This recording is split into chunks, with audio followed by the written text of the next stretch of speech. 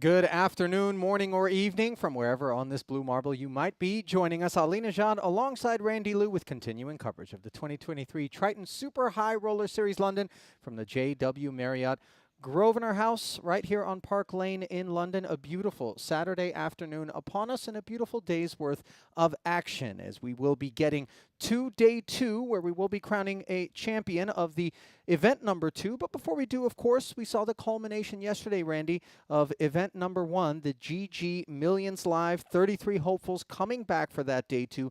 Only 27 would end up in the money, and of course just 9 would ultimately reach the final table, which was set after Bruno Volkmann finished in 10th. Shall we take the video? I know you haven't had a chance to say anything. We'll go right to that, and then we'll talk about the fact that you're throwing shade on me with this beautiful shirt that you went out and bought at the outlets yesterday. Okay, let's take it then. A recap of event number 1 yesterday. As we mentioned, the Brazilian Bruno Volkmann on the final table bubble out in 10th, and then Sam Grafton, who actually broke the ice at one point by leaning over to Alex Ponikoffs and saying, "Alex, somebody needs to bust to break the gridlock." Well, Alex retorted, "Usually it's the guy who asks for the bust out that ends up busting out." And when his pocket fours ran into the ace-jack of chip leader Manuel Zapf on an ace-high flop, it would be the end of the road for Squiddy, who would collect $91,000 for the effort. And then the Spaniard, Juan Pardo, who had some very interesting approaches to some situations pre-flop, super snug, but then ultimately decided ace-5 suited, needed to make a call after spinning up not once but twice. He would run into the jacks of the chip leader, who would begin the process of accumulating chips. A 9-high board with a 10 on the turn was never of interest, and the lack of an ace on the river would draw the curtain on Pardo's efforts. $110,000 going to him for 8th. Then Pablo Silva, another member of the Brazilian delegation who did make his way to this final table, folded a lot of small pocket pairs pre-flop, eventually worked his way into an all-in confrontation with ace-king, but ran into pocket 8s and unimproved on a jack-high flop in a $7.5 million chip pot. He was desperately hunting an ace, a king, or a diamond, and instead the black queen would end his carnival. $151,000 going to him for 7th. Alex Ponikoffs, who was looking very much the predator in his cheetah print tracksuit, would get it all in after being decimated a pot prior with a king 9 suited. Just $400,000. Lucas Greenwood actually with king 6 was dominated and then binked the 6 on the turn. Don't need to explain why Ponikoffs wore that look on his face, as an improbable 3-outer would spell the end of the road, but no shortage of sportsmanship on the Latvian as he collected $208,000, adding to his handsome Triton career totals. And then the mediocre Dane, as he likes to facetiously call himself, a wonderful player, hailing from Denmark, Henrik Hecklund, 3-betting with pocket 6s, getting jammed by an ace-king suited, and he was in good shape until the king-high flop. Left Greenwood licking his lips, and Hecklund in need of a 6 on the river. Instead, the Diamond Snowman would melt his aspirations of another Triton title. $271,000 going home with him, and then Kiat Lee, who had been giving some language lessons at the table at one point, ended up getting all in with an ace-6 out of the big blind, dominated by Greenwood. He managed to bink his side card, and things looked wonderful in a $6.6 million chip pot. But then, suddenly, on the river, nastiness, as a 10 of spades would end up sending Greenwood the pot. Obviously, Kiat all smiles as he managed to ladder very handsomely into 4th. $340,000 going home with him. And then we had our podium unset. Britain's Oliver Bithell, OTB, as Henry likes to refer to him, with an ace-5 suited, decided now was the time, and the flop looked pretty decent for him, given that he was dominated. The turn obviously was troublesome, as the 5 would no longer work, but the open-ender was still in play, as $9.9 million hung in the balance. And in the end, it was just the 5 that he would hit instead of the deuce or 7, but a very nice outcome for Bithell, $416K. Then, chip leader coming in, Manuel Zapf, somewhat expected, finding his way to a heads-up battle, one that favored Greenwood, as he wound up with 9-5 suited up against 9-3, out-kicking Zapf. 2.5. check raising with his top pair on this flop. Both players with backdoor flushes. Zapf would make the call, leaving himself just 4.6 behind. On the turn, both would pick up gut shot straight draws. All in. It's like 8 million more. Greenwood's turn bet would get jammed on.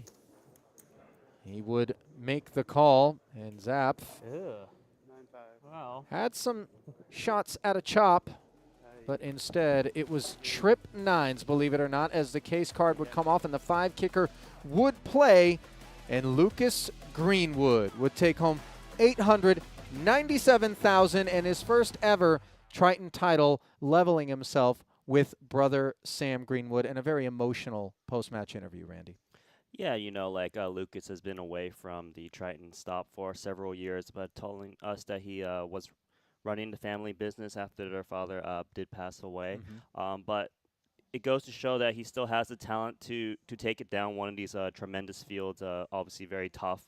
Was an epic, grueling heads-up match. Over 2 hours they played. Yeah. And they were very deep stack. And, you know, they were just kind of swinging and holding this kind of 20 million to 20 million stack situation. Occasionally someone pull away closer to 30 million, but they would come back. It was really tremendous. They made multiple bluffs and 2 very clashing styles where one player was limping Lucas Greenwood on the button, whereas Zapf was open raising every single hand. Yeah, and Zapf, one of these ACR stormers, is the only storyline there at that final table. Wasn't that of the brothers Greenwood, but rather the first timers. So you had Bithell finishing third, Zapf finishing second, maiden voyages here, and yet again we see results, deep finishes from people who are unknown to maybe some of our Triton regulars. And I ask the question once again, is it an advantage or a disadvantage to come in as that rookie? I would say it's actually an advantage to come in as one of these rookies because we know these players are very well experienced. They just haven't took their time to step into the Triton tours to take a shot. But when they do, obviously very accomplished players in whatever craft they play.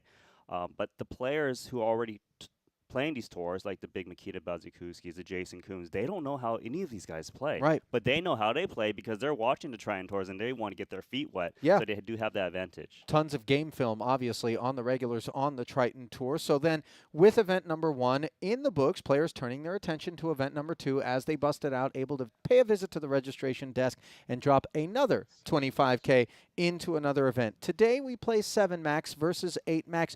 Any differences in terms of that? I mean, is it just the same deal? It's pretty much the same deal. You just kind of assume, oh, under the gun folded and an 8 max to go one down. But I wouldn't say it's too much. There's a big difference between 8 and 6 max, Yeah. but 7, not so much. Yeah, 7, I think, still considered ring, all the way up through 9 and maybe even 10-handed on occasion, as we see at the World Series of Poker. So we drew 120 entries into this one thus far. Registration obviously closed here on day 2. 82 unique players. We're welcoming 27 of those players back into battle today. Seth Davies leading the way. Just 20 places are going to be paid. $39,000 is going to be the min cash. First up top, $720K. Jason Koons, Seth's buddies, got a healthy stack as well. 7-time Triton winner. And Renat right now is the best place rookie. And again, that storyline of first-timers, rookies, making some deep runs, potentially in play here. I want to turn my attention to the fact that Seth Davies is leading the pack because, again, I think we're seeing another storyline insofar as guys who were snake bit for many, many stops have turned things around. The likes of Brewer, the likes of Petrangelo, and now, potentially, not in the money yet, but the likes of Seth Davies. Yes, and the likes of Seth Davies. But Seth Davies, you know, he's consistent. Ever since he got out of that offer, right, he's been consistently cashing very deep, multiple final tables every single time. It's no surprise to me that he's at the top of the counts in this event number 2. He also had a deep run, I believe, in one of those World Series this summer recently. Playing phenomenal, but he does have Jason on the heels, right? Someone who's very experienced, someone who's able to win that Player of the Year award on that last stop over in Cyprus. So he's always very dangerous with the healthy stack. The Renat, by the way, that I mentioned in terms of the Triton first-timers is Bodanov, playing under the Ukrainian banner. He's got 1.2 million, 31 bigs in front of him. Another little wrinkle here in event number 2, Randy, is the introduction of the fast action system, as we've dubbed it. Walk us through that.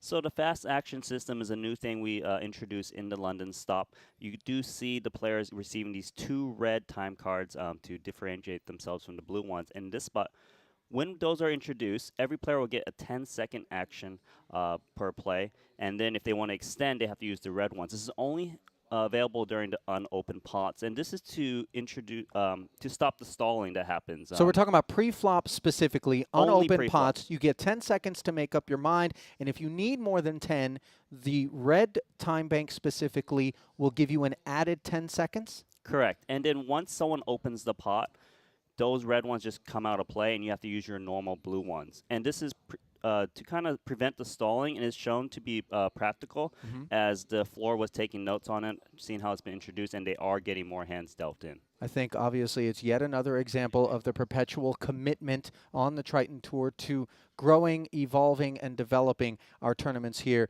in a manner that suits the desires of the players and obviously is in the spirit of fair play and brisk action. So let's get our first look then at the 2 featured tables that we're going to have on our hands here today in coverage as we take our first look at the Triton Poker Plus app. Once again, we remind those of you who are yet unaware or have made the cardinal sin of not actually downloading that app. It is available free on the iOS or app stores for Apple or Android users, and I think we're going to be able to take it here momentarily. Are we? Are we not?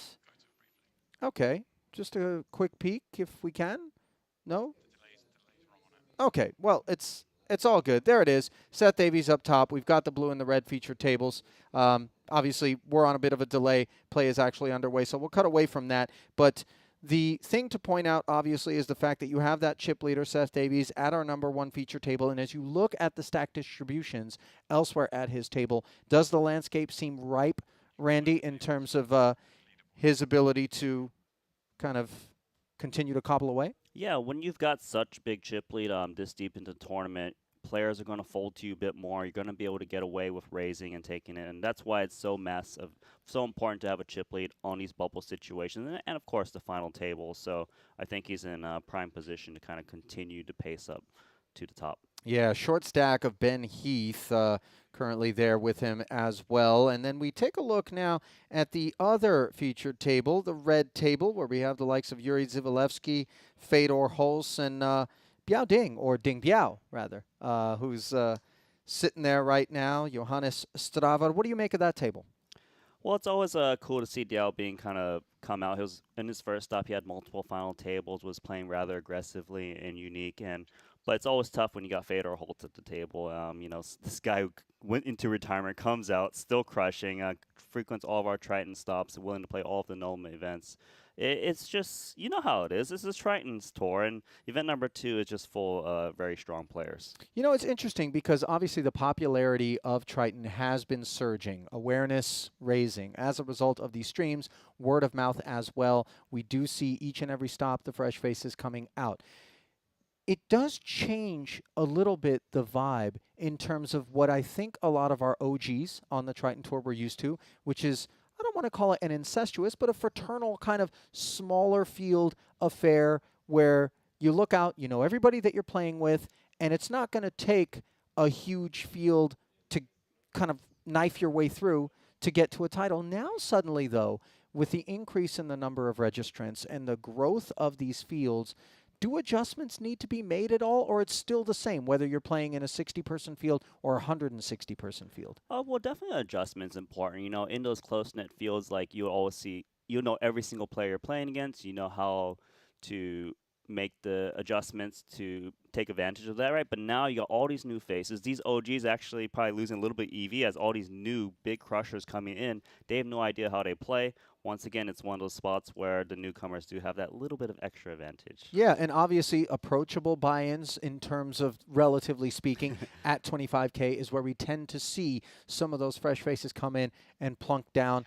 If they're able to make the money and make a deep cash, obviously we may see them parlaying into some of our later events. But for the time being, we are set to send it down to our 2 feature tables. Coverage of event number 2, the 25K 7 Max, comes your way, and there is your first look at 2 features and an outer with the blinds at 20 and 40,000. Brought to you by GG Poker.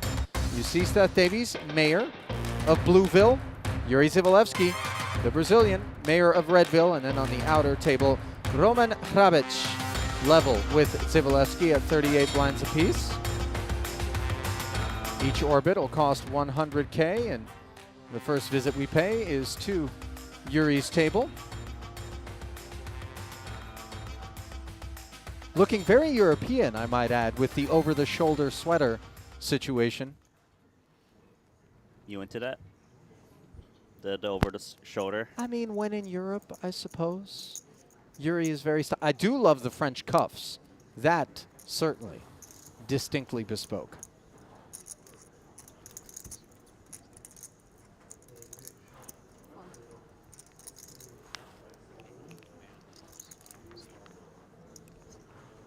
Does this look kind of give you like a cowboy look to you? There Is it just me? there is a slight Western motif with the suede inlays. You know, with the sheriff star badge as well. Well, he's playing sheriff here with the min-raise open, ace-9, hijack, off of 965K. Roughly $1 million to open the pot for him, roughly 26 bigs. And there is a look at Ding Biao, who is going to jam these two tens. Oh. Ace-king for Zivalevsky. You know how these big slips like to just get it in there. They Yeah, often see players 760. 3-bet Yeah. jamming worse, like ace, queen, ace, jack, etc. Sure, he's slightly behind the tens in this instance, but you need to play the ranges. 38 bigs to start the hand. Is that too many to thrust forward in total? Well, think about it. You're up against in? actually the all-in of 19 blinds. So, yes, you're jamming that much, but it's about the guy's stack who's actually pushed it in. The decision quite easy for Xiao on the heels of the jam from Zivalevsky. He finds himself in need of assistance, but at risk are the two tens. 1.66 million chip pot and a king high board, not the one that Ding Biao had in mind to start today's action.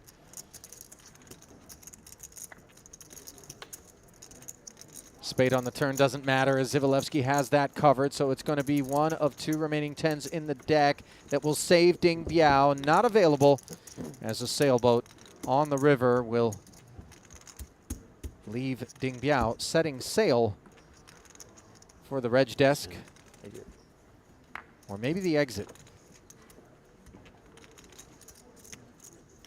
Yeah, just waited a whole day to play with the first hand out of there. But obviously a great player will be playing the majority of the future tournaments here. Note the dual cell phone situation for Ding Biao. The things you notice, Ollie, what do you think that implies? I always wonder in the dual SIM era why we need two separate cell phones. I digress as we pay a visit over to the other feature. Brewer and Dan Smith pictured, the former of whom finds himself engaged on an ace-king-6 flop, where Brewer's 9 was playing and now no longer is playing and is facing a flush draw for Bong Lo Kai. Yeah, great card from in the sense that he's actually taking the lead in terms of equity with the spade in his hand. No spade for Brewer. 150K bet. It's always nice to see small bets when you're holding the ace-9 here. Not looking to get all the chips in.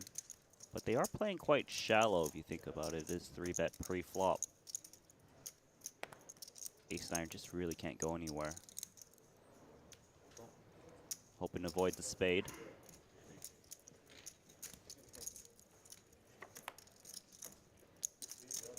Oh, wow. Oh, that's a tough one. Well, he faded the spade, Randy, but what he didn't fade is this innocent-looking 8 on the river. And you see Brewer throwing his hands up in the air. He can't beat a 6. He can't beat spades.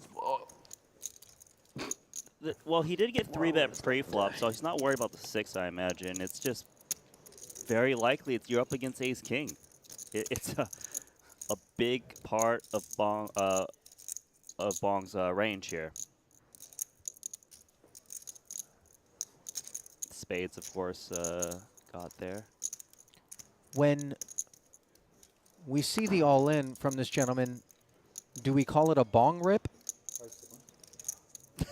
Just A bong rip. putting it out okay. there. Okay, it's gonna be a long day today, but it's all good. The thing is, if your opponent is jamming all ace X's with the king kicker on board, obviously the ace 9 can't really be going anywhere. I don't believe that Chris Brewer ever thinks he's winning the pot outright. It feels like if I call, I'm just winning half at best. Yeah.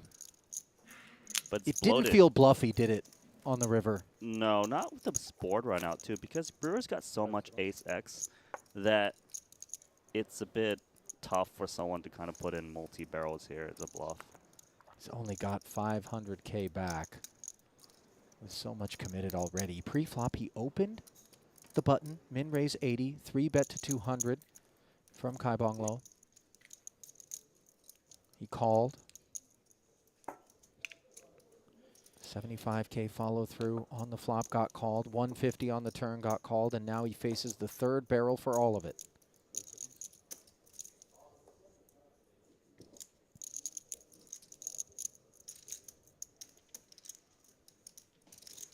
Time bank.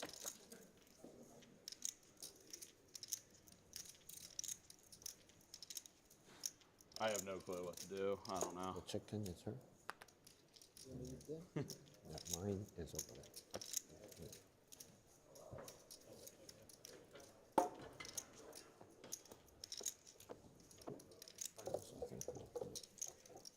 I got those calls sometimes. I don't know. I have no answer for it. Right. Flip a coin.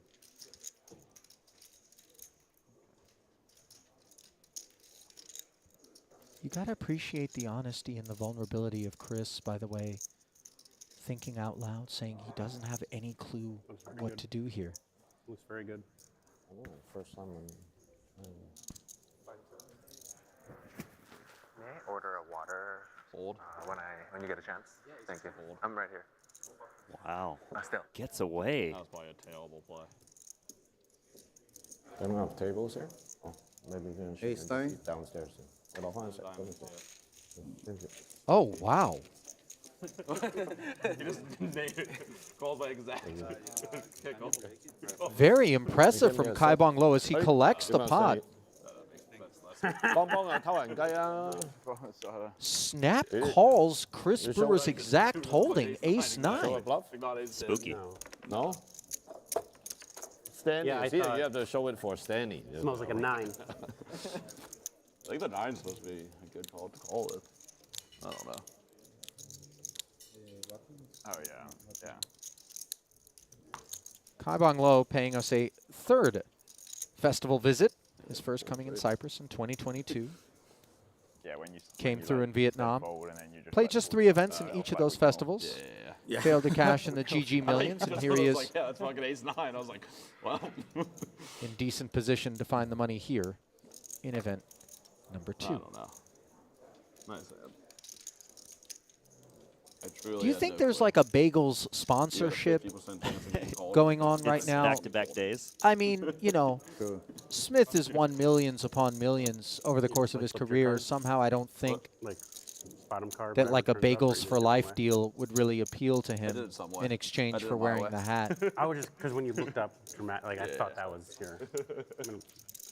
Hold him. 正常㗎啦，打都知佢揸隻煙啦。 Should be 260.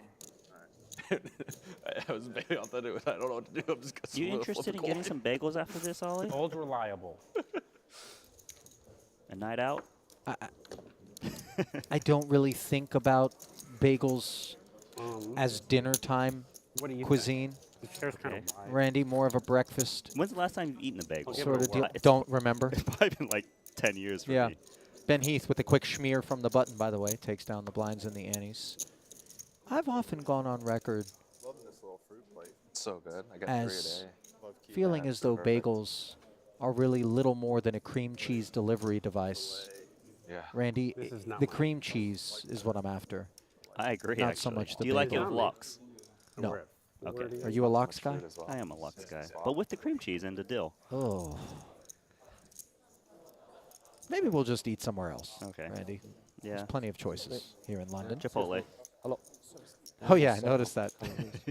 Randy's Instagram showing the world's largest burrito ever assembled. I like in London the choices I pick. Yeah. Bagel and Chipotle. That burrito looked like one of those that if you finish it, they give you a free one. They give you like 20 minutes to finish like 5 burritos, you know? All right. He's going to raise it up once more. This time not all in.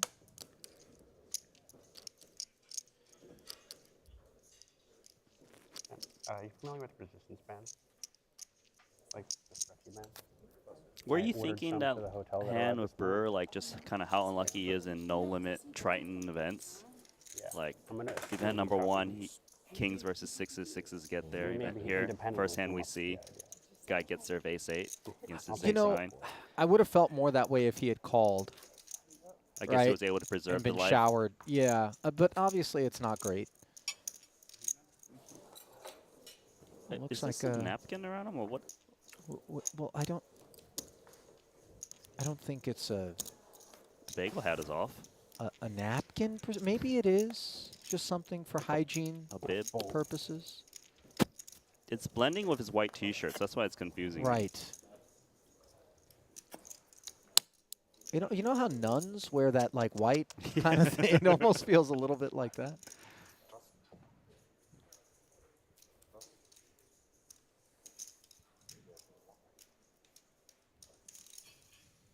Stranger things have happened.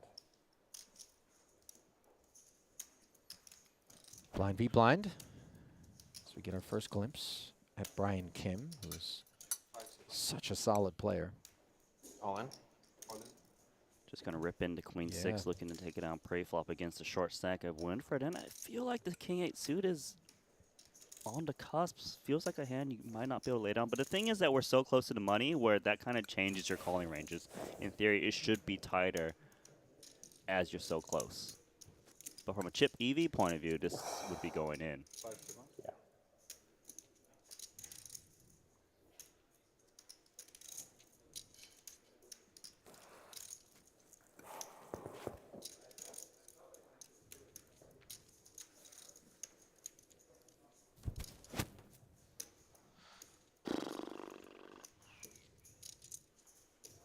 Winfred realizes that Brian's jamming range isn't always going to have the king 8 in a bad way, such as on this occasion, but he decides to wait for what he deems a better spot as the man with 2.1 million plus in career Triton earnings and 7 cashes, collecting his first pot on the afternoon. Didn't cash in the GG Millions. Event 1. Picked up 4 cashes, though, in Cyprus earlier this year, and 3 before that in Vietnam. That's including a experience couple of right final there. tables That's there. Live poker, EXP. Look at that. Holy that shit. Stack, though. It's just beautiful. A couple of final It's tables very in considerate. Very considerate, right? Cyprus as well. Carry.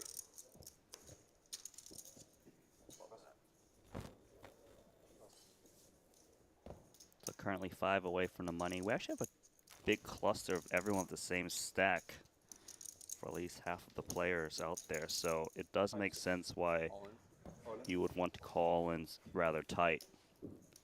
Ace Jack wants to jam, and rather big, 1.7.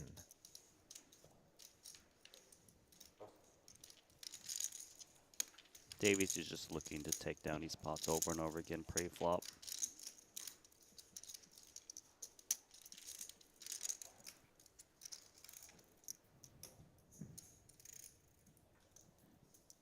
So do you see those red time banks there, Ali? Yes. Those are the action, the Fast fast action. action system shot clocks. But because there's an action in front of them, Dan Smith actually gets more than 10 seconds. Right, it's an opened pot. Yep. But let's just say I'd folded to Dan Smith right now, then he would get only 10 seconds Right. to act.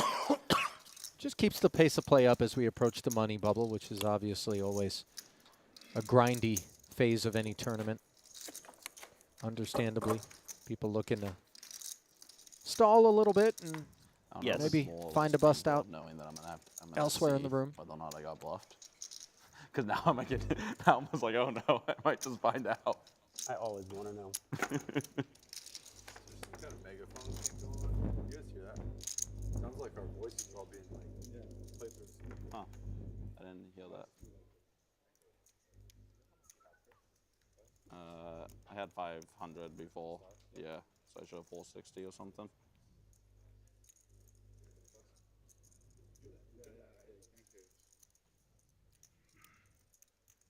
Queen 8 suited. Every single player to act behind him has got a very similar stack to Brian Kim, but they will play pretty tight. He's going to play tight as well. Is someone playing with lightsabers? Yeah, I hear that too. It's that guy you referenced the other day, the Star Wars guy, the long hair, Adam Driver, you think you That's said? his real name. Kylo Ren is the name you're after. Okay, yes, that one. Randy, just leave the Star Wars to me. You stay in the Givenchy Christian Dior outlet expertise area. Hey, you, back to the action. Look at this. Small blind versus big blind. You saw one of the red time banks go in. So that extends another 10 seconds right now. And with those extra 10, Dan Smith chooses to limp. King 9 suited is smothered in more ways than one. Chris Brewer, obviously a great hand to just rip it in and take it down pre-flop, wondering how often he's getting trapped. Holding ace is nice because you're blocking a lot of the traps. Dan Smith has a lot of incentive to just open jam himself into this short stack. So it should be a bit polarized, this limp. All in? Fuck, I almost checked back. God Wow, damn. snap call. Sorry, it was just It's kind of awkward. Yeah, especially because the snap call made Brewer feel as though there's no way that the ace-5 was going to be good, and then all of a sudden Smith shows down a pretty bad hand against ace-high hearts. But he does have 39% equity in a 960K pot. Needs help to keep the massage alive. Wow. He's trying so bad. Ace, deuce, 6 with 2 hearts, and he is going to have Brewer covered, but just by 100, some odd. Now, on the turn, he draws dead. Yeah, normally when he gets snap called so fast, Brewer thought he just got trapped by Right. whether a better ace or pocket pair. Right.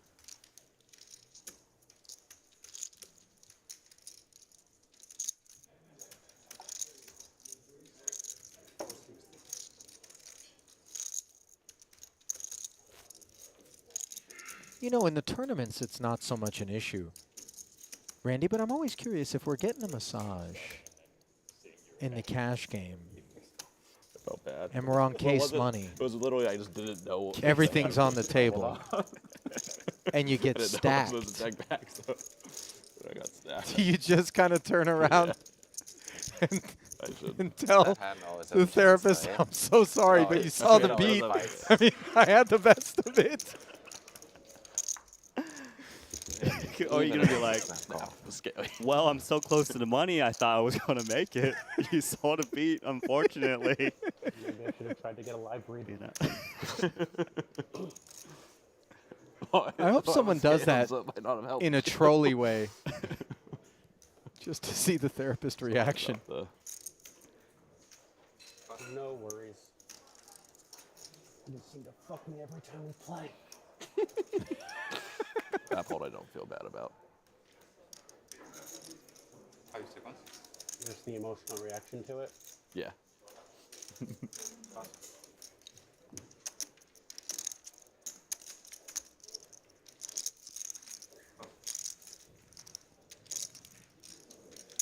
Well, the massage carries on, and ace-9 certainly feels like it would make a lot of sense. No chance he doesn't push this in. He's got 2.5 blinds. There's still 5 from the money. He's not going to be able to fold his way into it. Well, action clock time coming in, though. 100. Leaves himself 5K. Brewer ace-3 suited. I'd imagine he'd want to go with this one. He took a look of the big blind stack and realized, well, the worst that could happen is I lose 400k, which is less than half. So it's okay for him to just push this and isolate the Fuck. wide range.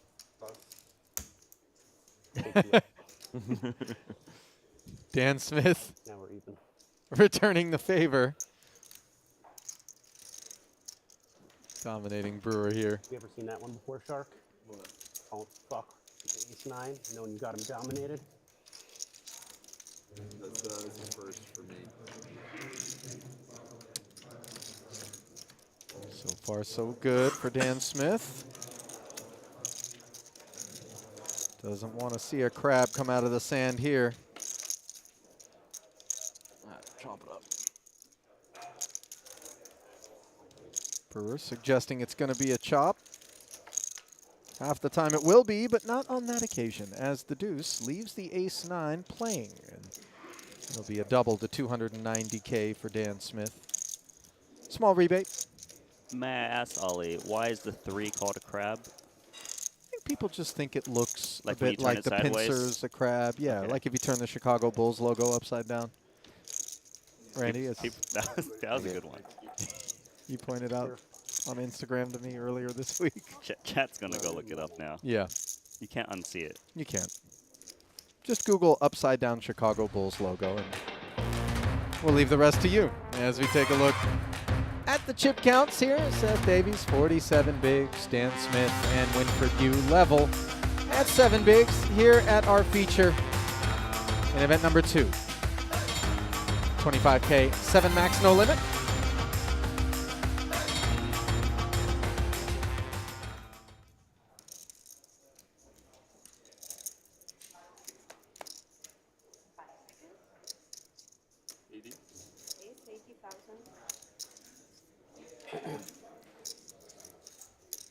Davies shoots it up. Boss stack behavior under the gun. Bit of an end boss on his left, though, and Brian Kim, who, with ace-jack suited, will rip. Yeah, it's a nice time to fight back against the table chip leader who's going to open wide.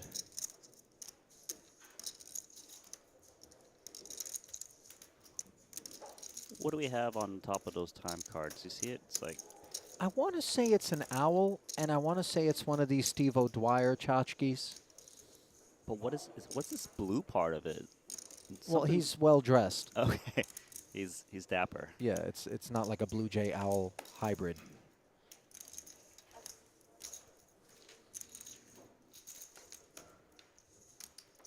Nobody waking up with anything of interest behind Brian, and Davies The push must out while concede. keeping it in the lails was so strong.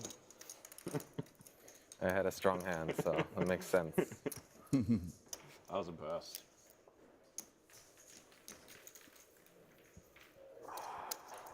I'll So let you what know. Brewer's referring to, Oh, I thought Randy, that is was the just manner you in which... getting your angle out at me. Just deep breathing. Motherfucker shoved an ace-5. Most obvious check of all time. Says fuck.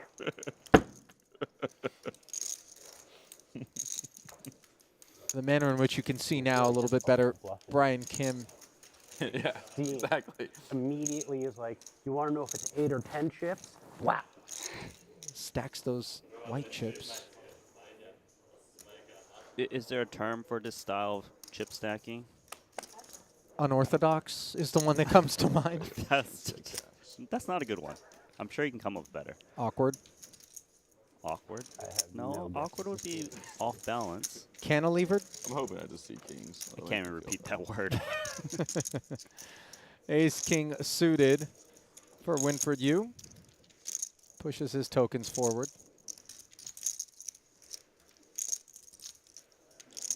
We've gone to the elbows, by the way, my favorite part of the program in any massage. Randy, get in there. Deep tissue. Don't pet me. 280. Work that knot out. The pet. You know? You into the head massage thing too? Yeah. Yeah. Oh, yeah. Scalp, I think, is maybe the better way to say it. Ace Jack. Ooh. Kind of tricky because Ace Jack fares very well against Winfred's shoving stack size. It is an early position raise.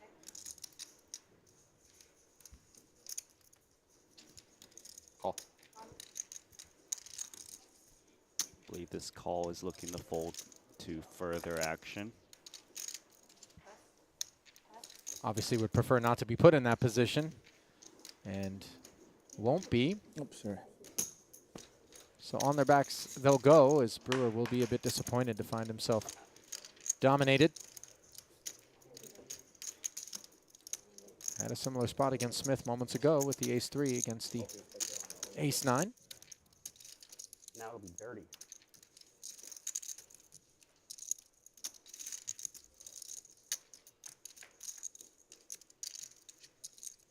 Oh, wow. Not one, but two jacks on the flop, but two clubs as well. So Winfred does draw quite live.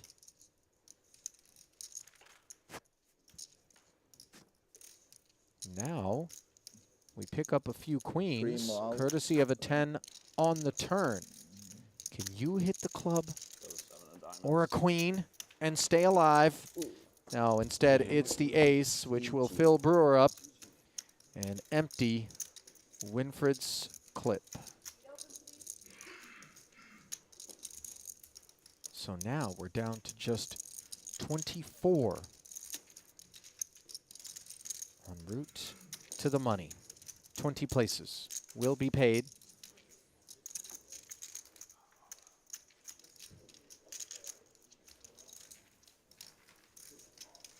Started the day with just 27 of our original 120 entries, 82 uniques. Equipment isn't wonderful, but a little movement. The Intercontinental.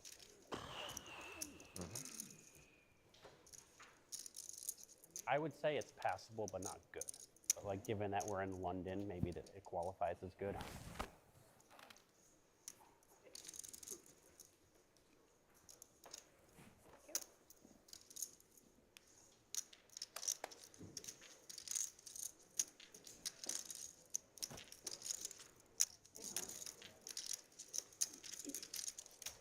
Fold. Unregistered holding for No, Smith. The 5 seconds when we're, yeah, if you could remember things. It's a lot for the dealers today. Interesting things could happen in this spot, as deuces is kind of a hand where you could apply a lot of pressure.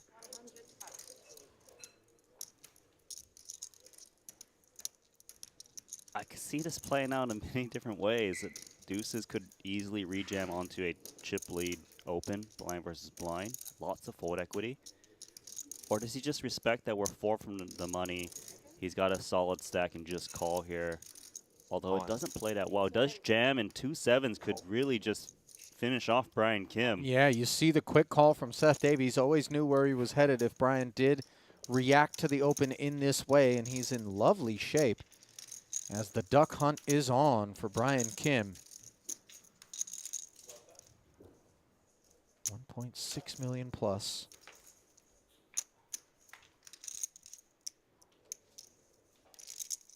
And no deuce available. On an ace-ace-4, 2 hard board. Some backdoor wheel and flush prospects for the time being. Oh, Ouch. wow. Ouch. Still 4 outs, though. Retake the lead. Deuce is full for Kim on the turn, and no 7 on the river. 8-10. As a pure 2-outer. I'll let you double check. Keeps him in the saddle. And that was dirty. How many points do you get for that duck hunt? Talking about, And I the remember dog it. comes out. Yeah, and then he laughs at you. Yeah. For those questioning our sanity right now, Hard to believe. you're probably in your 20s, no clue what we're talking about. Original Nintendo Entertainment System. Blow the cartridge out. Think the game it came with, if you had the Super gun pack Mario. or whatever, was Duck Hunt. They gave you that. You get the half and half one, don't you? Oh yeah, that's right. It was a dual game cartridge. It was. Remember it was heavier? Because it had 2 games in it? Like it weighed more? What was going on there? Meanwhile, like one picture on your smartphone now probably has 10 times the info on it than I have a very that weak cartridge did. So imagine upon if a you time. it by like store, you're probably I was really bad at the clay shooting. Fail. There's a Yeah. Did you ever walk right there's- up to the TV and put the tip of the gun on the a few TV? people that And you get I've tilted? considered having Yeah. to say something to Yeah. yesterday. I was having a, I think, 250 total. He's 10 suited here for Brewer up front. Used one of the red banks.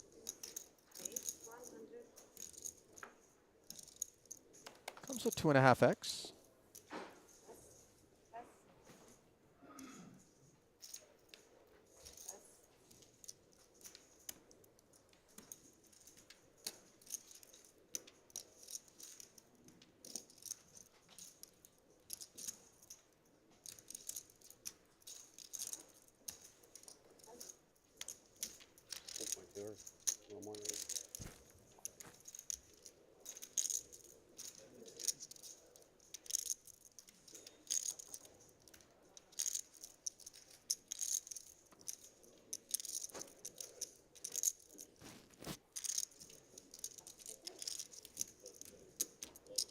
Two sixes.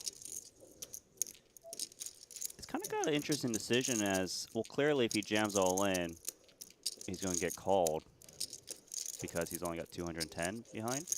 But maybe you kind of call open shove like ace, king, queen type boards. Because you may not expect to be able to get a fold out of a hand by jamming. But that same hand might fold if you take the remaining 110 and fire it at the flop. It also gives you opportunities to kind of save yourself because it's under going to open, so those should be pretty big card heavy or bigger pocket pairs. It's actually a really interesting decision here if the 2 6s on what's best. Because I don't believe he's deep enough to kind of just fold this outright. Let's see. I mean, we know Dan Smith isn't shy of putting chips in there. As you saw, he snap called that king-9 suited into ace 5 earlier, Brewer. I do approve this just call pre-flop and push the chips in post. It might look a little bit strange at first if you're not actually getting deep into the nuance, but that's a place Dan Smith ever comfortable working his way into as he does settle on the flat. Now a queen 7-5 board, and if we can remove the 7 from Brewer's range, the calculus may feel very much like I'm either up against a queen or I'm not. Maybe from time to time the bigger pairs. I think there's a strong case of just open ripping it now. You can deny equity against like the 10-9 suited, stuff like this. This is the right play. And you looked right into the crystal ball and figured that this might be the way that Smith approaches things, and you do see Brewer feeling obligated with the backdoor Broadway, backdoor spades, and what turns out to be 2 overcards to the 6s. To make the call, that grows the pot to 560K, as it's not the first time these two have tussled, rather the third already in the early going. Heading to the turn, which is sopping wet. Gutter and nut spade draw acquired. No worry. And neither completed. As a dusty deuce of hearts preserves Dan Smith's hopes, and for that matter, the massage therapist's hopes of a long engagement. Was sweating that. She's ripped, Randy. See the forearm action? My forearms don't look like that. You want to look at mine too? I'm good. I guess if you work with your hands intensely like that for that long. What about these poker players? They shuffle those chips all day. Maybe our vocal cords are ripped. stop It's and go. just you can't Stop see and them. go. He almost got me to fold.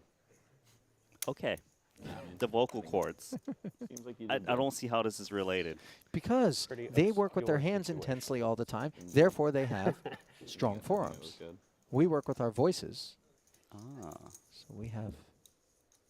Anyhow, I didn't think I needed to spell that one I'm gonna out. take my hand for a moment. Life's Randall. tough. Life's a little tough for me, believe it or not. Well, things might not feel so tough on the button for Brian Kim, who is riding the upswing after binking deuces full against the pocket sevens of Davies, and the newly minted 1.6 puts 100 out there from the button. It's actually really nice that Brian, obviously he got there with the deuces against the 2 sevens, but dynamics have changed at this table, whereas Seth Davies, out of position against Brian Kim, has to kind of fold a lot more. Now Brian Kim gets these situations where he Been can a attack limited obscene the amount of blinds. times today already.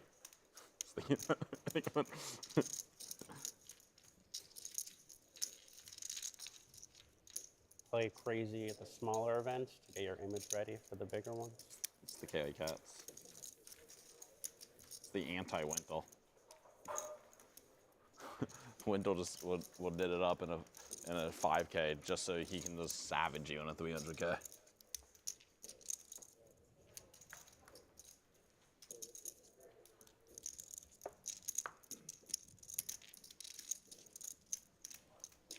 Oh my gosh. I thought I was looking at chicken nuggets, Winter Ollie. was, Can you explain what's going on? No one's going to explain, Randy. You're not supposed to talk about the little things that I show you And like box and folds, like off air. and Wintle at the end just goes, "What do you think I've been folding Never all those happened. heels for?" And just doesn't show his hand or anything, and then like they showed on stream that he actually just had a bluff. It's to me. Can I see it again? I'll send it to you. Okay.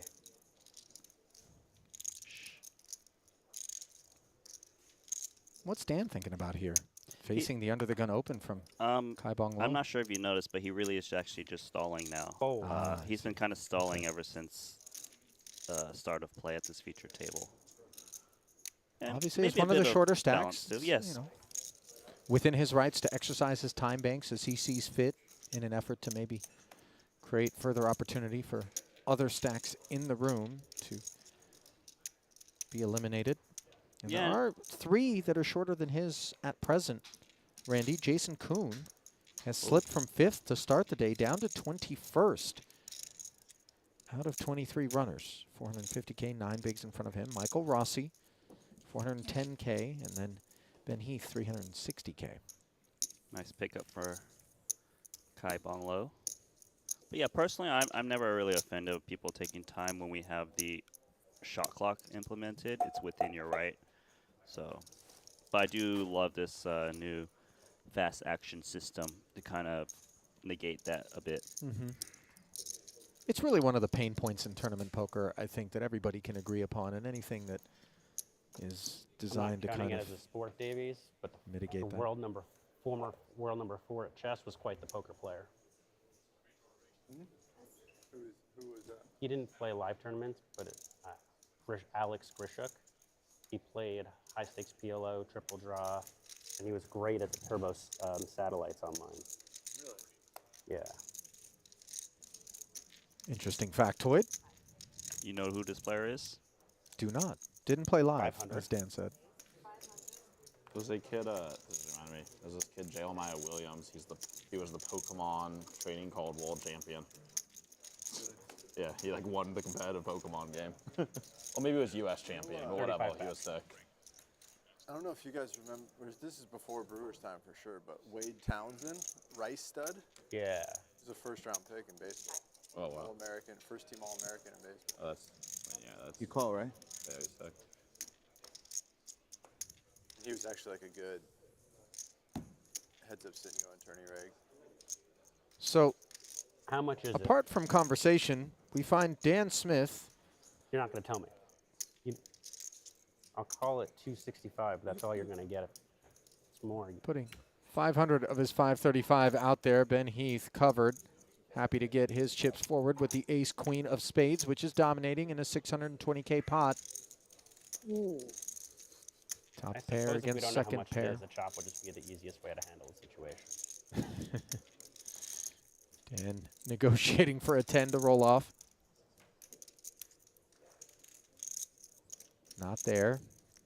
Diamond absent as well. So 2 outs to a scoop. 4 outs to a chop. Anything else, and Heath hauls it in. And the river qualifies as anything else, as a little accounting will happen.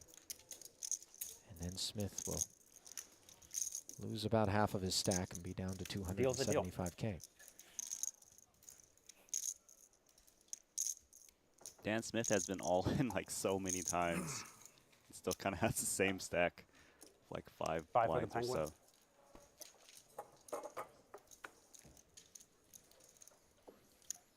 He is now the shortest stack in the room after that pot, as Heath moves up to 19th. Just of trying to speed up the 23. game. It's very obvious I'm trying to maximize hands per hour.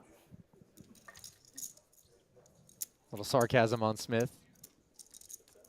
I think that's appreciated, by the way. You know, he's not trying to pretend that he's not doing what he's doing. Mm-hmm. And again, in the shot clock era, with time banks, suddenly you don't need to get steamed up or tilted by it. It's all accounted for, and people can do what they think is best for them. And let's face it, every now and again, the guy who's irritated by that because he's sitting on a deep stack and wants to get more hands in is going to be the man on the short stack and employing the same sort of strategy. Yes, exactly. And we also have seen the adjustments of shot clocks. You know, before I believe there's like 30 seconds pre. Now it's a little bit less. We got this fast action system. It wouldn't surprise me in the future that we may get more time banks and then less standard clock. But I don't think it's a big problem right now. It's a nice implementation with the red shot clock. 2 aces, nice timing. Yeah, right on the heels of the double, a much deeper stack to try to work forward. Deep enough, in fact, Heath deems to have just a open range on the button, and Mike Davies come hunting the remaining 520. This is most certainly a rejam spot. Big blind versus button. Button opening off of a 14 big blind stack. Still has lots of raised folds. Davies is, if he doesn't get lucky here, he could be down to crumbs. Remember, he started the day as a tournament chip leader. You're absolutely right, Randy. And the all-in does get snapped, and this is some pretty epic run bad for Seth Davies. Obviously, very unlucky with 7s against deuces, and now very unlucky once more for the time being with ace-jack against aces. Took the best of it before, and it didn't work out. Let's see if taking the worst of it might yield a better outcome. Odds aren't in his favor in a 1.3 million chip pot, and the flop isn't either. 9-8-6. Spadeless is Davies, and sitting pretty is Heath. Chop outs would be welcome, but not present. It's a dusty 3 of diamonds, and then a dusty 3 of spades, as Davies was drawing dead. Round out the board and complete a 1-2 punch for Ben Heath. Double-double. In your life, Ben, have you ever done the double check and it's like not aces anymore? Not with aces, because I think it's so specific. Yeah. But I've done it with other hands. Okay, but yeah, no, I get it. You have to make sure. I've gotten chirp before for double checking for like calling. I'm just like, well, it'd be really expensive. Yeah, no, I get that. When I've had that nightmare. I was like, yeah, I was like, that's don't like think the I've poker ever- dream. You haven't had that one? I don't think I've ever. I've in always the had the dream, ni- a ton, but Oh, like, yeah, in yeah. actual poker, I don't think I've ever looked again and been like, it's a different hand. Oh, I have. I mean, You've never thought you had like 7-8 and you have 9-8 or something? Oh, wow. what about like wrong suits? When I was high, that happened once. Yeah. I mean, I haven't for years, but sometimes playing cash for like a lot of hours, I would just like have the hand that I had the hand before or something. Like I thought I had it. and- Yeah. And I just haven't. That makes, yeah. I could see that one. But yeah, not for a long time. Sometimes. You ever had that it's happen, a Randy? SOP when I'm playing online. We had when this I'm playing, like, the conversation online yesterday, on We the did, I phone. think. That That's- gets, You say Online, I said online. online, I did. 5-0, You there thought it was goes, a that's fool. like the hand I haven't even looked at my hole cards. Seth, you have 200. 205. Aces again. Stop. Do not adjust your screen. Ben Heath has doubled not once, but twice, 125. and now has picked up aces back to back. Did he not also say sometimes I play long hours, I got the same hand as the last hand? He thinks that he's playing the hand from a hand to go because he's a bit delirious, and then at showdown, maybe not having double checked his hand, or even at double check, realizes, oh man, I'm so tired. I was playing this pot as though I had the hand from a pot to go. He has In to this show case, now, it doesn't right? matter. He has to show when he makes that comment. He does not. What a guy. There's no harm in showing the aces again there. I mean, it's in line with the story he just said. Do it for the fans. Not like infrequently, I'll just like in my head think I have like ace of spades, two of clubs, then like look again. Yeah, and you're you're like, like, oh, ace of club, 2 of spades. yeah. Yeah.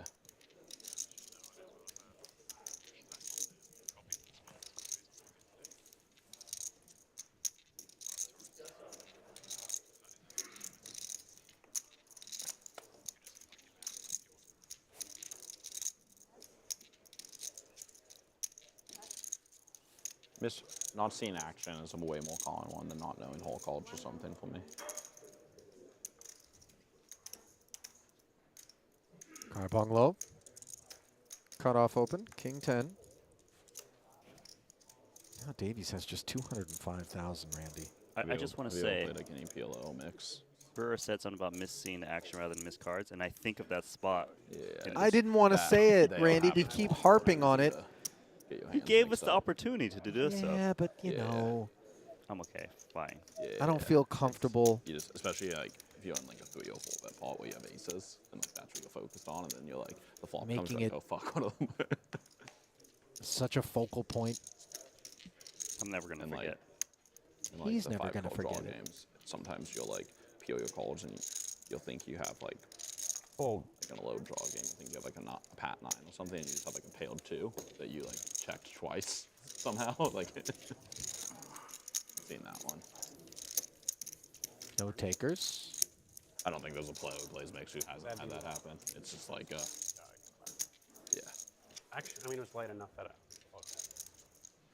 first hand of Badoogie in like 10 years, I played the 2500 mixed triple draw. But Doogie, it's easy. You can just I think, just fucking pitched the wrong card. yeah. I was before gonna the say, last draw. pitch the wrong card, or you're just like somehow you think the spade's a club, and you just are sitting there bluffing while you think you have a Badoogie.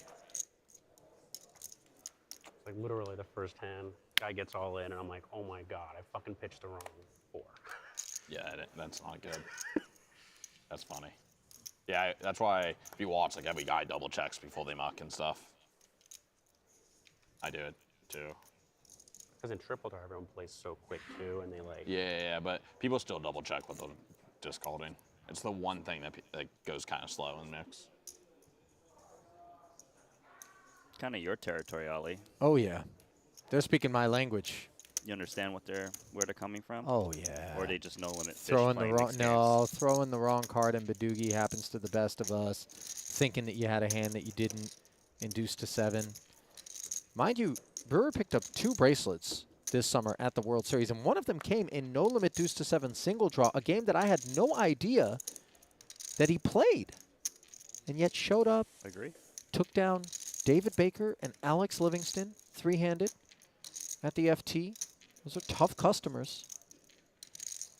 Yeah, and I imagine they had more experience in the Brewer. I would imagine they do as well. But it's cool to see like these no limit guys who are sharp, able to kind of step away and find some other opportunities to find value. Gets a walk. I was calling, but I don't know if that you're happy with Does he that. owe you time? So does he owe you like a normal time chip there? 3.5 Overtime. blinds. Oh, you already paid. Sorry. I mean, No, I know. I just. student's much more exciting. Yeah. I thought I still suited what it sounded like. No, No, it was offsuit. Imagine he shoves kind of tight though. I hope so. Yeah. it was like I got Jack 5-0. What can I do?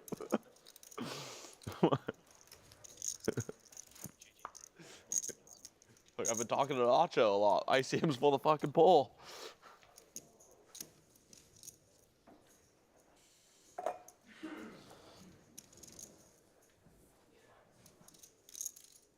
Ace Jack of clubs up front for Kai Bong Lo of Hong Kong. You ever been to Hong Kong, Randy? Serious? Of course Yeah. I have. Okay. Not many times. I know you went to Macau. You need to go to. Yeah, but you Hong don't Kong. have to leave the airport. I don't like the look you're giving me. Right? Have I mean, you well, ever you could been take the to ferry. Persia? Okay, first off, it's called Iran now. Sorry, I'm And not. the answer is yes, when I was 2 years old. Okay. So we see the Ace Jack open under the gun now, awaiting Brian Kim's response. What's These are actually fairly level and deep stacks. What's interesting here, Ollie, is 410. the slight north of 3x open from the undergun open. Brian Kim still going to pounce 160, ace 10 410. suited.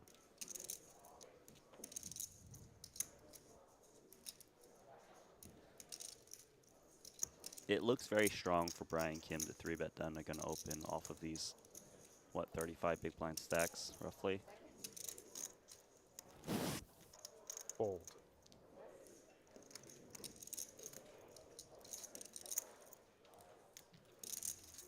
Ace Jack of clubs, actually a really tricky spot. As you open large, you kind of interpret that the players who 3-bet you should be doing it with a tighter range, given that they have to risk more. It's also under the gun coupled with that fact. All in. This man All in. is ridiculous. How does he 4-bet jam in this spot? Well, he's right He in is. this instance. Wow. But Confidence. yeah, very aggressive response. After the aggressive sizing pre and the playback from Brian Kim for Kai Bong Lo, who picks up that pot and gives us a chance to talk to you about one of our marquee sponsors, GG Poker, offering new players sign-up bonuses right now, $50 Global Millions tickets towards the 1 million guarantee, also on offer. Sign up today. If you don't have an account and are a new player, using the promo code Triton_2023, deposit a minimum of $20. Get yourself that full welcome bonus. And of course, that $50 Global Millions ticket.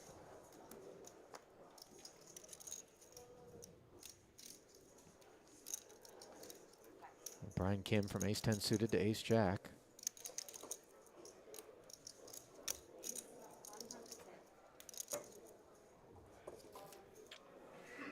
Opens.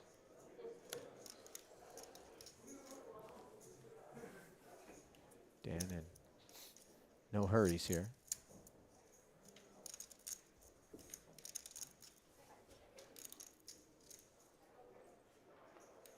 Did he just tap that owl's head? Well, he turned the owl's head, but oddly, most owls don't need to move their entire body as well when Yeah. turning their heads. In fact, that's one of the I mean, kind I'm of still calling it a defining tongue. features I know your of an title, but owl. I'm still. You're just going to shrug and call. And yet Dan's owl doesn't appear to have any mobility in that regard, which Okay. seems like a design flaw, if I'm honest. Okay. So you're telling Why me is an that owl can do kinda a sad? 360 What's that? Why with is the that head, kinda a sad? normal one.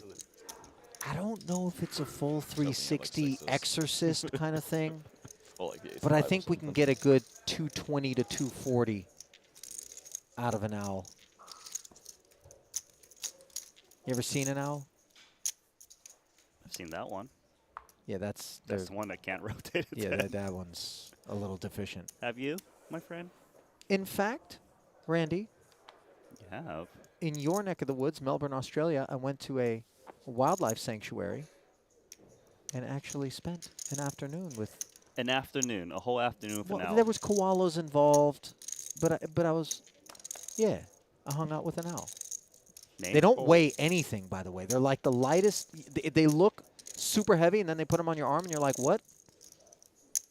Featherweight, if you will.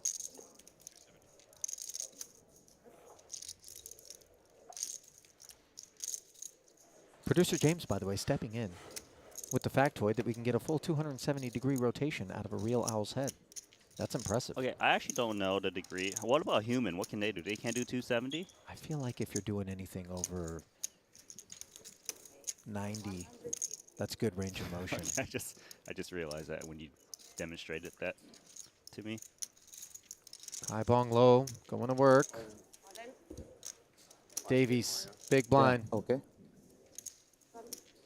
Forced in. Yeah, didn't have much left, and 360K, which means so much more to Seth's hopes than they do to Kai Bong Lo's, as he is all in. Chip leader coming in. It unraveled fairly quickly for him. Can he bounce off the bottom?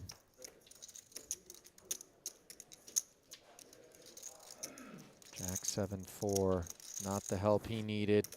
Take a 5 off the board. Drop the hood and hope for a 9. Well, hang on. Now the 5 is working. Neither player with the diamond, so an open ender. Picks up 3, 8, outs. 9. On top of the 3. And ace of diamonds is not going to get it done. GG's Okay. to the chip leader coming in, who really had higher hopes in terms of result here this afternoon. Thank you. And Disappointing. Understatement, maybe? I think Kai Bong Lo you are not small blind. Yeah, Brian. working his way And we're getting Let me give you this to mic the first. top I still got my mic. of the chip counts. Randy, breaking a table. $2.25 million player in front of coming them, and small. with the loss of Seth Davies, they are going to be breaking a table as we are down suddenly to 21 of the 27 I just need to we know. started the I just day need to know with. if I got bluffed. I just need to know if I got bluffed. I'm gonna know in like 5 minutes. I'm surprised it 10 hasn't come up minutes. yet. And Hasn't as come we up take yet. that time, we will bring you back to the desk here at the JW Marriott Grosvenor House on Park Lane, part of the Marriott collection. The 6 players that we've lost thus far: Biao Ding in 27th, Antoine Saoud, that name may ring a bell, the Frenchman, believe deep main event run, final table, Correct. once upon a time. Winfred Yu, who you saw eliminated in 25th, Kiat Liu Chun in 24th, Ole Shimeon 23rd, and then, of course, Seth Davies, who was the chip leader coming in, eliminated in 22nd. 21 remain, 20 paid. Dan Smith has managed to eke his way into the stone bubble now. Let's see whether or not his tactics are going to allow for him to ladder one more spot and get himself into the money. He has just 3 big blinds, a fate shared, by the way, with Johannes Straver, who is in 20th. As a little peek at the Triton Poker Plus app will afford you a look at all of those remaining stacks. There they are to the right of your screen. The redraw is in progress here, Randy. And how about this Kai Bong Lo? Kai Bong Lo is not fearful at all, right? He did one of those 4-bet jams of ace-jack suited into the ace-10 of Brewer. He's been willing to get in there and just fight. And, you know, he's a newer face for me watching the Triton series. We don't see him too much. But really, he's throwing these guys for a curveball and currently the tournament chip leader. Yeah, just played 3 events in both North Cyprus and Vietnam, played the GG Millions, and now finds himself at the top of the leaderboard with $2.25 million in front of him. Just want to correct something briefly. Mentioned it was a redraw break. In fact, it's just a table break, and then, of course, those players at that broken table will draw their way into the remaining field of 21. 25 and 50K blinds. The min cash, as we take a look here, is going to be $39,000, flat all the way through 18th before we start to see some ladders take place. Stone bubble, we talk about it all the time, and I would imagine normally we would expect to see protracted play, but that fast action system, Randy, maybe things are just going to stay brisk? Yeah, things should be brisk, of course. With the fast action system, we won't have to have these extended periods of stalling. Yeah. Some players are opting to use the time. They are still allotted 10 seconds per. But if you use those red time banks, you don't get any more. So you just have 10 seconds and your hand is dead, even if you have the available blue chips time shot clocks behind. So then I would imagine pre-flop, you get your 10 seconds if you're all out of the red time banks. Now you got to start burning the blue ones for 30 seconds a pop after that. So could be relevant in terms of decisions that might be required once we get into the money, although we tend to see things kind of greased once we burst the bubble, then the short stacks feel very comfortable, especially with flat payouts, no ladders available for the first 3. Just get it in there, see if I can spin it up and get myself into some breathing room, right? I promise you, once we burst the bubble, that all these short stacks will be in so fast. We're going to lose like 7 players in no time. But right now, it is basically short stack, hang on to your life, squeeze into the money. You saw that big payout from 0 upwards to 5 digits, and then the chip leaders are going to press and just raise relentlessly. Average stack currently 1.1 million, good for 23 big blinds. And as we look elsewhere in the leaderboard, how about Fedor Holst, the man who was retired once upon a time, came out of retirement much to the consternation of the super high stakes world, as he is a force to be reckoned with. And here he is, just 10K shy of Kai Bong Lo with 2.24 million in front of him. And then you've got Brazil's Bruno Volkmann, a very aggressive player, Randy, in third. Bruno Volkmann's one of those guys who showed up to some of our previous Triton stops, is playing like the 100K. Very strong, one of my favorite players to watch. I've seen him a lot online. And I don't think he's got like a super deep run in any of our events yet, but certainly capable, and he's always dangerous with a big stack. Now, I know that our producer, James Dempsey, is not going to appreciate this. But I appreciate it. Go on. In fourth, we have the German Tobias Schwecht. And as I pull him up on the Triton Poker Plus app, there he is. There is a faint resemblance to producer James. Now, if you don't know what I'm talking about, because he's off and off camera, he's right here. James, perhaps you can let the general public make their decision in the court of public opinion if you come over. He says he's busy. I would love for him to just come out. At some point, maybe he will grace us with a quick peek. I think we've got a doppelganger situation on our hands, and we've also got continuing action on our hands as 21 remains. Stone bubble, and we send it back to coverage here from London. 25, 50K make line to Annie. I've just been threatened with having to work the entire day by producer James, who didn't take kindly to the doppelganger claims, by the way. Maybe it's just being bald with glasses. I could have maybe said Luca. No, I mean, I see the resemblance for sure. There's a lot of, doppelgangers out there. I'm sure you'll mention more as we see them come about. So Samuel Ju among those who have joined this featured table, filling in some gaps. Triton Chu, the other player. Now Brewer. King Queen offsuit, 875K deep.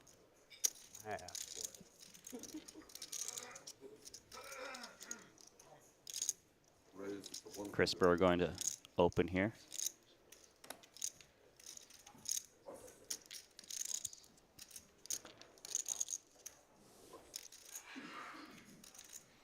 Tai Tin Chu picks up Ace King suited, one of Vietnam's newer players.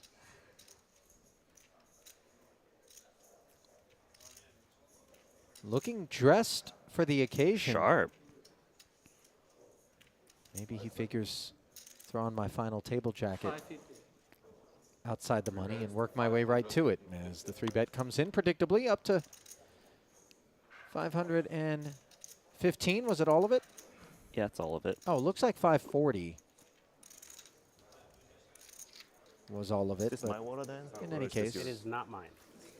Yeah, I thought it was all in, but it didn't. So I think by process of elimination, I didn't bring mine. it has to be yours. No, I don't want to get a cold. I think it's like the guy who was here before. No. No? We had the table completely cleared out. Yeah, it wasn't. It wasn't. Yeah. Oh, okay. Then it's mine. Yeah, it was all in. Okay. Then I'm gonna do. Yeah. I assume you're a Tai Tin Chu fan? Sorry, I meant like effectively all in. Ollie? Yeah. Friends of Dao Min Fu? Okay. Absolutely. Yeah. Vietnam, the stop where we first got a look at Dao Min Fu, and then he brought Tai Tin Chu with him to North Cyprus.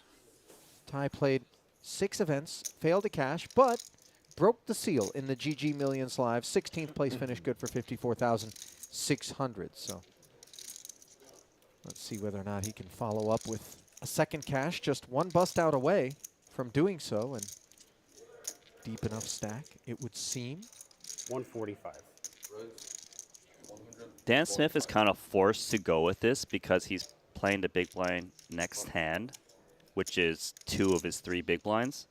So he feels that it's better for him to commit some chips here. Looks like Kai Bong Low is going to give him a spin with ace-4 suited. 140, right? 145. 145. 145. 145. 5 seconds. Is this some clicky stuff going on? Looks like it. It's more than 145. Raise to 300. Buff. Buff.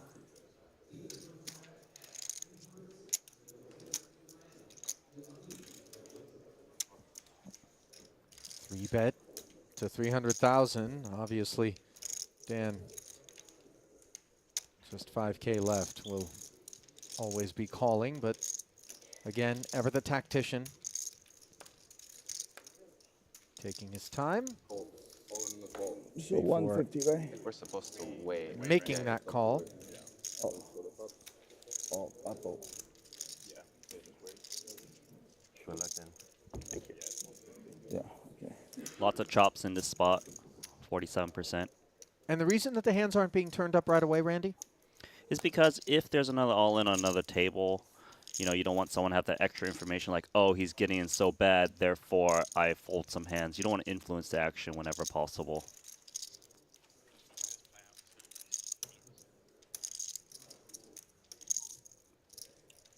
Ben, do you have a new lucky charm? It's a new one, right? I've never had one before. You stole it from Asia, right? I did not steal it. Okay. Just kidding. Just kidding. My girlfriend bought me a new lucky charm for Vegas when we were in Shanghai. No luck. I'm off. Didn't help. Big of you to blame the charm and not the girlfriend. Yeah. No, it's like I'm born in the year of the rat, so she bought me like a wristband with a rat on it. But, It makes sense. yeah. I was told by Steve O'Dwyer that you have to let it have a few games because they have to understand the rules before they can give you good luck. Yeah, that's right. I'm Neil the Rooster. I was curious. I had to go look. Makes sense. I never shut up. O'Dwyer, quintessentially superstitious, and actually Big call. always thinking of his fellow colleagues, brings them what he claims are good luck charms. See, I would go out and find, you know, some kind of witch doctor and be like, give me all your bad luck charms, and then distribute that to everyone. It's next level. Especially if you're playing the same games. Shady. Makes sense. So Luca Vivaldi here on this bubble to preside over the exchange, which a fair bit of the time will result in a chop. And stage appears well set for that. Not to ride the broom, but over 70% of the time we'll carve it up. Easy chop, huh? I'm okay with it. Look nice to just be. A 3 or a Okay. 4 would be creating a scoop on this river. And the king makes it official. Luca just walks Samuel away Chu- disappointed. Doesn't even announce the result. Just king of spade, walk away. Not even won't say it's a chop. Like that's the way how you say it's boring. River up, and then He just walks away. you didn't even say. He didn't even say it's a chop. You were just like king of spade, and you just walked away. No, I know. I just Brewer like it. given- It was like it was such a void result. Luca, a tough time. If you're going to root against certain players, you try to keep Don't take it personally. I'm, Vivaldi didn't even mention the chop, walks away after calling the river card. how can you take a chop in a bad way? There's no way. I'll be Tie playing is him, very right? friendly. Ideal. Wow. How much of a shulk is Dan? Big I was going to say, Samuel Chu mentioned he was born in the year of the rat and was given, I for don't good luck, understand how the blinds a move up, bracelet but I won't fight it. with a rat on it. But how much cooler would Yeah, it be me either. if you had a pet rat? Wait. And it was just like on Splinter. your shoulder while you Certain played. amount. No, they're running the clock. You want It must- Splinter. the last They're hand was smart, finished with man. 9 seconds left. Someone. They're a little are? creepy, but they're smart. Okay. You know what I mean? Yeah. Pet rat. Train it to like run over, They really Just shouldn't bite have people. the clock on eat anything. your opponent's big chips. They did it. Yeah. It happened in Vietnam. And Put some What are you gonna keys do? on there. put you and Triton off in the big doing it, which is kind of not the point of hand to hand. He's 10 suited here for TTC. I have 165. if that's the only- Behind. It's rather so. You cashed. Suited connector in the small. Yep. Ju bins it. So Dan Smith has put in half of his stack. Big blind ante. He's got 115 back. Now obviously that 8-9 suited for Ju, by the way, is a playable hand, but in this specific spot, he's looking for the bubble to burst before poker resumes. Yes, exactly. You know how it is. You try to squeeze into the money first, and then you start kind of going for the top prize. You ever play a Mousetrap? That's what I thought about when you talk about the rats. Nah, I was more of a That one. Guess who? hungry I want a really hippos, dramatic Hungry announcement hippos. from you. Candyland, Monopoly.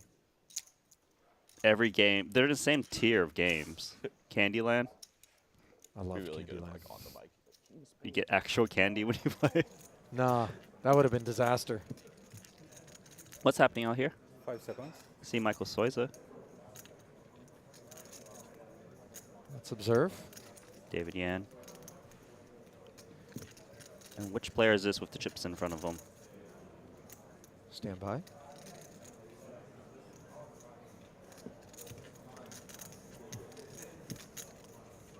Looks like Krabic Okay.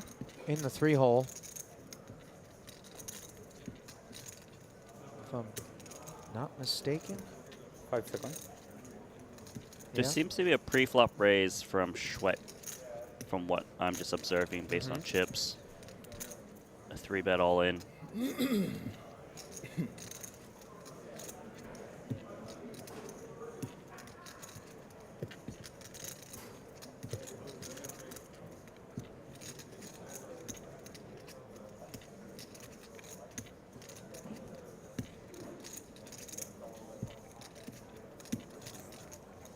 Five seconds.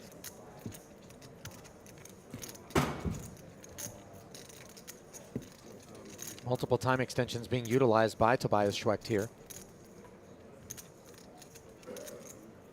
He's got Krabic covered. And the 3-bet does get through for Roman Krabic, playing under the Czech banner. Yeah, sure. No. Second place in the GG Super Millions back in Vietnam, his first ever festival with us. 9th in the 100K main. Next time. 2 cashes for almost $1 million. Yeah, a new level, 36 to 60.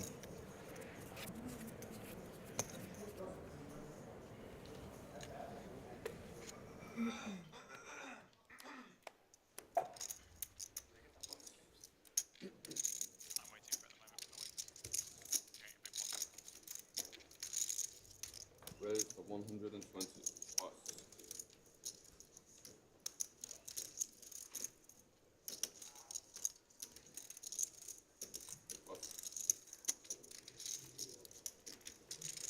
Kai Long applying pressure of his big stack on the stone bubble. Dan Smith is down to 85K as he folds the small one, but gets a free round of hands.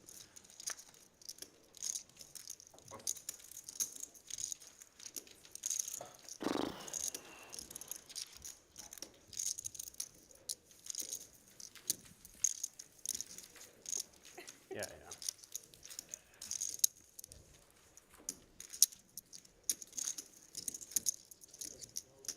Should we go with KBL? That's a Henry thing where you just take the initials of every single Well, person. not every single person. It's when you get the 3 name situation, I think it's No, kind of cool. but he goes like DT for Danny Tang, JK for Jason Kuhn. Have you not heard him say this? Yeah, I have heard him say that. I think we need to not do it for the 2 name, Okay. but the 3 name. The 3 name, you like it? Yeah. KBL? KBL sounds like a It started brand. with Carl Chape-Gatien, KCG, Yeah. and then Jean-Noël Torel, that was JNT. And now I think it's taken root. It is peculiar how many 3 name players we have. I don't. It's like middle names are just being used for registration, and that's why we put them up on the thing, Yeah. but nobody ever goes by all 3 names. I don't know. OTB, right? Was that the other one from the other Yeah, day? yeah. Oliver. Thomas Spithel, Yeah. How about this one? TTC. Titan Chu. Said it earlier. I like it. BK. SJ. DMP, producer James, DMP. That sounds reminding good. us, Daumen Fu. It's like an EMP. Electromagnetic pulse. Mm-hmm. Yeah, I think it's the adjacent, kind of, because he is a bit of a, Could have done some damage to me with that one. like an EMP, basically, when you park him at the table. I'm looking for another way to say it, but you really can't. Stone Money Bubble here at the Triton Super High Roller Series London in event number 2. A 25k no limit Hold'em 7 max. Ali Najad alongside Randy Liu here bringing you the call. $39,000 awaits 20th through 18th place finishers, but at present, somebody's going to walk away with 0. And the soft hand for hand in play right now, or actual hand for An hand? actual hand for Okay. hand. Yes, Stone Bubble. Bagel's cap is back on.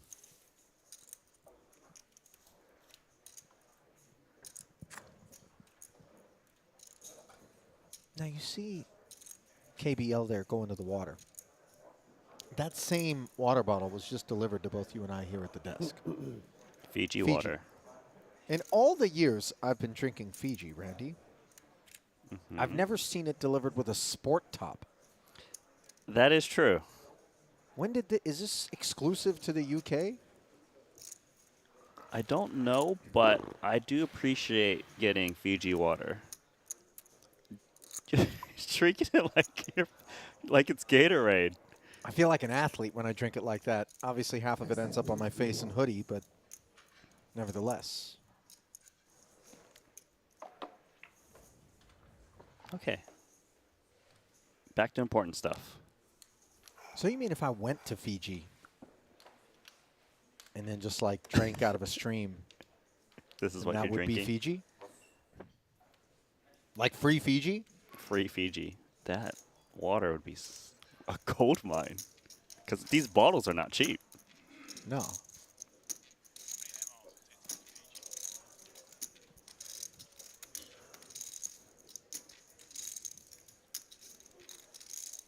Do you hear the hamster in the wheel in my mind right now, trying to figure out if there's a way to go and get free Fiji and then profit from it? I don't think. You're just gonna bring like empty water's jugs heavy. of water. Like if I checked it in, they only give you so much pounds. Well, like 30 kilograms or something per checked bag. I don't measure in kilos. I'm American. You know this. So gallons. Yeah. Ben Heath just say this is so dumb? No, that's more of a crisper voice, I believe. You sure? Ben Heath is not that type of player to say this mid-hand. I'd be shocked if it was him. And also, King Jack offsuit small blind doesn't feel like a dumb spot as he limps in. Stone bubble. Snug procedures. Check back from KBL. Ace 10-5. Broadway gutter up against bottom pair with the Queen of Hearts blocking that gut shot. You do actually see King Jack bet a lot here. Perhaps, though, on the Stone Bubble, he might take more passive line to not have his chips at risk, given his opponent does have him covered. But it's not with intention to check fold. He's definitely going to check call this King Jack against this mini bet. KBL believes he's got the best hand, so he's betting his pair of fives. Usually he does, and in this instance he does. 66% favorite. I'll tell you, there is one card that would be an utter disaster for him, which is the Queen. I'd give Ben Heath Broadway.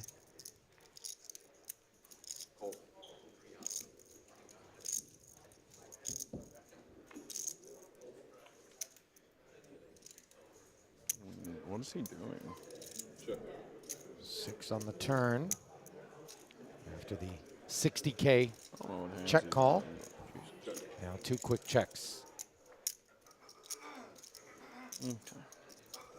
The King Jack does still have a lot of showdown value in this spot. Be pretty surprised if he turns this one into a bluff.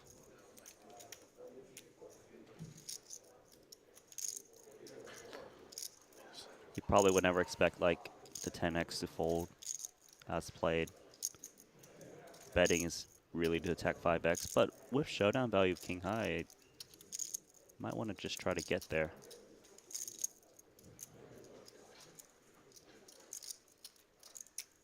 Ben is thinking about whether to stab or not, but he is going to check as expected. And the 5 is good.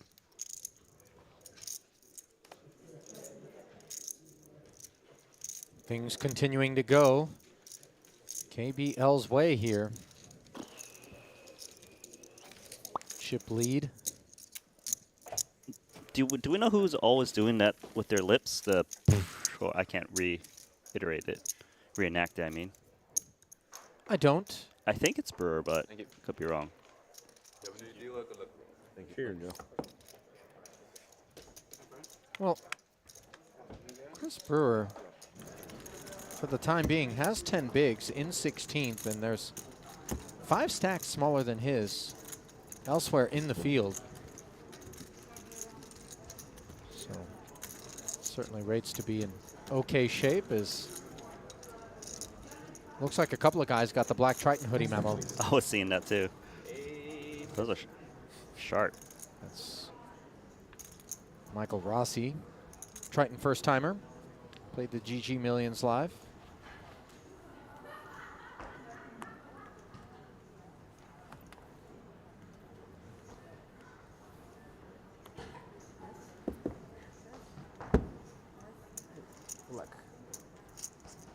There's our first look at him. Playing under the stars and stripes.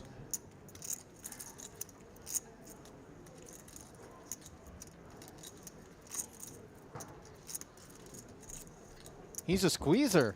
Randy, did you see that? I like it. He has played some D-Gen games in his life, hasn't he? But not looking to play the A7 offsuit in this spot. Fedor on the button. Jack 7 of spades. Gonna jam. Doing bubbly things. Current 3rd biggest stack in the room. And it looks like Johannes Straver, one of the shortest stacks in the room, has decided it's now or never. 5-3 offsuit.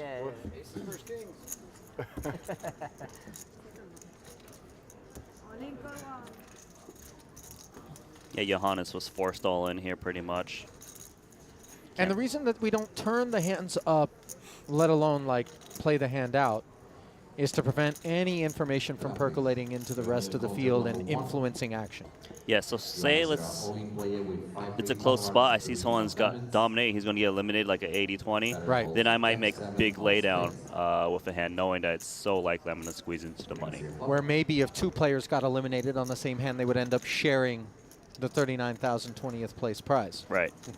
So here we are, King 3 deuce, and Straver staving off elimination for the time being with second pair. Yes.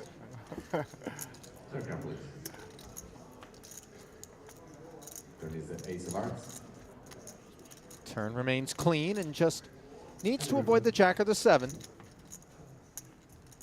which he has done.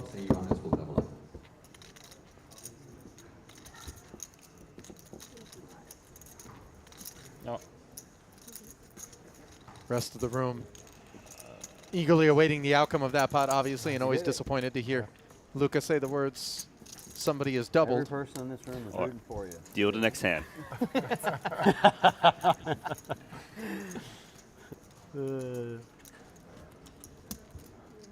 Jason. Thank you. Saying what everybody's thinking. You got better. Fedor still third in chips overall. Little flesh wound.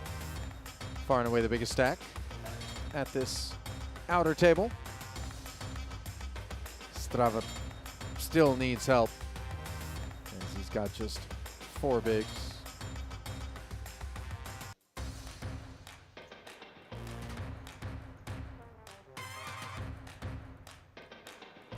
$30 and $60K are the blinds now. Bad news as the short stacks get diluted. These chip counts brought to you by Bet. 21 times. ACR.eu.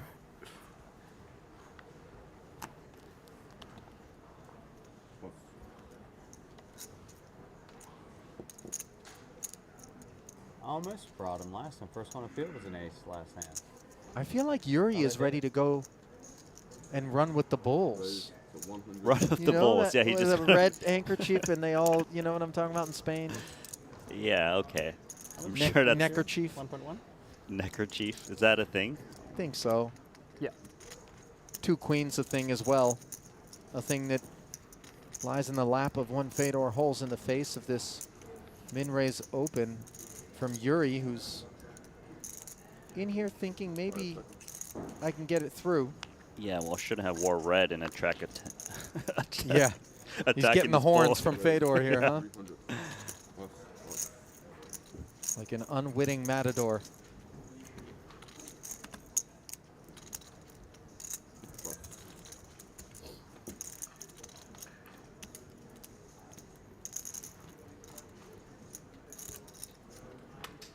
$180 more on request. Not the biggest 3-bet in the world. Certainly standard enough for Yuri to play, but I'd be so shocked if he continues yeah, here. it's just a situational aversion, right? Yeah, you want to avoid being the bubble boy. And you also got to keep in mind, what is the stack size of the opponent 3-betting me? He's got me covered, therefore he can just put me at risk.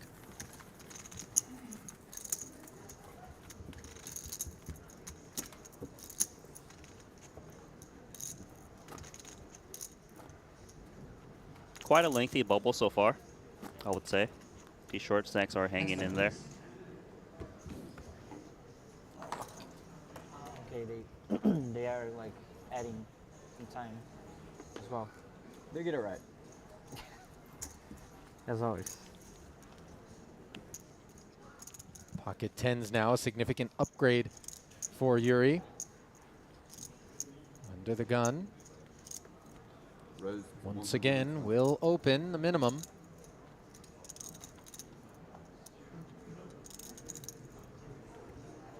Super squeeze out of Rossi again.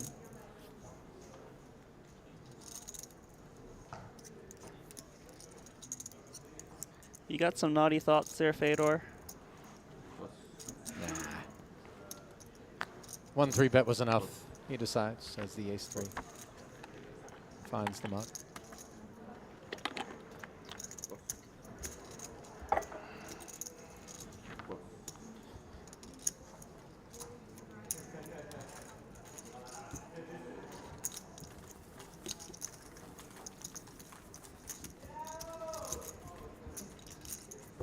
One for 2 is Yuri on those pre-flop opens as we bring it back around to feature. Chips, huh? Or TTC with the ace-4.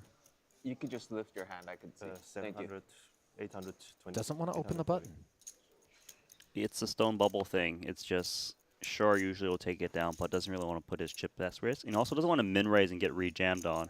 A lot of incentive for the big blind and the small blind to Are the attack. ranges a little bit polar? Sorry to interrupt there or cut you off, Randy, but either Tons somebody of respect there. is only willing to open because their hand is so premium buy you a beer. that they simply can't fold, or Or whatever you want. they're just opening with a wide variety of hands because they're a big stack and they recognize the opportunity at hand on the stone bubble to just chip up. I would say it's polar for, well, I mean, to be fair, for the short stacks, it's just strong hands. Right. They don't want to bleed down and raise the medium strength opening. Of course, the big stack, though, is those super wide ranges. And let's take a look what's happening here. Is that Roman with chips in front of him? Looks like Hrabic once again finds himself involved in one. A post flop spot, actually, as David Yen makes the call here on the turn. Flop was Jack, Jack, Trey. 4 clubs came off on the turn, where Hrabic bet 125,000. And we just saw Jan make the call. Here we are at the river, awaiting Roman's decision. It would seem that way. It was the 7 of clubs that came in on the river. The backdoor flush did get there. Yeah, looks like he's knuckled. Would mean that David Yen has flatted him in position pre. Pre-flop, Hrabic made it 120 to go, got flatted by Yen. Check, check on the flop. 325. And you see David Yen now pouncing.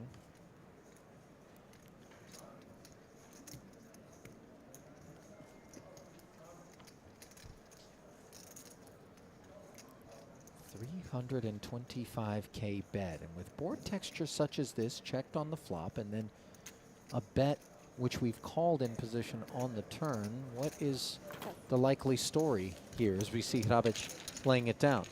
Yeah, it would Clubs seem could be a part of it. It definitely clubs in there, maybe some slow play jack, but I would find it hard for David Yen to have a bluff as played with this texture, and hence why Roman laid down his hand. Maybe a little bit of value with a pocket pair. It could be 6s, 8s. Something below jacks. Yeah. Probably higher than the 7. And back over to the feature we go. This massage has been going for so long. Oh, the tab. Especially if we're talking about GBP, pound sterling. It's going to put a little dent in that 39K min cash if Smith is able to get there. Oh, but he's all in. Forced all in in the big blind. So obviously some bleed out went down while we were away for Dan Smith.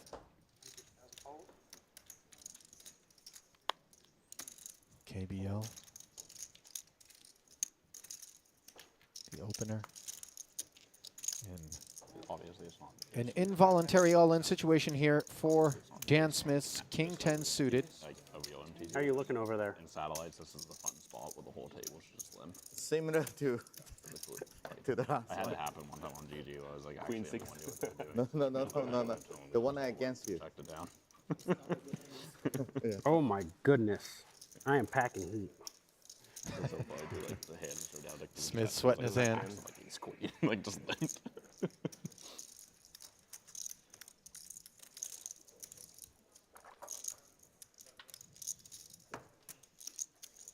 That's aggressive. Well, it's a tense moment. Yeah.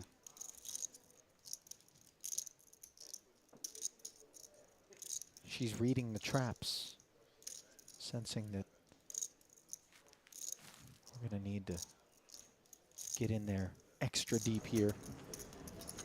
Oh. As that hand will not get underway until the conclusion of this one. And we find Fedor stepping out as he's apt to do from time to time with the King Deuce offsuit. He's been piled on by the Black Eights of Strava, and now Yuri Zivalevsky has a couple of 7s. Is there a decision? Yes, clearly a decision here as you see him thinking about it. With Johannes Straver 3-bet all in theory, he could lose to Fedor, but beat Straver and still make them in cash. So it's kind of a lot of things in play here. I believe he would want to, let's see what he does. Does call. Does this, is there any room for repop in it at all for Fedor? I believe the action is opened up, given that it's a 60K big blind open, or big blind, and then Hey, a we're min not raise done open. yet. We're not done. We're not done. There's still an action here. We're Yeah, seeing. this is a three-way. Yeah. No one was paying attention. Don't worry. all good. Stalled it, please.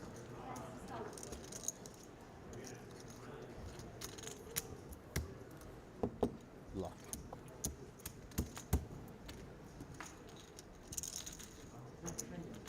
Players quickly stepping in to advise our tournament director, Luca Vivaldi, that their hand has not come to a close before he gets the Dan Smith proceedings underway. As a 6-5 deuce all-club board has Strava in a great way, the all-in player who now You got service around here? awaits side action. Oh man, thank you, bro. Appreciate you. Dry side pot. Zivaleski with the overpair and the flush draw. Holtz with the pair of deuces. Neither holding improves on the turn. And given the dry side pot stone bubble implications here, Randy, we're going to see a lot more inclination for these two to check to showdown, aren't we? Especially from Yuri. He doesn't want to blow out Fedor Holtz, who might have outs to kind of kick out Strava.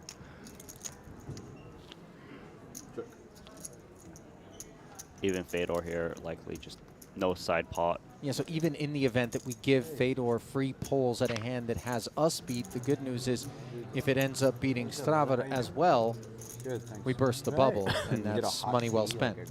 Yes, exactly. Big fade here for Strava. Let's see. Can he do it? Does. Clubs.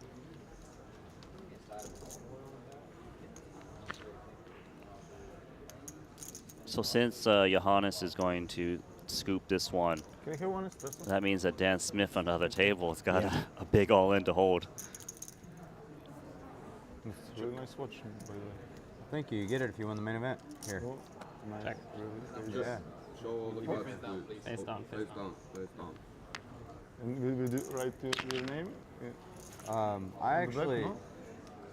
Yeah. That's crazy. Very quick. King 10. Okay, so that hand is not going to get shown down yet, apparently, after it comes to a conclusion. First, we deal with matters back in Camp Dan, where top pair is well in front of bottom pair in a very meaningful 135k pot for Smith's purposes. The turn card is clean. No ace, no three.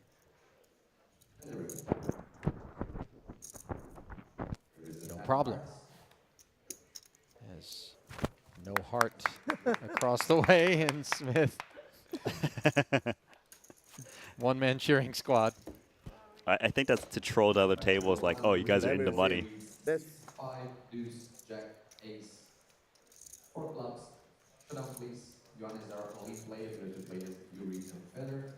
Yuri and Feather.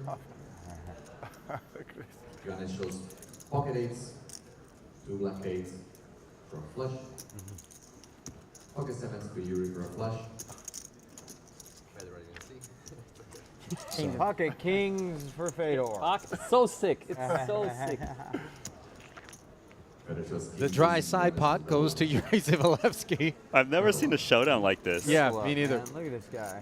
You're like Yeah, Strava. the bubonic plague. You just don't go away. Inducing value from Brazil as well. Crazy. Jeez, so good.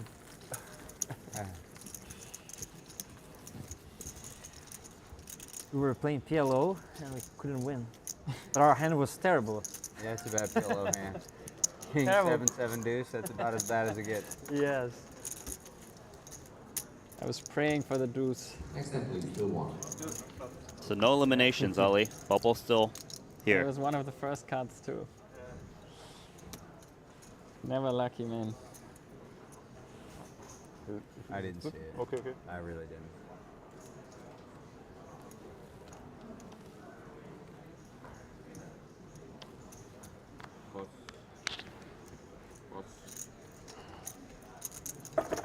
Talk about a spin up.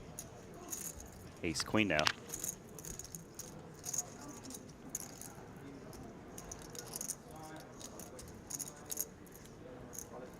All in. Strava. A freshly tripled stack of 780 jams. Be aware that he doesn't have time. He continues to head northbound. 530K plus in career earnings for Straver, who's looking to add a minimum of 39,000 to the tally. His 2 cashes came back in Vietnam, his first festival with us. 17th in a 50K 8 max, and then 15th in the 100K main. Did play the GG Millions live earlier and failed to cash that one as TTC's Ace-4 hijack open. Puts King Jack into the muck. That's a very nice pickup from Triton Chu with the shorter stack, recognizing that these other short stacks can't really attack at all. It's the final table suit, the Blazer. I feel like that watch is kind of fancy too, if I had to guess. On the topic of watches, you may have overheard Jason Kuhn's table. Gentleman sitting to his left, Danilo Velasevic, playing under the Serbian banner, his first Triton Festival, said that's a really nice watch. Jason replied, "Oh yeah, you get it if you win a main event." I thought that was nice. Not for sale, my friend. Not for sale. For earn only.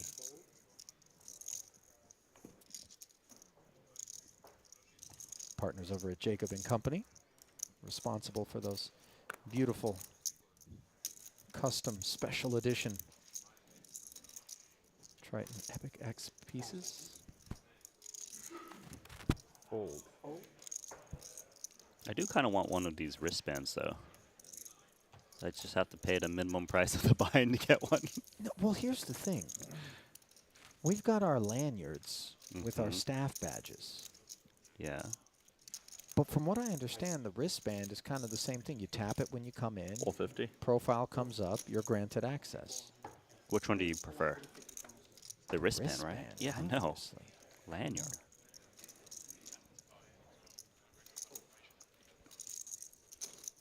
Producer James pointing out, as we see Brewer, small blind, queen 9. Take it. That the wristband at the reg desk also tapped to facilitate the buy-in process. Now, you don't have money loaded onto the wristband. Right. Have you seen some Otherwise- movies where you just, you know, pay or whatever your life on the line with your wristband? Well, what about like the people that Hold on, embed man. like Scenario. microchips under their skin? Now I'm trying for to think stuff. of what, like, Ooh, 5 that'd be a people real go all Triton in. commitment. I'm like, all right, I'll pull up to the last 150. Get the wristband Not even the technology last 55. embedded into your palm. And you just So with buy you in by all slamming times. your hand at the reg desk. Yeah. I'm into it. But then what if you're tilted and you just slam your hand down, then it auto-rebuys you, and you're like, wait, no, I wasn't trying to do that. Welcome back into the 100K main. You snap call, you get really excited, show me aces, and I'm like, all right.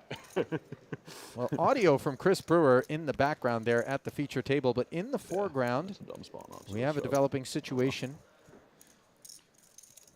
Pre-flop, David Yan opened under the gun to 120,000. Bruno Volkmann flatted for 120K. Roman Hrabic took the price in the big. It came 7-4 deuce with a couple of spades. 2 checks in front of Bruno, as Jan did not follow through. You see the 150K C-bet.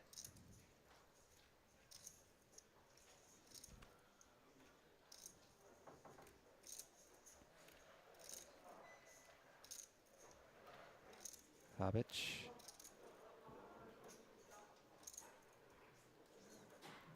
He is grabbing chips there. Made the call as it went down to heads up. Extra 300 went into the middle, and yes, the second check on the turn after the king rolled off. 450K bet from Volkmann. And I know how I can pull it. Both tables just end up in a 9-way all in, or 8-7-way all in, and I'm just like, Bruno all right, takes final it. table. That's all it takes. Very excited. Yeah.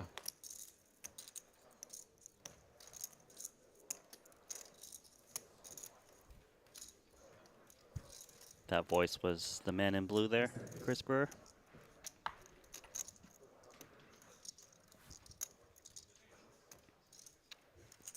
focus on the neck now.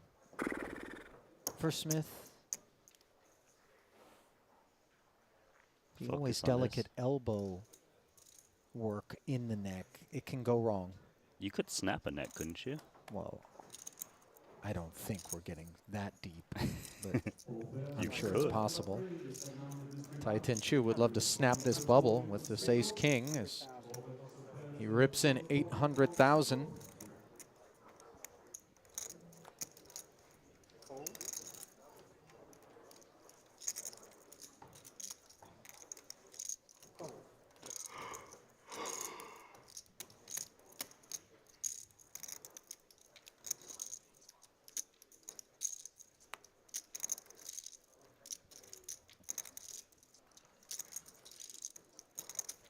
Seconds. Fold, fold.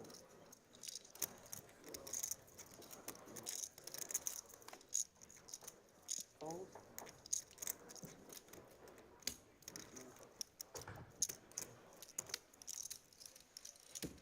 No takers, and neither blind has any interest either. You know, it's funny, Randy, we talk about the fast action system lending to a brisker pace of play, and while that has been the case, it certainly hasn't accelerated the bursting of the bubble.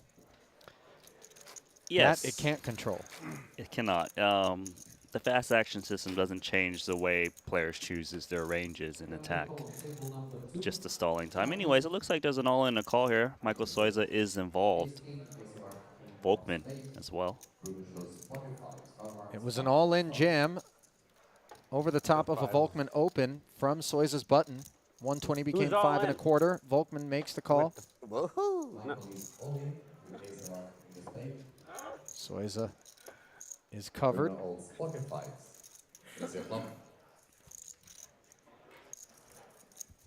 Ace-king against 2-5. Soiza needs help, and the 9-8-8 board, it could be worse, Randy.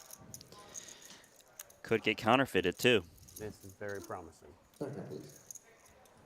9 on the turn would put ace high in front. Instead, it's an 8. That's about.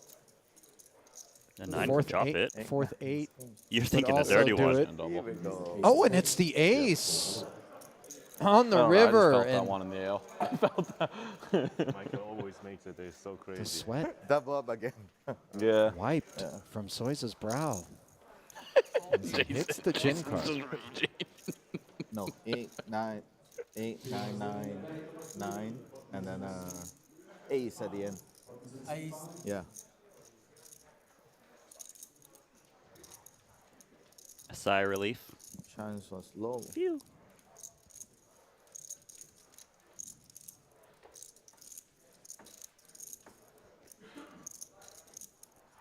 It is so uncomfortable when you're the all-in guy on the bubble. Funny. And even the best of friends are looking over going, please die. Please die, yes. Please be eliminated. Now the clock is stopped. Do you think it's 2 minutes a hand? No, Yeah. Interesting point there, Randy. The level clock is paused in those situations, right? So as not to allow a bunch of time to be burned off while we wait. Because these situations take longer than Right. normal. It's an abnormal amount of time that needs to be dedicated toward the process. So it would be unfair, obviously, in particular to the shorter stacks, to not give them an adequate opportunity to experience proper amount of play during the level.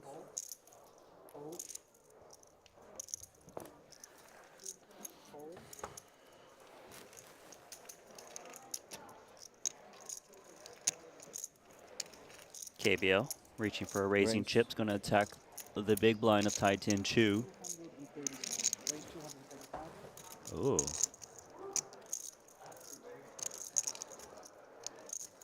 Does he want to disrespect the situation and put a move on? He does not. Understandable, though. He's got a very comfy 900K. He sees Dan Smith is down to 145. Why risk it? Shares those sentiments. Thank you. I'll grab that for you. Thanks.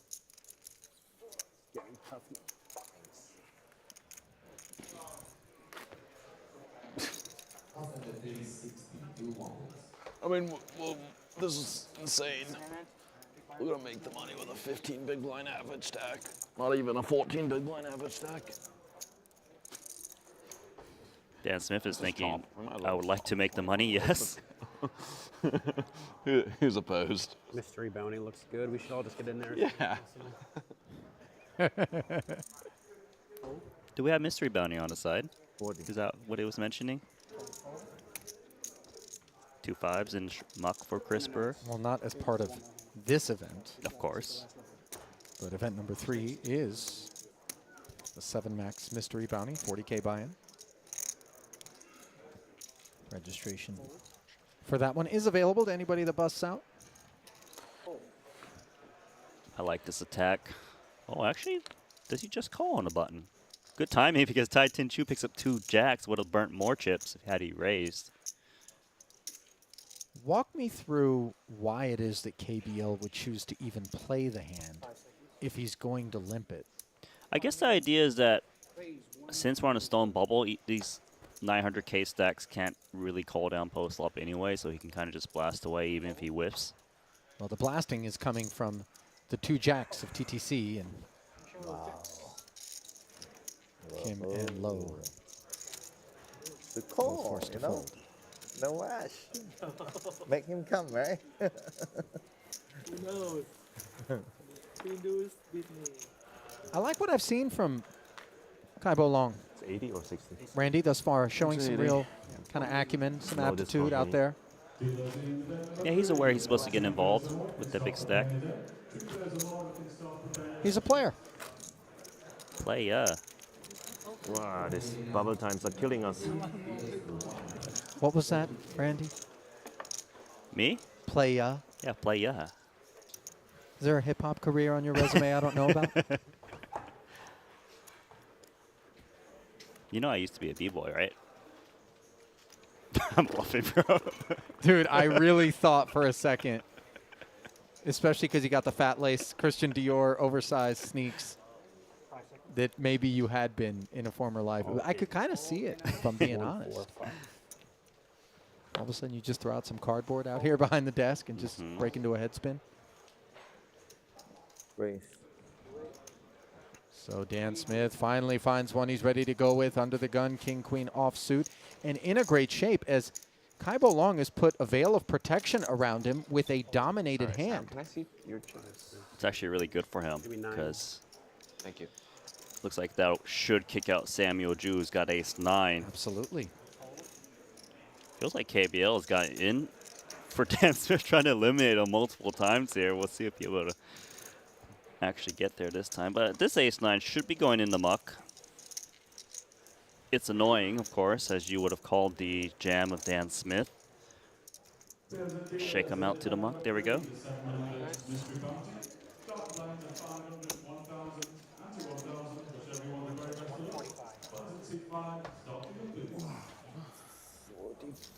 You gotta appreciate the ISO. And you hear the Guys doing what he can for you. ISO gratitude comment from Chris Brewer here. Good hand? What's that? King, queen. Very good.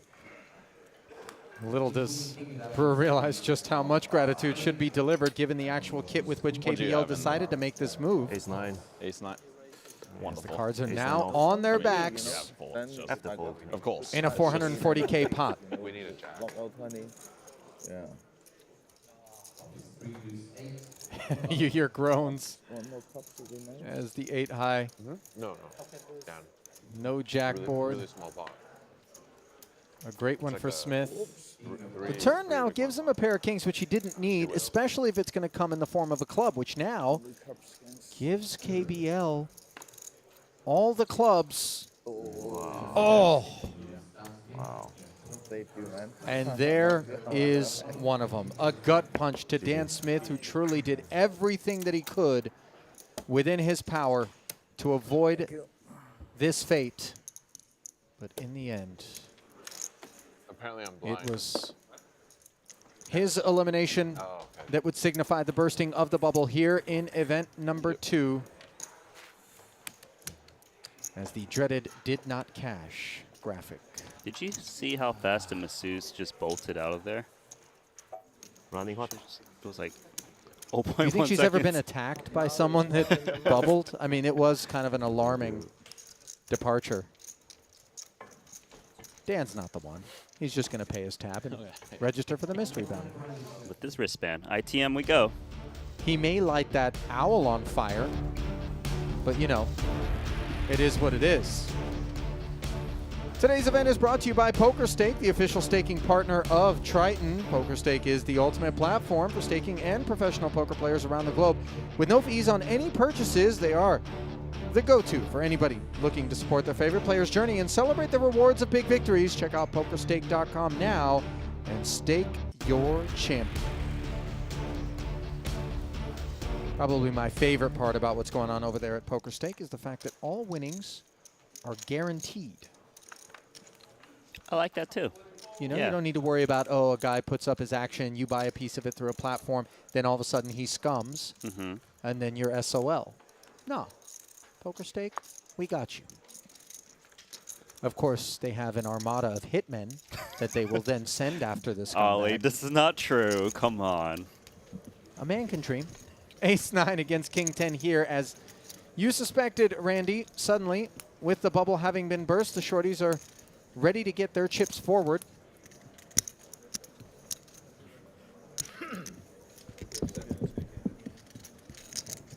And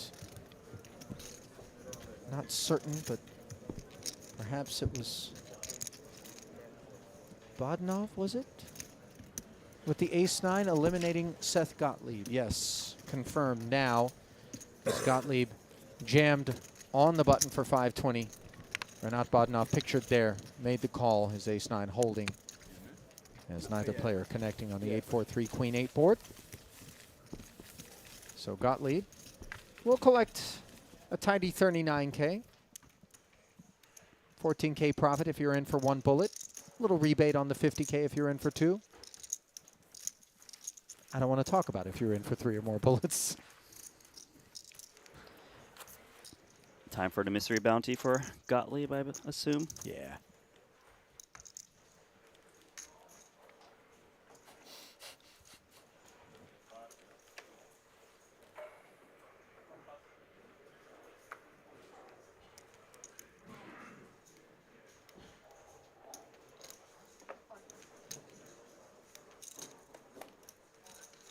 Titan 2, ace-8 suited. Hijack. Things are different now. Yeah. Players are willing to get involved. That also means players are willing to reshove on you. 160. Poker likely to break out from this point forward.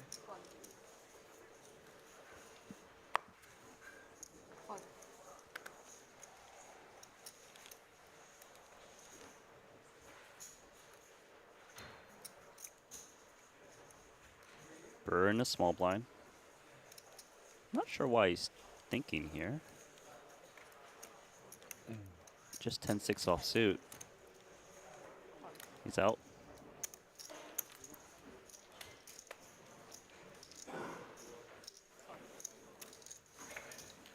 So if these gladiators can hang in there until 17th, a 43-5 page up.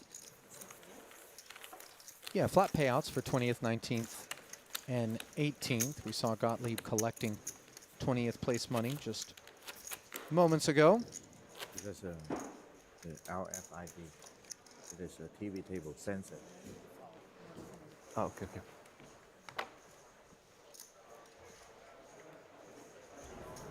I thought you were all in for a second. I was like, damn, he really was excited about that min cash. Stuck it in with the 7 dude.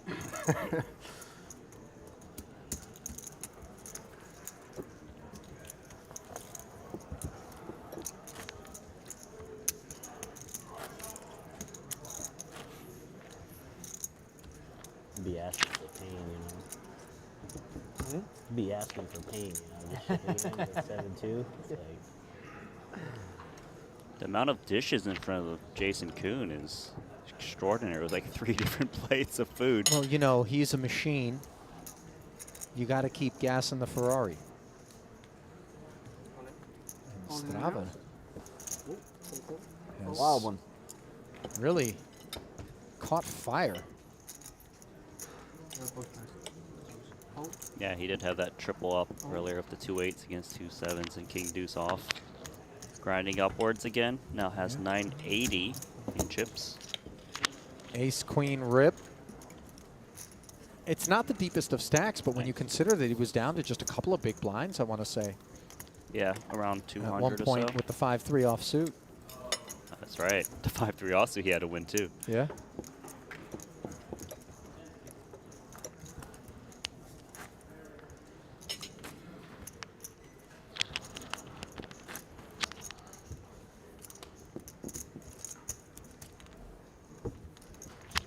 Strava, part of the Dutch delegation, and haven't really seen them around just yet, right? They showed up to the last stop in Cyprus, I believe, right? Or was it Vietnam? I can't remember. I want to say it was Cyprus. I know there's some tax issues. Yeah, we hear that from for those guys that they have to contend with. Luke Gilles, right? Yeah, I haven't seen Tom him in a while. Vogelsang, See Vogelsang at the last stop. Remember he had a new look. Kevin Paquet. Paquet we haven't seen for a bit. Although we did see him recently. I don't know where. Was it Yeah, I Cyprus feel or like Vietnam? It was one of them. I might have run into the guys outside of the tournament area, but memory failing me at present as the ace-deuce fails to pique Yuri's interest.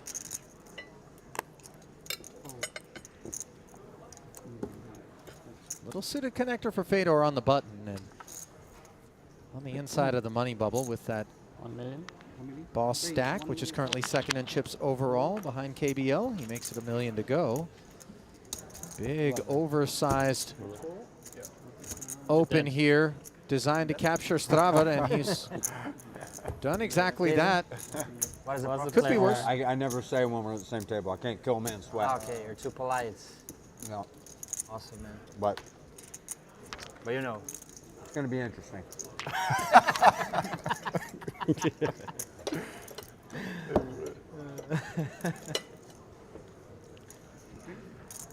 So let's see whether or not Strava's run good can continue as he plays an almost 2 million chip pot. I mean, It would appear Yeah, yes 7 on on the an turn, ace jack king on the 8 turn. all spade board. yeah, jack of spades. Still a 6-outer to fade. Ooh. A broom ride by me in the booth as the Man, 10 you're of a clubs fraud. rolls right off the stub, and now he's got 2 outs once, and that's it I don't want to pay anymore for you. for Johannes Strava, who will collect 39,000 for his efforts, Randy. Thought maybe the wind was at his back, but instead just a modest addition to his 530K plus in career Triton earnings, third cash. So that's small, just big.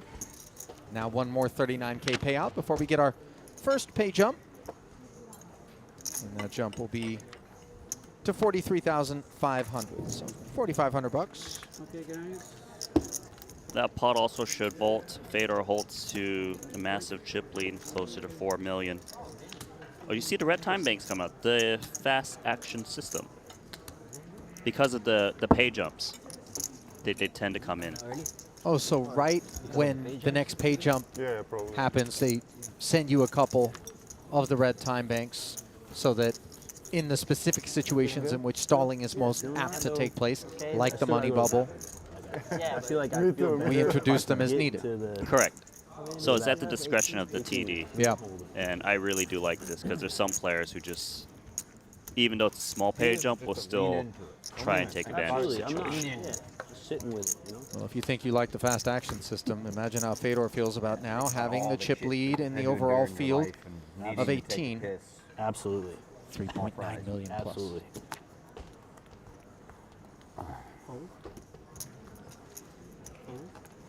Small fries. Like the expression. Yes. 5 seconds. So just 10 seconds right now for unopened pots. First to act, king, queen suited. Certainly a candidate to move chips in there. just wondering if he should leave a little bit behind. Try to stall a little bit just in case there is some confrontation. So Rossi Hello. with a committing sizing of 315,000, and the boss stack, Fedor, takes a peek at a couple of hooks.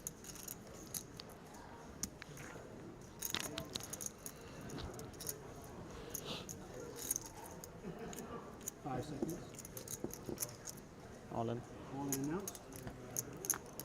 The jam, putting max pressure on the field behind him, including the black tens of Jason Kuhn, and he is going to find himself getting his chips all in as well. So this has turned into a real situation, Randy, as we've got the jacks in a good way, playing for both the modest 70K side pot against Kuhn, all 3 hands in for the 1.1 plus in the main. Rossi capturing the moment right now. Sorry, boy. But one time. 2 clean overs. What's up?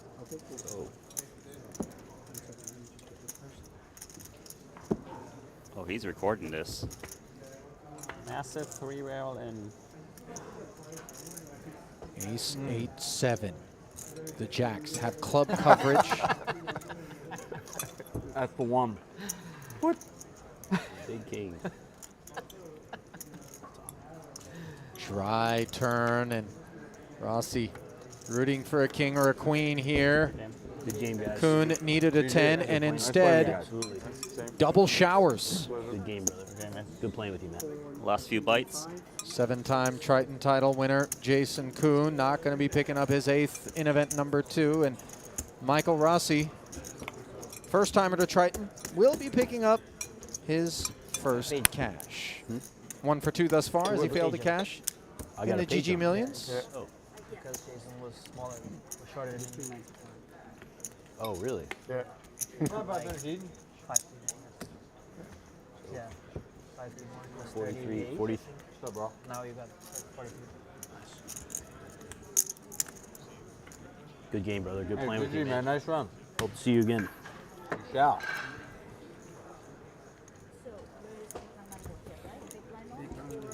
Yeah. Oh, absolutely.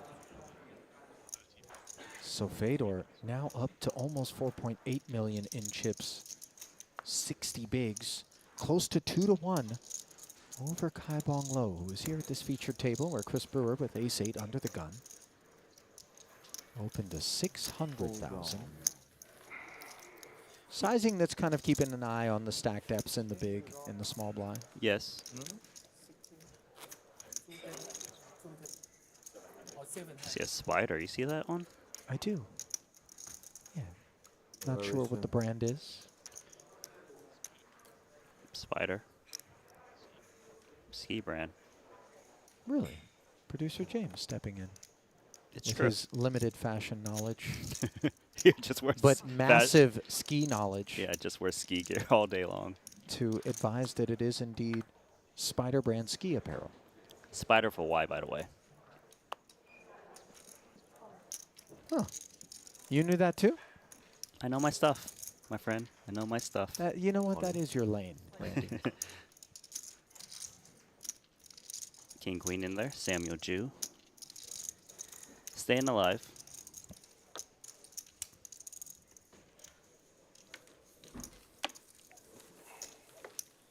Jew's first visit to us came in Cyprus earlier this year. He went 2 for 6 with 1 final table. Thank you, sir.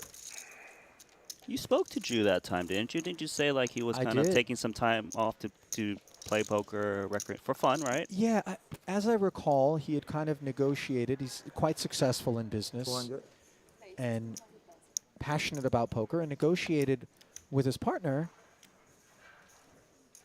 that he wanted to take a year and kind of dedicate himself wholeheartedly to poker and see how that played out. And if he managed to produce proper results, then he would be granted a berth to continue the endeavor. Yeah. And then pointed out to me that in terms of the GPI, I believe it was, he was #1 in Germany for the year at one point. And obviously that's a country that That's houses a a tough customer. tremendous amount Yeah. of poker talent. So being at the top of that leaderboard says something. And he is certainly a player. As KBL. No, it's 20. Base hand open. Ace deuce is hung up on Brewer's small. King jack will flat. Yeah, notice that he's calling here in the small blind. He probably feels that he doesn't have that much fold equity pre-flop, given 7 blinds, so maybe he can outmaneuver post-flop, but not like kind of waste such a strong holding here. Up against ace deuce off.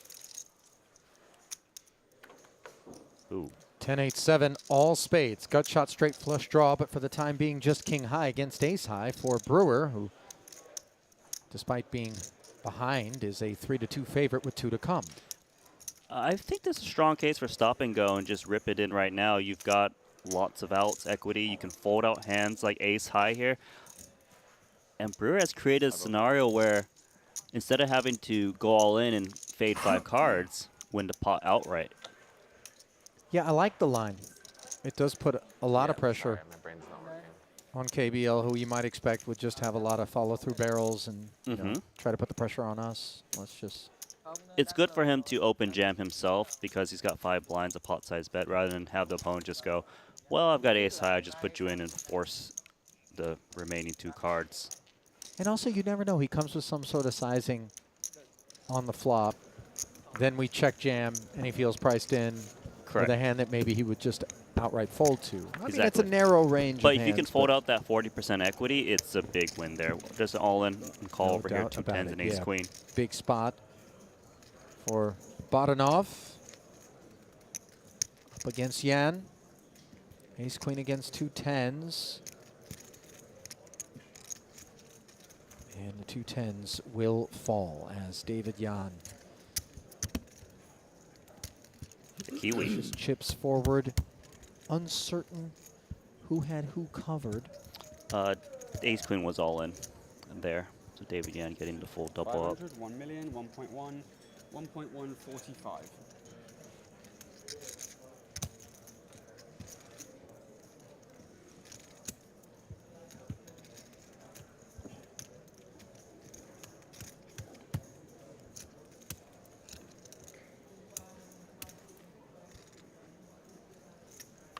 Oh, was it not? Oh, David Yan lost a hand, actually. Yeah, yeah. That was the Thought other for a way second, around. just based on the positioning of the cards, that Yan had the 2 tens, but believe, fortunately for him, he did have Badanov covered. He was the all-in player, so left with 11 bigs and 890K is Yan. There's 30 miles on the flop here back at the feature where Ben Heath is taking a little stab. KBL, talk to me. Wow. Queen deuce wagging a big finger in the face of Ben Heath. And this is a very suspect line to be taking.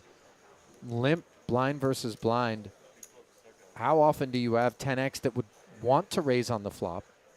How often do you have a pocket pair which wouldn't have raised on the flop? Or sorry, pre-flop. Nevertheless, Heath just 5 highs, 5 high. I'm out of here. I respect KBL making the move there, knowing that I don't represent anything, but I know that you can't risk your chips in this spot. Right. That's exactly right. Like I said, the man's a player. He's a or player. Like you said. And I'm also a b-boy, apparently.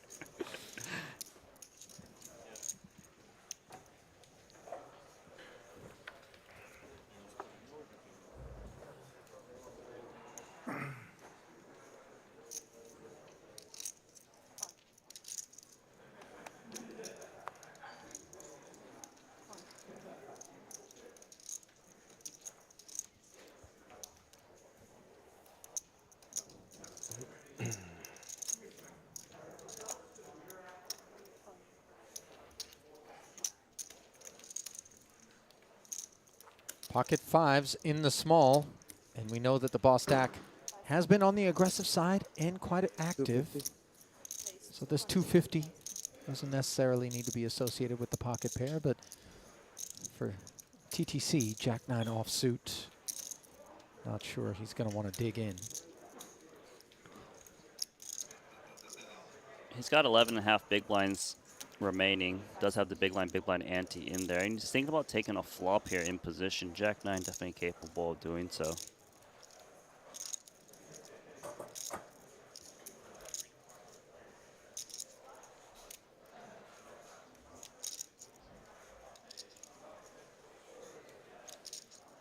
Is he thinking about a move? Not in a rejam. I think it's more call. Hand is playable. He knows this guy has been opening so wide. But we're also talking about a quarter of our stack back. Does reluctantly fold. I mean, he was in there for the bigs. So Look, if it was Jack 9 suited, he's in there. But Jack 9 offsuit, you're like, maybe I'll find a better spot. Because think about it. I call here. I just check fold. I just lose on the flop. I'm down to like 700K. Right. A lot less fold equity for shoves. You got to think about the future stuff of the value of your stack.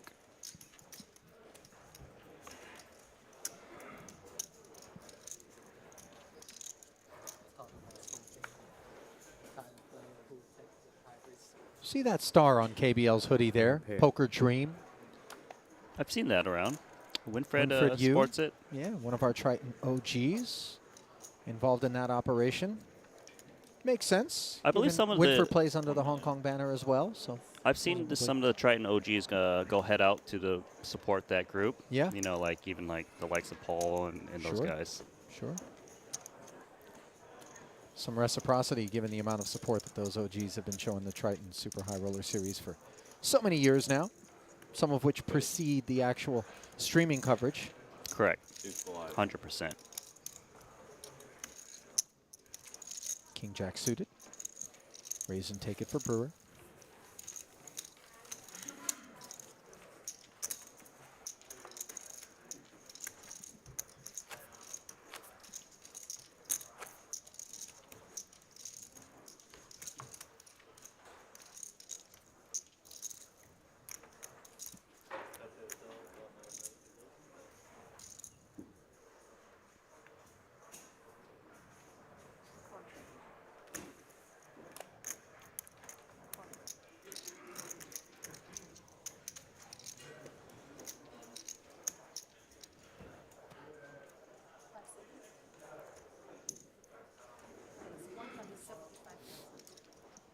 Jack 8 suited, cut off.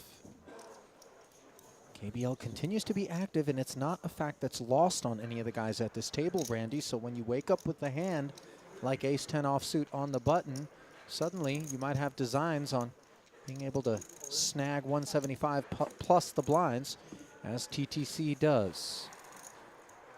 Yeah. Oh, I was going to comment about that, but ace jack suited is in the scenario where he knows Tai Tin Chu is going to reshove on by Kai Bon Lai, a low, wider range, of course, because of the lots of opens as you mentioned, and Right. ace jack suited does reasonable against that. But before we conclude that one, looks like something's happening here. How much? 200. Okay. Xiao in with jack 3 off. Just had 200,000, decided to rip it in there from the button. Danilo Velasevic, Triton first timer, 8-6 offsuit, gonna give him a spin. So let's see how the member of the Malaysian delegation will fare here. He's got the best of it, going to the flop by about 10%. Ace-6 deuce though, and suddenly he no longer has that. Instead, he has just 13%. And a hope and a prayer for a jack on the river with one to come. Unavailable. GG's issued. And the upside for Chun Tong Xiao is that he manages to cash here in event number 2. The downside, obviously. I have an identical watch. It's This one? Yeah, like The same one? really similar. No, it's not the same one, I think. No, for it's the not. minimum. But the colors, like everything is the same. So it looks like Brian Kim did come along with this ace jack suited. And is he thinking about a double KO move here with the jack 8 suited? The jack is dominated.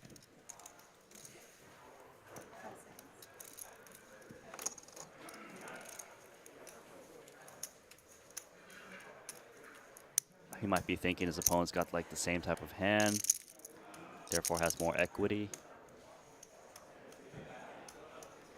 Problem is, this Jack is dominant in this instance. I know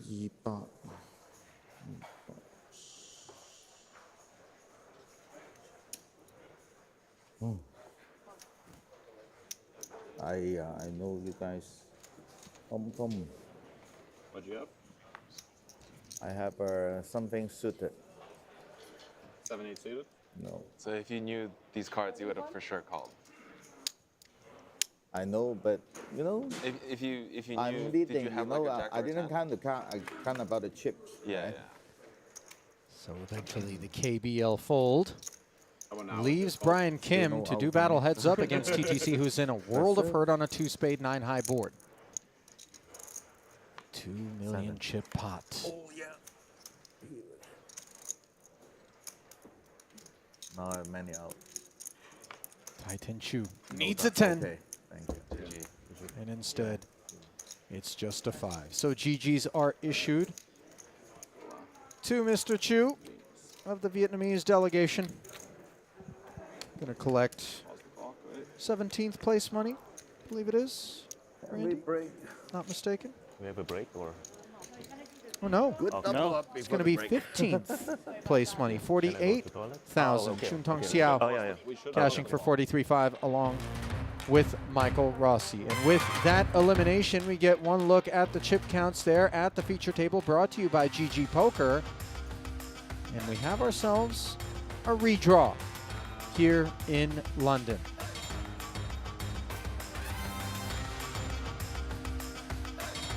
And with that redraw comes a visit to the break desk, where we will recap the payouts. In 20th place, Seth Gottlieb, 39K, along with Straver and Kuhn. Then the jump to 43.5, where Michael Rossi and Chun Tong Xiao punched their tickets. And just then, Titan Chu eliminated in 15th.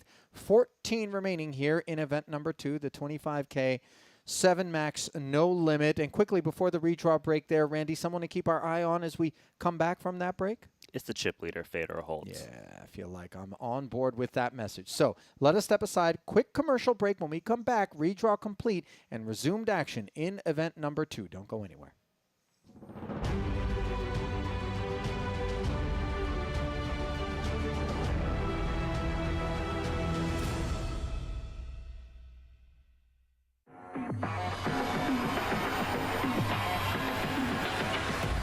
Poker. So many players. This is a crazy thing to do.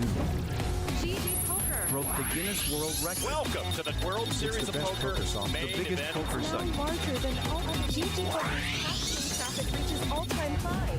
Jump. No way.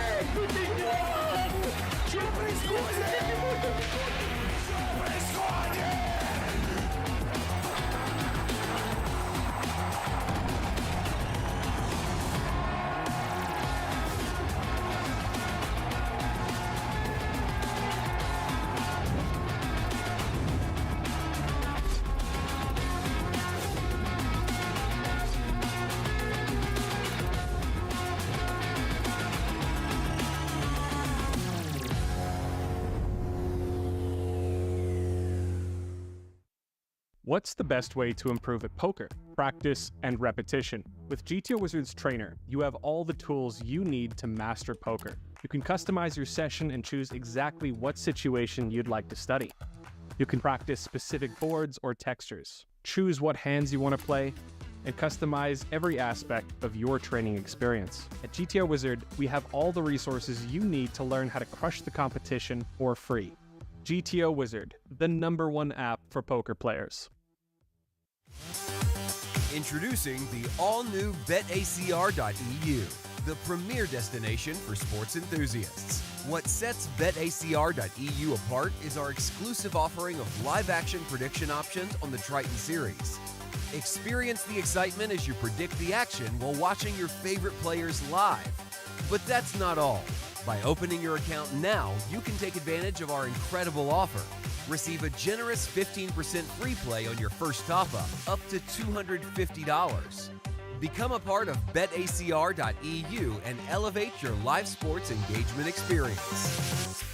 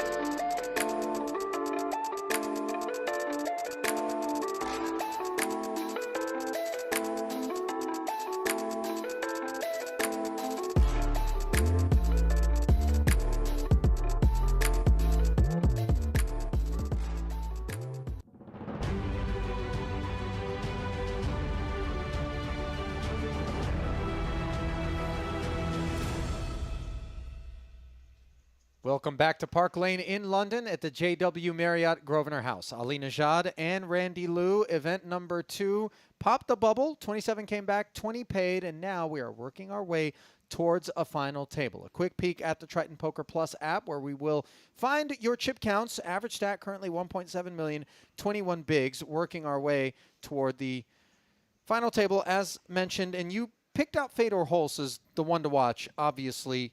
So decorated, 4.5 million in front of him. Any other names out of these last 14 that you got your eye on?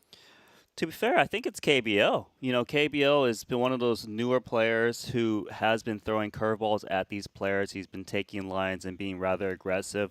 He's one of those guys where they're a little bit afraid that he's going to splash in chips and put them to the test, so he might be able to get more fold equity than normal. Well, certainly our eyes will be fixed on both of those gentlemen as the redraw break will formulate a couple of new tables, and we're just about set to take you to those new tables. And you see Fedor 57 bigs with the blinds at 40, 80, and 80. A nice bit of distance between himself and Milosevic, Soiza, and Zivalevsky. There are others that are going to be filling in there as the chip counts did not reflect all stacks that are present.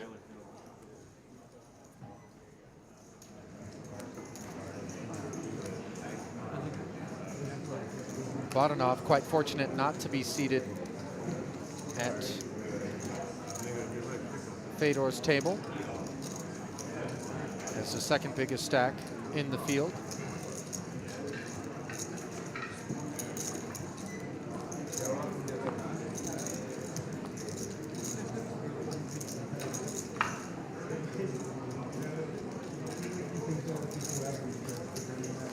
David Yan, pocket fives, definitely a hand he could reshove in this situation. It is a 15 big blind if he wants to do so.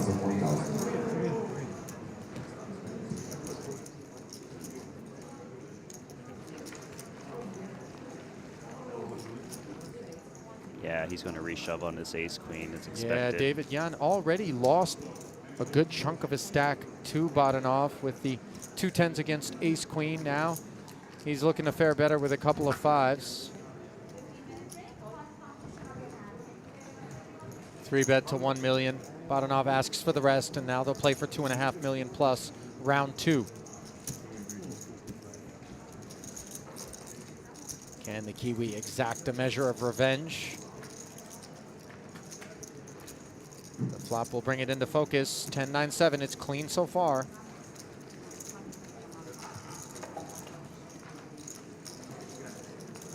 Turn card is an 8.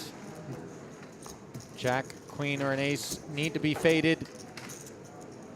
And he's done it. Well, that's 1 win for the ace-queen for him and 1 down.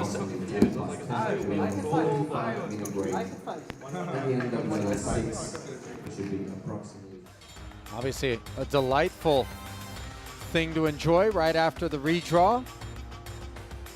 And I think we're just going to have one hand on our hands as it's time for a schedule break here, where David Yan has emerged as the new chip leader at the secondary table. That puts him in second overall in the field. As you see that fully rounded out chip count there, brought to you by GG Poker. Back at the desk quite briskly, I might add, Randy. So not much really to discuss. Why don't we send everyone to a break, scheduled in nature, roughly 10 minutes, I want to say, and then we'll be right back here with continuing coverage as we work our way toward a champion in event number 2, the 25k 7 Max. Keep it close.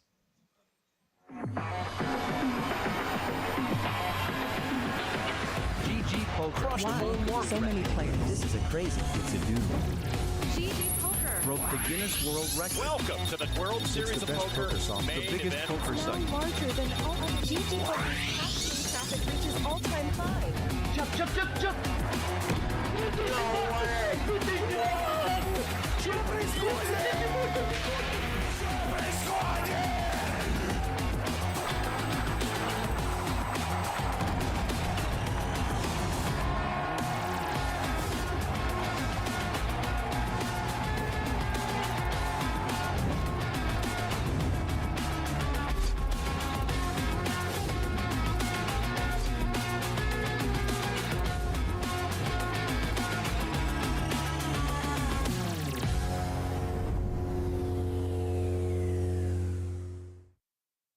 Most players don't know how to adapt their strategy against different opening sizes. For example, here the hijack opens 2x, we can see that big blind is supposed to defend almost 60% of their range. However, if the hijack had instead opened 3x, we're only supposed to defend a quarter of our range. With GTO Wizard, you can learn how to fine-tune your defense and crush the competition. GTO Wizard, the #1 app for poker players.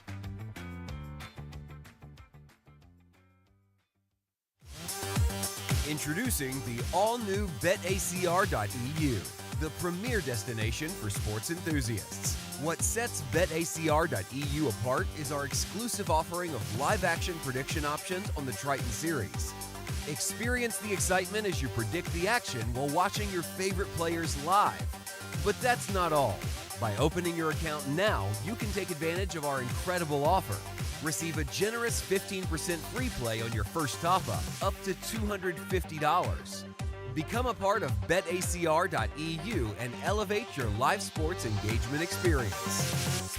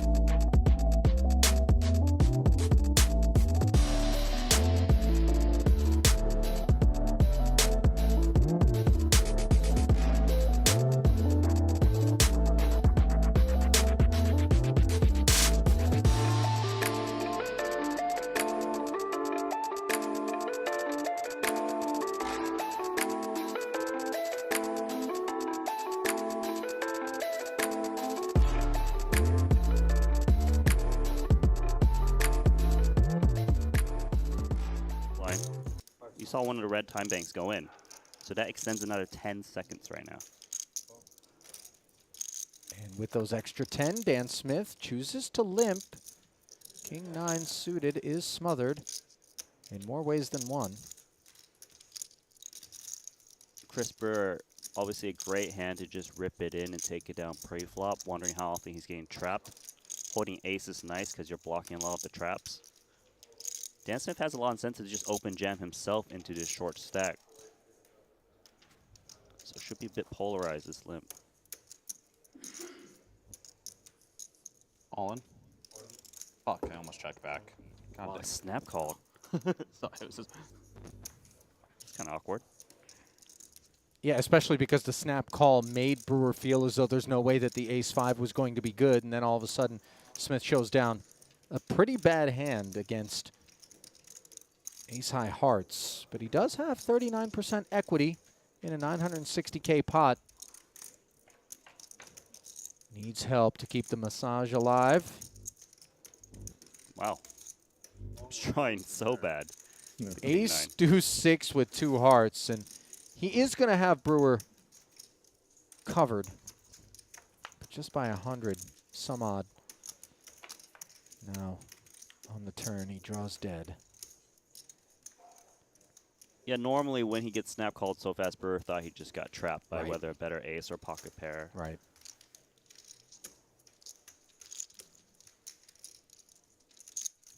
Fortunately. Maybe I should have tried to get a live read.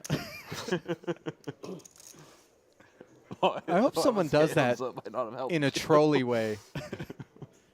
Just to see the therapist reaction. No worries. You seem to fuck me every time we play. That hold I don't feel bad about. 5 seconds. Just the emotional reaction to it. Yeah.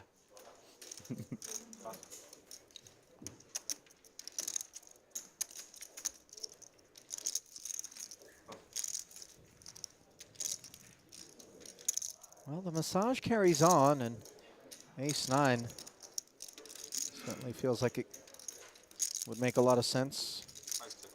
No chance he doesn't push this in. He's got 2.5 blinds. There's still 5 from the money. He's not going to be able to fold his way into it. Well, action clock time coming in, though. 100. Leaves himself 5K. Brewer, ace-3 suited. I'd imagine he'd want to go with this one. He took a look of the big blind stack and realized, well, the worst that could happen is I lose 400K, which is less than half. So it's okay for him to just push this in, isolate the wide range.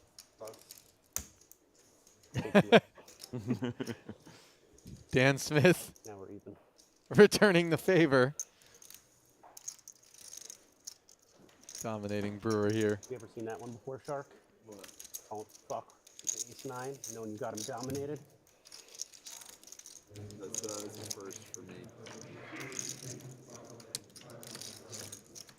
So far, so good for Dan Smith. Doesn't want to see a crab come out of the sand here. Chop it up. Brewer suggesting it's going to be a chop. Half the time it will be, but not on that occasion, as the deuce leaves the ace-9 playing. And it'll be a double to 290K for Dan Smith. Small rebate. May I ask, Ollie, why is the 3 called a crab? Stacks those white chips.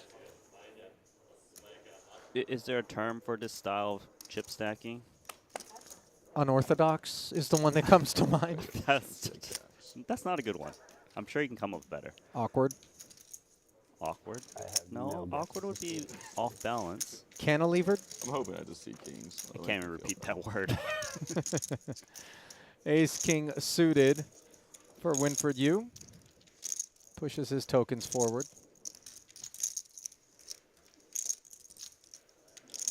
We've gone to the elbows, by the way, my favorite part of the program in any massage. Randy, get in there. Deep tissue. Don't pet me. 280. Work that knot out. The pet. You know? You into the head massage thing too? Yeah. Yeah. Oh, yeah. Scalp, I think is maybe the better way to say it. Ace-jack. Ooh. Kind of tricky because ace-jack fares very well against Winfred's shoving stack size. It is an early position raise.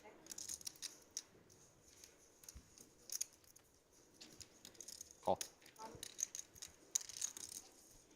believe this call is looking to fold to further action. Obviously would prefer not to be put in that position. And won't be. Oops, sorry. So on their backs they'll go, as Brewer will be a bit disappointed to find himself dominated. Had a similar spot against Smith moments ago with the ace-3 against the ace-9. Now it'll be dirty.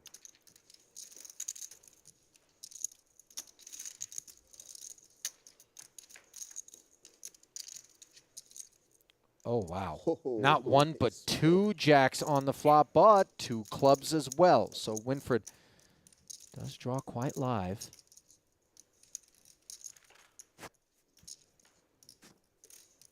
Now we pick up a few queens, courtesy of a 10 on the turn. Can you hit the club or a queen and stay alive? No, instead it's the ace, which will fill Brewer up and empty Winfred's clip. So now we're down to just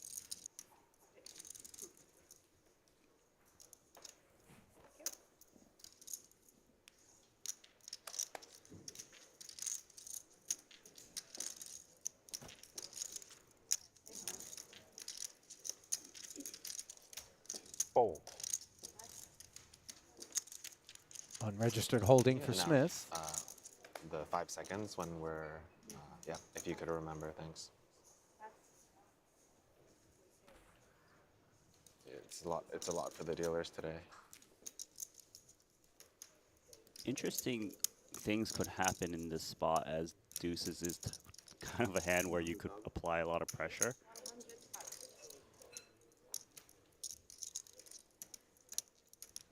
I could see this playing out in many different ways. That deuces could easily rejam onto a chip lead open, blind versus blind. Lots of fold equity.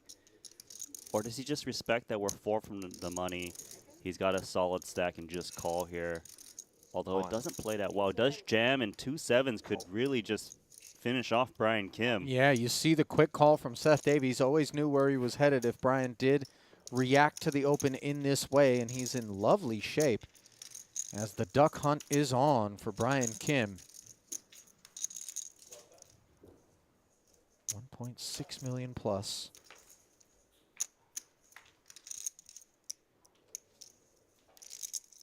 And no deuce available.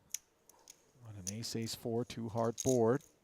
Some backdoor wheel and flush prospects for the time being. Oh, Ouch. wow. Ouch. Still 4 outs, though. Retake the lead. Deuce is full for Kim on the turn, and no 7 on the river. 8-10. As a pure 2-outer. Keeps him in the saddle. And that was dirty. How many points do you get for that? Tip of the gun on the A few people that And you get I tilted? considered having to Yeah. say something to Yeah. yesterday. I was having I think 250 total. Ace 10 suited here for Brewer up front. Used one of the red banks.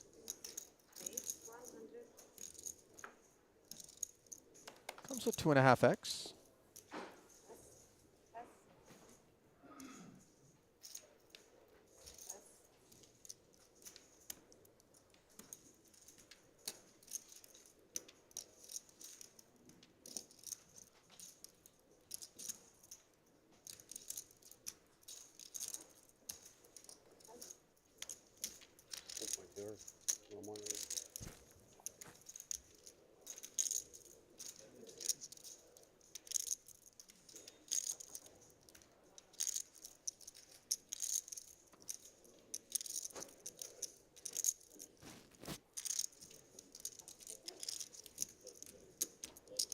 Two sixes. It's kind of got an interesting decision as, well, clearly if he jams all in, he's going to get called because he's only got 210 behind. But maybe you kind of call open shove like ace, king, queen type boards. Because you may not expect to be able to get a fold out of a hand by jamming. But that same hand might fold if you take the remaining 110 and fire it at the flop. It also gives you opportunities to kind of save yourself because it's under going to open, so those should be pretty big card heavy or bigger pocket pairs. It's actually a really interesting decision here if the 2-6 is on what's best. Because I don't believe he's deep enough to kind of just fold this outright. Let's see. I mean, we know Dan Smith isn't shy of putting chips in there. As you saw, he snap called that king-9 suited into today's 5 earlier, Brewer. I do approve of this just call pre-flop and push the chips in post. It might look a little bit strange at first if you're not actually getting deep into the nuance, but that's a place Dan Smith ever comfortable working his way into, as he does settle on the flat. Now a queen 7-5 board, and if we can remove the 7 from Brewer's range, the calculus may feel very much like I'm either up against a queen or I'm not. Maybe from time to time the bigger pairs.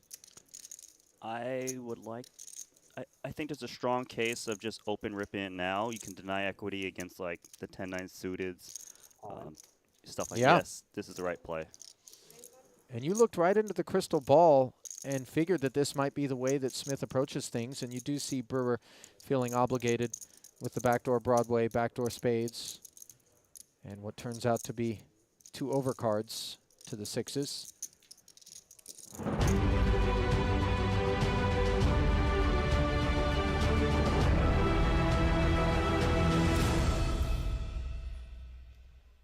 And welcome back to coverage of the 2023 Triton Super High Roller Series, where event number 2 is in day 2. And we'll be playing down to a champion here today. Money bubble has burst. 14 players remain.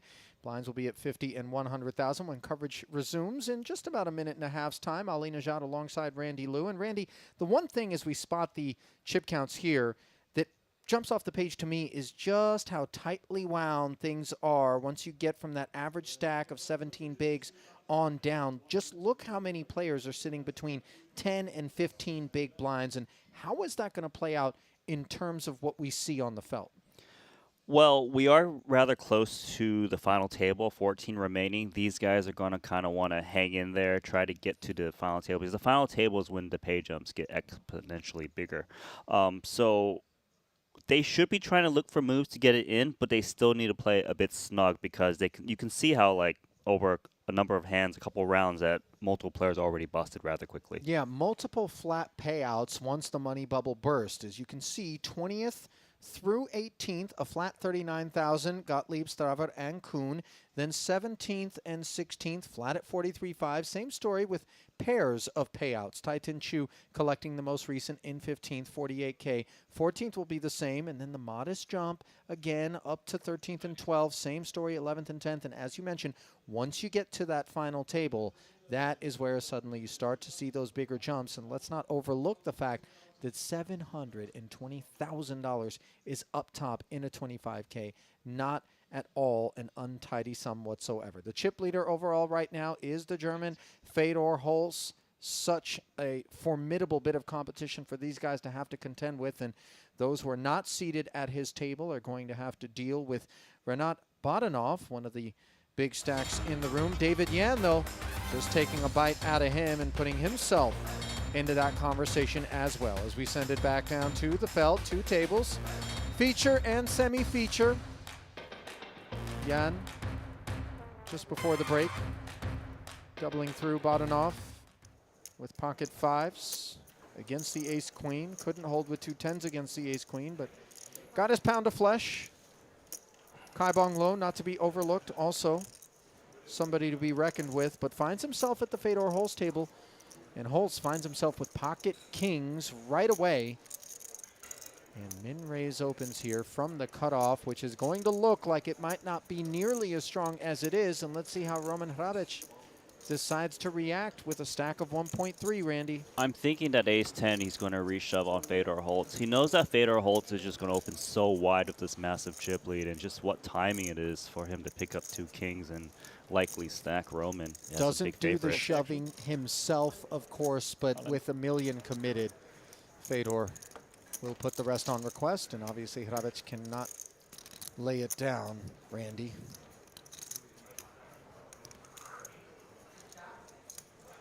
Because there's a little tiny pay jump here, that's why a little stutter call, but we'll make it, 2.85. So a massive, almost 3 million chip pot develops right away on the back end of the first break of the day.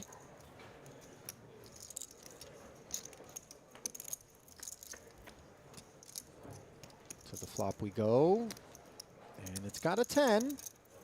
But the kings are still good. A couple of outs picked up for Hrabic. Turn of no assistance. And can Roman hit the needed ace or 10 to stay alive here? Yes, is the answer. A nasty 10 of spades, showering the kings. That changes things for Fedor Holz, because they also, him getting his stack cut down, Roman's going to at his heels with 2.9 million chips against the 3.1 of Fedor Holz, so yeah, and no longer is Kai Bong Lo facing a ton of runway between himself and Fedor, who really, I think, is a guy that loves to take the big stack into this phase of a tournament, Randy, and just get very aggressive, force people into awkward situations, apply the ICM pressure. Obviously not amused at that outcome, but he's been on both ends of it. As a longtime professional poker player on the Triton Tour, he's already put together a whopping over $10 million in career earnings across 10 cashes and 2 titles. Most recent visit to us was out in Cyprus, where he had gone over across 8 events, before notching a 13th place finish in the 100K main to, I won't say salvage the stop, but obviously soften the damages. Did the same thing in Vietnam, by the way, Randy, did Fedor, as he went 0 for 7, and then in the 100K main finished 5th. So saves the best for last typically, but here in the money early on. Well, we've got an upfront open of Brian Kim, pocket 8s. He's got ace-7 suited. Did just take that blow of 2 kings. Might he find an attack in position?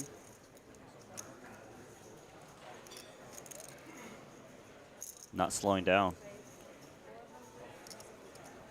No, and it's interesting because I think for anybody who's kept an eye on Fedor's career, let alone his procedures on the Triton Tours, we see Hrabic waking up with a couple of queens in a wonderful way here. But they know that he skews toward the aggressive side of the spectrum. They watched his 2 kings just get showered. And now all of a sudden, he's right back in here, raising it up with a 3-bet. Perhaps the sense that he's forcing the issue? I mean, it's something that does cross their minds. They do know that Fedor big stacks like to attack, but I would have been curious had Roman not woken up a hand what Brian Kim would do with 2 8s. But for now, though, Roman has just found opportunities to continue to get those Fedor chips. He's just basically contemplating whether to 3-bet jam or put in a 4-bet to like 900, 1 million. 1.1. I do like the 1.1 rather than cold 4-bet jam. Try to give Fedor Holtz a chance to put in chips poorly. How awkward does this get for Brian's 8s once it's back to him? It should be a pretty easy fold at this point of 2 8s. Yeah, straight into the muck. You know you're forcing it all in if you do continue at this point, since he only had 1.9. It's got to feel terrible for Fedor Holtz. Just going to lose another pot here unless he really wants to lose more chips than just the 475 in the middle. Sam, this isn't yours, right? No, that's not mine. Yeah. Would you mind?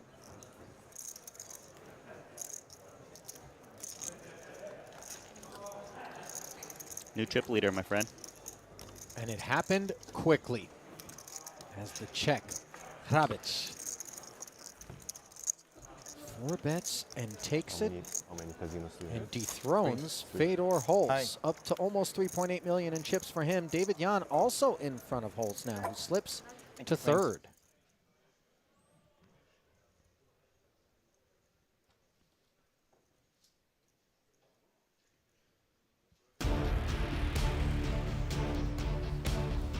Well, if you haven't already, do yourself a favor and head not far down the road from our venue to the amazing Les Ambassadors Club. Why?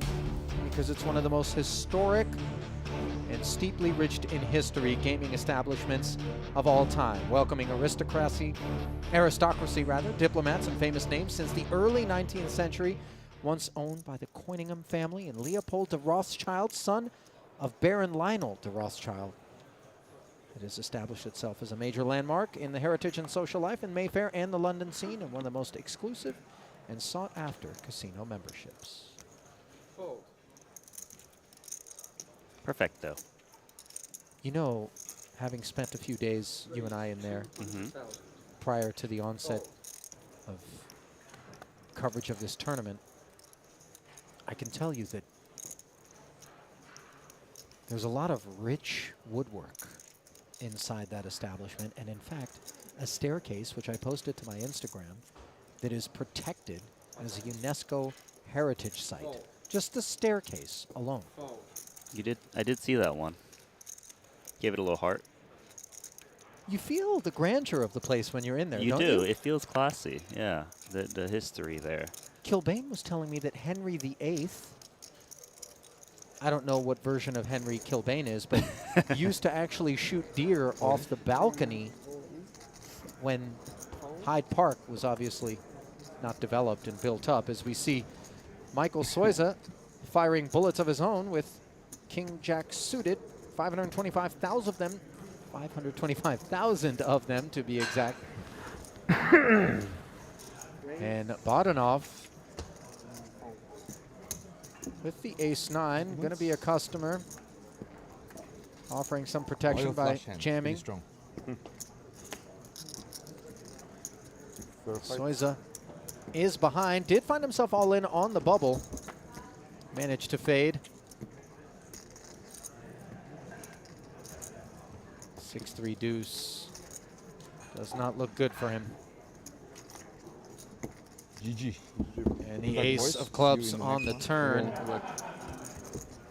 makes the river a formality, as Michael Soiza will be showered in 14th. I take it. Was the second shortest stack in the field at the time. He will add to his 8.7 million plus in career Triton earnings, a 15th cash, but not a third title in event number 2. As we see Fedor, a King Jack suited of his own, back at the feature, running into a Samuel Jew all in, modest extra 150K, called, and the Wheel of Destiny will be spun once more. Fedor's had so many confrontations since coming back from break. He's not afraid of a fight, Randy. No, he's not. King Jack suited is a fair fight, though, 44%. Flops. Inside straight draw. Yeah, backdoor clubs as well. 10 outs as it stands. Jew all in the lead. Looking to haul in this 900,000, and on the turn, disaster. As the king binks Fedor for the lead, and just one of 3 aces will salvage the hopes of the German. Unavailable on this river as they drop like flies. A second bust in short order right on the back end of Soiza, who claimed $48,000 is Jew. Modest pay jump up to $52,500 for him, as just 12 remain here in London. That was a quick 2 down. I always like to wash down Nice one. the pelts that I claim. You know, Fedor with a little hydration. Brian Kim coming over, showing a little love to Sam. Bouncing around. Feels like we're at Wimbledon instead of the Grosvenor house. Sitting center court. Too strong. What, do they put some whiskey oscillates. in there? 2 black 9s for like, Budo, you Velasquez. need to loosen up. You look stressed. Under the gun Take a little raise. shot. Flattered by Bodanov's king-queen offsuit. 6-5 board, and Velasquez pumps the brakes, Randy, despite having the overpair and the gut shot. The reason is actually this board texture against flats in position favors the player in position, so they'll just take stabs as you see the king-queen, no connection, but knows that it kind of hits him more. So he can kind of just capture extra bets a lot of times. So is it more aligned with the desire to induce a poor bet from the likes of a red king-queen as opposed to play pot control, or does it serve both purposes? It pot controls if you're a deeper stack. I don't think 1.3 million is the type of stack you're trying to pot control, but more to induce those extra bets. But if you are playing like a 3-4 million chip stack, it's more for They don't pot want to do control. full and full, I don't think. Does bring in time card. I mean, yeah, 5 volts awkward. He's contemplating but whether we're to not- put I in don't a think we're small doing raise or nine-handed maybe FT, all of so. it. Maybe 7. I think call would be not that ideal given size. Oh, does he just call? It's interesting. is it a I wonder eight-handed what FT? his intentions is. What is the final? Fairly is the final table unexpected eight-handed? procedures. And now an interesting turn Okay, cool. card. Thank you. As you would think Velocevic has the range advantage in terms of the ace. Could have gotten busy with a lead here, especially given he's still got a lot of hand, but yet he checks again. I wonder whether or not Bodanov activates if he thinks that ace-x is not in Velocevic's range. Then I don't think he thinks that ace-x is not in his opponent's range. Under the gun, of course, ace-x heavy, but he only bet 125 on the flop. So these ace kings, ace queens, yes. So these ace kings and ace queens would probably still check call here. So I'm not so sure he can just assume ace-x not his opponent's range and just barrel off here.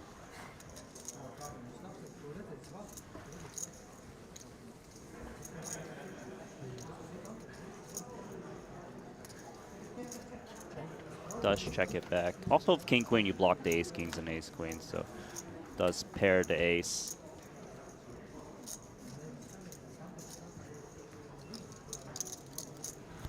clean texture, by the way, after the check back from Bodanov. And do we hunt value now, or do we try to get cute and induce another barrel? Yep.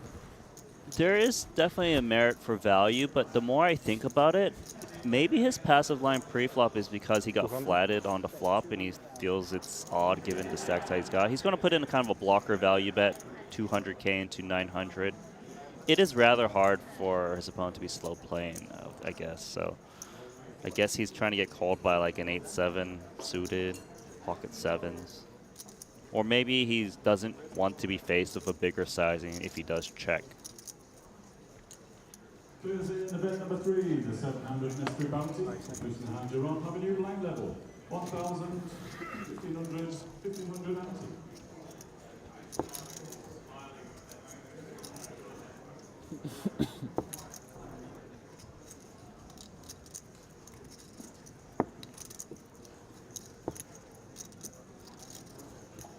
No pair here for Bodanov. This 200k being taken into consideration.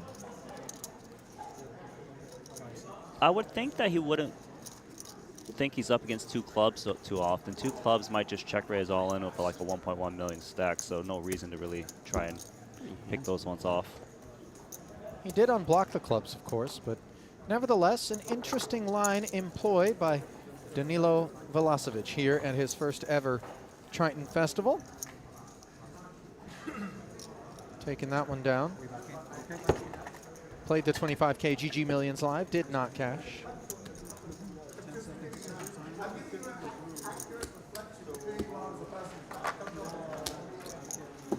The unmistakable sound of Sam Grafton in the background. Do you see what's coming out, Ollie? The red time cards? Pay jump time. We're currently 12 remaining. Survive one more, 7,500 you will receive an addition on top of the 52.5. And of course, in that situation is when the little red time banks, 2 apiece, are delivered. 10 seconds to act on your hand pre-flop when it's unopened. And if you need an extra 10 pre, you can redeem one of those red time banks. A new procedure here at the Triton Super High Roller Series. Designed to limit stalling.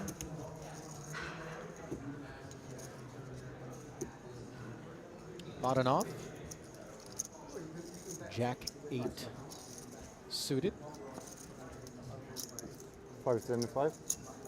I like this play that he's opting to go for, 3-betting this ace rag. It doesn't play that well post-flop, but you got more advantage just taking out pre.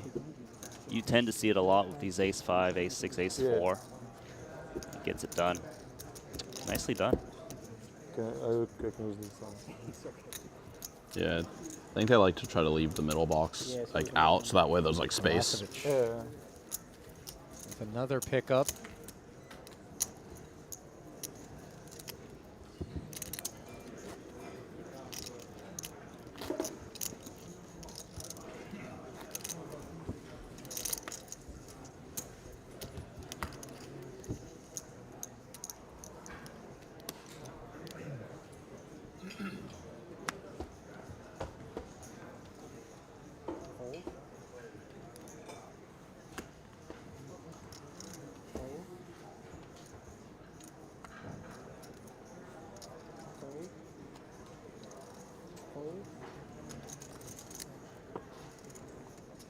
see David Yan's got one of those squeezing things in his hand? Oh, yeah. I'm just now noticing that. All right, not a huge sweat. I think he needs something because the way that he shuffles his chips is more aggressive than anyone else on tour. I remember you mentioning this last stop. On the topic of aggressive, Milosevic starting to activate, jams the ace-2 suited. Brewer can do nothing in the big. Yeah, look at that. You might break it.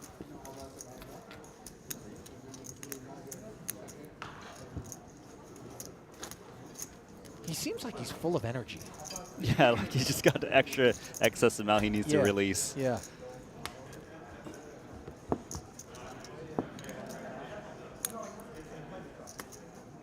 Just give him like a coffee. Like, does he just go off the rails?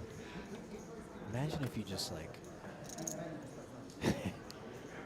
gave him a few brown bulls, right? Some people might be scratching their temples, wondering what in the heck I'm talking about. Obviously, Red Bull is what I should be saying. No. At our Vietnam festival, the Vietnamese iced coffees, which contain much more caffeine than Western coffee, had us bouncing off the walls and were christened brown bulls as Tobias Schwecht bouncing off a couple of jacks. How much is that? It's like full chain. With his 2-5s, hijack, jam of 1.3, 13 Full bigs chain and change. All right, I'm in. I'm in. I'm in. The way he says it's like, oh, Yeah. sorry. I have less. He's got a clear call there with 2 jacks. There was still one player left to act behind him, so yeah. wonder whether or not when you say I'm in like that, suddenly the big blind starts to wonder how good your hand is. But I don't think there's any intent to fool anyone by Brewer. Bad news for Schwag. Look at those hamburgers. So definite backdoor action available. 2.35 million chip pot, top set for Brewer. And uh-oh. The heart on the turn, and surely, Randy. You can't do this to Brewer again, don't Not worry. like this. Okay. 1,075,000. Right color, wrong suit. The good news for Schwecht is that he's going to have 275,000 left behind by our Nah, count. you can't say it. Then I'm dead. The deck changes, and the whole universe is different.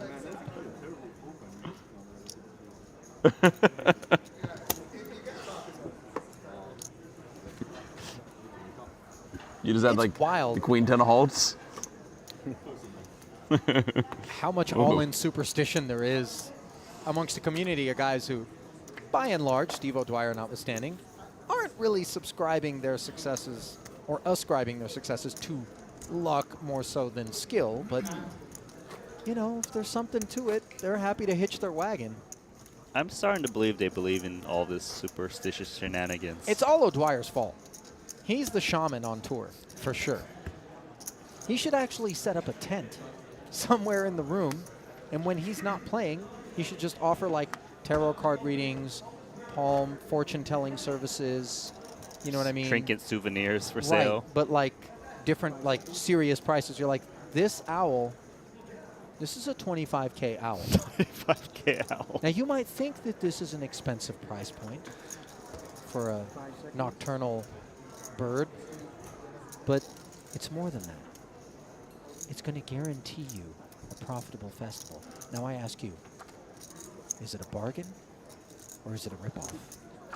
See, I would make a great... You should be the salesman, like the one pitching it to all the players out there. Oh, did you just bust aces versus kings? They got the king. Let me enlighten you about the services of Steve O'Dwyer. Come to my tent. Yes. Where I have things that can avoid in the future you experiencing such misfortunes. Schwecht with that misfortune of pocket fives against pocket jacks. Now under the gun, ace-4 offsuit. Little pay jump. As you mentioned, Randy, might have something to do with the time cards being utilized. But you can only use the red time cards if you're the first one X. So he can't actually use the other ones, I believe. No, the blue ones are not available to you. You must act pre or that's it. Or the first open. Really? I could be wrong, though. We'll find out shortly. Oh. Oh, I think. Yeah, producer So you must James use all stepping the in red as we ones can first. see. Yeah. I'm sorry. Rip through the reds, and then you can go to the blues if you need to, and that's exactly what he's doing.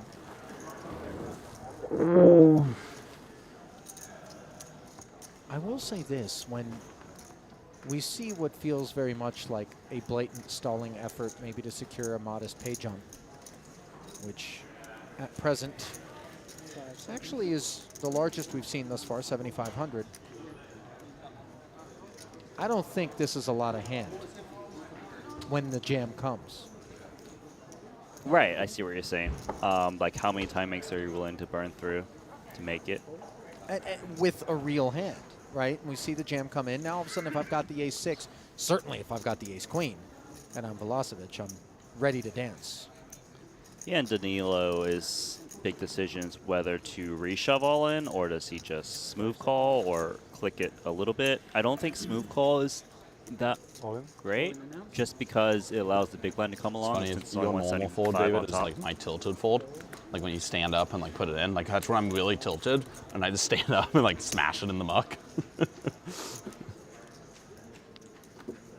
So Danilo is the big favorite to knock out Tobias and give everyone else a pay jump. Yeah, protection offered in the form of the jam, but then peril delivered as he dominates.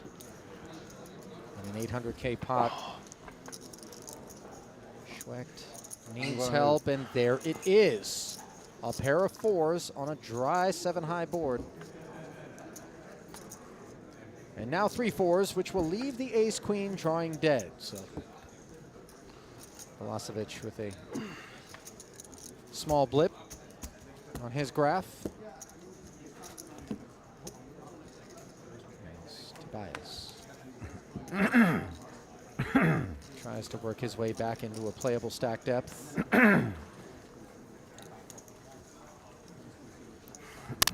Schwecht, by the way, paid us a first visit in Cyprus, played 4 events there, finished 7th in the GG Super Millions for 156K, and that is the bulk, in fact, the entirety of his earnings on the Triton Tour.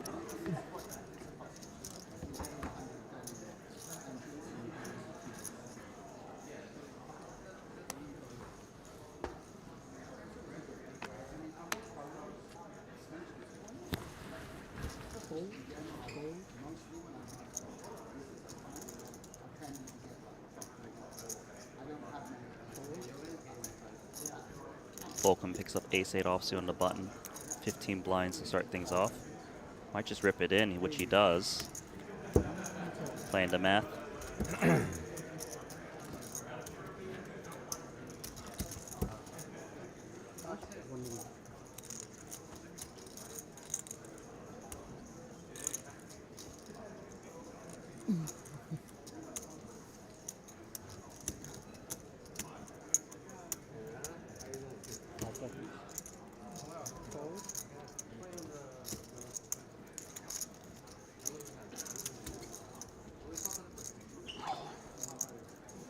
Brazilian former pro tennis player serves up the million, and no volleys out of the big.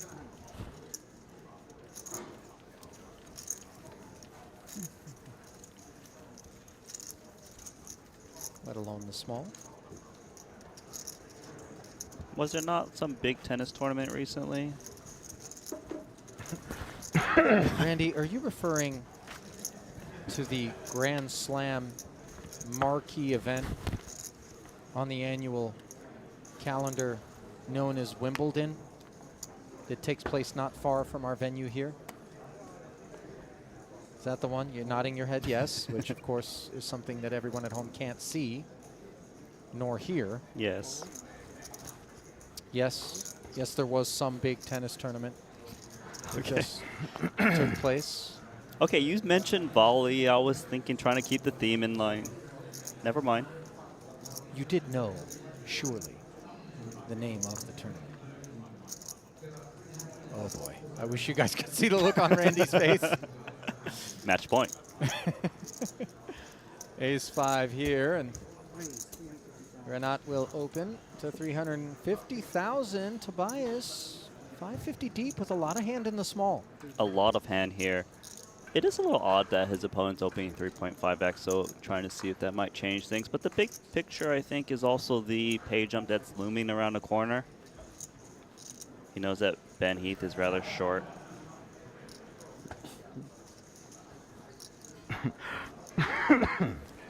There's also merit to calling, I suppose.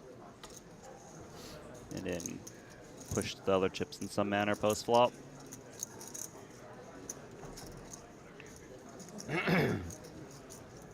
I would think if you want to commit, you want to re-ISO to guarantee kick out the big blind though.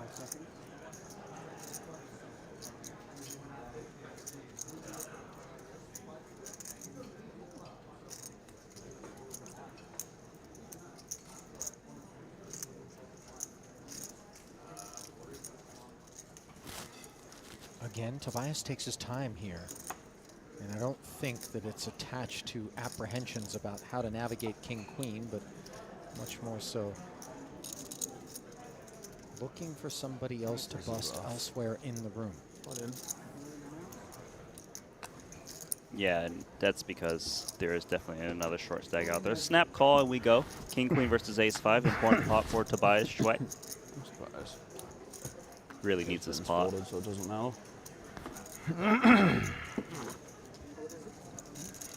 Excuse me, blind. No, in the middle. Right. Yeah. There should be 200 in the middle. And then, yep. Yeah. All good.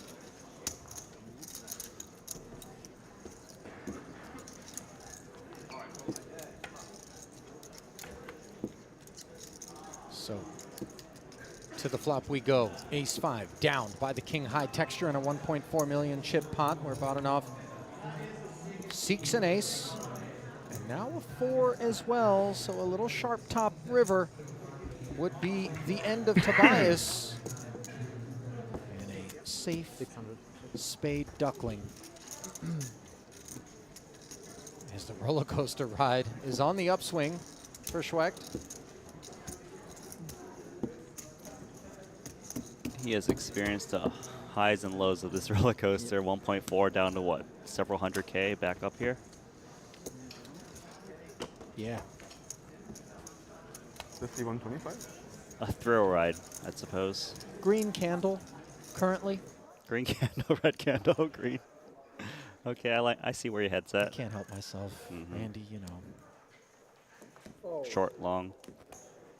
Fold.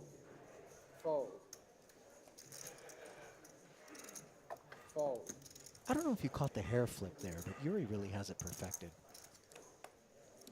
I did not. Was there a little stash twirl taking place there behind Ben Heath's avatar? I believe there is. Nice. Working the Wario angle. Turn it upside down. 275K open from Heath out of the small blind with the suited connector. Playable one for Brian Kim here. And Heath, with just another 25K behind, gets it requested by Kim. And Ben's going to spin the wheel. Bit of trouble here. I like how he just puts the 10 face up and then forces the dealer to spread the other card. Little things. I like to do that too, actually, just to give the other player extra sweat. Right. So 725K in the middle as Ben Heath seeks help and doesn't get it. Odd in his head, though, is obviously equity. Can show up in the form of a club or a straight card. That's not one of them. So will the man playing under the Union Jack be able to stay alive? We get our answer as the river pairs the board. And yet another elimination. Just be Ben careful. Heath. You announced a limb twice when it was only a bet. Just in case there's situations. Yeah. Just because the gentleman had 25K behind, so. Yeah. Thank you. Heads for the locker room.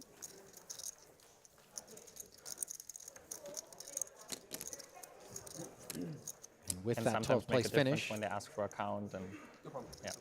which earns Ben 52,500. Everybody is secured 60,000. Yeah. No, the time bank just to change.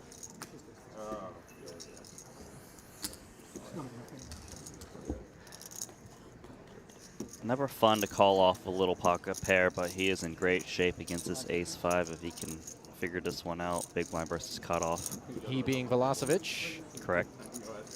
With red nickels.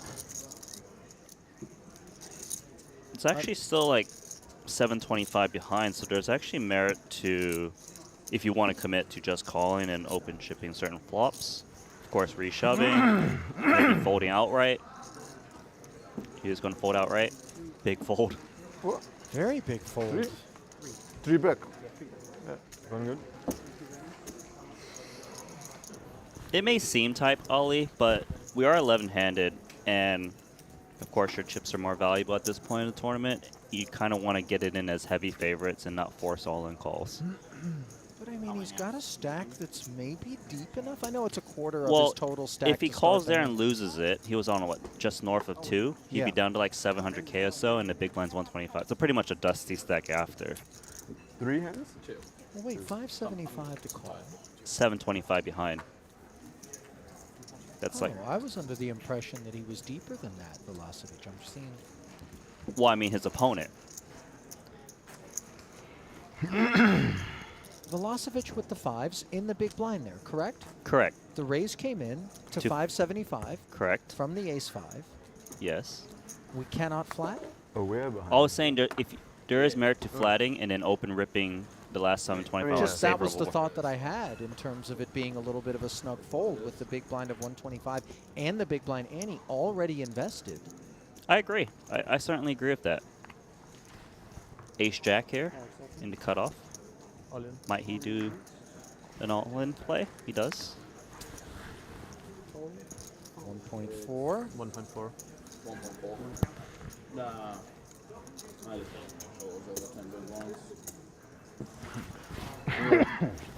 Ace-5. Well served to be folding there. Now, the weather has been a little bit weird in London for this time of year. Randy, in fact, it was raining earlier when I first arrived. Yes. But I don't think it rains indoors, and yet David Yan is prepared for a downpour. Rain jacket. Very much so. He really should put the hoodie up then, huh? I mean, you want to get that hair you all don't want wet. to brace for showers. Brace for showers. Poker gods can play weird tricks on us out there. It really was an odd thing for you to mention that he's wearing a rain, like a waterproof jacket. Okay. It's not going to be the last odd thing that I bring up in here, Randy. Sometimes we seek to fill the void. They don't always hit. I think I prefer the silence on this one. Careful what you wish for, Randy. Don't let me start pouting in here. You'll miss me. Not really, but okay. King call to action for me. King 10 suited, you want to talk about this. It's a chip leader. Mate. Yes, Randy? I need you to talk about how KBL is reaching for chips in this 3-bet 1.2. You know it's a key pot. You can't just stay silent. Ace King suited, come on. What you said there, you need me. As Slavic with the King 10 suited in the cutoff, open to 250,000. KBL, 1.2 million, the 3-bet, and now Fedor with a lovely setup. It's actually really nice for him because of the large 3-bet. He gets to capture so many more chips. Some players, they 3-bet to like 700, 800, fold.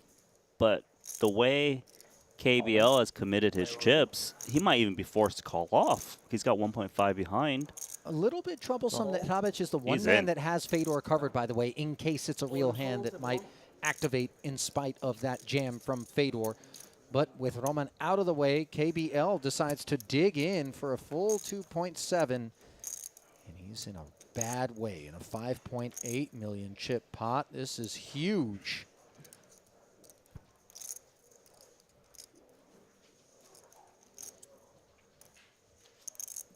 Ace 10 enough hand? He just committed way too many chips there pre-flop with the 3-bet that he has to call here. But Might it does there have be- opportunities. Yeah, an escape hatch courtesy of the 2 6s on board. You see Fedor well aware. And now a king on the turn, and it's showers for the ace 10.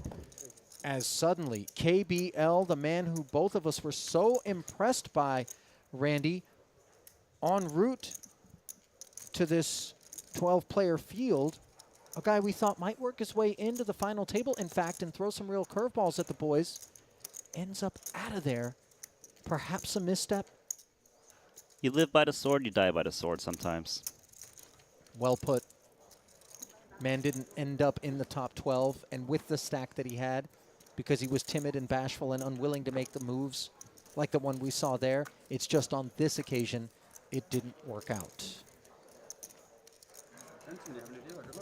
And with that pot, Randy Fedor mightily reclaims the chip lead, leaving Hrabic well behind. Yeah, back to where he was. High fives. 6.5 million, actually. Is it that much? Yeah, yeah, and Hrabic with 3.6. There it is. You're right.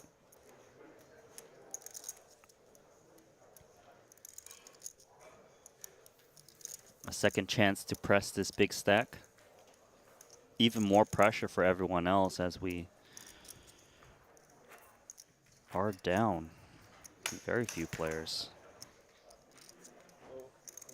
Hi. You have 700? This is, yeah. Yeah.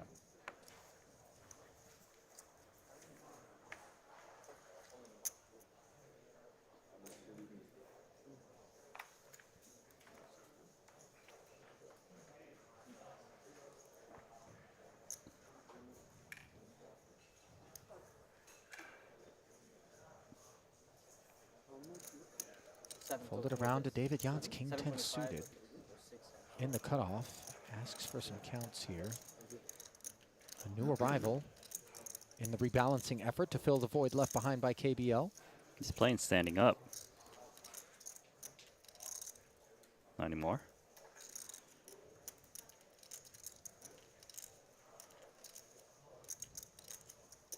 Doing some housekeeping and burning one of the red time banks. Yeah. Process. However you like it. 650 is meaty, Randy, in terms of the commitment relative to the 2.2 and change that he started with, and obviously the big blind as well. Yeah, it is an interesting bet size choice. But of course, Zivalevsky was 600 in the big blind, which he verified prior might have everything to do with that. I believe he didn't want to kind of put in like min raise or like a 2.5 because he knows that Yuri would defend rather wide. He'd rather just stop that altogether. Of course, on the flip side, the risk is that Fedor Holtz, who's got him covered, wakes up the hand and then he loses 650 instead of, say, 300. Sure.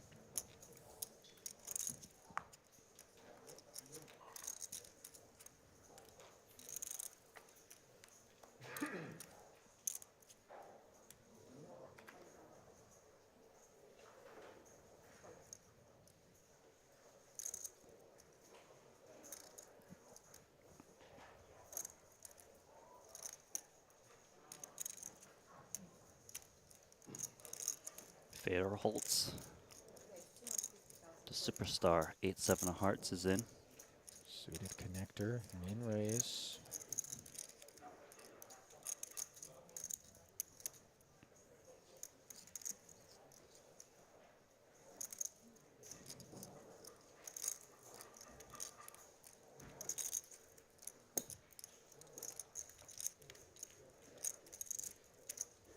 No takers, and you can understand why you might not want to tango with that man.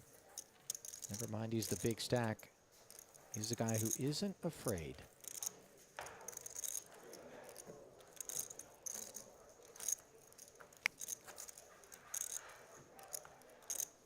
You ever find yourself, Randy, when you're in a tournament, I know a lot of times you do your bidding mouse in hand, but I'm you see a listening. screen name that you recognize and you're like, dude, this guy's savage. He just barrels off 3 streets all the time. I know maybe this is a playable hand in this spot, but I step back and I look at it and I'm like, I don't really want to get involved with him or her for that matter. Yes, that's definitely something in consideration is how aggressive is the player opening, because it kind of changes how much equity you get to realize post-flop. There's some players who c-bet rather large, so also you might not get to defend as much knowing that you have to pay off more. It also on a flop. influences when you look up and you see who's in the blinds, like how sticky are those blinds, whether or not you're willing to come after them or forcing yourself to size up to kind of really dissuade. As we see Zivalevsky 3-betting over the top of the Brian Kim ace-9 suited open with king-queen. And 300K more is going to be a natural amount for Brian to flick in there and give Yuri a spin of the wheel for 1.4 with just 10 remaining. You saw Kai Bonglo out in 11th.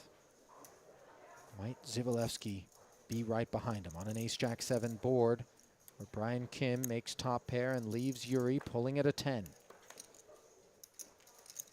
And one less 10 than he had before as the backdoor nut flush draw materializes for Kim.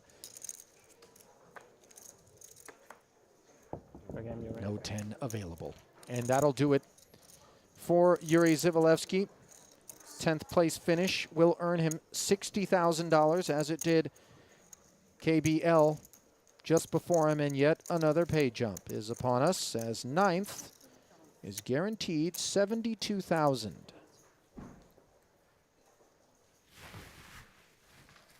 Just like that. Another casualty for the Brazilian delegation. Zivalevsky, 1.4 million plus in career Triton earnings after this cash. His third. His first visit to us came in Cyprus earlier this year, or last year, rather.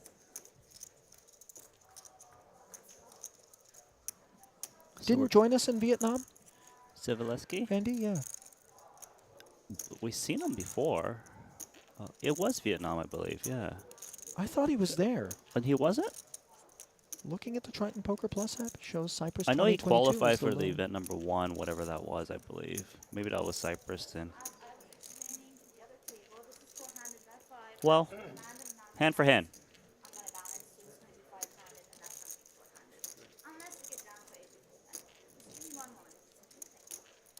When is that happening, Shika?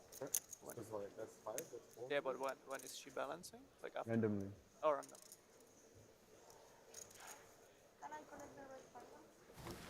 You're aware of what's happening, Ali? Let him know. So we're currently 9-handed. Right. Final table is 8. Right. Sometimes more hands are played. Obviously, it's not fair to one table having just 4 players versus the other having 5.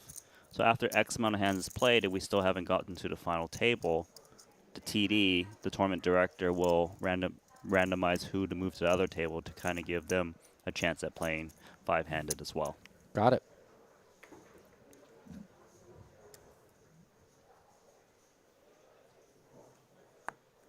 Cards back in the air.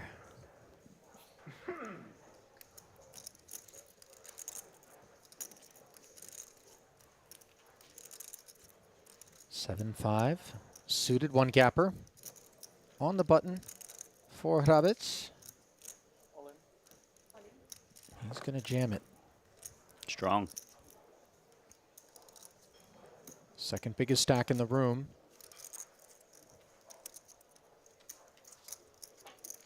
It may seem like he's risking a lot, but he knows his opponents, and he's aware that they will call very narrow on a final table bubble. You know, if you're playing against someone who doesn't respect like the ICM situations, then maybe you don't open rip it in knowing that they might still call off rather loose. Now then, back at the 5-handed affair. The big blind, I think I had. On the final table bubble here.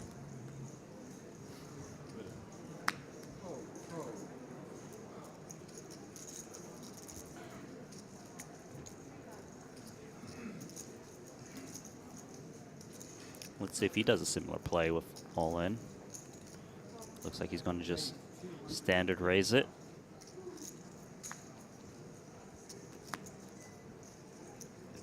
Interesting decisions here from the blind. Ace-8 suited, definitely a candidate to put action against the button raise, but 2 6s if it gets folded to him.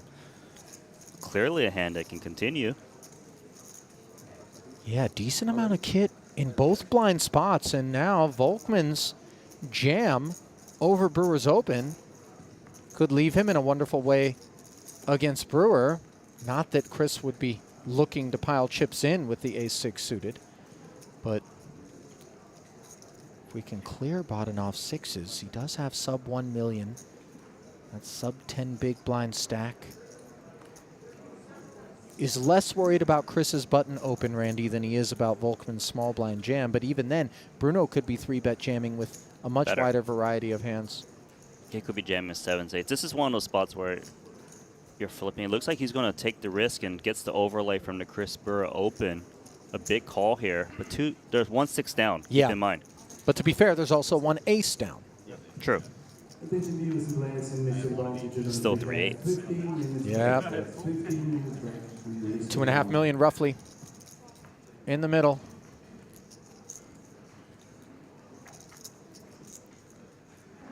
Key pot for Bodanov and a clean jack high 2-club board.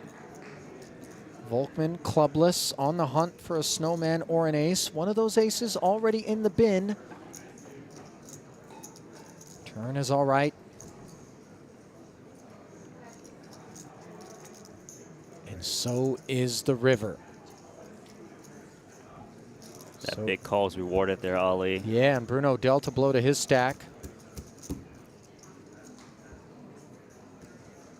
He'll have just 1.6 million left, while Bodanov is going to find himself a very playable 20 bigs. Good for third overall with average stack 2.7, 21 bigs at present.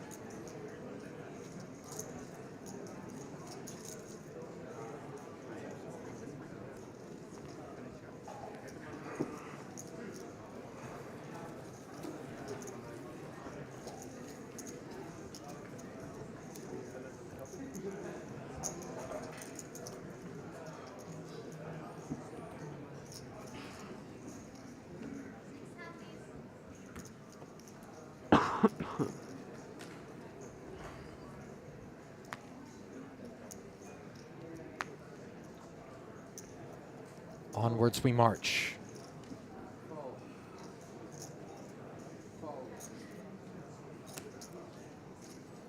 Marches on to Bodanov, who picks up ace-4, who could most certainly jam this into the short stack of Tobias Schweck. Ace-7 off. Ace-7 should be pretty content to put these chips in there. He does. 28% of the time we will chop this one, Ali.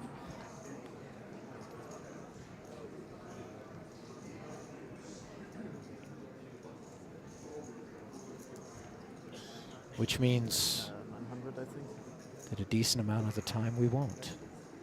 Do you know how much? 62. Addition of a simple nature.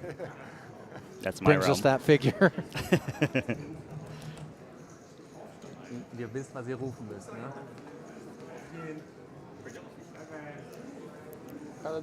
Did you see the dealer just blow on his fingers there, Randy? I don't trust it. Listen, I'm not trying to make a meal of that, but that is terrifying. I almost feel like that's the kind of thing that favors the all-in guy. Oh, no, I don't know. Maybe No. you're pulling a magic trick, and all of a sudden the ace-4 showers the ace-7. It feels like that yeah, way. you're right. Like he needs to go to the toilet or something. Who knows? What's on the river?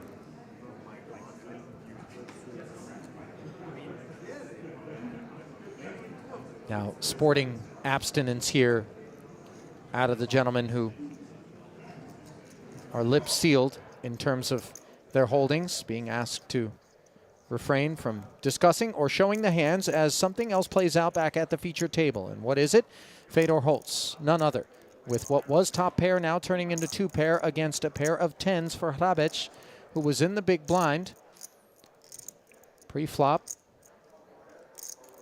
he defended against the small blind open to 375K. It went check, check on the flop, though, Randy, and that's going to make this a bit interesting. Yes, because Fedor's probably expected to bet King X at high frequency on this board texture, so the fact that he's checked and hit this 2 pair, Roman's going to think that this ace-10 is likely good, especially with that nice kicker to go along with it. Does bring to 3 spades. No spade in his hand is worrisome, as there's a lot of bad river cards for him. Obviously all the straight coming cards, but another spade. It's a big bet, 750. It's uncomfortable. But it feels kind of weak to also fold outright on the turn, although it would be correct. Yeah, he's not going to lay it down for now. So another 750. But a hand that feels like it really doesn't have much of a future in terms of improvement. One of the aces that you could hit would be a spade.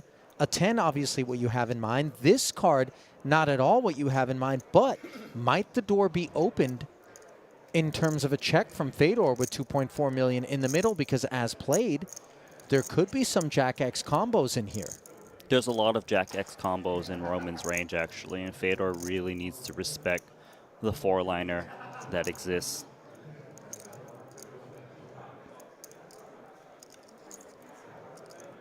He really would love this to check through in his shoes. I suppose he's taking some time to try to make it seem like he could be holding some kind of Jack X, so don't bluff me. The SPR currently effective is basically 1, as Hrabec has 2.4 million back. Is there ever any merit to taking a feather out of Hrabec's cap and firing something out there to prevent the bluff attempt? If you do, then you kind of put in one of those like 10% pop bets, but does check through. Oh yeah, what a relief for Fedor, by the way, as the quick knuckleback from Hrabec with the ace-10 leaves him waving goodbye to that 2.4 million chip pot, which just adds to the distance between their 2 stacks. As we flip it back over to the other table, where Schwecht, ace-7 against ace-4, where we left them. Don't forget what the dealer did. We're going to find out soon.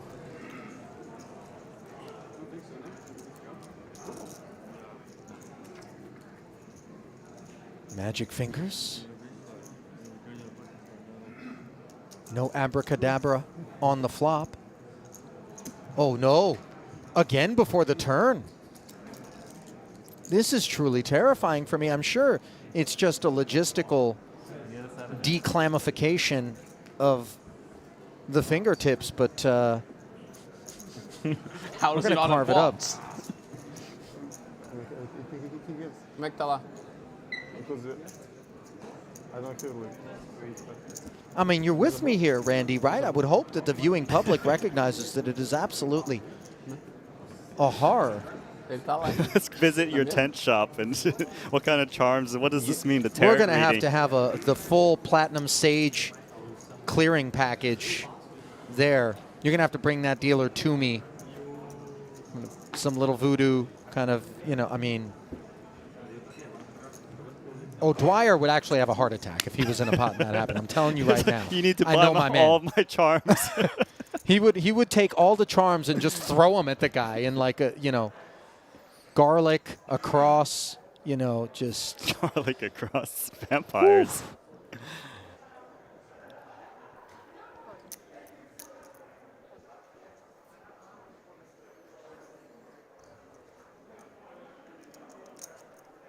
Meanwhile, Hrabic on the wrong end of that fairly meaty exchange with Fedor moments ago. Now, blind v blind, a6. Yeah, he's contemplating actually just open ripping it, but we'll just call. It feels like his opponent's stack is too detrimental to him. Knows that David Yam's going to call off correctly. For now, though, does limp Jack 5 of clubs in a spot where he likely wants to just take a flop here. You tend to raise the polarized variety of like offsuit dust and the big hands. Check we go, and ace high flop is good for Roman. However, Jan's 5 is working. Some backdoor club prospects as well in this limp pot pre.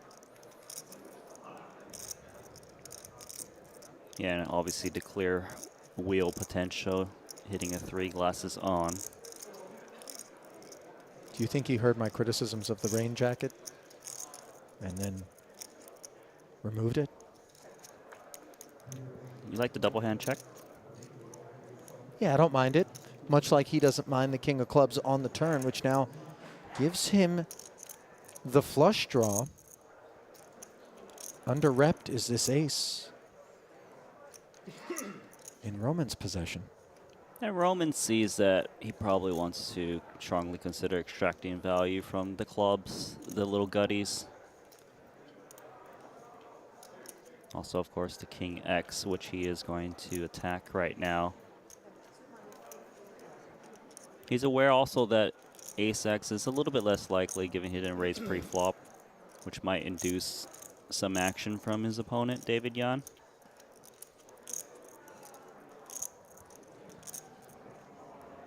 I would say call is pretty standard in this spot of the clubs, but definitely contemplating whether a raise has got merit. But it's hard to represent a strong hand in this BVB spot when you check back flop to raise turn, so call we go.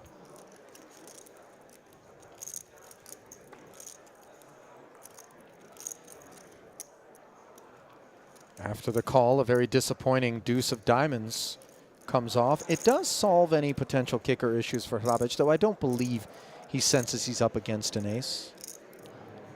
Yes, I agree. I don't think it's a kick your issue thing. But he can still extract value from King X that his opponent would be holding in the spot. If he's checking, it's literally to induce against the 2 busted clubs.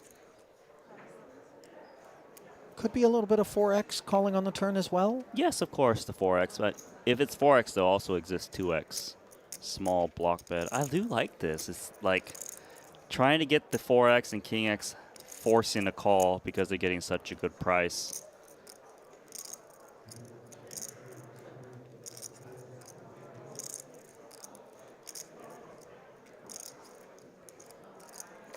I'll tell you what, a lot of times when you get too cute with these block bets and you don't really have credibility in terms of repping a deuce, whereas Jan could show up with a little bit of that from time to time. Deuce 3, deuce 5 coming to mind as the sort of combos that might have been in there on the I hear turn. what you're saying, Ali, but I do actually think he's more in the camp of calling here than jamming, just given that we're 9 remaining, but it's calling with Jack High, you mean? I would think there's more merit to that than jamming, but I know where you're coming from trying to represent the deuce. The problem is Ace X probably wouldn't be folding with the king kicker on board, so he might also think that King X would bet and try to blow that hand off. So it's, especially with the mannerisms that he's going with, it does kind of, the raise feels out of the question at this point. Yeah, it's a call or fold situation. Now, of course, Jack High is not normally good, but is there ever a chance where Roman is just bluffing here, trying to kick out, I guess, like a Queen 5, some clubs, pays it off. What a value bet there.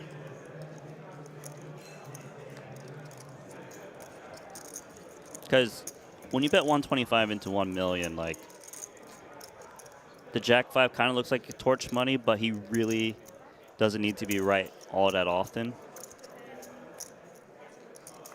And of course, he gives credibility for his opponent to have bluffs in this spot, even though it does seem unlikely.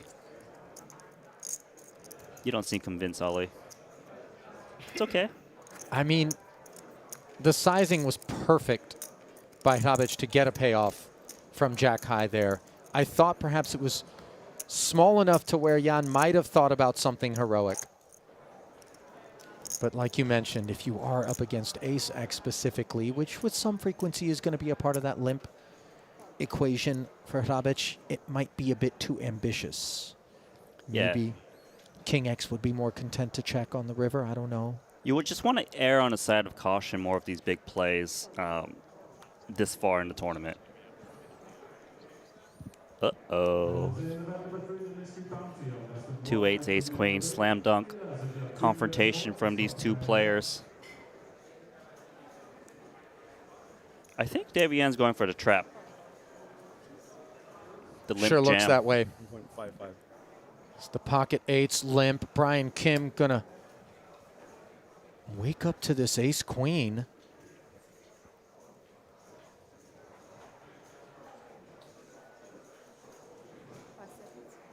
It's basically all in or make it like 3x, 3.5x to induce. He's just going to jam himself. Yeah. 2-8s is in. Well, the jam came before the toast as pocket eights ahead of this ace queen, but 45% equity for Brian.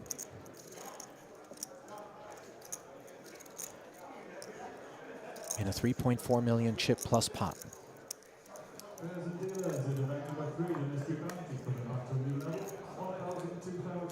King 5-3, it's clean for David Jan. He's at risk.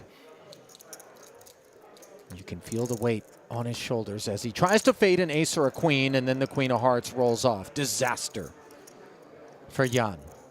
Stoic, as always, is Kim. And no snowman on the river melts the hopes of David Jan of a final table, as his departure will leave us 8-handed here in event number 2. A $72,000 pickup for the Kiwi. But a disappointing finish, especially in that exchange. He'll add to his over $1 million in career Triton earnings with a 6th cash, but leaves behind 8 hopefuls as the field will merge. Fedor Holtz, far and away the chip leader, the stage set for him to pursue another title. As we bring you back to the desk here, Ali and Randy, glad to have you with us. And it can unravel pretty quick for you out there, even when you're taking the best of it. Yeah, you know how it is. Like, you get it all in, and in that spot, he was clearly showered with no rain jacket on. Well, see, now don't get me it started. It kind of makes sense. Like, why did you say it? I just want to let you know weird things are going on out there. Okay, nothing weird about us taking a quick break as we assemble the final table. Don't go anywhere. When we return, we'll have the final 8 in event number 2 from right here in London. Stay close.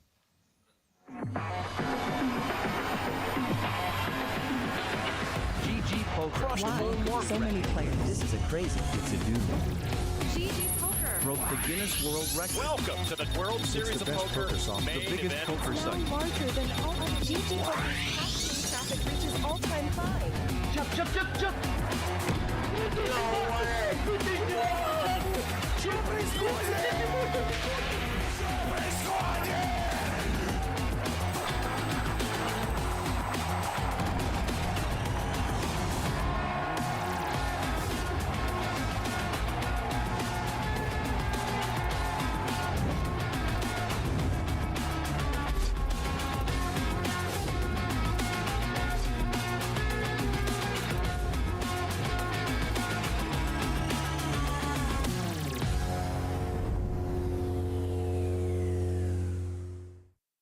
One of my favorite ways to understand GTO strategies is to look at the expected value of different plays. Whenever you see a spot to GTO Wizard, you can hit this dropdown and select Strategy plus EV. For example, opening Ace-10 offsuit from under the gun is worth about 9 big blinds per 100, but opening Ace-9 offsuit loses about 5 big blinds per 100.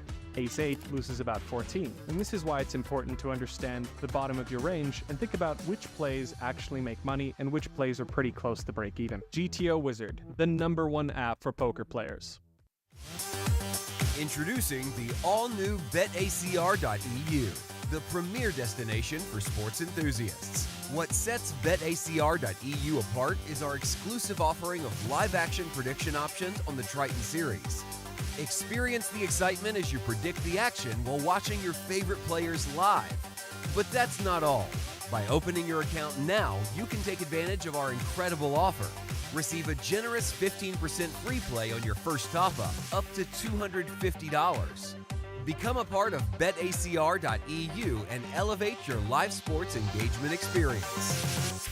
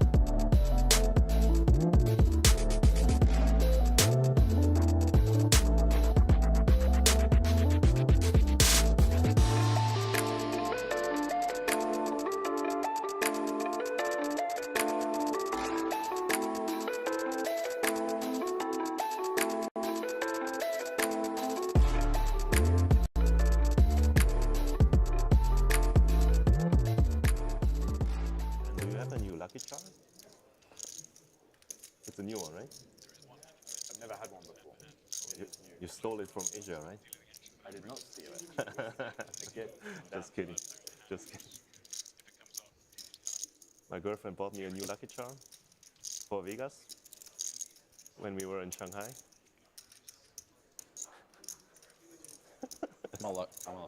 Didn't help. Big of you to blame the charm and not the girlfriend. Yeah. No, it's like I'm born in the year of the rat, so she bought me like a wristband with a rat on it. It makes sense. Yeah.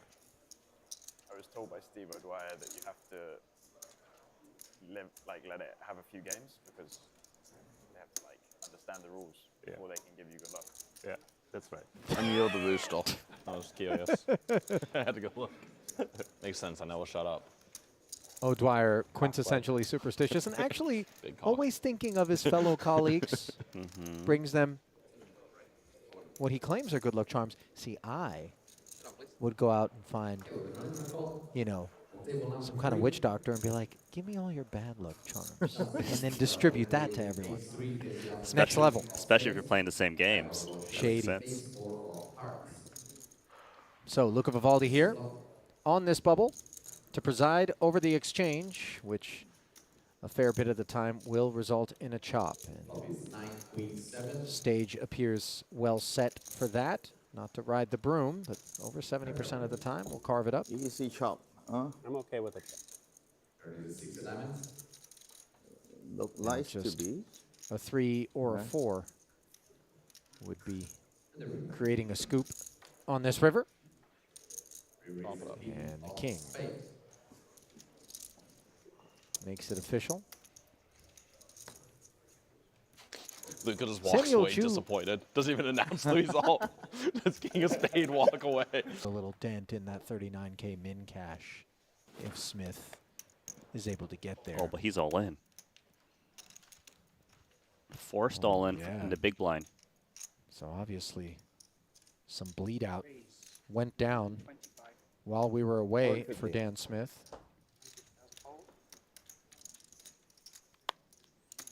KBL. The opener. And Obviously, it's not. an involuntary all-in situation here for Dan Smith's King 10 suited. Like a real MTG. How are you looking over there? In satellites, this is the fun spot where the whole table's just limp. Similar to the last I had one. it happen one time on GTO. I was like, Queen actually, six. I have no idea what they're doing. No. The one against you. Checked it down. Yeah. Oh my goodness. I am packing heat. That's so funny, too, like, the hands are down, like, Smith sweating his hands. Like, he's squeezing, like, just like.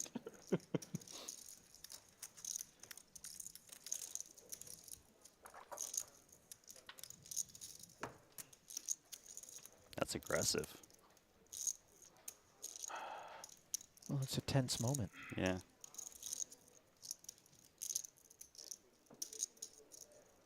She's reading the traps, sensing that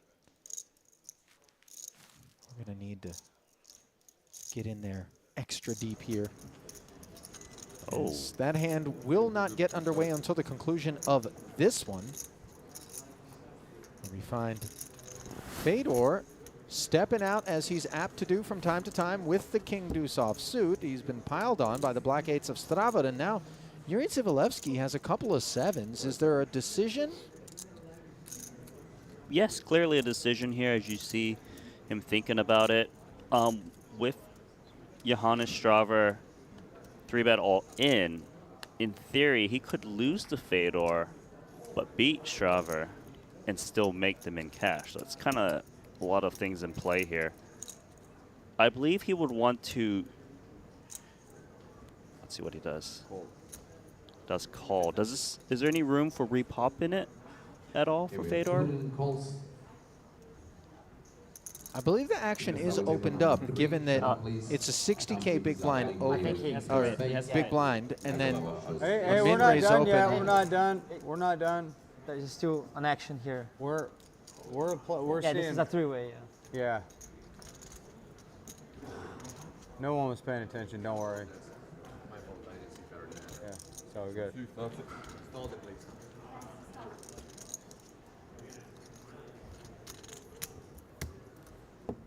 Luck.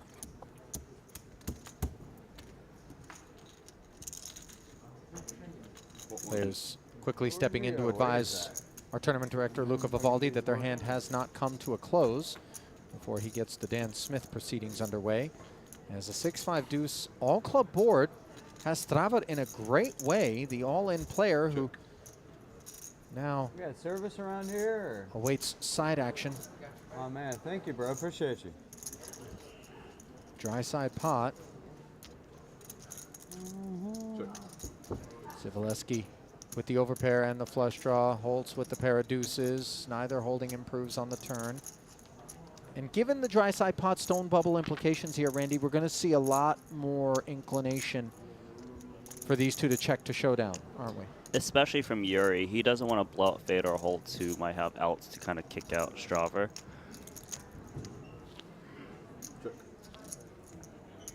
Even Fedor here, likely just no side pot. Yeah, so even in the event that we give Fedor free pulls at a hand that has us beat, the good news is if it ends up beating Strava as well, we burst the bubble, and that's money well spent. Yes, exactly. Big fade here for Straver. Let's see. Can he do it? Does. Clubs.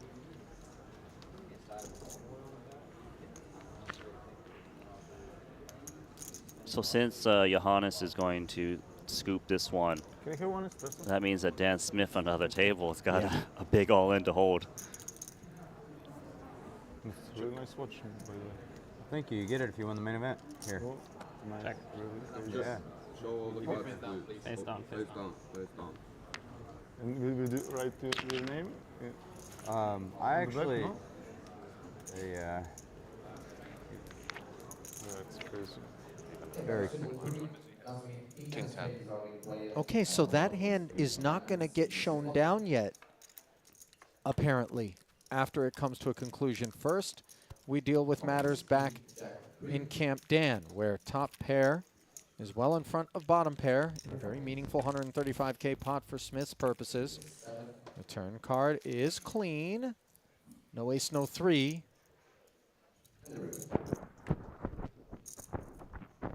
No problem. Has no heart across the way, and Smith. One-man cheering squad.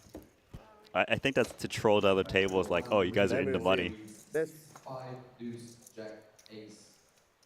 4 clubs. Know about? You know I used to be a b-boy, right?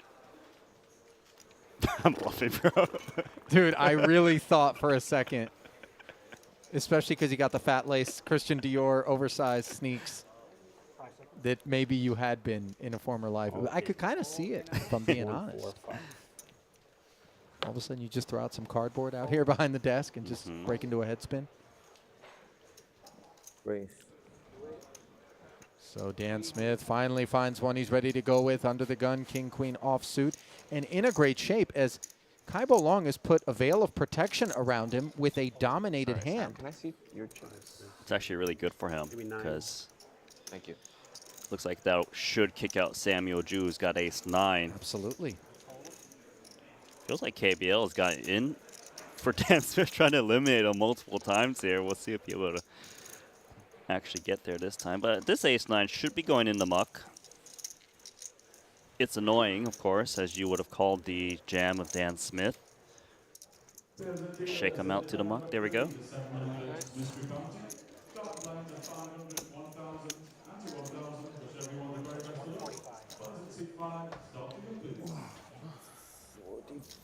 You gotta appreciate the ISO. And you hear the guys doing what he can for you.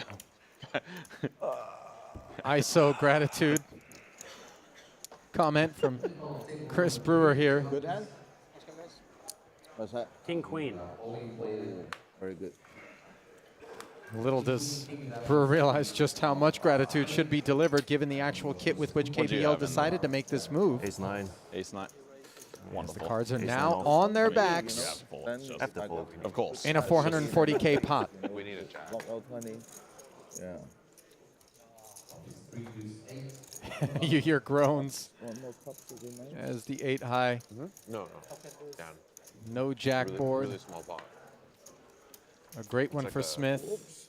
Three- The turn three now big gives ones. him a pair of kings, which he didn't need, especially if it's going to come in the form of a club, which now gives KBL all the clubs. Oh. Wow. Thank you, man. And there is one of them. A gut punch to Dan Smith, who truly did everything that he could within his power to avoid this fate. But in the end, Apparently I'm blind. it was his elimination Oh, okay. that would signify the bursting of the bubble here in event number 2.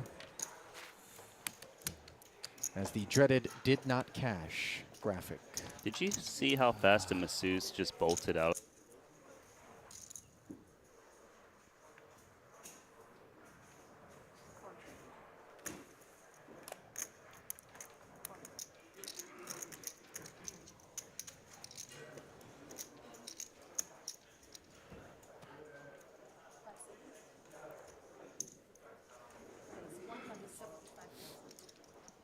Jack 8 suited, cut off. KBL continues to be active, and it's not a fact that's lost on any of the guys at this table, Randy. So when you wake up with the hand like ace-10 offsuit on the button, suddenly you might have designs on being able to snag 175 plus the blinds, as TTC does.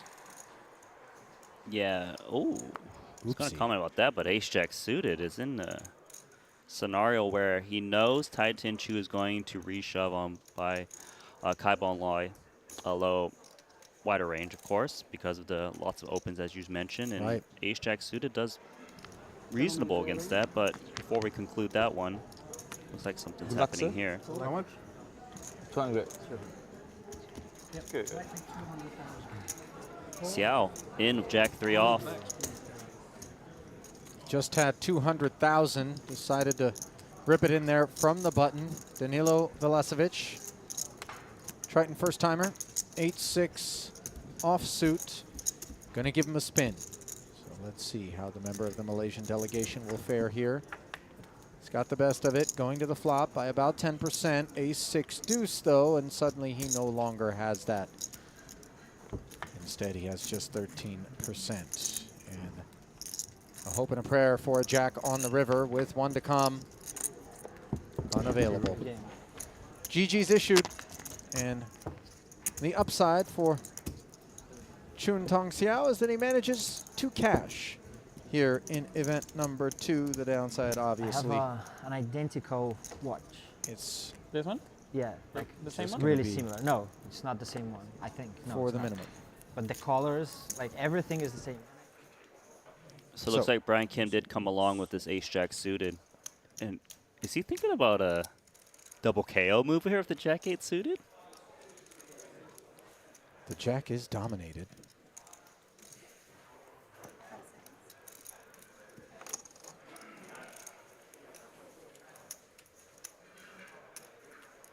He might be thinking his opponent's got like the same type of hand, therefore has more equity. Problem is this jack is dominating in this instance.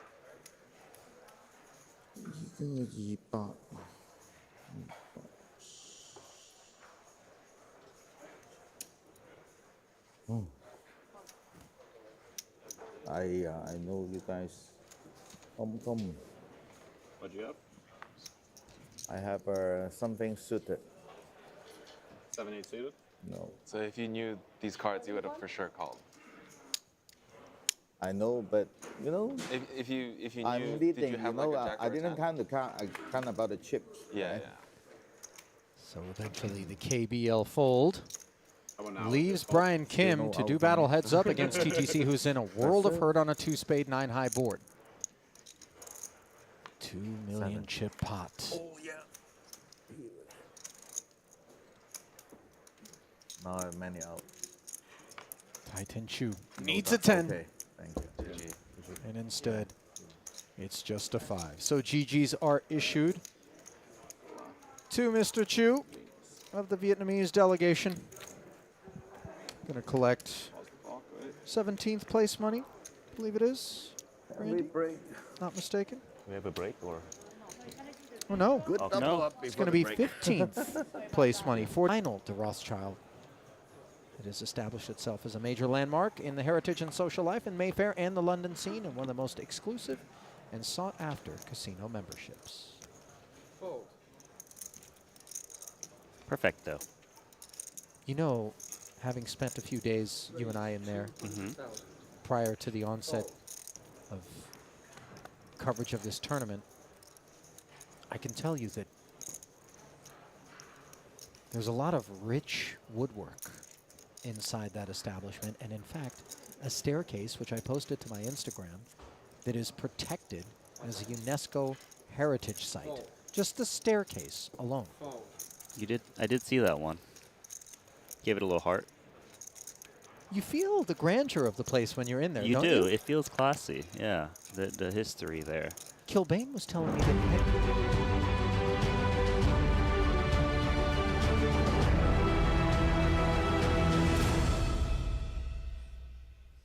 And welcome back to the JW Marriott Grosvenor House right here on Park Lane in jolly old London. Saturday evening, and finally, we've got ourselves a final table in event number 2, a 25k 7 max no limit. Ali Najad alongside Randy Liu, pleased to have you with us as we draw towards a winner that's going to be taking home a very tidy $720,000 for first place as you look at the Triton Poker Plus app, which reveals a 93k min cash and the seat draw at this final table. First peek at it, Randy, anything that you see that is of note and of interest in terms of the big stack of Fedor Holz and maybe the small one of Schwecht?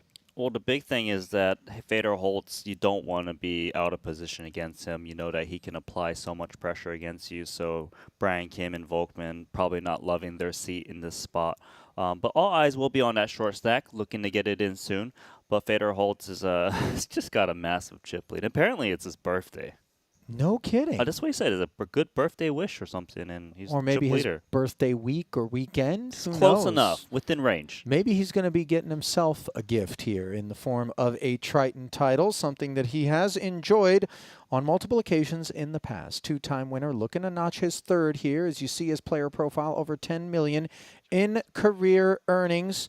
10 cashes in total. Producer James stepping in to say the 25th of July was his birthday. So a little bit removed from the actual day, but, you know, better late than never in terms of a nice little gift-wrapped third title. So we're just about ready to send it down to Luca Vivaldi, who's going to be bringing out our final 8 players. And, of course, work cut out for the German Schwecht with just 6 big blinds. The only other sub-10 big blind stack is that of Velacevic. And we will send it down to Luca Vivaldi now with the player intros as the action gets underway.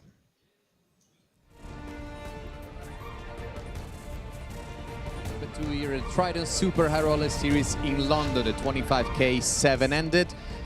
We had 120 entries and we're down to a final table of 8. And it's my pleasure to introduce you to them.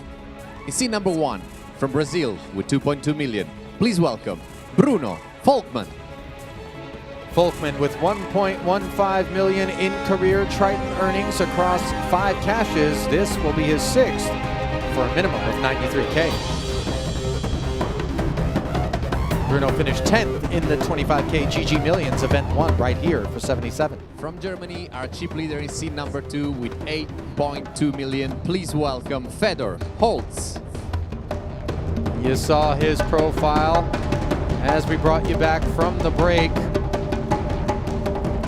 Fedor did not play the GG Millions. In seat number 3 with 2.9 million from the Ukraine. Please put your hand together for Renat Bogdanov. Bogdanov, a Triton first-timer, did not cash in event number 1, but has fixed that here today. Seat number 5 with 1.9 million from the US. Please welcome Chris Brewer. Brewer, big smile on his face and with good reason, finished 11th in the 25k GG Millions Live for 77,000. Looking ahead to his 2.4 million in career Triton earnings with 11 cashes and 2 titles. In seat number 6 with 1.3 million from Serbia. Please welcome Danilo Velacevic. We've already talked about Velasevic's Triton rookie status. Didn't cash in event number 1. Has repaired that matter here today. Seat number 7 from the Czech Republic with 3 million. Please welcome Roman Hrabec.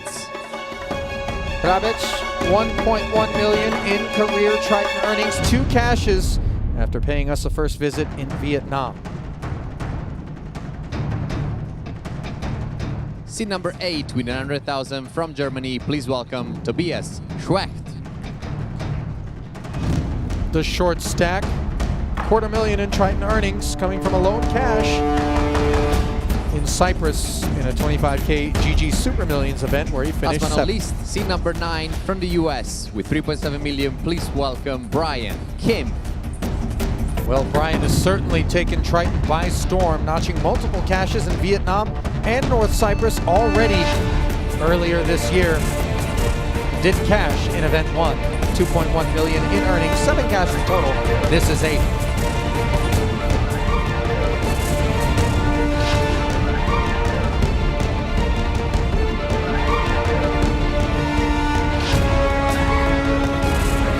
The bottom has been drawn to seat number 3. We're going to play the first hand of level 23, 75,000, 150, 150. I wish you all the very best of luck.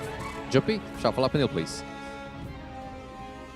So you heard Luca break it down for us. Blinds of 75, 150 with a 150 big blind ante. Level 23 upon us, and obviously in terms of stack depth, it is an issue for both Velacevic and Schwecht. Sub 10 big blinds, but the distribution is relatively dense from Brian Kim on down, as a better than 2-to-1 chip lead is what Fedor Holtz enters the fray with. here at this final table. And anytime he's at an FT, obviously real attention needs to be paid to how big a favorite he is to end up laying claim to the hardware. Yes, and exactly that, right? Ace-6 going to go to work. And, you know, we had the previous final table, a different player with a big stack, wasn't as active. Let's see how Fedor Holtz decides to maneuver in this situation.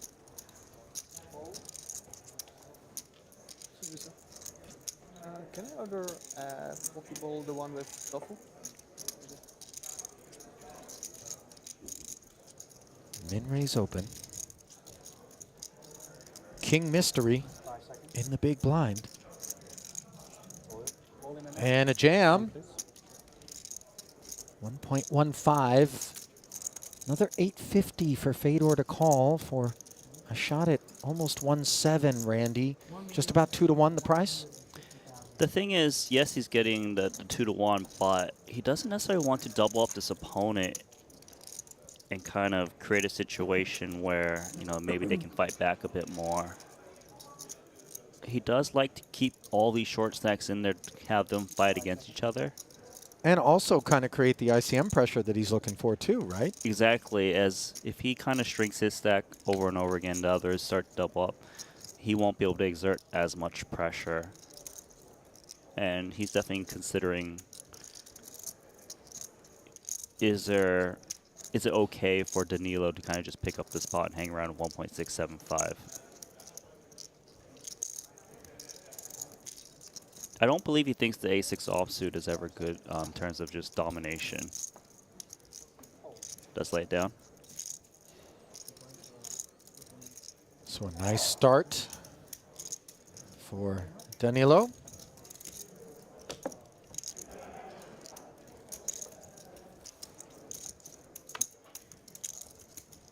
Playing under the Serbian banner.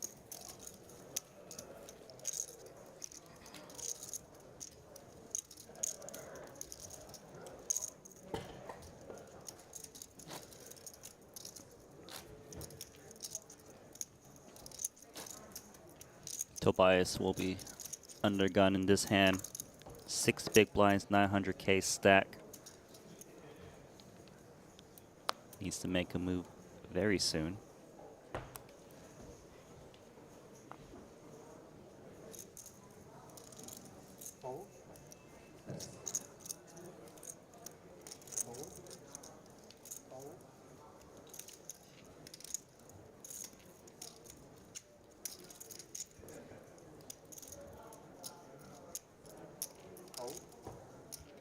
Does lay down a 10-7 of clubs there. Showing a little bit of restraint. See if similar restraint will be exercised by Baronov. 4th in chips here. Yeah, it's nice to see when Fedor holds it, you get your opportunity to chip up a bit. High fold equity.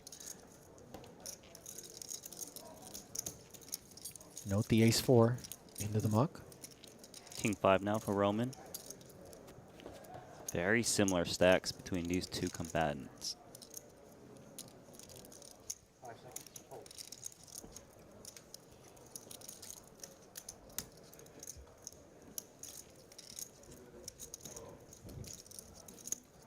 Yes.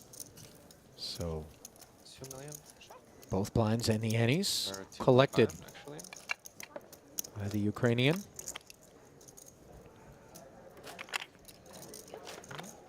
Multiple first-timers at this FT. Randy, Baronov among them. Touched on Velasquez already. Do have these veterans in here. Certainly a tough final table. Thank you. Volkman's got queen 10, straight into muck. Fedor's out.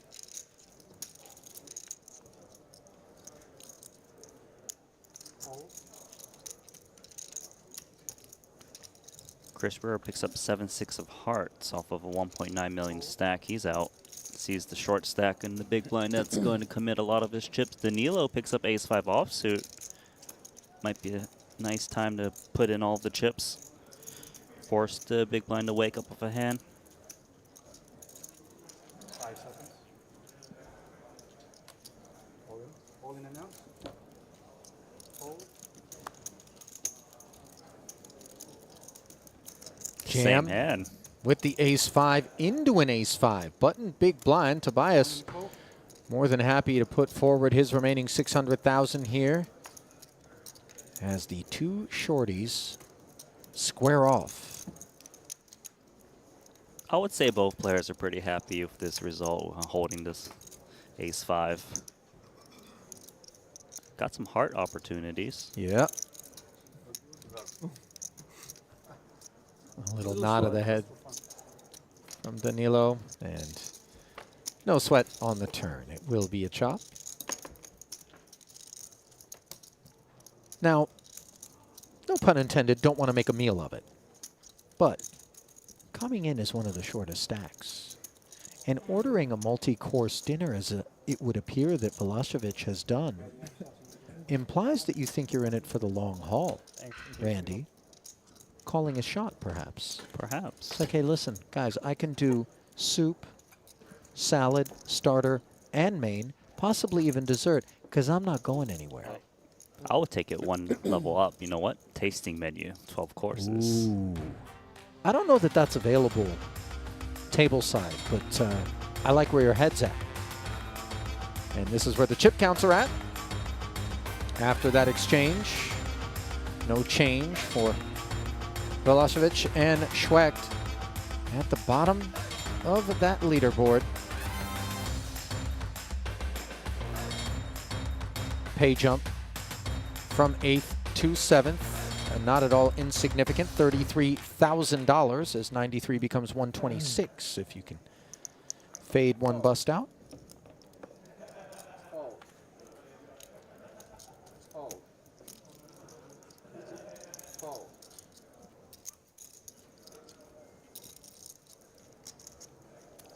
Offsuit king for Roman. 300.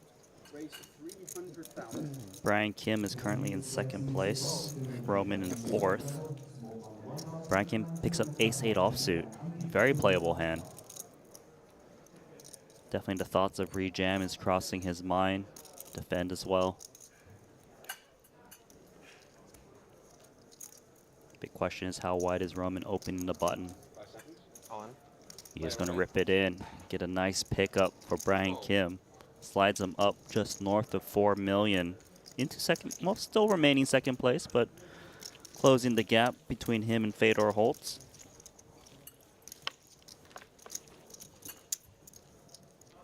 Obviously, plenty of work left to do in that respect.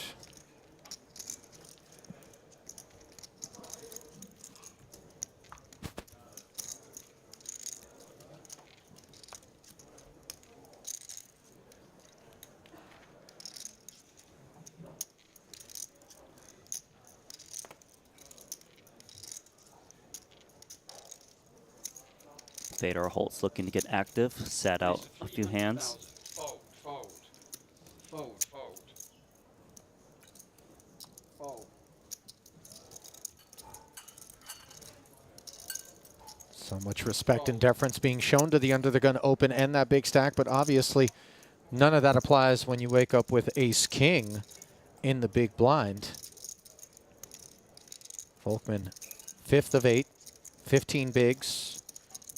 Got a hunch where they're going?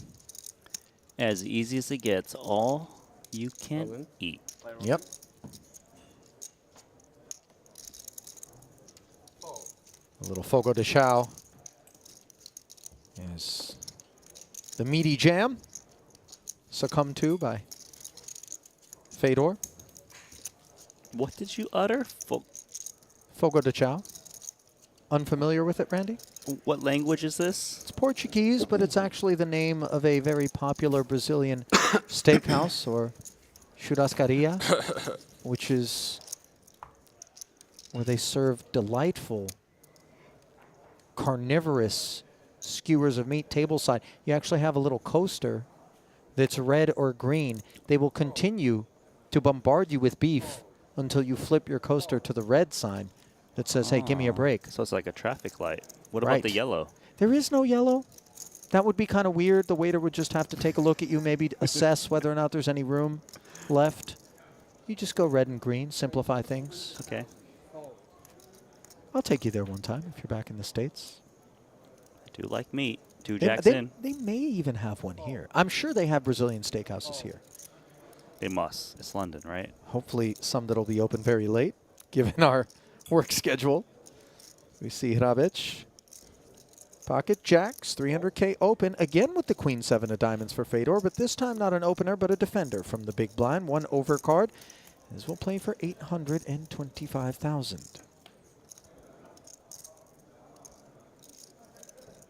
King, queen, 9, and the jacks have been outflopped, but the jack of hearts working, as well as the gut shot, as the door is not fully slammed shut on Roman. Roman's not really looking to inflate this pot, I imagine, on this flop. He doesn't want to get blown off of a hand that has clean outs. You would imagine that he'd want to check this at a high... Well, actually does bet. Maintain control.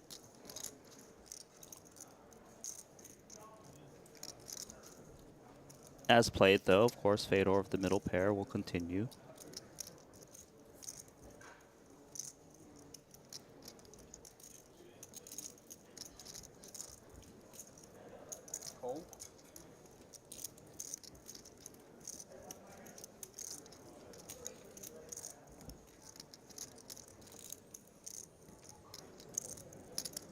Dry turn card. Fedor.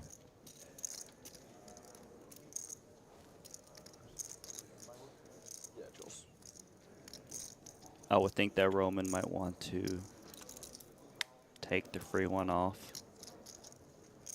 Still has clean outs to the 10.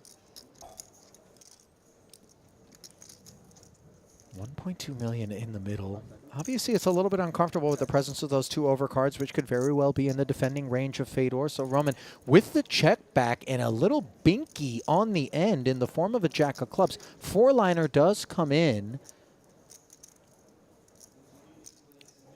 Fedor's queen has still got pretty good showdown value in this spot. He still beats like the ace X's, the jack X, you know, like the ace jack. If he's betting, it's basically to turn it into a bluff, and he'd want to go sizable, but check. There could be some value here for Roman on this four-liner. It depends if he thinks Fedor would ever trap a 10 in this spot. Maybe less so, given there's a flush draw on the flop where the big blind wants to represent miss heart, so they would bet the 10 themselves. It's a hard value bet to make, but definitely very capable in the hands of Roman. 500. Yeah, I love that he's able to find this bet despite the very scary texture of the board.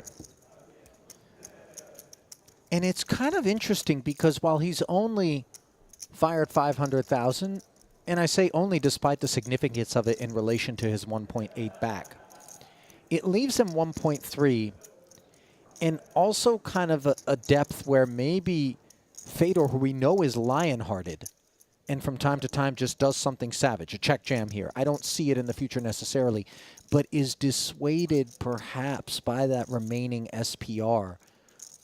Would you agree? I would think so, yeah. That remaining SPR definitely changes things. For Fedor right now, it's just he's thinking, how thin are you value betting with a four-liner? Would you really bet two pair in this spot? Would you bet a naked king? It certainly feels like one pair can be removed from the equation. I would think so. But then, if it's two pair even. So it's less likely two pair unless it connected the jack, because you would expect king queen to just multi-barrel this turn, or like a king nine, a set of queens, set of kings. So Fedor is thinking, would you still bet like a king jack, queen jack in this spot, a set of jacks, jack nine? does make the correct laydown, but definitely worthy of thinking in that spot. And Roman gets to get back up to that 3 million chip stack, much needed. Conversely, Fedor slipping a bit after that one. Yeah, 2 shots of Queen 7 diamonds, no good.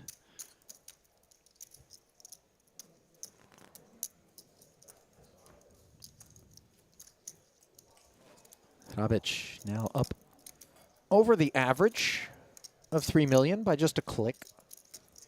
Has Brewers gone to the shades here? It's business time. Just thinking the same thing. Did you ever watch Flight of the Conchords, Randy? I've never even heard of that movie. I know a lot of movies, but how old is it? Like, is this Gone with the Wind time or what? Randy, it's a television series. It was on HBO. Do you know what HBO is, Randy? I don't know. I can't even think of an acronym Randy, right now. you don't know what HBO is? Yes, I know what HBO is. Thank God. Max. Yeah. Yeah, Okay. yeah, All okay. right. We found the common ground here. It was a wonderful show about a couple of musicians from New Zealand living in New York City trying to find their way, and they had a terrific track titled It's Business Time. Check it out on YouTube. Hilarious, as was the show. Meanwhile, not so funny is facing off with Fedor Holz's small blind when he's got the baby-suited ace wheel card here, but finds the fold, delightfully so, against an ace-9 suited for Danilo. Yeah, ace-9 is definitely happy because he wouldn't have called a 3-bet, I'd imagine, off of that short stack. So gets one through. So if Fedor would have jammed over it, you don't think the ace-9 is going to dig in there? 100% that ace-9 is going into the muck. Or 99.99. He's only got 11 bigs coming into that one. That's not a business time hand, okay? Okay.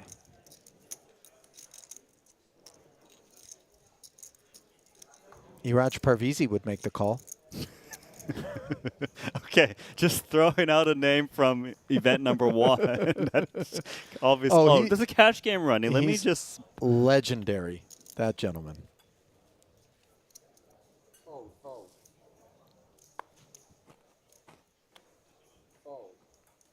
I already forgot the name of the show, by the way.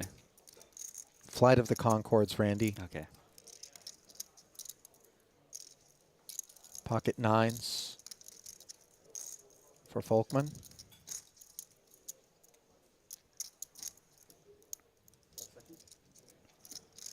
Raised 300,000.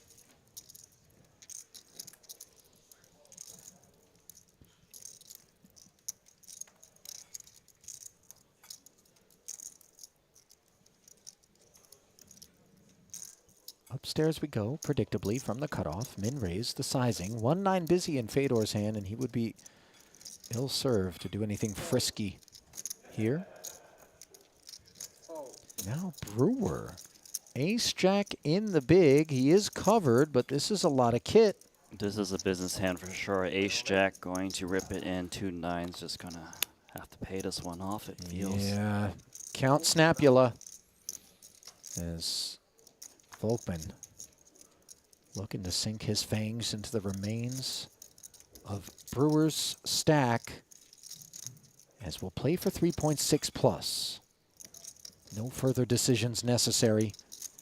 Just leave it to fate. And a fate that delivers an ace to Brewer's doorstep. Well in front of Folkman. 9-1. Make that better than 9.5 to 1. I'm sorry. That is not the way to express that development. A glitch in my matrix. Often. Yeah. That was like 24 to 1. I'll just count down 1 sec. Can you call Seros, please?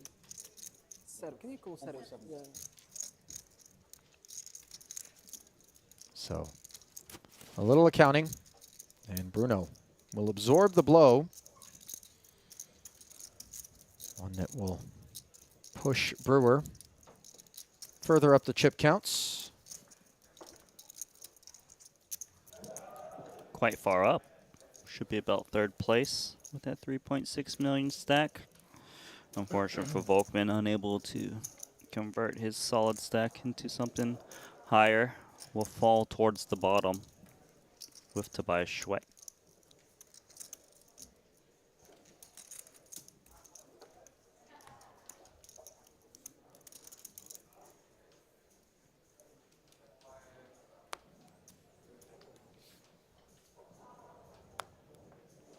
Third in chips now is Brewer. Volkman the shorty. With Schwecht, as mentioned. Pavic, ace, queen. Fourth in chips after Brewer leapfrogged him. In comes the min-raise open.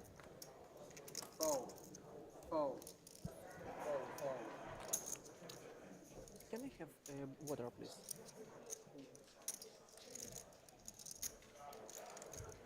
Danilo's got ace-3 in the big blind. 1.8 million behind the big blind ante. It is undergun open. He's out. Obviously, you hate to give up an ace in the big, but you hate even more to wind up in no man's land with no position. I think what's important actually that hand is folding that against the undergun open. It's just such a trouble spot. So sometimes you make an ace and you get stacked post flop, or you just completely whiff. So what are you hoping for? Trip bottom side card? Unlikely. Yeah, best case scenario, you flop an ace or better. But It could be usually trouble. our improvements are in the form of a pair, and it could be trouble. You're never going to be maximizing value. Out of position. Don't know where you're at.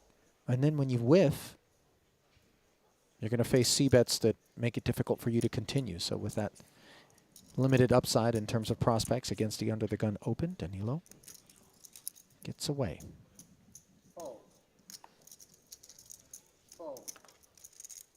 Roll in. Play roll in.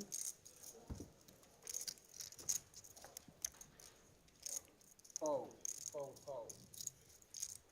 Fold. Fold. Gotta feel good about that pickup off of Sure. 775. I'll grab.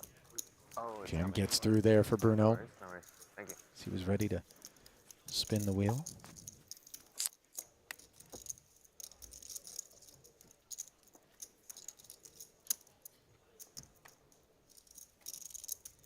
I don't know if word has come down yet or not. And you can see the wipe by the dealer there on the shirt suggests we've got a clammy hand situation.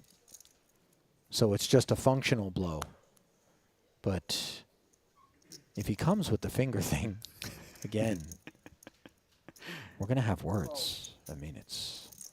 You're going to have a word with them to visit your tent. It's like, hey, listen, buddy. There's some superstitious characters out there. I would hate for you to end up on the wrong end of a voodoo doll setup. Just saying. I wonder how many people have voodoo dolls of you, Ollie. 650. It feels like there's It ain't, more than it ain't one. working. Here I am. Pocket threes, by the way, was deliberated briefly by Bruno, and emphasis on briefly as he puts it into the mug. Different prospects here for Brewer off of 3.6. Freshly minted.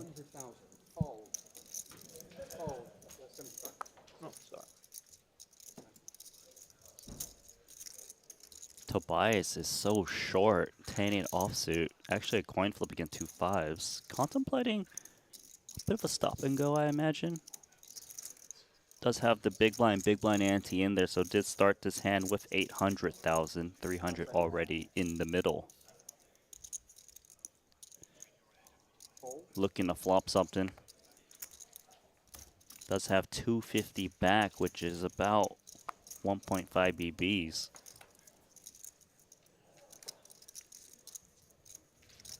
Wow. Fails to improve on a king-9 deuce board. The fives still looking good and obviously ready to get the rest of Schweck's chips in there. He is non-compliant, of course.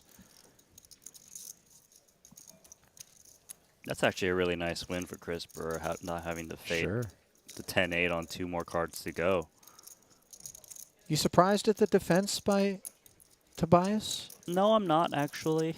I understand where he's coming from. It's just, you know, you pick up some equity and continue, and perhaps some bad boards, you preserve that remaining 225 or so. It's specifically the fact that he has the big blind ante and the big blind out there already, even though it's such a healthy chunk of his nub that's going in the form of the call, leaving him now with just a couple of bigs that motivates him to take that somewhat dusty kit and dig in, at least to the flop.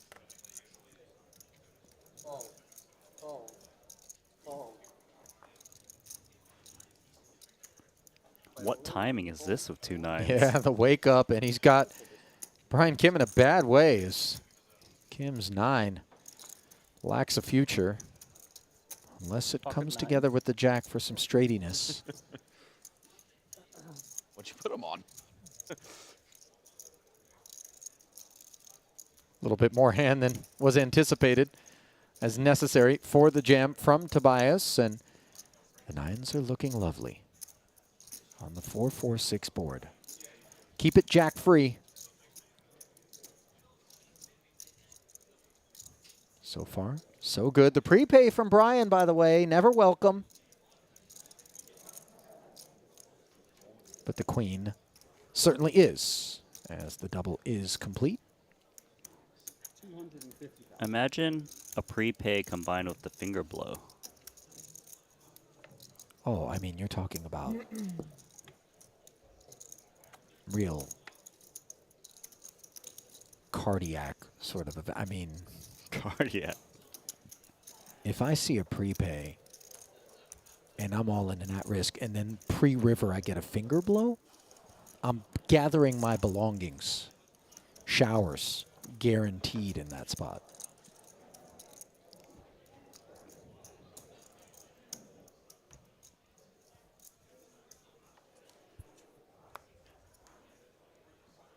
You got any other sort of superstitious things that when somebody does when you're at a table, Randy, you're like, oh, no, this is not good?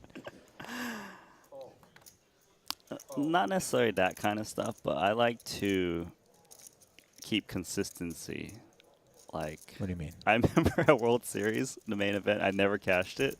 And then the one time I was in the money, I would have these trinkets, and I would put them on my chips and move them one off, and then it would have to go back on top after I grabbed the chips.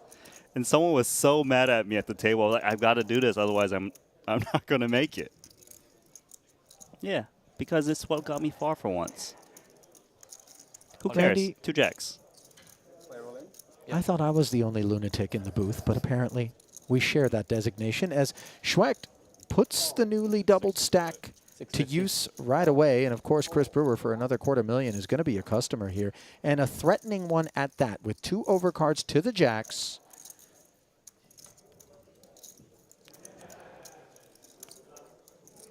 This would be one hell of a spin up for Tobias, who had the 2 9s to jack 9. 2 jacks now.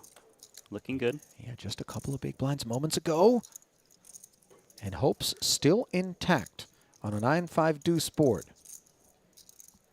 Let's keep this art gallery free of any paint. That was the thought on Schwecht's mind, but suddenly a diamond on the turn. And we're not looking for any gemstones on the river. Oh!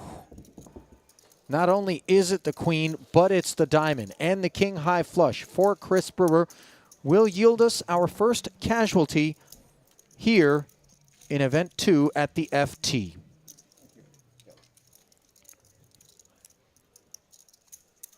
Dirty things going down, Randy. Yeah, that was dirty, but you know, Chris Brewer has been hot lately. Yeah. This is his time. Well, he absorbs the remainder of German Tobias Schwecht's stack as Tobias will notch the $93,000 payout for the 8th place finish and add to his already 200, or rather 156,000 in career Triton earnings. Second cash.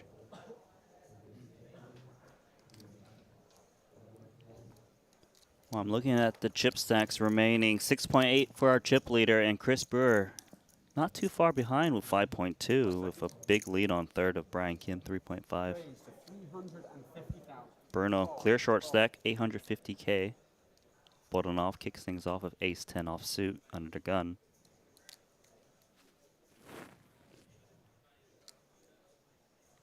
Roman with king-9 of diamonds, he's out. Brian Kim picks up ace-king. Great timing.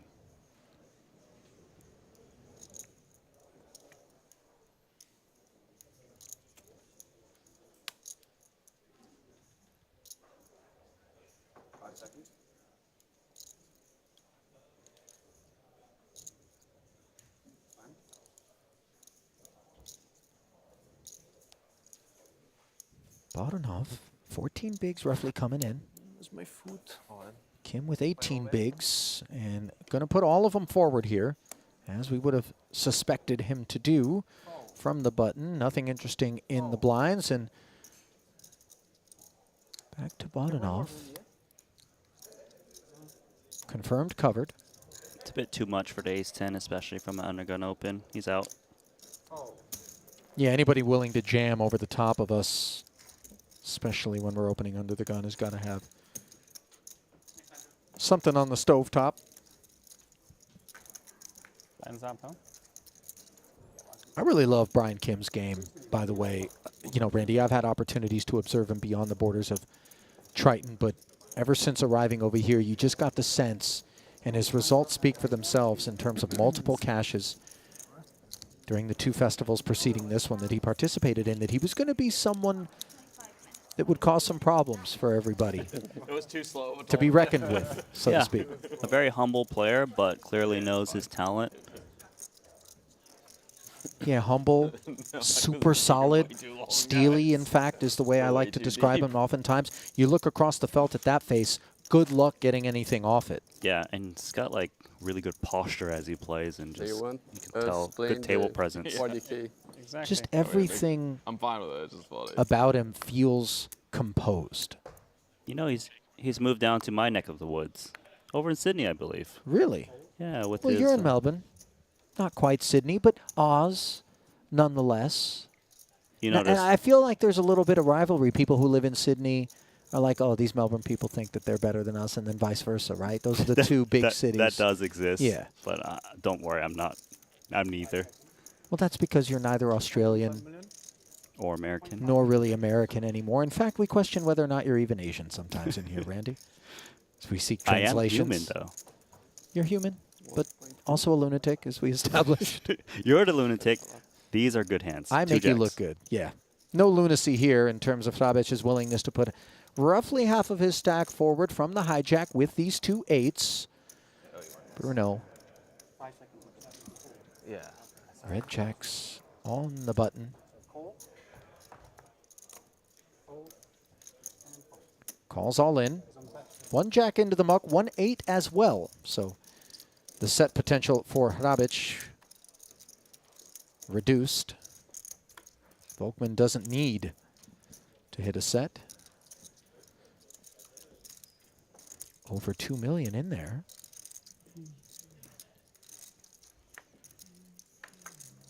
All in parade continuing, and the jack on the flop. Case in nature is nice for Bruno.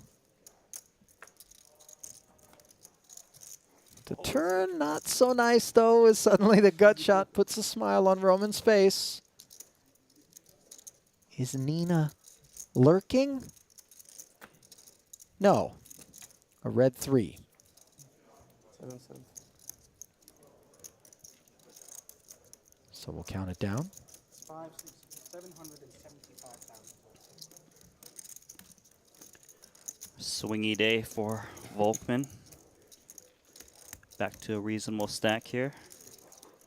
Tight cluster near the bottom. Well, Jacob & Company is the official timekeeper of the Triton Poker Series, awarding special collaboration timepieces to be won by our Triton No Limit and Short Deck main event winners. Henrik Hecklund, Stephen Chidwick, Jason Kuhn, all rocking them. Just take a look at those incredible bits of craftsmanship that come from their workshops. Of course, the Astronomia Casino piece, one of our favorites in here, just given the presence of a functioning roulette wheel within. How the heck they pull that off, I don't know. They even have that Bugatti edition watch, which I believe Jason Kuhn posted something to Instagram showing that piece with the working W16 motor inside it. Do you have to put gasoline into the watch? Yeah, I don't think so. I hope not. I mean, that would make it All in. not green, eco-friendly. But last I checked, Bugattis don't run on electricity. No, Not they a don't. hybrid. It's just a guzzler. Okay. I feel like when one buys a Bugatti, you know how you can like adopt a star? Yes. You know, things like that.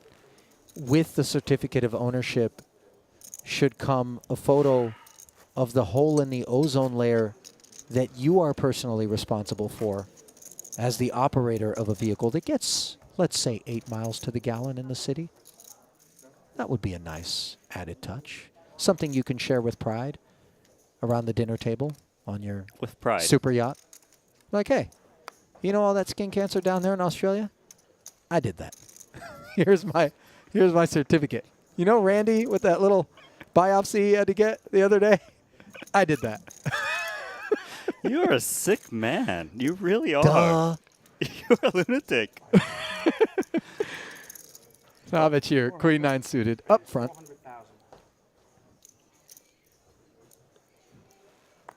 Little min-raise tickle. A little dangerous to be making moves like this when you got 4 bigger stacks than yours out there, and one of them has woken up to ace-queen suited. All in. Yeah, Volkman was down to, what, 700 or so, and picked up the 2 jacks against his very opponent. Had 2 8s, doubles up. Now he gets a pick on him again. 3.5, very healthy stack of that. Cements his spot in 4th currently.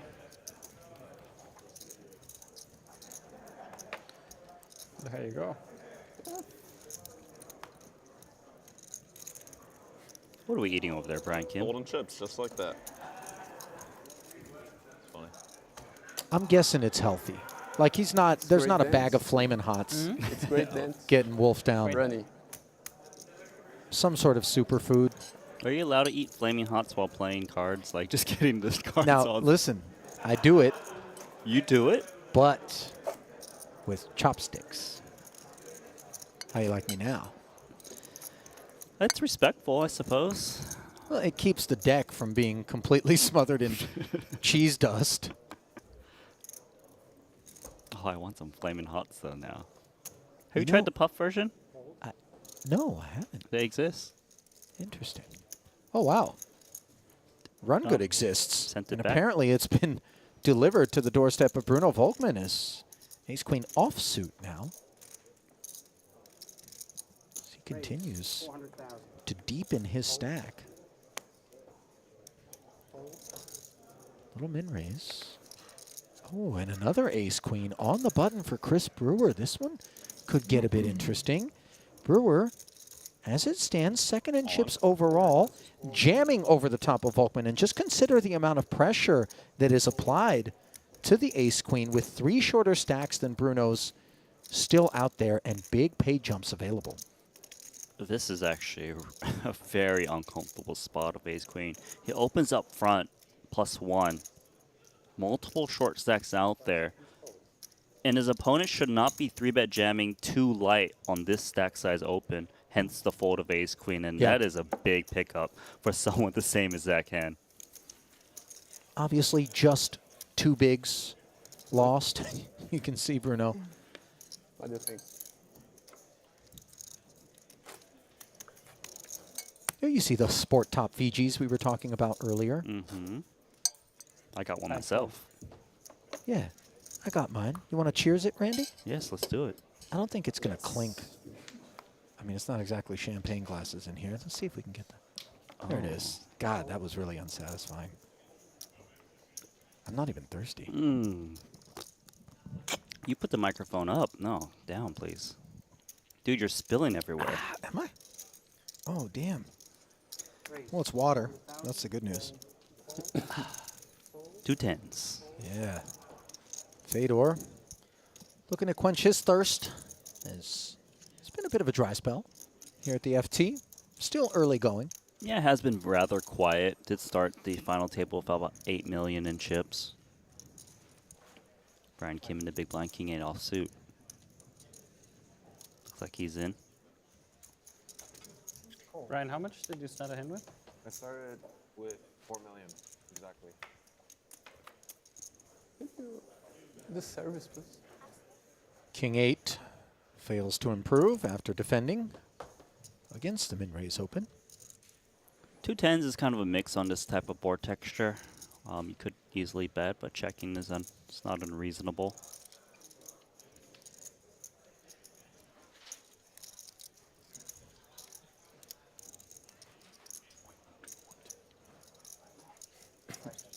Looks like he will maintain control and very likely take this one on the flop. It is a very small bet, slightly north of min. But King 8 is just King 8 after all, and this Queen 6-4 rainbow takes it down. Nice pot, Fedor, 7.2. Yeah, a little 250K. C-bet. Downsized, but adequate against the King High. Can I have one of those, please? The fruit, yeah. And peppermint tea, please. Thank you. Peppermint tea.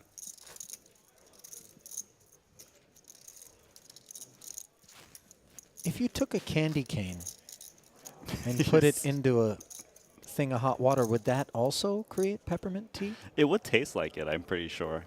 And you wouldn't have to add sugar. Also true. Have to ask Santa, though.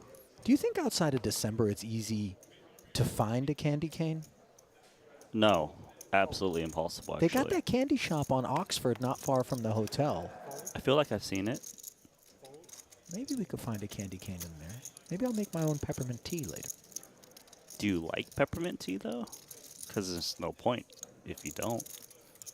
It's not about the experiment. Is it just about the experiment? Kind of. Okay. Nothing experimental about the 1 million chip jam with an ace on the button from Hrabic. Kim, suited connector, might have liked it in a different spot, but should be a not collision here. here. And yeah, King Queen suited. This isn't likely to find the muck. You still perform very well against these ace little, as you see 46% equity, but you dominate all of the broadways that are worse than King Queen suited. Flip with the pairs. Yeah, I referred to the million as a jam. There was still 375 back, but the rest of it on request by Bruno. He's got 46% equity here, and Hrabic delighted to be in front, but vulnerable, as his final table tournament life is at stake. And on a queen high board, it is very much at risk. Ace hunting.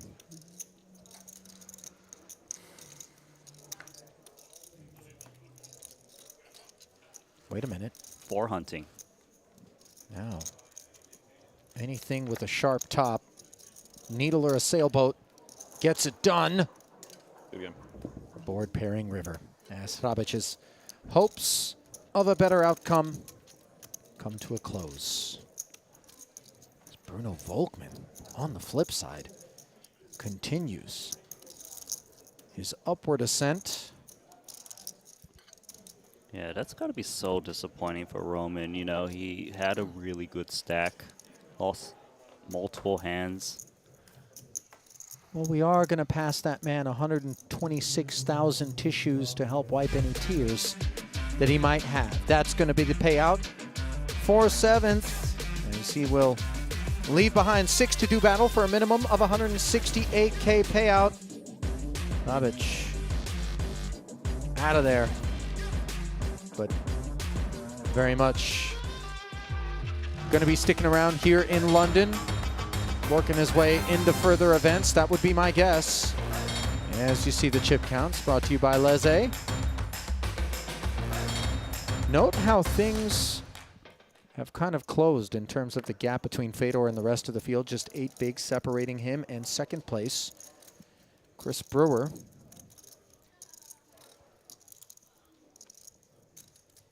Habic, by the way, now his third cash.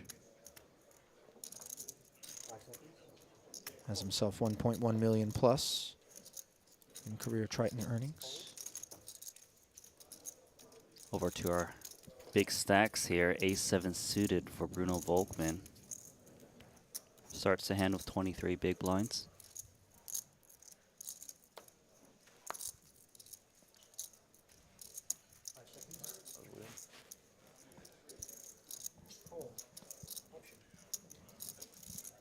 Fedor Queen-6 offsuit is aware that Bruno Volkmann's probably got a lot of traps, as well as all of the dusty hands as well. Queen-6, not the type of hand you'd be raising a small blind limp, especially with one paint in hand. So to the flop we go. One that is queen high and delightful for Fedor. Top pair, just the backdoor hearts and ace high working for Volkmann. Yeah, very delightful flop, as you mentioned, for Fedor, looking to extract value. He knows that there's a lot of ace-x and king-x that would also limp BVB, so he might want to charge these hands a bit. Of course, gutties and 10x.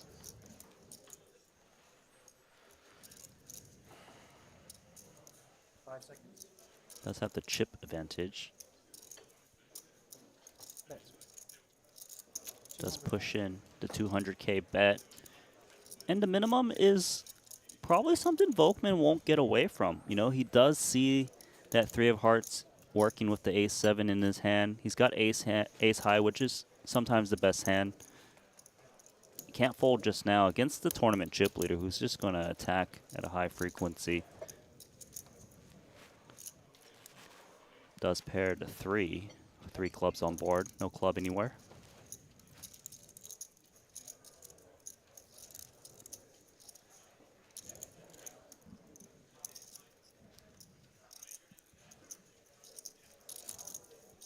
Check call of 200,000, followed up on by another check from Bruno. Fedor is waiting whether it's worthy of value betting, protecting his hand against the 3 club board. Wouldn't want another club to drop, but then again, maybe not bloat the pot. Looks like he wants to just bet 550, and this one should get it done. Volkmann quickly out. Fedor creeping up on his once upon a time 8 million chip stack, currently sitting on 7.6.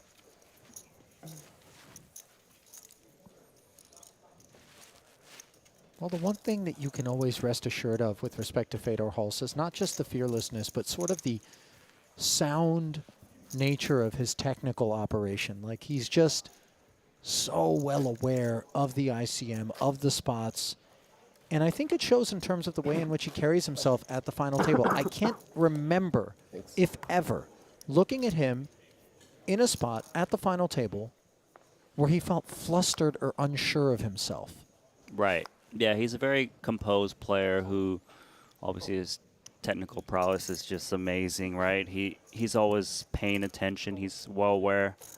And listen, this is not to suggest that maybe from time to time he isn't human and doesn't experience some uncertainties. It's possible. But if he is experiencing them, it would come as a surprise to me. And I think command of one's craft, which is the product of as many years as Fedor has been at it out there, and the amount of time and effort that he has put in with his camp, you know, coaching, received and given perhaps over the years, and just good guess, familiarity with the situation, it all comes together to just really make him a favorite any time he comes into an FT with any reasonable amount of chips. Yeah, I certainly agree with everything you said. Fedor, one of the best in the game.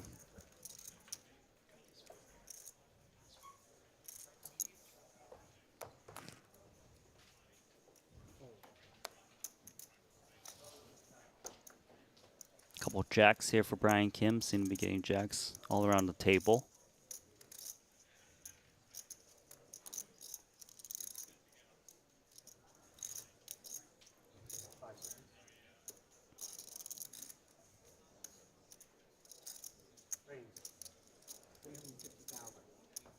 has to be 450, right? Up we go.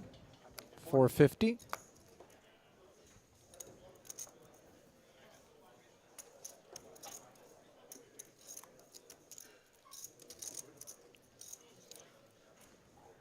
You can see him just not auto-folding these hands, just thinking about opportunities where maybe he can pounce on these kind of 20 big blind opens, who should be rather tight in general.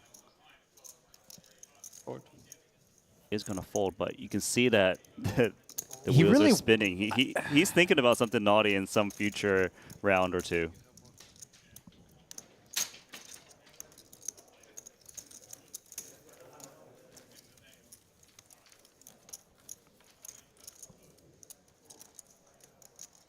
Unfortunately for Brian, doesn't have to contend with any of that naughtiness, which can be quite troublesome. He had a reasonable hand there, of course, but nevertheless. Yeah, no, 2 jacks would have fired away, but yes. The naughtiness of Fedor is, as he gets more chips, he feels a little bit more naughty. Yeah, oh, I can see that. He appreciates kind of having enough armament with which to create some problems. He's been rather disciplined, I would say, today. Bodonov's picked up King 6 suited.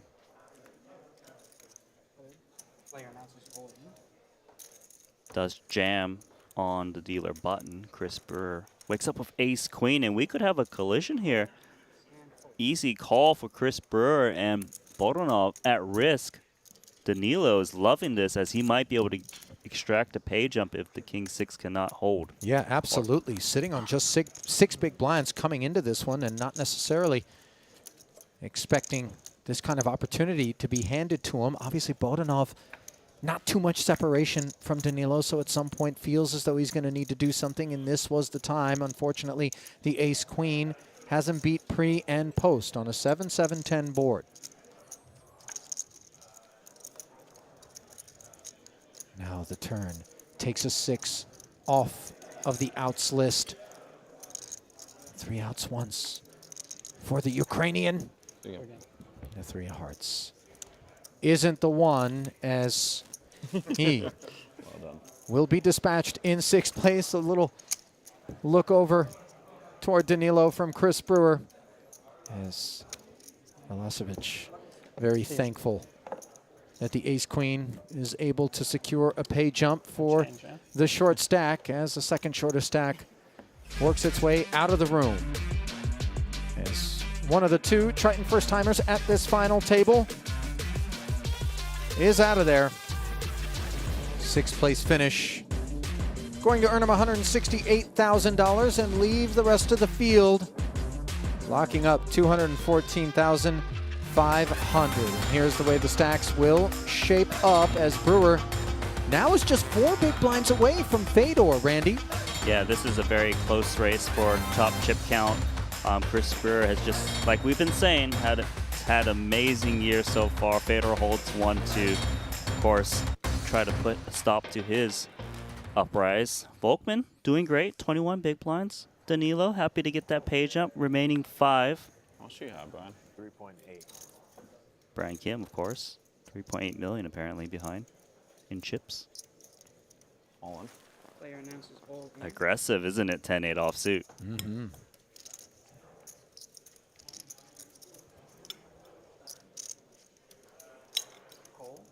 We fight. So, having locked up the over 200K, Milosevic feeling a little bit more comfortable with no other clear short stacks at all. Everyone else with 20 big blinds plus coming into this one, digging in. And he's done so with the best of it, as obviously Brewer giving him a spin from the button. And that spin, unfortunately, lands in Brewer's favor, as the man who helped secure the pay jump now is the one who might be showering us, barring an ace on the river, which does not come in. So back-to-back eliminations here, both courtesy of Chris Brewer. That's funny, though. Talking new chip leader here, Ali. Yeah. As a second Triton first-timer meets his maker here, as the battlefield begins to get bloodier at this event number 2 final table. This time the turn of the Serb, Danilo Velesevic. Not about outcome though. $214,500 gobbled up here in event 2 after not cashing in event 1. That'll certainly get his series off to a good start. So just 4 remain now. Blind steady at 100, 200,000, 267,000. The on-tap payout from the total prize pool of $3 million. That all brought to you by GG Poker. Onwards we march. No time for any funerals. We've got to find a champion. He's like, I should have won even more. I keep saying I need to try this strategy. I haven't tried yet, but waiting until I get a really bad round. 5 seconds. Yes, it is neck to neck for the top 2 chip counts, roughly 8 million apiece. But even at the bottom, you know, it's 4.1 for Volkman, 3.6 for Brian Kim. Fedor Holt's going to kick things off with the ace-7 of diamonds as he opens in the cutoff min-raise. King 4 of spades, very playable.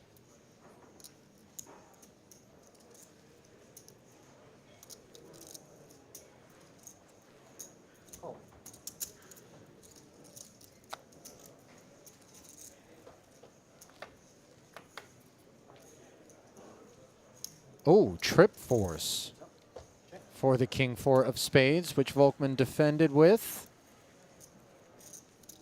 No diamond on the board either. Yeah, great spot for Volkman. Also, not only hitting the trip 4s, but also because this is a highly c-bettable board, so he does usually pick up a little bit more at the minimum. And you see that little bit coming in. Big question now is, does Volkman check call or does he put in a check raise, knowing that this board is rather dry and maybe it'll get looked up a bit more?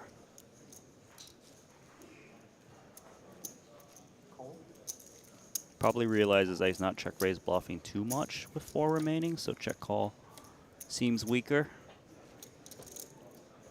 Lying in wait, hoping that Fedor can hit something on the turn that will cause him to continue to barrel at this one. Queen of spades doesn't improve his kit.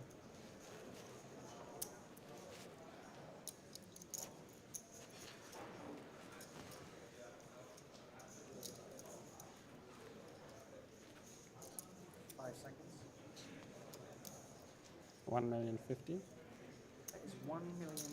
Music to your ears, Bruno Volkman. Absolutely. Despite not having anything to speak of, Fedor now barrels once more, removing 4x from the equation and maybe thinking he can apply some pressure to 6x.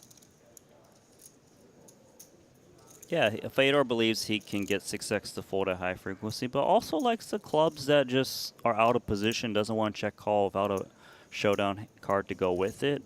There are some gut shots that exist that will just check fold. I like that he's just calling here with King 4. If your opponent's got a queen, he'll put you in anyways on the river, but then you extend some rope to the hands that have 0% equity. And he knows that Fedor's the kind of guy that can find 3 streets. And he hits the problem card on the river, an ace. I don't see a world, Randy, nor do you, I would imagine, in which Fedor's going to hit that card and then decide, I've got showdown value, let me check back. This feels like a spot where he absolutely can put a good chunk of that 2.2 in front of Bruno on request. I certainly agree with you, and also because Fedor is aware of his image where he barrels off with bluffs, he needs to also do this for value to kind of protect those ranges that are rather weak. He also thinking the trip 4s is unlikely holding for a big blind, right? The players don't defend 4x too often, so he's going to discount that a bit. And maybe the 4x is heard from on the turn. That's true, given how much money was already in the middle.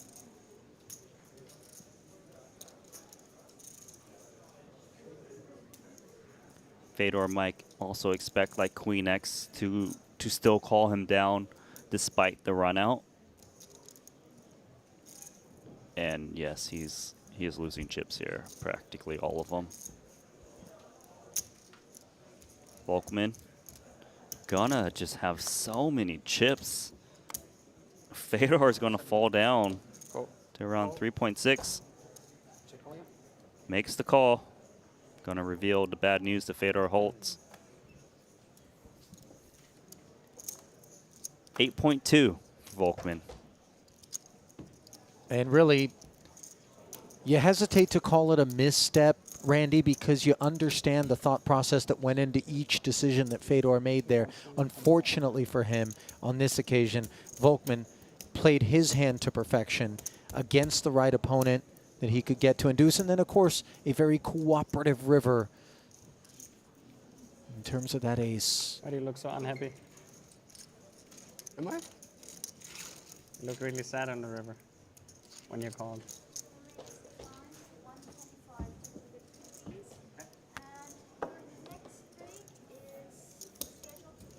That was an interesting... Well, because he kind of took a little bit of time before he called with the King 4, I suppose. Not that much time, but just like I mean, it's allowed. We're talking about, you know... Just in case you didn't overlook something, it's understandable. I mean, you know, it's Fedor Holtz is asking you for all your chips on the river. It's huge pay jumps now. First place, 720,000. Right now, we're staring at 267. That's a lot of runway. Yeah. It's taking a minute. I don't see anything wrong. He didn't even take a minute. He No, really I just know, took like the 3 or 4 proverbial- seconds. Yeah, yeah. I know sometimes allegations of nit rolls. It feels like he got nit. That's what he's thinking. It's always how you feel when you get the wrong end of the stick. Sure. Couple threes for Brian Kim on the dealer button, contemplating just an open rip, I imagine. 250K for the big blind, so is a larger level to interact with.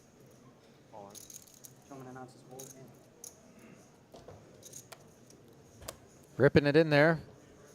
With the threes is Brian Kim. Nothing in the blinds to be of patronage.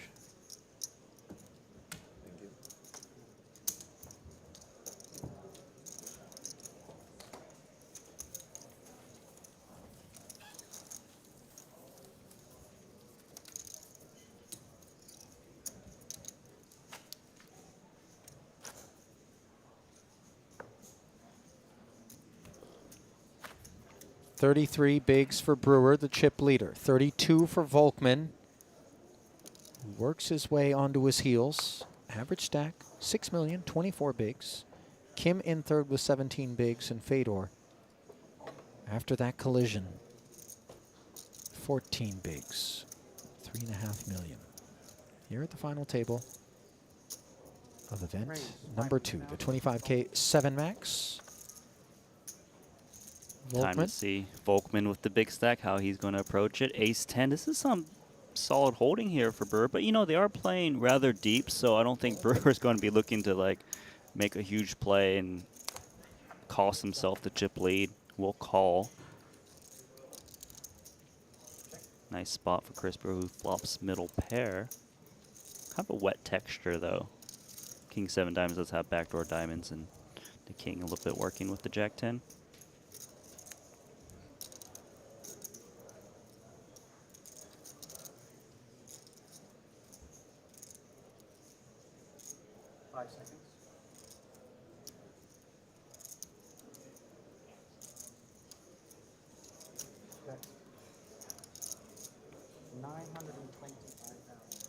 Bit of a monster sizing, Ollie. Yeah, Brewer flat calling from the big blind, flopping second pair, and his check draws a 925K bet from Volkman, who's feeling pretty swaggy at the moment.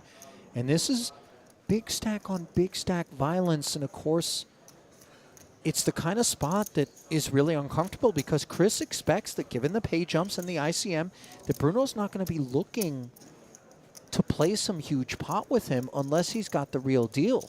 Yes, and it's always uncomfortable just holding second pair on very dangerous turn cards that could arrive. Let's see if that's one of them. The Queen is definitely one of them. My God, this is sopping wet. in terms of the open-ender and flush draw, both delivered to Volkmann, who's really inflated this one. 3.2 plus. A very big decision here. The big thing that lingers is that Queen Jack 10 board. Your opponent didn't re-raise you. They don't have Ace King, but you do check it back. Looking to hit. Does not.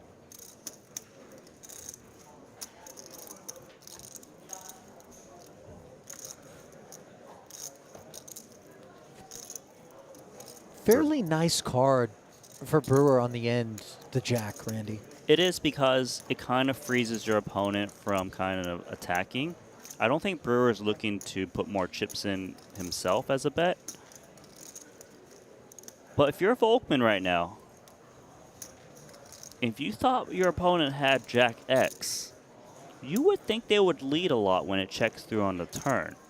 So the fact that he checks to you doesn't mean I'm up against a 10X that I can blow off. He does check it back. And we've got a big difference in chip situation as Chris Brewer is the dominant chip leader now, just under 10 million. Brewer slides down from second, still in second, but with just 6.6 million chips or so on.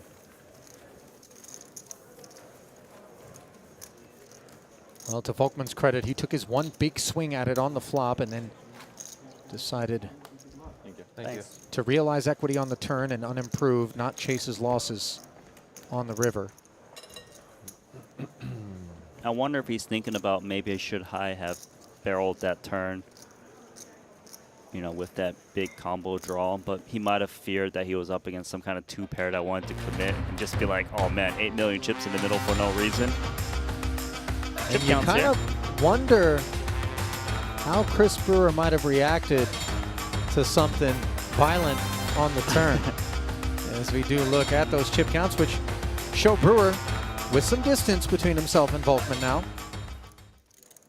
Yeah, I feel like if there was a big, large bet on the turn, Chris Brewer would fold that holding. He can definitely rather continue with a hand that had like an open in the straight draw or two pair, top pair. Regardless, it is BVB. He's got 7 deuce offsuit. No bounty in play, of course. 700. But he is going to attack. Chip leader doing chip leader things. Indeed.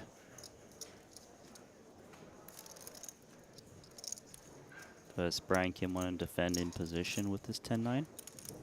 Definitely a playable hand. But you kind of risk losing your chips and making yourself the clear short stack. He's slightly above Fedor Holtz, who's in fourth. Wow, a rejam of 10-9 offsuit is absolutely sick, Ollie. Wow.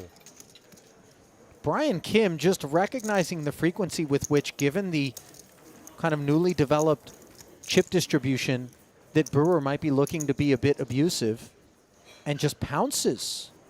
Gangster poker. That's gangster poker. That's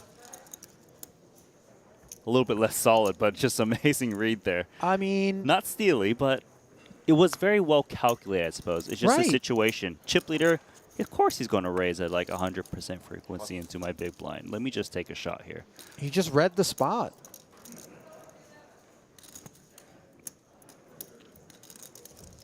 Give him credit for having done so, too. Not so easy. I guess finding it within you to be able to do that which the mere mortals can't is what separates good from great.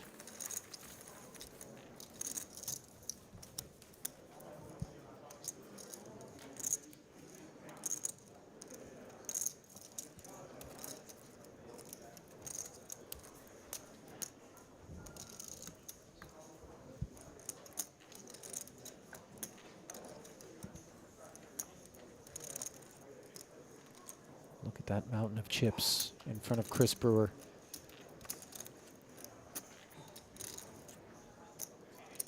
Decent amount of momentum. 500.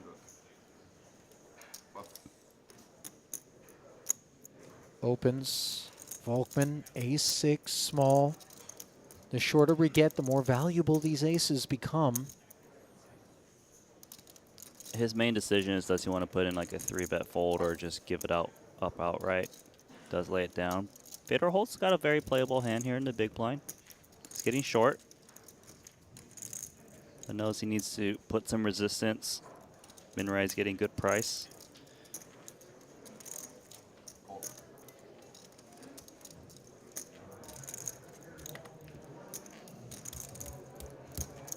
Remember, Fedor came into this final table as a chip leader, but now currently in last. Bottom 2 pair, though, and that'll help his efforts to climb back up the leaderboard. Chris Brewer going to attack here. He's got that backdoor spade, the Broadway draw, but also thinking that Fedor would rejam a lot of cards that would hit this kind of board. So kind of expects us to take down a lot. Obviously will not when you're holding bottom 2. Brewer backdoor spades. Broadway gutty. 1.6 and change in there.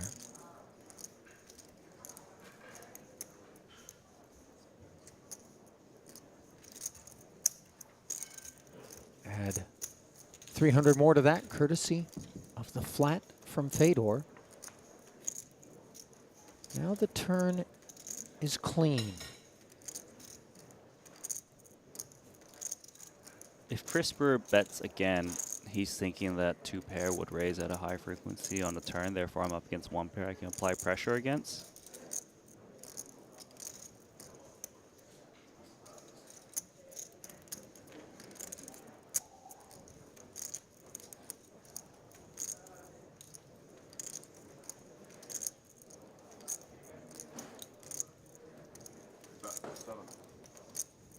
There's a lot in the middle right now. Fedor might be thinking about just pushing the chips in there since his hand is quite vulnerable. Yeah, exactly. Trying to protect these bottom 2 on the flop from something awkward like a jack or an ace on the river.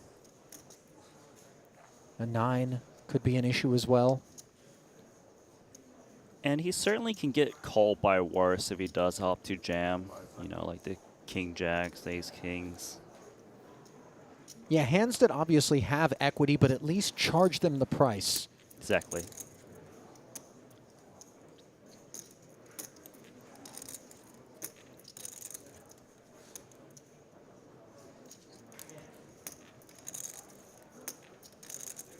Let's see what he decides. Because if he does just call here, he is giving credit for Chris Brewer to triple barrel at a very high frequency. He's taking the risk of a bad card dropping off, but expects to get attacked again. Because he's very expected to raise like a 2 pair at this point on the turn. So Chris Brewer might actually launch on a blank river. Oh, and that's not the problem only of the slow play, Ali. Is this river not blank, it's about as bad as it gets for Queen 10. All the ace X's are there. Backdoor diamonds are there. Granted, we block with the Queen of Diamonds, but this is stone cold disaster. And a turn in which the check jam surely would have sent the ace high into the muck. Now, a 3.3 million chip pot is going to head Chris Brewer's way regardless of how he approaches this river.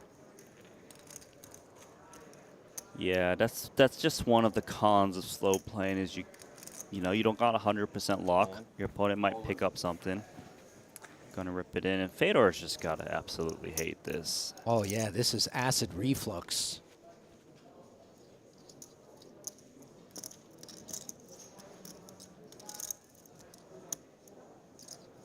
Heartburn for now. Heartache if he were to click call.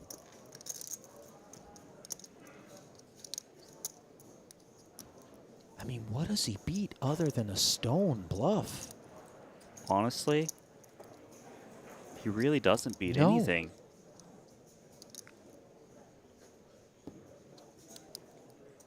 Even the backdoor diamonds came in. Sure, you got a queen of diamond blocker in your hand. But ace king and aces, these hands have merit on betting the turn. Of course, will jam when they make the Broadway. The fact that he is tanking, though, means that he does think that Chris Brewer is capable of the 3-barrel bluff.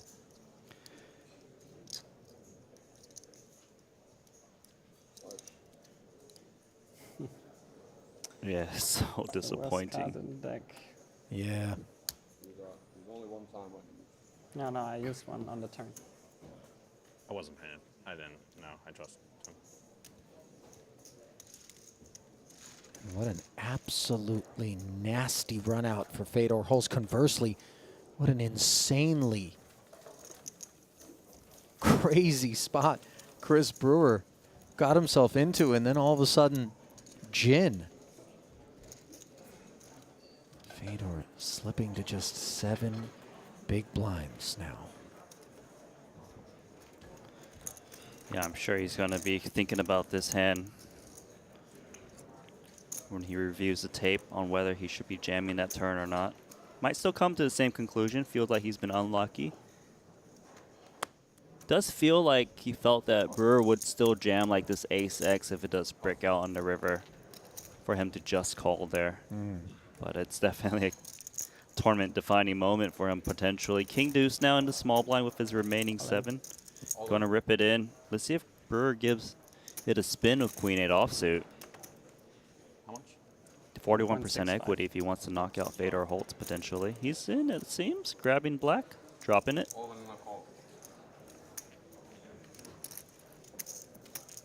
So the King Deuce in the small blind. Being given a spin by Chris Brewer, who's looking to finish what he started. 3.5 million chip pot. Fedor just shy of a 3-2 favorite.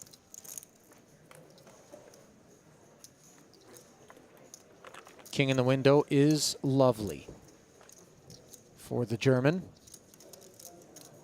And the turn not so lovely as suddenly Brewer picks up equity. A 6 would spoil the party for Fedor. All squeaky clean as the ace rolls off and Holt's able to claw back some of the lost battalion.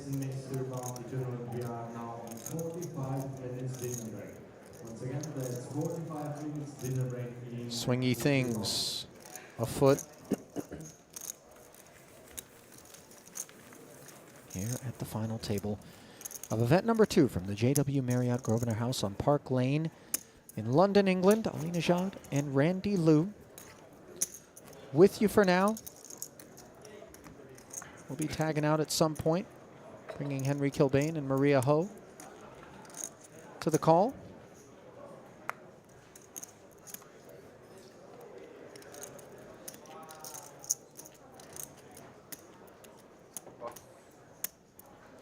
At this pace, though, that we were losing players, who knows whether or not they'll make it to the FT. Might just be picking up coverage of event number 3, those two. Fedor Holtz, King 9 of clubs. All in. 14 big blind jam.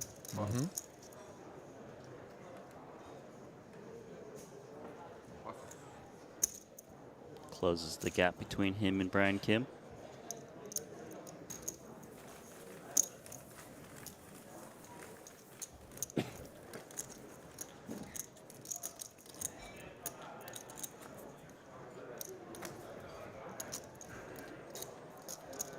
Down but not out. As Fedor begins the process of working his way back up the leaderboard. 17 bigs level with Brian. 24 bigs for Volkman. 39 for Brewer at this 125, 250K level. Where the on-tap payout is north of $250,000, 267 to be exact, and a $57,000 gap up to third. Offsuit 7-6 getting it done. Chris Yeah. Brewer. Dust in Nice. the blinds.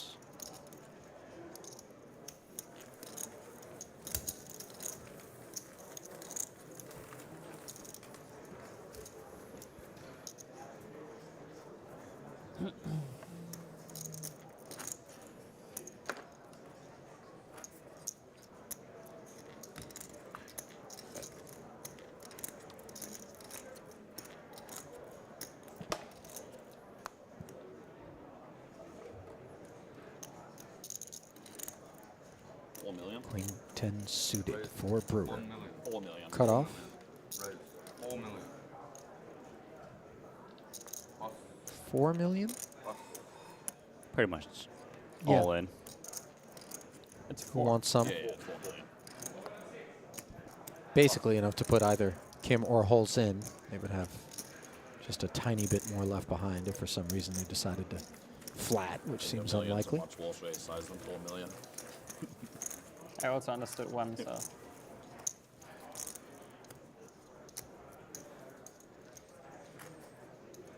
Brewer going to work, by the way, now, approaching a 2-1 lead over Volkman, and officially there after that one.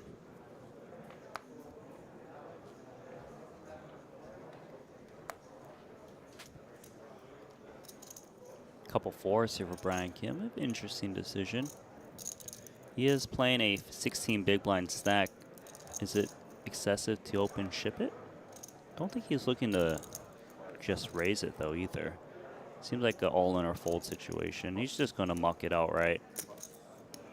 These little pairs, we see it from time to time, just going straight into the muck. Fedor Holtz now in the small blind versus the chip leader, King 7.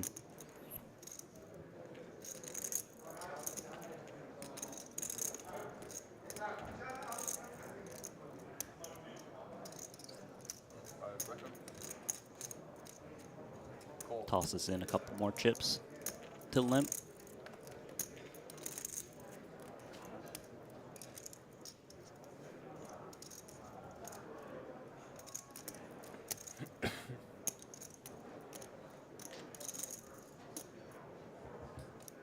Brewer thought about it, didn't he? He thought about the big one. You can't call this. The thing is, he knows that Fedor's going to be limping with hands that he wants to see Brewer jam with. Right.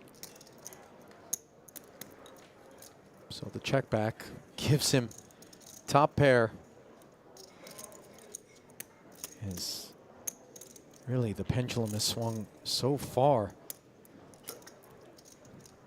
into the favor of Chris Brewer.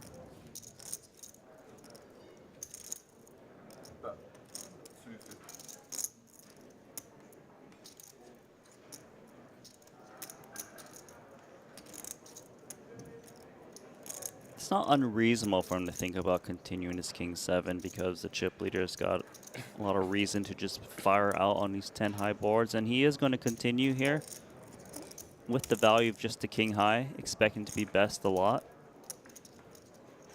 Trip 10s is going to seal it for Chris Brewer.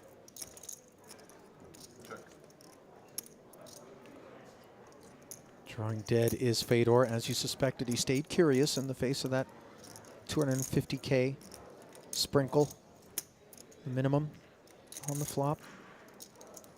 And the thing is, this is a problem card. If you thought King High was good before, it's good now. 800. But it's going to cost you 800 for the time being to try to find out, and potentially more on the river. The way the hand's been played so far, I believe Fedor is thinking this is a 10x or nothing. He might not think that Brewer would continue firing with a deuce X or 4x. I don't know if he's going to call another bet with just King High drawing dead, but you can see what he's thinking about is just, do you really just have the 10? Pass. Pass.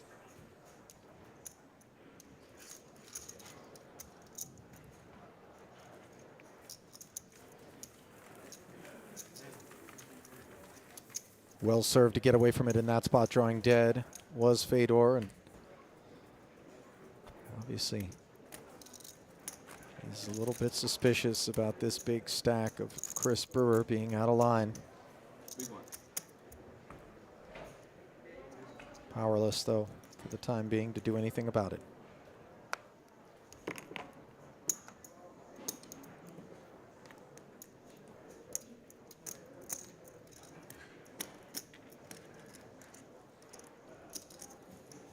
Volkman. Raise to 500. Ace 5. As he pops it. Offsuit king coupled with the 8. We've seen him defend his king 8 against a bigger stack earlier in the tournament. That's his final table. Looks like he will continue to go off that trend. 1.375 key pot for both players' stack size. Ace, king, 9, and both with a piece here. Kim pipped and covered. Yeah, troublesome spot for Brian Kim, as of course he's going to need to defend on this flop if a continuation bet comes. Volkman is going to continue to fire here. A 325, a small bet. Don't think Brian Kim was expecting too many checkbacks on this board texture. So all bluffs definitely in his opponent's range. Can't lay down king 8.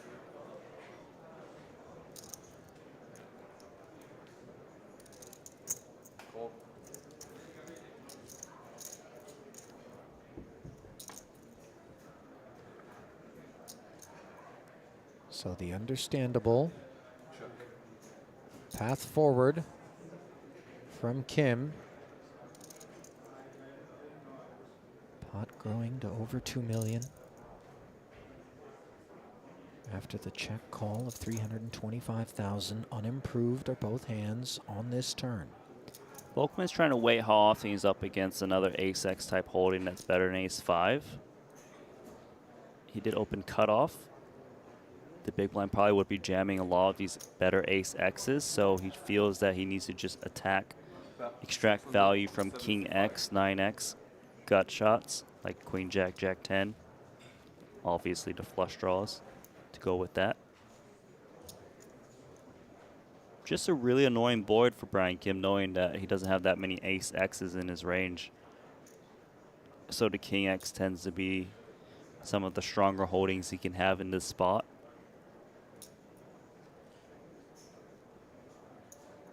$675. That's a pesky sizing. And it feels slightly obligatory for the king 8 to make this call for that price, Randy. Yeah, definitely obligated with the price and knowing the ranges does blank out. And really just an uncomplicated board texture. Turn and river for the ace-5, which now encounters one final check. I wonder if Volkman thinks there's value in ace-5, does check it back, because, you know, he got the 2 streets out of it. That's a lot of value for just ace-5. Nice pot, 7.2 million. Brian Kim down to 2.4.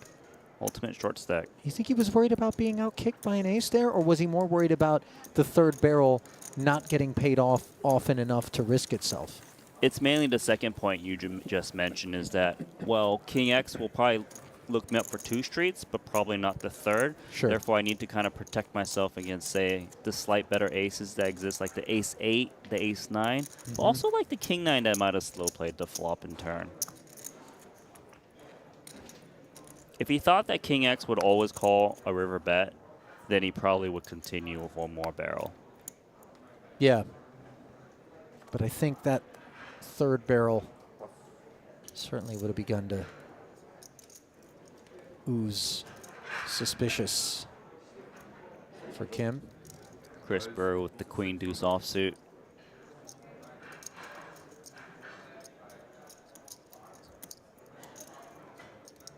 Two dusty hands in the blinds.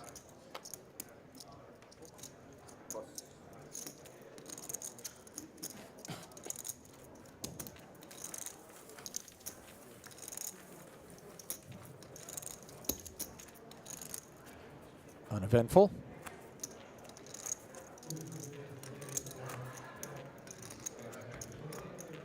Is the setup perfect in terms of Brewer with 40 bigs, 22 for Volkman with the cuffs on him kind of, and then Holes and Kim 11 and 7 respectively? Yes, and you can tell because Chris Brewer just opened that queen deuce offsuit on the button that Volkman just really has to play snug. We've got 2 small stacks that are kind of racing each other on who's going to get all in first, so they're going to be tight. He just has so much fold equity. He doesn't need ace queen offsuit at a minimum to open this pot up in the hole. Fedor ace 5 offsuit actually has a decision on potentially even 3-bet jamming this, expecting the chip leader to fold a lot. All in? Yeah. He's in. When Warhammer mode is engaged for Chris Brewer, you have to assume that it is an ace-queen that I'm going to be jamming against here. But on this occasion, unfortunately for Fedor, it is. And he finds himself dominated as the man who came in with that massive chip lead has had things unravel a bit. Worked his way from 8 players down to 4, but needs a little bit of help. And nobody is happier to see this collision than Brian Kim, who is 4th in chips right now, while Fedor is 3rd. Ladder available. But the Jack 10-5 board finds Fedor in front with bottom pair. Still plenty of outs for Brewer. 7 at the moment. King or a queen. Still what's needed. River. Clean. 2.875. And Fedor saying, listen, those chips that you took from me, they were just on loan, my friend. Send them back this way.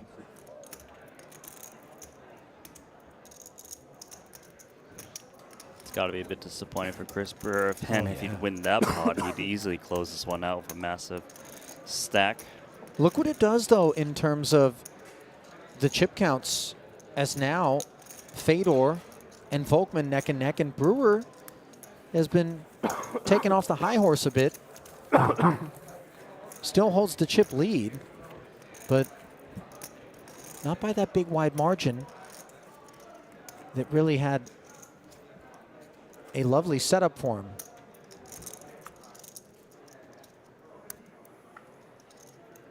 Yeah, and the thing is, like, he is ahead, but he's only ahead by like 8 blinds, so he can't be too reckless. Otherwise, he raised, he gets 3-bet jammed on like 2 or 3 times, and he just becomes one of them.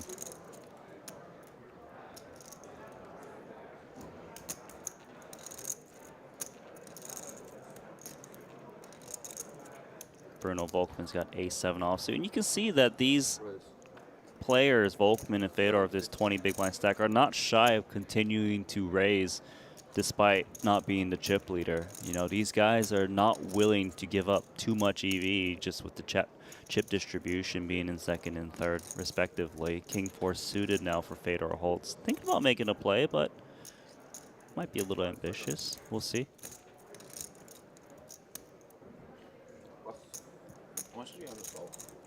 Into the muck it goes, and chip count asked for by Brewer. You make anything of the sizing going up from the 600, you know, when we were at the 250 or 125, 250 level? 7 behind. The opens were 500, the minimum. Now here, Volkman kind of moving north of that. Right. The reason Volkman is... Wow, look at this monster play from Chris Brewer. That is sick. King Dewey, charcoal duck. Wow. I was going to say that the 2.5x is mainly because he's trying to dissuade the big blind from defending, as he likes to kind of cruise with this kind of middling 20-something big blind stack.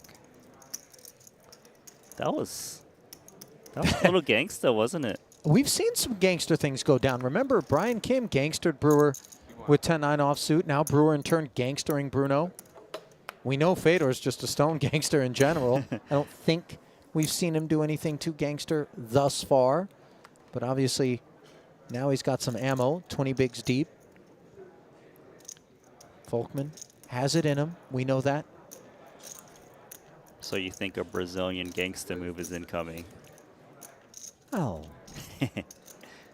Queen 10 suited isn't Ooh. a qualifier for such things for the time being, but a lot of qualification in front of Fedor. Ace, king, button on top of that. Once upon a time was the clear short stack, and you'll be Rip able City. to cruise up. 7.4 incoming unless someone wakes up with a hand. Oh. 2 sevens, okay. I think we might have a fight. Kim is the short stack.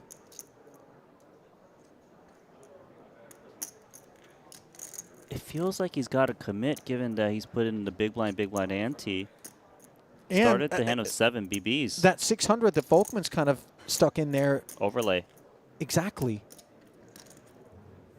The disaster spot, obviously, is if one of these two guys have the bigger pair. But True. We would expect that it isn't bigger pairs than this alone that are going to be associated with the open or the 3-bet. And sometimes you fold if Volkman wakes up a hand and someone just gets eliminated. That happens too. It crosses his mind, which would give him a pay jump. It's never fun calling with a baby pocket pair in a spot where you're forced all in.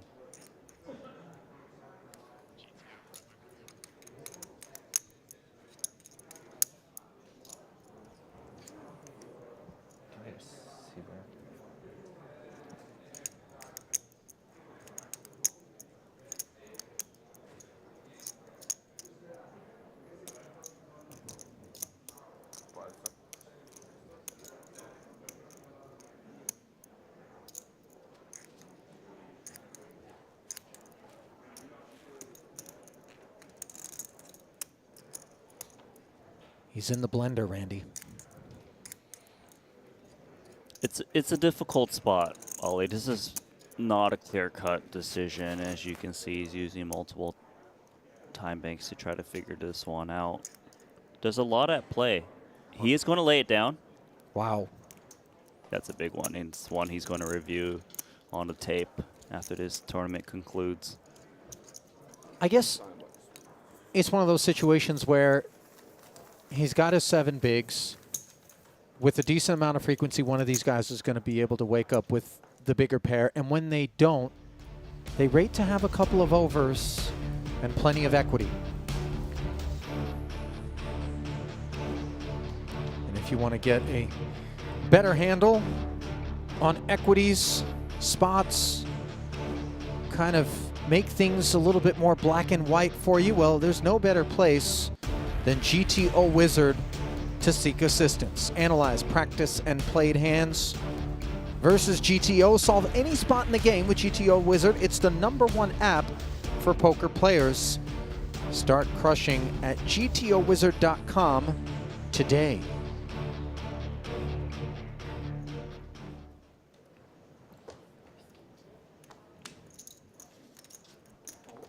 So with that fold, Brian Kim's going to be down to 1.6 million in chips. Small blind versus big blind. A delightful spot in the sense that the big blind does not have a holding that can call a jam here, and he could chip up back to what he was just at. All he has to do is push all those chips in there, say those 2 words, all in. Mm-hmm.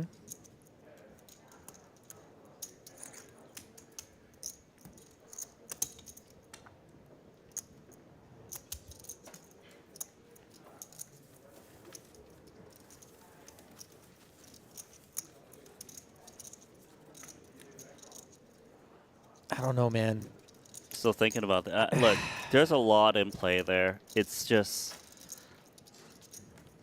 Your tournament life does have value in the sense that, okay, he preserves it. He's got the 5 BBs. You saw him jam that spot, able to chip back up. And you try to avoid as much as you can being all in at a flip at best. Not saying that what he did was necessarily correct, but it's something he doesn't even know, right? Took a lot of time, just felt it wasn't right. You want to add something else, though, Ollie? I would love to hear it. I'm not questioning the play as we see Volkman with an ace-king here in the small blind, but I'm looking at it like these blinds are coming around. It's costing me $750 in orbit. I got to wake up with something or a spot better than 2 7s, and I think it's the Volkman money in there, you know, as that overlay as you talked about, that might be what's really, you know, coupled with even just the fact that, you know, Fedor might be leaning, you know, from that button, fresh chips. It's tough. I'll say the one last thing I will say about this is that the original open was off of 20 blinds, and the reshove is also equally equal size. So those ranges, the rejamming range shrinks a bit because he's risking quite a lot of his chips in a spot where he can just bust out. If he's wrong, he's down to either out or one big blind. Right. Whereas if he had Bruno well covered, now all of a sudden it's got different vibes. Exactly. And because Brian Kim was down to 7 blinds, Fedor actually can't just blindly jam like ace deuce suited or something like this, or a little pocket pair like deuces, I'd imagine. Although to be fair, Brian is also incentivized to sit back and let those two collide and capture the pay jump. It crossed his mind for sure. So in that sense, maybe the ace deuces do activate because we know how much hand Brian has to wake up with. As we saw, 2 7s wasn't enough. Wally, that's why we play poker. Not everything is so crystal clear. It's who can kind of figure out the murky spots and rise to the top. Sure. 6.5. Like, this hand here is actually rather interesting. Fedor is limped with like 20 some odd big blinds and is forced to fold the slightly better hand. That hand could have developed in many different ways, whether open jam or raise and get rejammed on raise and call. Who knows? But like, you can see how the decision you opt to pick when it's close can really dictate what happens in the results of this tournament potentially too. Tell you what, this is shaping up to be such a delightful opportunity to sit back and observe some of the best doing their thing.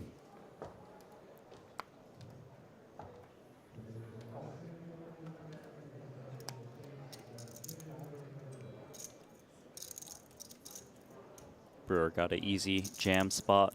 Right. Brian Kim 1.9. just 5-4 suited.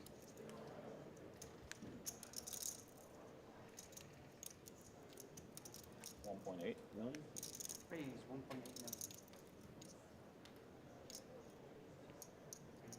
Some tactics here trying to leave Brian Kim 100K. Just because sometimes it just checks through, you leave this micro stack in there. That's such a subtle nuance that kind of came about more recently. It where, does. you know, you feel a little dirty when somebody is kind of using you like that. You do feel a bit used, don't you? I'm like, come on, man. Like you're just taking playing with your advantage of food. me. Yeah, exactly. It's very, very abusive.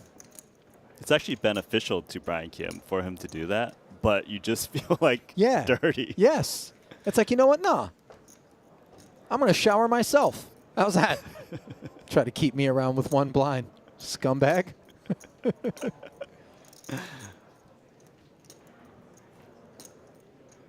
Pocket 5s. More than enough for an open here from Fedor. Minimums. Jack 10. Should be able to defend. Yeah. A lot to think about, though.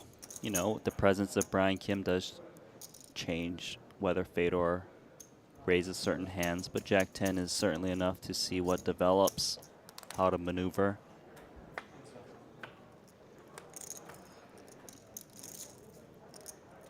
Gut shot, straight draw.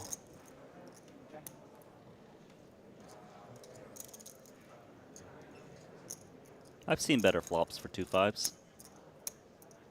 King 9 tray. 2 overs.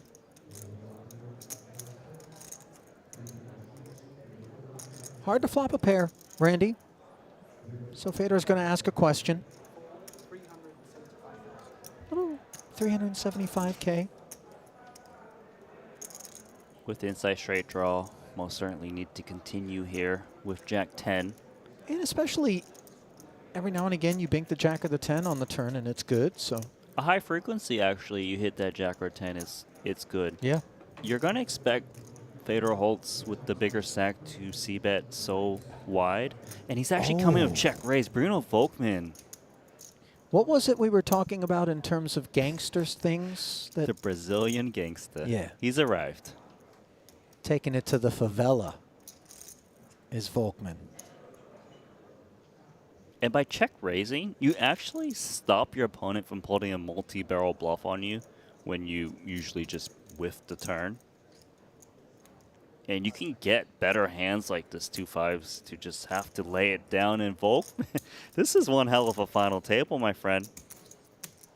Gloves have come off on more than one occasion here. It's been civilized, but we're chess boxing. I like that one, chess boxing. Credit to the Wu-Tang Clan. Randy, they were the ones that came up with it, at least insofar as I understand it. Heard of them, don't know their songs.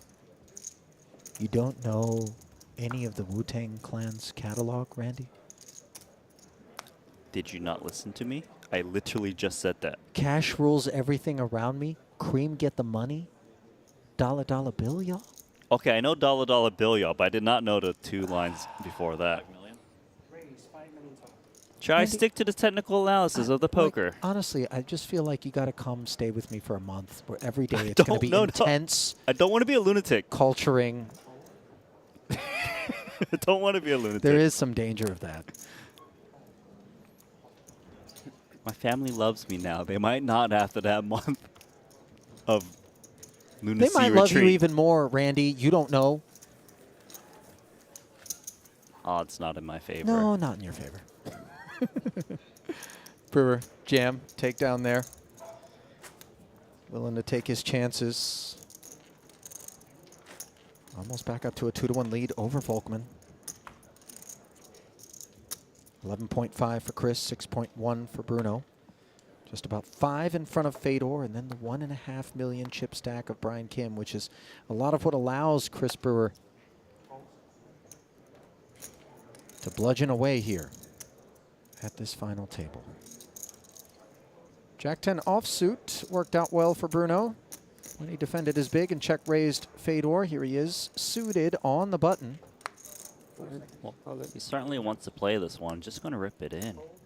He is not shy of just putting his chips at risk and gets the king jack out. Imagine he just opens there. He might get reshipped on and have to fold this jack 10. Bruno kind of playing the ICM game back at Chris there, who doesn't want to tussle for 6.1, king jack or not. And you wonder how much hand it would have required Chris to wake up with to be willing to play a huge pot like that. A lot of hand, I guarantee it. Ace jack, Randy? The ace jack is like, Isn't that the kind of cutoff? Yeah. You're like, why am I dealt this hand? Ace jack suited, you're sitting there like, oh, stop. You're like 2 8s. Are you serious right now? Yeah, yeah.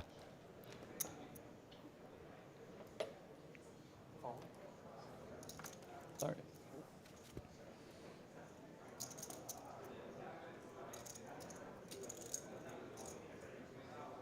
I think Fedor is going to let Chris Brewer do the damage on Brian Kim by folding. Well, 8-3 offsuit is dust. But that is even dustier in the big blind, 9 deuce. Brian Kim's put 2 of his 5 blinds into this pot pre-flop. Brewer's got one of the worst hands in the game. It's crazy that Brian's got a better hand. Wow, what a pickup for Brian Kim. That's insanely fortunate that Chris Brewer just woke up with dead bottom of range. One of the few spots where he's not willing to jam into Brian. That was wild. That's a little bit of run good, if we're being honest. Run good for Brian Kim. For sure. Yeah.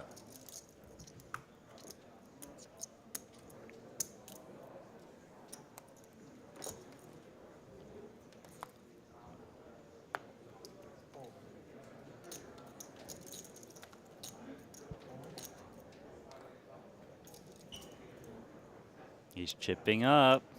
Ace-5 offsuit. Danger. All in. Gonna send him back to that 2.2 million stack after Volkman lays down his 6-4 off.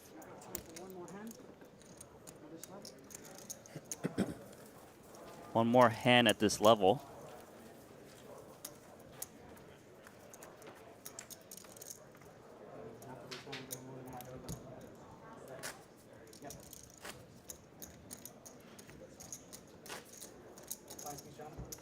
Thank you.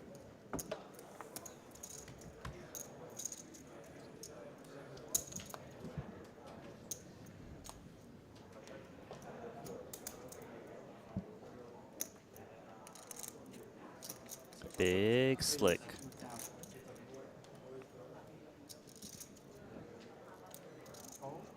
Brewer. Min raising, hoping somebody wants to step out. 10-8 suited definitely can step out. It's always lurking that Brian Kim is right around the corner with 7 blinds.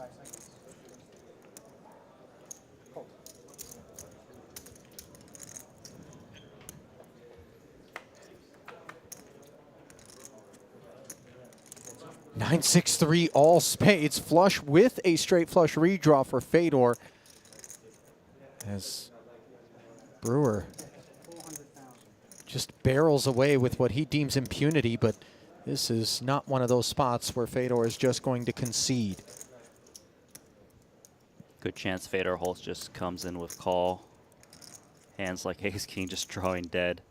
He knows his opponent is multi-barrel. Remember, he just called with queen 10 earlier and called that turn expecting multi-barrels. The trap has been laid. Flat, bringing another 800 into the middle. Not often we draw dead on the flop, but that's exactly what this ace-king is doing as the board pairs.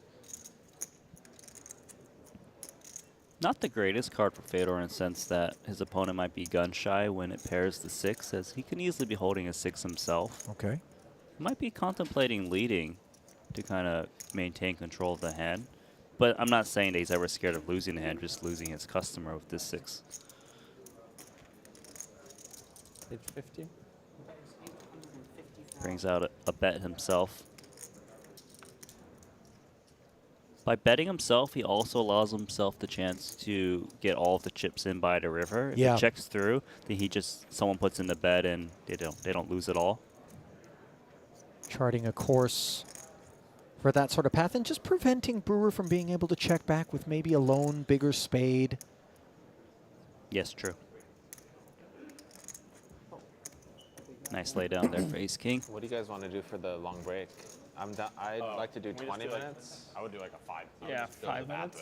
5 minutes, fine. Yeah, let's just go. Let's You want do 10 minutes? 10. All right, 10-minute break.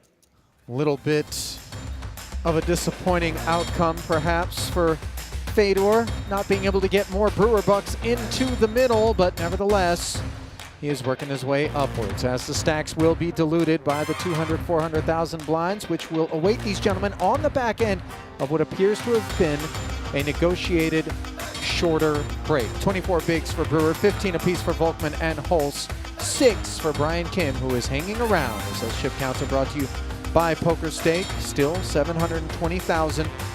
Up top, 267,000 looking for a home. Ali and Randy back with you here at the desk. Clinical things going down at this final table. It's been really cool to sink our teeth into it. It's 4 different surgeons at work, you know, they're a little crazy, you know, they're making some big plays, but it's definitely very fun to watch, and it's really hard to tell you who's going to come out on top. I was just going to say, even though Brian is as short as he is, it still feels like the right recipe of a double here or there, and even he could be the man who claims this title here in event number 2. So I will be checking out Henry Kilbane coming in. We'll send you to a break, but don't go anywhere. Still plenty more action left here in event number 2 as we work towards a champ.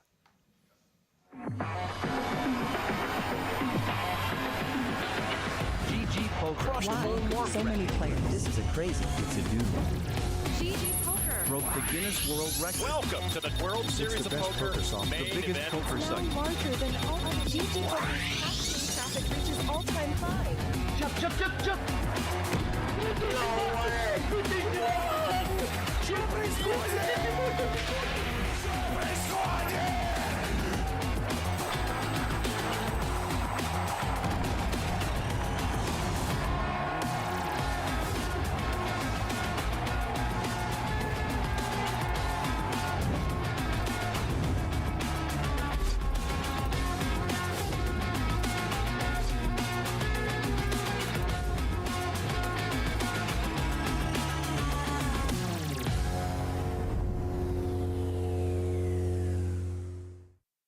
Did you know that GTO Wizard has poker puzzles called the Daily Dose of GTO? There are 365 daily puzzles designed to help enhance your understanding of optimal poker strategy. You can filter by format or theme to help you improve at specific areas. At GTO Wizard, we have all the resources you need to learn how to crush the competition for free.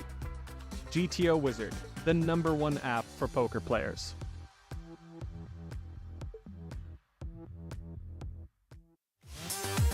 Introducing the all-new BetACR.eu, the premier destination for sports enthusiasts. What sets BetACR.eu apart is our exclusive offering of live-action prediction options on the Triton series.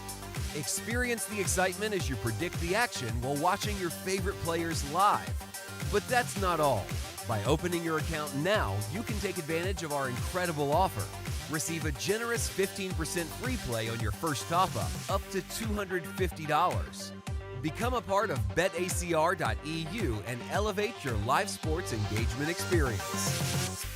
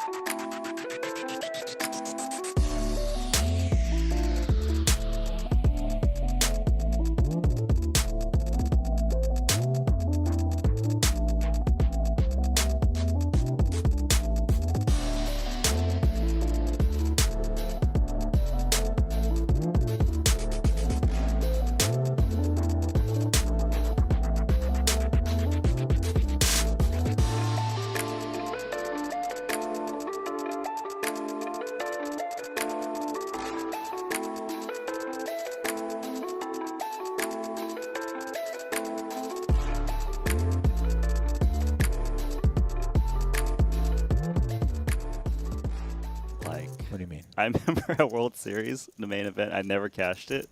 And then the one time I was in the money, I would have these trinkets, and I would put them on my chips and move them one off, and then it would have to go back on top after I grabbed the chips.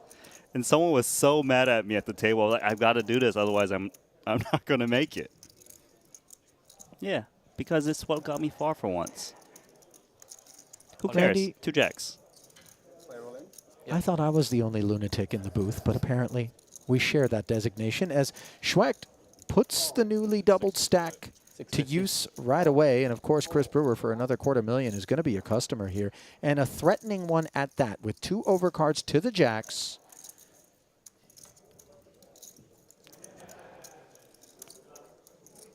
This would be one hell of a spin up for Tobias, who had the 2 nines to jack 9. 2 jacks now. Looking good. Yeah, just a couple of big blinds moments ago. And hopes still intact on a 9-5 deuce board. Let's keep this art gallery free of any paint. That was the thought on Schwecht's mind, but suddenly a diamond on the turn. And we're not looking for any gemstones on the river. Oh!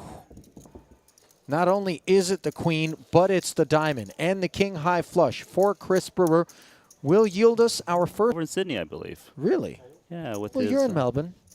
Not quite Sydney, but Oz, nonetheless. You know, and I feel like there's a little bit of rivalry. People who live in Sydney are like, oh, these Melbourne people think that they're better than us, and then vice versa, right? Those are the two big cities. That does exist. Yeah. But don't worry, I'm not. I'm neither. Well, that's because you're neither Australian or American. Nor really American anymore. In fact, we question whether or not you're even Asian sometimes in here, Randy. As we seek translations. I am human, though. You're human, but also a lunatic, as we established. You're the lunatic. These are good hands. I 2 make you jacks. look good. Yeah. No lunacy here in terms of Hrabic's willingness to put roughly half of his stack forward from the hijack with these 2 8s. Bruno. Yeah. Red checks on the button. Calls all in. 1 jack into the muck, 1 8 as well. So the set potential for Hrabic reduced. Volkmann doesn't need to hit a set. Over 2 million in there.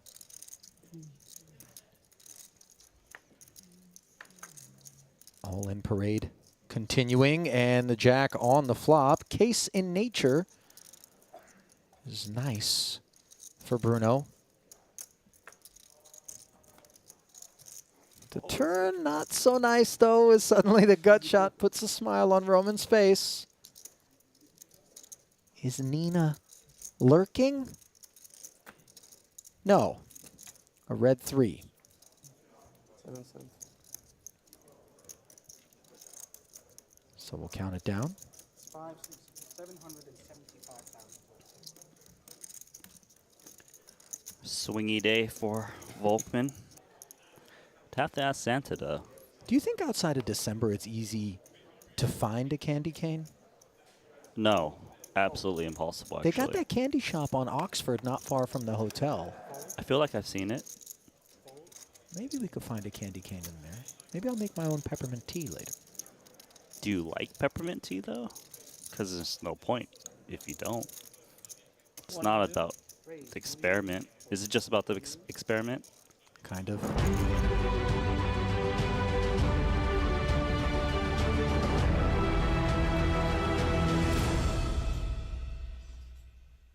Oh, very warm welcome back to the JW Marriott here. We are, of course, at the Grosvenor House for event number 2, the 25k 7 max. So, Randy, I'm kind of jumping in blind halfway through this final table, and it's already looking like a classic, man. Brian Kim, Fedor Holtz, Volkmann, Brewer leading the final 4. What's been going on? What has got us to this point where Brewer is chip leading the final 4 players? Well, mainly it's been these 4 phenomenal players kind of taking turns, taking shots at attacking.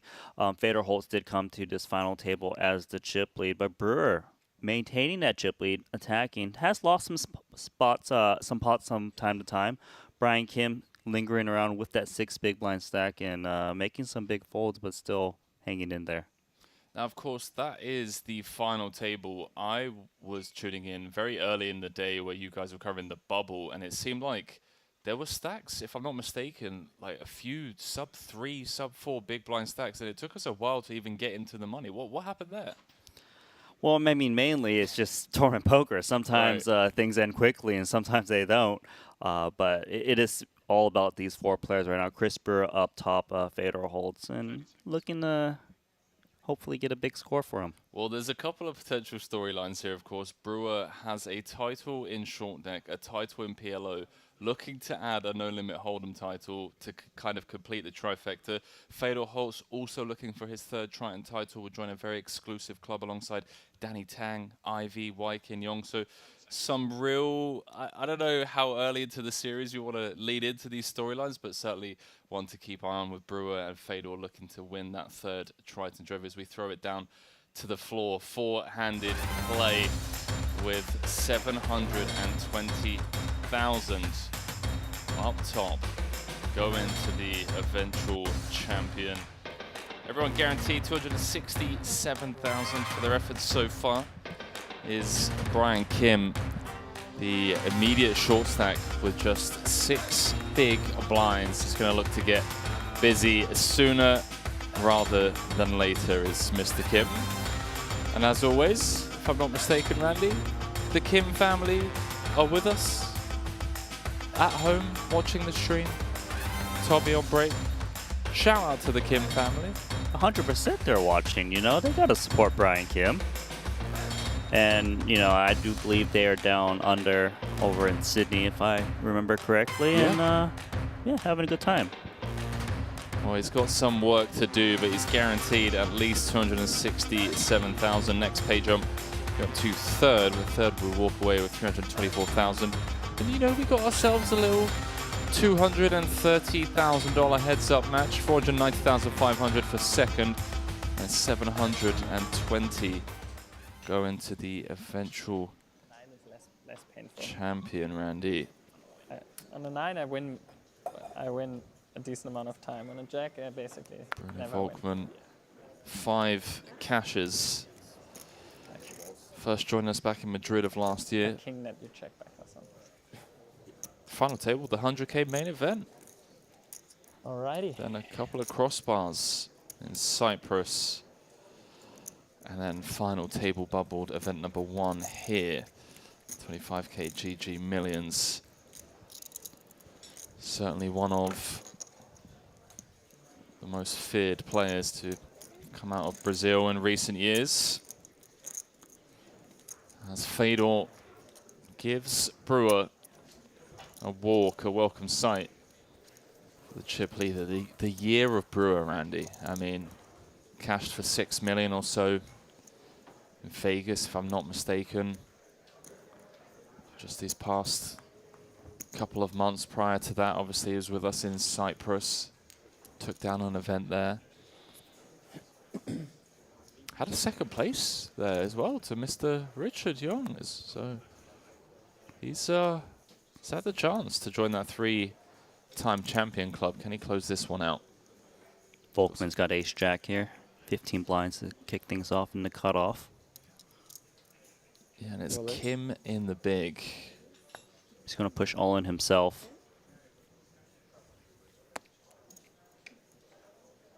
Brian Kim is rather shallow. Started the hand with 2.2 million in chips. 800k already in the middle due to the big blind ante. Going to make the call here, hoping he's up against some kind of lower pocket pair than a 9 or some ace rag type holding. Still has 35%. Yeah, spinning the wheel with his final 4.5 bigs. Knows that he can't just fold the big blind and then he'd kind of be out the door with just 3 bigs or so. Looking to spin the wheel. All in brought to you by betacr.eu. Needs some help. And well, how about dead on the flop, Randy? Ace, jack. Means that Brian Kim's going to be going home in 4th place. Collecting $267,000 for his efforts in this 25k, adding another cash to his already impressive 7 cashes. On his Triton track record, now up to over 2.3 million. It's Brian Kim, and certainly one of the guys we'll be keeping our eye on throughout the series. Just never know. Yeah, when this man shows up to play, it's very consistent looking at his track record. Yeah, a really solid player who's had many deep runs, hasn't been able to get to the final 2, I believe, but yeah, you know. A couple of crossbars, you're right, Randy. 4, still pretty good in this one. Many more tournaments to come, you know, the 100k main, 125k main, you know. The mystery, I'm sure he's jumping straight into it. Love to see him make another one, and say hello when you see us, Brian Kim. Yeah, he's one of those guys where when you look at his Triton track record, he now has 5 top 5 place finishes. Sorry, 5 top 4 place finishes. 2 in Vietnam and 2 in Cyprus. A 2nd and a 4th in Cyprus. So it kind of makes me feel like he's doing something right around the bubble where he's setting himself up to go on and make these deep runs. He's either falling short just off the money, or he's one of the chip leaders able to put pressure on others, and we see him taking home another 4th place finish here, but no trophies for 4th place. Yeah, understand. Randy. But I think it's actually impressive given that he didn't start playing the Triton tour till Vietnam. The Vietnam. Yeah. So this year. It's pretty amazing, and it's always been the big buy-in ones. We'll see him more. We'll see more of them soon, I'm certain. For now, it is Chris Brewer, Volkmann, Fedor Holtz, 3 absolute crushers. Yeah, this is a sick All 3-handed situation to find ourselves in as Volkmann Commentators Piles on Fedor. A big decision here of Queen Jack of Clubs sitting on 14 big blinds. Certainly, Chip EV, this is most certainly going to end there. Needs to decide whether Volkman is jamming these dusty hands, and clearly he is. Pretty good favorite How much if was he it? can make this call. 7.7. You got to keep in mind that Volkman might not open jam the strongest of hands that dominate this Queen Jack, like the Ace Queen Ace Jack. He might just limp or raise normal. Nice. Or did he just push in time cards? Time cards. Okay. Got blocked off by the graphic on the bottom. Fedor, another one of those, just so consistent at the highest stakes over the years. Always a name that's put forward as one of the greatest of all time. If he can find the call here, be a 2-to-1 favorite to double up as he slides forward a tower of black chips, Randy. He is the player all in at risk, but if he can find the hold here, he'll become the chip leader, and Volkman be down to just 5 bigs.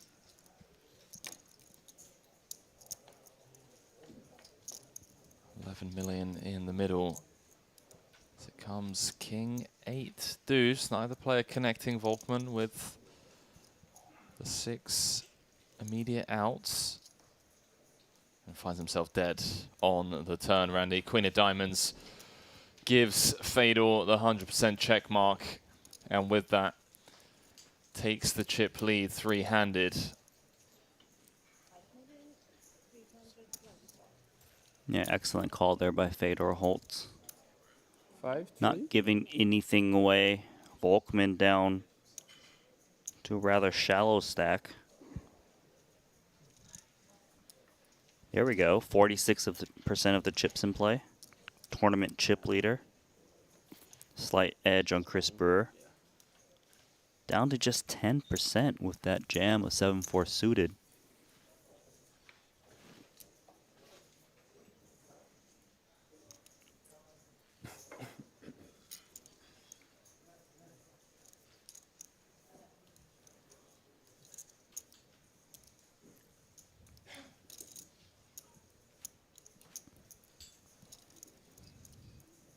Well, Bruno's certainly got his work cut out now.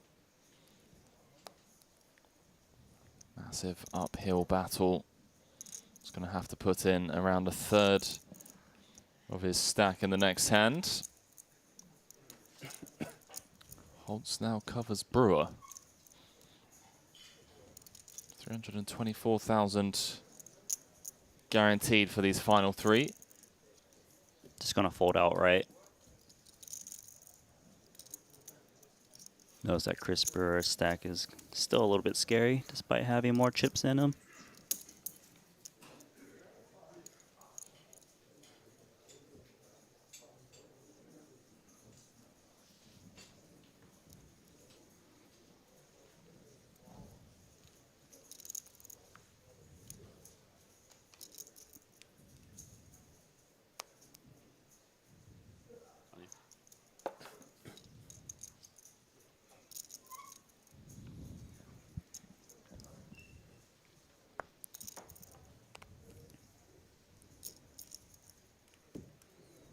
Oh, Brewer's going to say run it. Like an any 2 spot. Gets the fold from Volkman, and Volkman now down to just 4 bigs, Randy. Needs to find a hand in the next 2 hands before he's forced to put in half of his stack in the next big.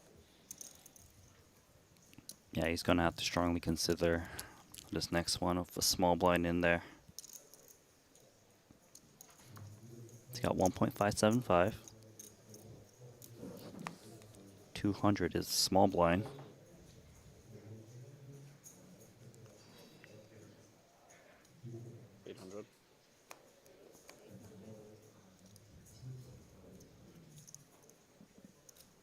Is this the hand here? 9-8 suited, high equity spot. Usually you're not dominated. He actually is in this one.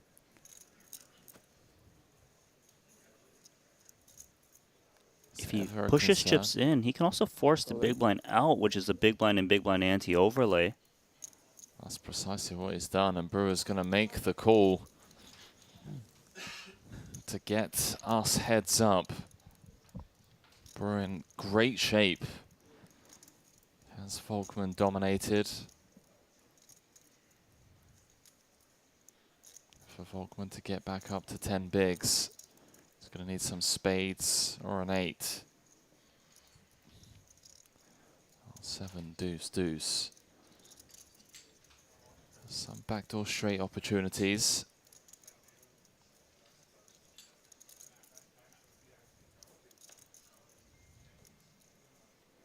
Now drawing to just 3 outs once, Randy. To get us heads up. No 8.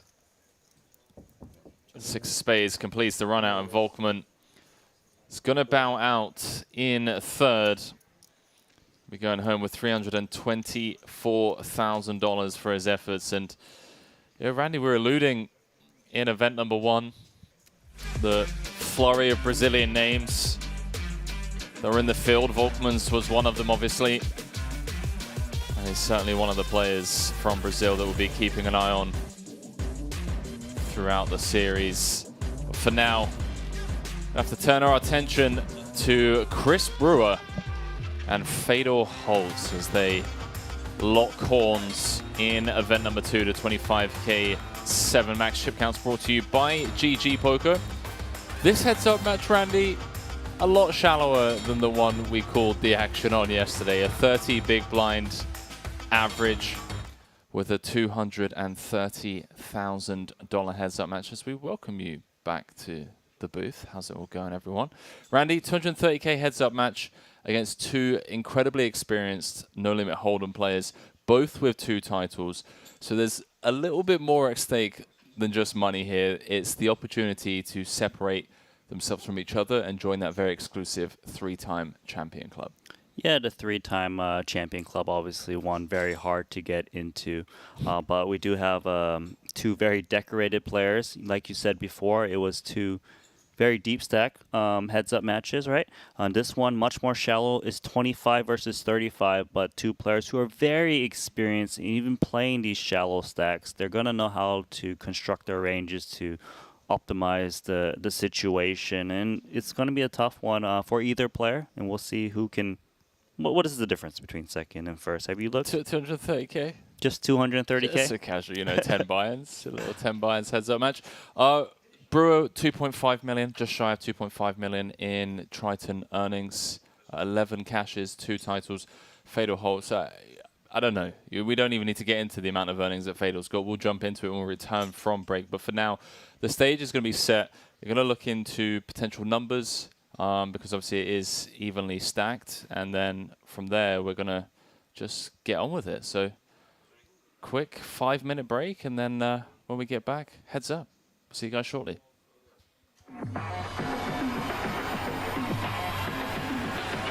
GG Poker. Wow, so many players. This is a crazy thing to do. GG Poker broke the Guinness World Record. Welcome to the World Series of Poker main event. now larger than all of GTO Wizard's traffic reaches all-time high. Jump, jump, jump, jump! No way!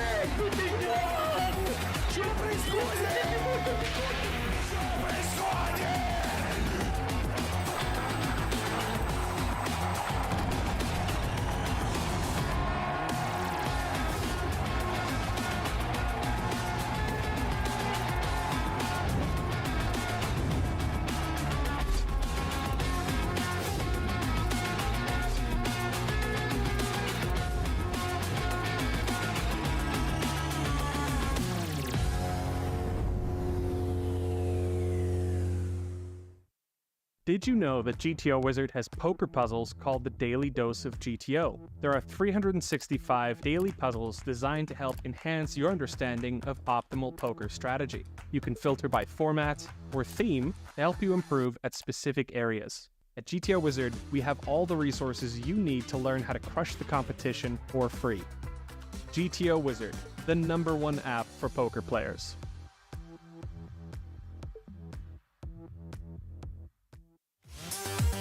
Introducing the all-new BetACR.eu, the premier destination for sports enthusiasts. What sets BetACR.eu apart is our exclusive offering of live-action prediction options on the Triton series. Experience the excitement as you predict the action while watching your favorite players live. But that's not all. By opening your account now, you can take advantage of our incredible offer. Receive a generous 15% free play on your first top-up, up to $250. Become a part of BetACR.eu and elevate your live sports engagement experience.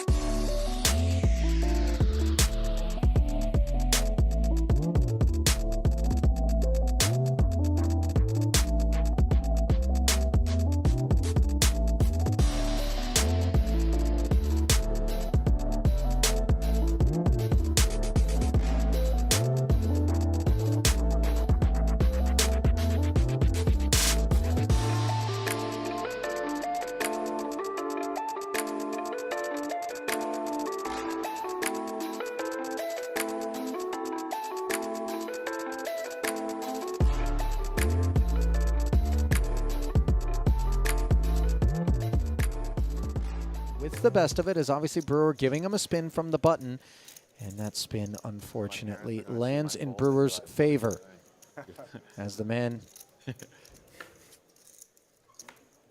who helped secure the pay jump now is the one who might be showering us, barring an ace on the river,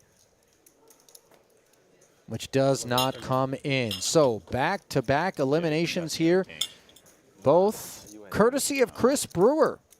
That's funny though. Talking new chip leader here. I keep saying I need to try this strategy. I haven't tried yet, but waiting until I get a really bad round. 5 seconds. Yes, it is neck to neck for the top 2 chip counts, roughly 8 million apiece. But even at the bottom, you know, it's 4.1 for Volkman, 3.6 for Brian Kim. Fedor Holt's going to kick things off with the ace-7 of diamonds as he opens in the cutoff min-raise. King 4 of spades, very playable.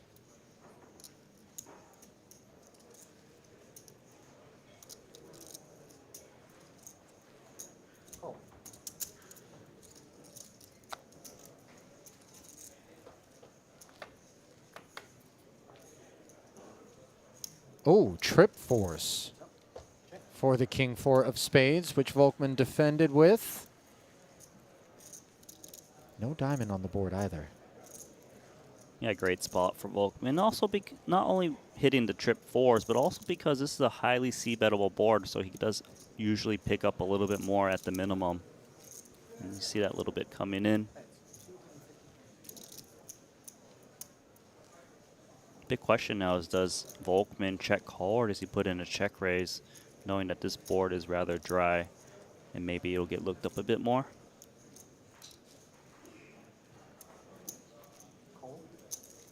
Probably realizes that he's not check raise bluffing too much with 4 remaining, so check call seems weaker. Lying in wait, hoping that Fedor can hit something on the turn that will cause him to continue to barrel at this one. Queen of spades doesn't improve his kit.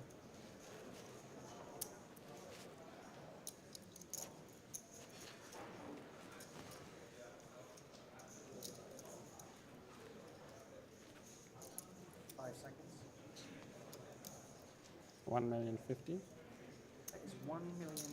Music to your ears, Bruno Volkmann. Absolutely. Despite not having anything to speak of, Fedor now barrels once more, removing 4x from the equation and maybe thinking he can apply some pressure to 6x. Yeah, Fedor believes he can get 6x to fold at high frequency, but also likes the clubs that just are out of position, doesn't want to check call without a showdown card to go with it. There's some gut shots that exist that will just check fold. I like that he's just calling here with King 4. If your opponent's got a queen, he'll put you in anyways on the river, but then you extend some rope to the hands that have 0% equity. And he knows that Fedor's the kind of guy that can find 3 streets. And he hits the problem card on the river, an ace. I don't see a world, Randy, nor do you, I would imagine, in which Fedor's going to hit that card and then decide, I've got showdown value, let me check back. This feels like a spot.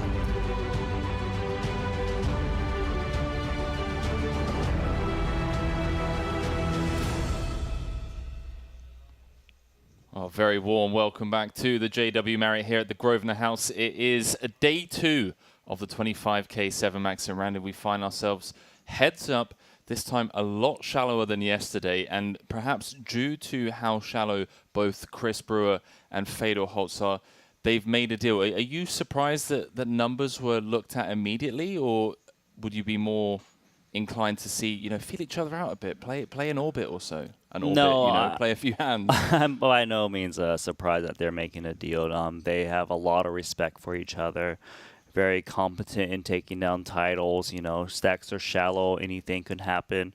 And, of course, you know, the difference between first and second is sizable. So we do want to reduce this variance, as all poker players try to do.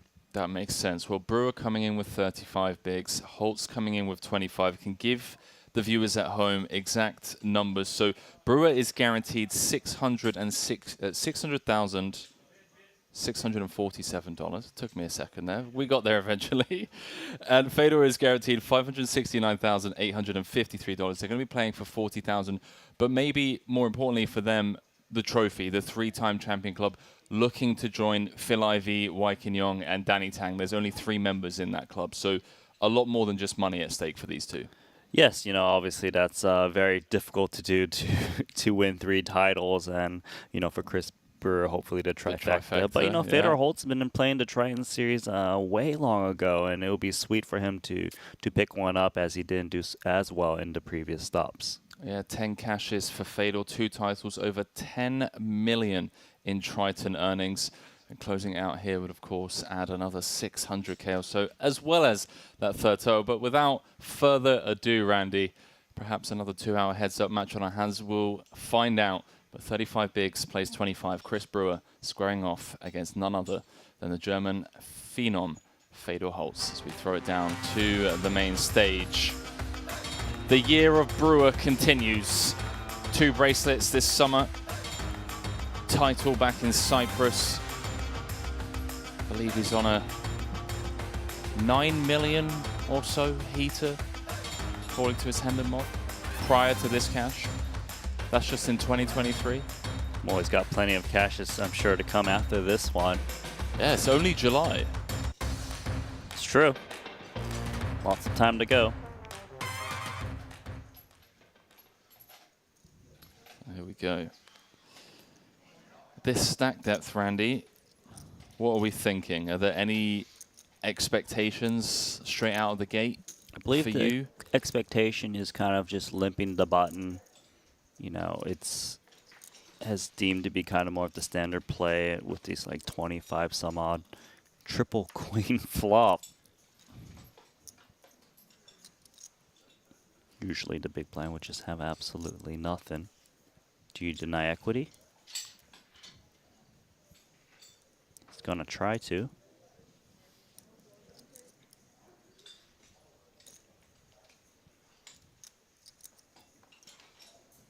Chris Brewer actually going to peel here of 10-8 offsuit.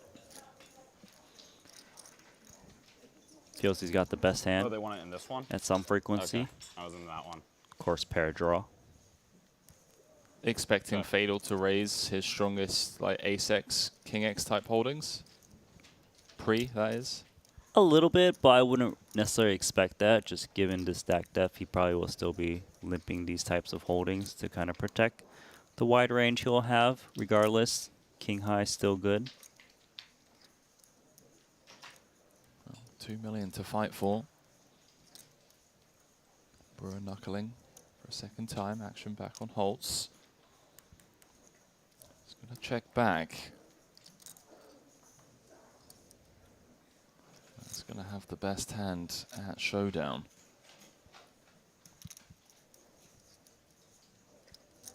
Brewer happy to try and get this 10 high to Showdown. Only losing to King High, Jack High, or a River Deuce. It's not unreasonable for Fedor to contemplate a value bet here of King High. He just needs to wait whether he's being trapped or not. Yeah, I like that he's actually reaching for chips here. Wow, how about this, Randy?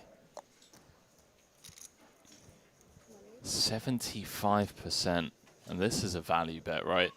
It's a value bet, but That's also so sick. a kind of move you off of a chop situation from time to time. Gotta be honest, don't know that one. The heads up limped pot flop trips. Not one I know. It's hurt In Brewer. my element.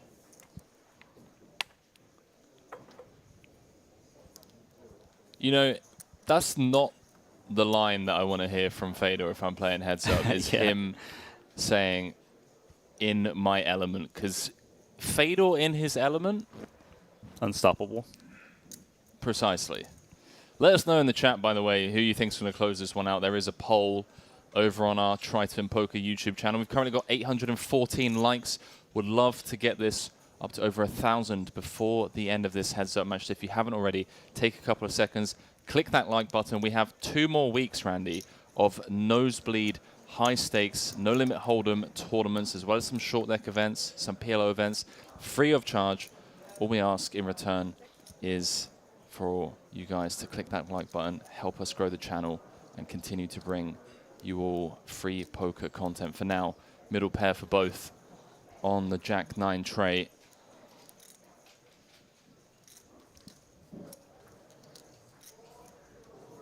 So it is a confrontation where the kicker is currently live.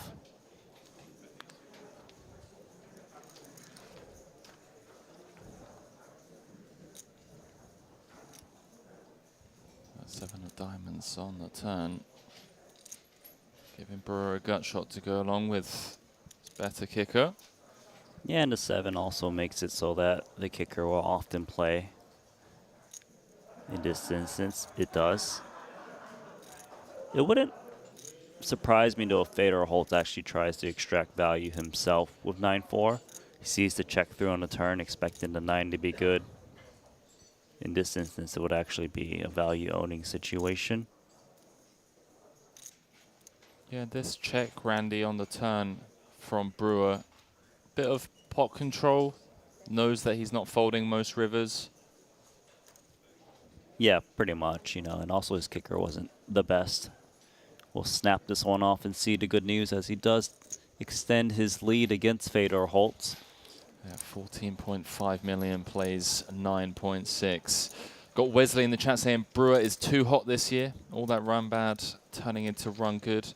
Got Badger Box saying Fedor studies that queen, queen, queen flop spot all the time. Some people saying Brew Crew. Lion versus Wolf. I mean, Thank you. Which one's the lion, which one's the wolf? I don't, you know, I was told from a young age, don't ask questions you don't want to know the answers to. Saves you a lot of headache. Problem is I want to know the answer. Well, how about knowing the answer? If you had bet on either of these players, you can check out the all-new betacr.eu, your exclusive hub to predict your favorite players' live action outcome in Triton events. Receive a 15% bonus up to $250 on your first top-up. Join now and start engaging with with the sporting world today. I mean, it's something that we'd kind of joked about, you know, how cool would it be to be able to bet on these players, and now betacr.eu, that's your place to bet on your favorite players. Back to the action, limped pots.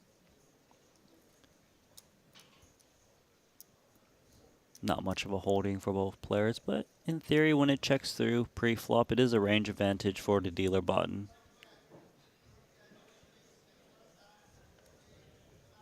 Seems like he's realized the same thing, and we'll throw out a quick bet intake.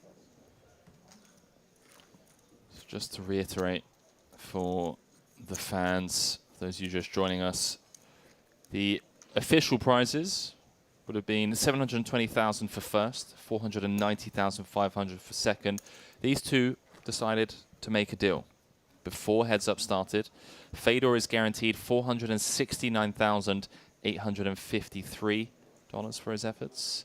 Chris Brewer is guaranteed $600,647 for his efforts. They're playing for 40,000. But for both these guys, we know how important the trophy is. That 3-time Triton Trophy club is about as exclusive as it can get. Only 3 players in that club: Phil Ivey, Danny Tang, and Wai Kin Yong. It's about to get cozier. So regardless who wins this, there will be a 4th person. Will it be Fedor? 10.2 million in Triton earnings. Will it be Brewer? 2 bracelets this summer, already cashed for over 9.5 million US dollars this year.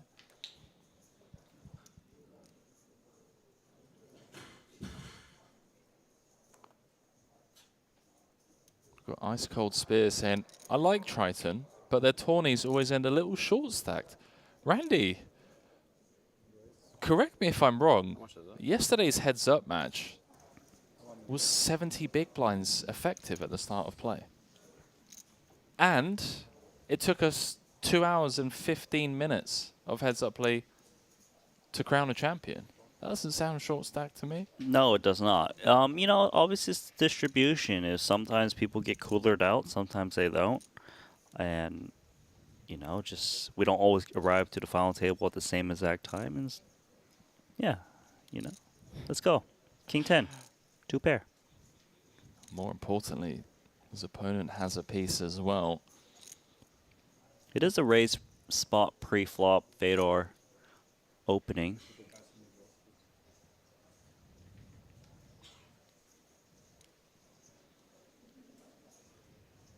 See a continuation bet here.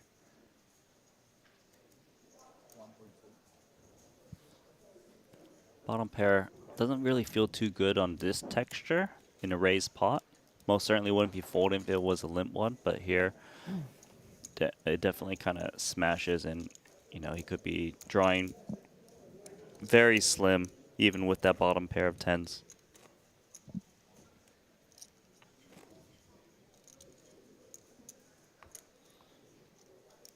Michael Bennett saying Fedor took 469,000. I do apologize if that's what I said. He's taken home 569,000. I'm going to trust you that I said that, to reiterate. 569,000 guaranteed for Fedor, 600 for Brewer. I'm only joking. Ice Cold Spear, I know. It does get shallow at times, especially with the bubbles, the insane ICM, and also, you know, when you're competing against the best of the best, does kind of lead to some caginess at times. Nobody wanted to give anything away. These spots.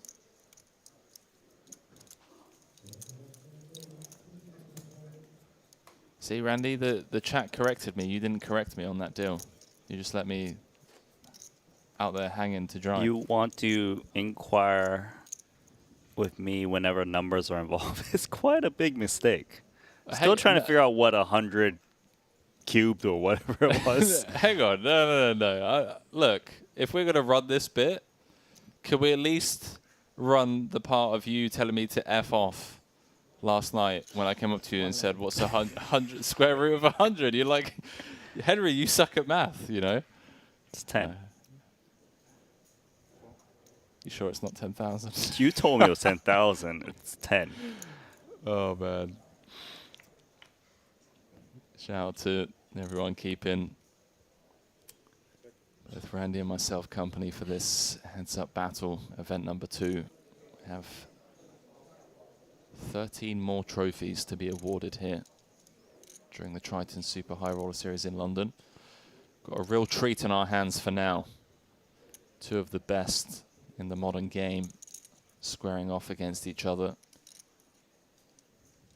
Holtz with the lead still with King High picking up.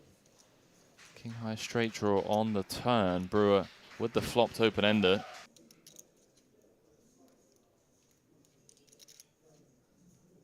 $2.4. Bet 2.4 million.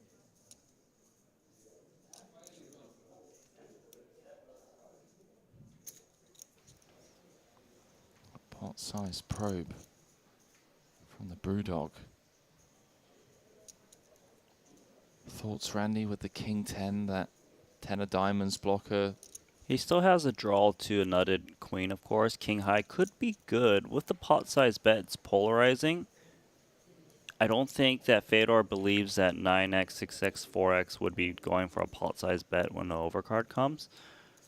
So he's going to make the call and see what develops.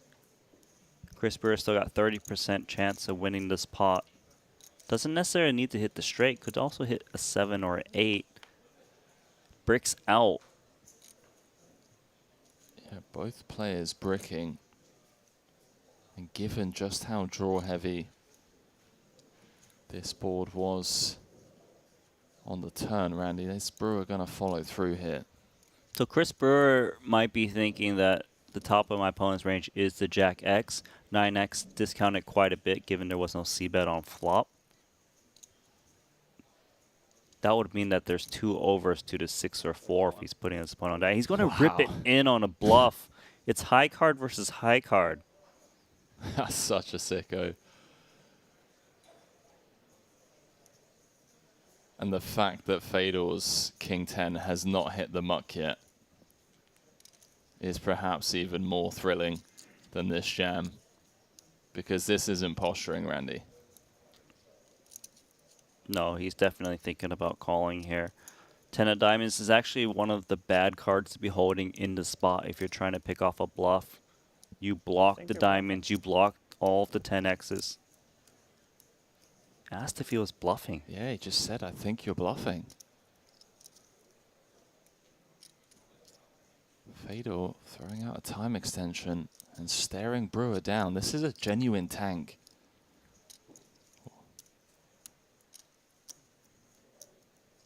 Fedor thinks this is Jack X or nothing. I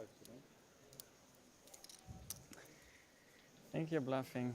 Wow, Fedor has to fold the King High. But just goes to show how dialed in he really is. No. I mean, if he's tanking with King High, Randy, surely he's beating Brewer to the pot with any pair. Yeah, no, most certainly he'd be pushing it in. Like, just didn't like holding that 10 of diamonds. It's not helpful, blocking all of the obvious draws. Yeah. Chris Brewer, though, I mean, that is a steal. 2-1 chip lead.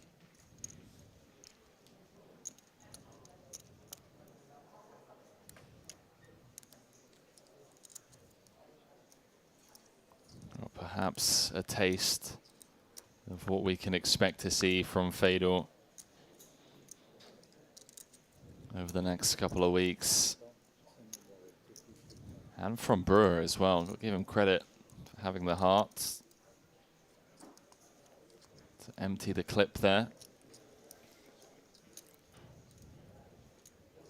The fans have gone absolutely wild, Randy, as you'd expect, over that hand. All in? Fedor Holtz is just applying pressure correctly. King 9. Picks up some blinds.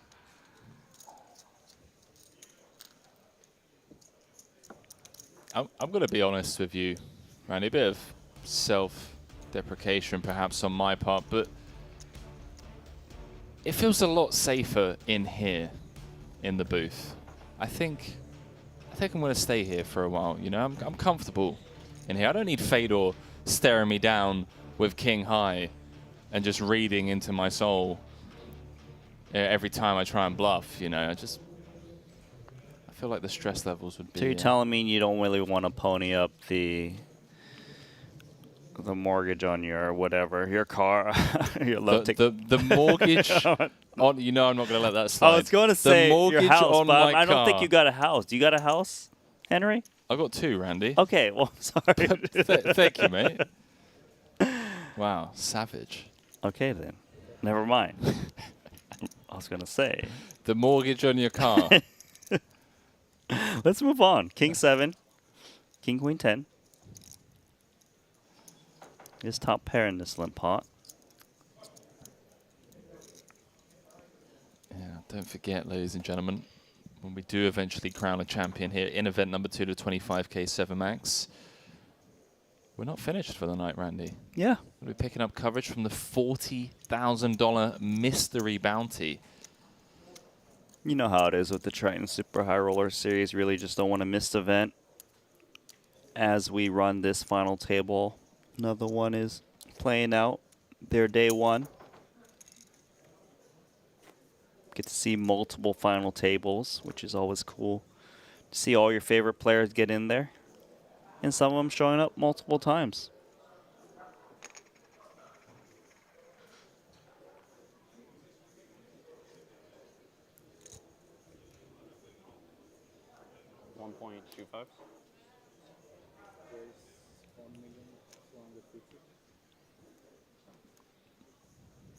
These two really showcasing just how difficult they are to play against each other, giving nothing away. Brewer with the 2.5x. Fedor gonna make the call. Dominated with the King 3-0, 3 million in the middle.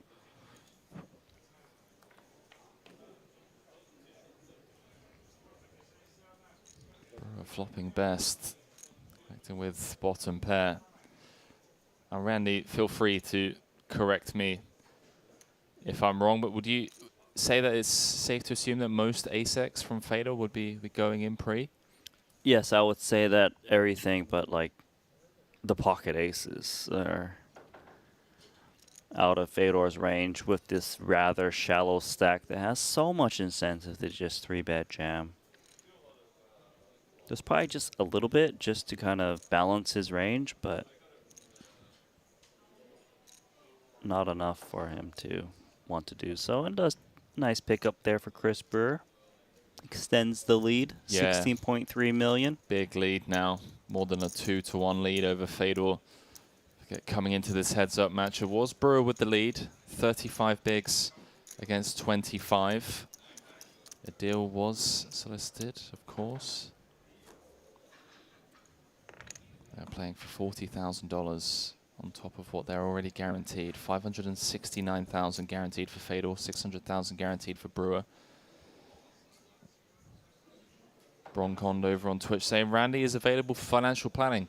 Well, the good news is that if commentary doesn't work out for us, Randy and I can start up our own hedge fund. Mortgaging our cars.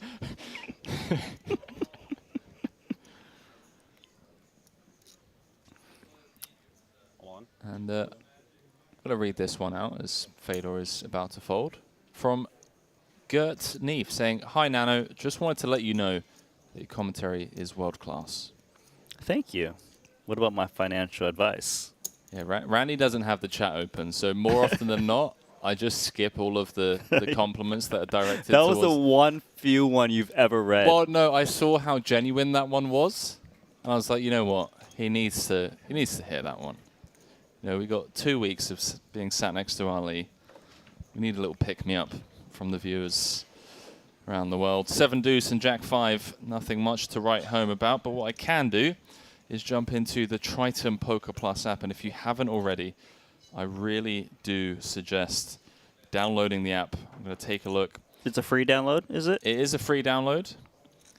There are currently 100 runners in that 40k, and it is Sam Greenwood leading the field. 75 players left. Bounties will come into effect tomorrow.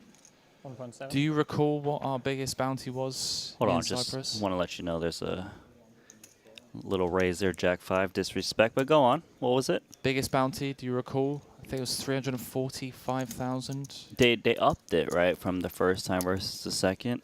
Yeah, it was 250 Vietnam before. It was 250. Orpin won it in Vietnam. Then Ding Biao pulled it out in Cyprus for 345,000. This one, a 40k.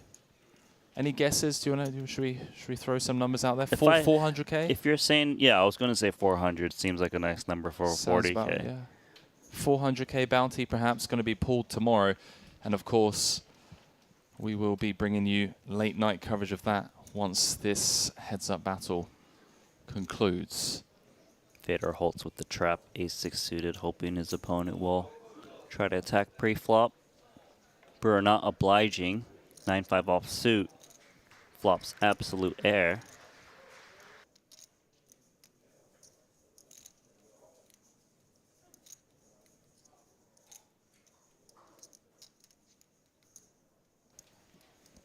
Maybe in a equity denial spot here of ace-6 suited, mini bet.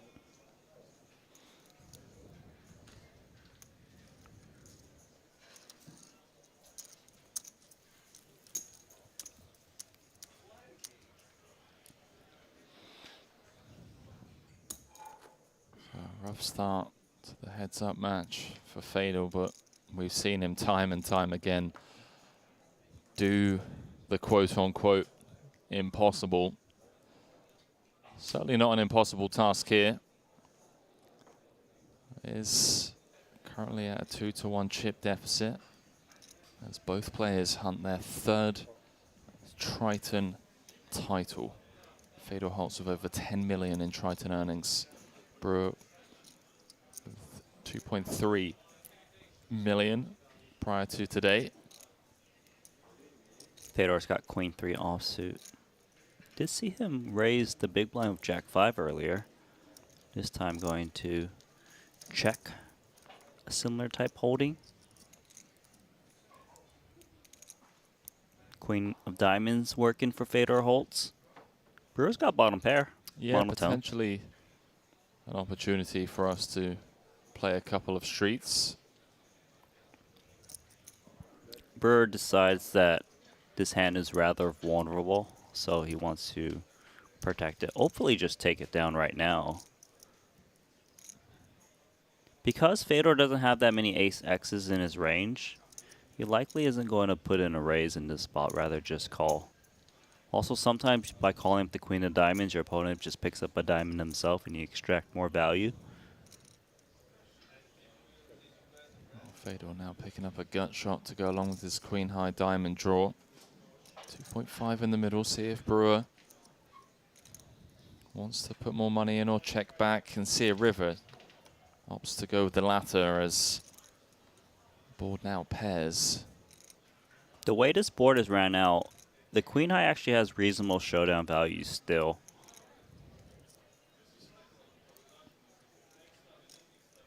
You wouldn't expect them to ever blow out ace-X, jack-X, of course. King high might just check back, Queen flop on. Yeah, queen high no good though. Pair of sixes. It does check through. Brewer extends 16.8, plays 7.2 now. Fedor sub 15.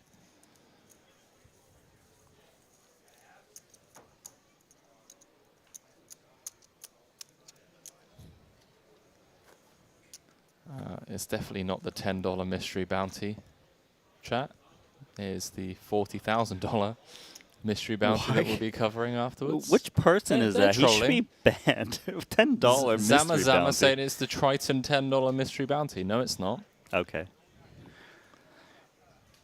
It's the 100 It's squares. more likely like a 100k mystery bounty than a $10 one.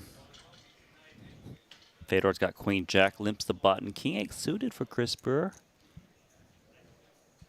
Might be a hand you'd push chips in. Could be one that you just check. King High is kind of a tricky spot. 1.7. Is going to push 1.7 down. Fedor, Queen Jack.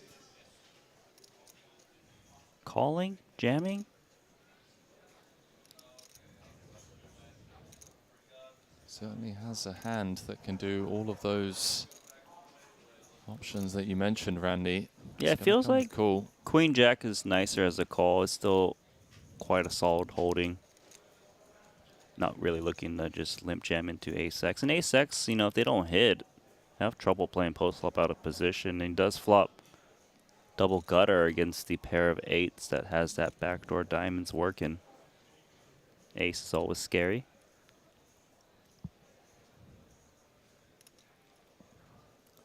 Yeah, how about this for a flop? 1.3. Brewer connecting, bottom pair, backdoor diamonds, Fedor. Looking for a 9, Jack, Queen, or a King. This really feels like a tournament-defining pot for both.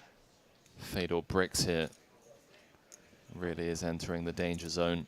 It's tricky to actually raise a hand like this on the flop because it's so hard for him to have value on ace-high board to raise with that shallow stack. So call makes more sense despite it having fold equity. The brickiest of turns, Randy. 6 of spades. 6.5 million in the middle. Note the stack to pot ratio. Fedor with just 4.2 behind. The way this hand's played out so far, it is rather unlikely Chris Brewer's hand is actually best, but he actually is in this spot. But he would think he's up against like a 10x at a high frequency that's probably not laying down.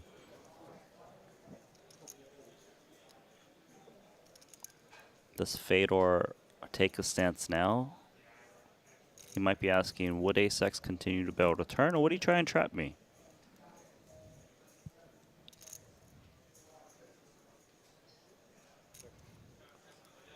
He's going to knuckle back, and he's going to get there on the river, Randy.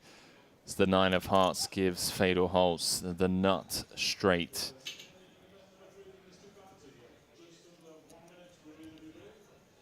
The way this board is run out, there's such a near 0 chance that King 8 is ever good, but he can't represent a 7, so he's going to check. See what sizing Fedor comes in with. He might field at 7x if Chris Brewer was holding him, would bet itself. So maybe he doesn't go too large. Hard to say because he's only got 4.2 million with a 6.5 million pot. And it checked through on the turn, right? So Brewer ISO'd pre, bet flop, check turn, and now checked river. Does go for it all. I gotta count. 4.2 hoping for the best. I have a truly awful hand to call with, so I don't think I'm going to. A little bit of an insight into Brewer's mind. So he has a really bad hand to call with. I'm out. Not what Fedor wanted to hear, of course, but he is back in this fight. Back up to north of 20 bigs.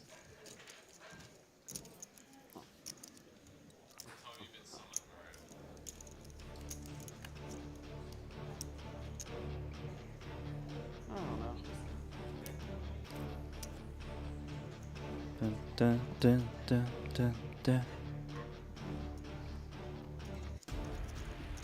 Randy, we're just 46 likes away over on our YouTube channel to get up to over that 1,000 like territory that we are aiming for. For the 6,600 of you currently watching that haven't already, click that like button. Please do. Just take a couple of seconds out of your day to drop us a like. Help us continue to grow poker, our channel, and for us to continue putting out world-class poker production free of charge to the entire world. Do appreciate it. Back to the action. Got a button limp 87 here, going to actually push up. He's been rather relentless against these button limps, and Fedor is very well aware of how to play these 20 big blind stacks or so. Nicely done. Further closing the gap between him and Chris Brewer.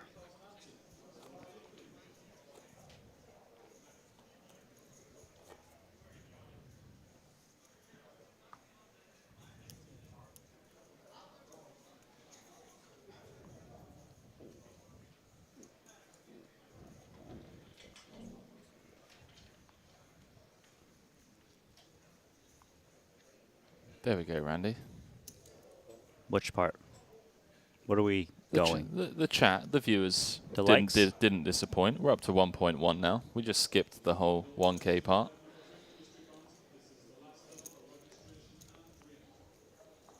Fedor right back in this fight. And perhaps gonna now take the lead for the first time in this heads-up match as he's flopped top pair. Brewer with middle pair on the King 10 deuce board. Maybe trouble ahead for the Brewdog.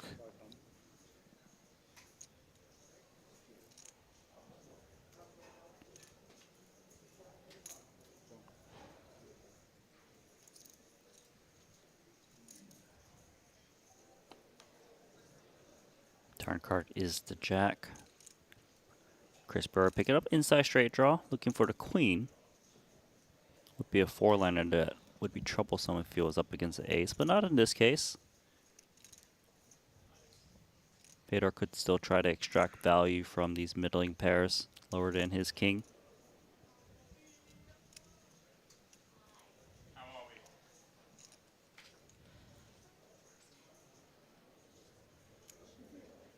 $2.1.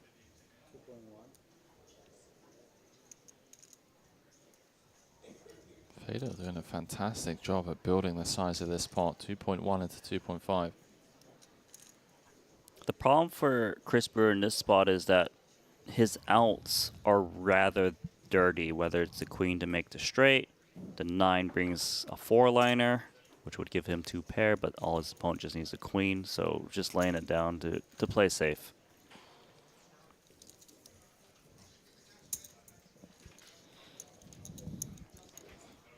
Well, there's different forms of run good, Randy. Perhaps that overcard to Brewer's 10 saved him some chips there, but we do have a new chip leader, and it is none other than Fedor Holz. 11 Triton cashes now. Over 10.2 million in Triton earnings. Chip counts brought to you by PokerStake, looking to win his 3rd Triton title here. Guaranteed 569,000 for his efforts. Brewer's guaranteed 600,000 and change. 40k extra going to the eventual champion, as well as, of course, the Triton title.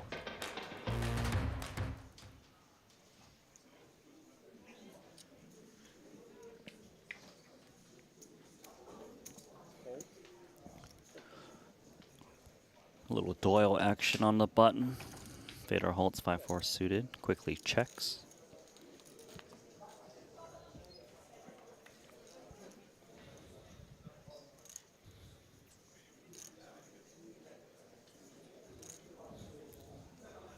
Fedor with 60% of a straight flush. Yeah, a little bit of a wraparound. Brewer actually betting here. Brewer just saying he's got more traps here, right? More ace-X. I would think so. Some 6X as well. But the thing is, you actually would want to check back ace-X at some frequency on this flop, given how hard you smashed it, and then how hard it's for your opponent to continue. And Fedor is actually going to continue. Oh, he's actually come with a check raise, just realizing that you just can't have much either. It's such a sick hand to do it with as well, right? He's going to pick up equity on a lot of turns, continue to apply pressure to some king-high floats, for example. Got a little fun fact here over on the Twitch chat from Fedor80 saying, hi guys, nice cast as always. Isn't it awesome? In Germany, beer equals brewer. Brewer equals Brauer in German, making beer. Very little fun fact. I didn't translate that perfectly, but I get what you're trying to say, and it is fun. Because we've got Brewer against Fedor. Fedor's from Germany. Thanks for that. Yes. Thanks. 85?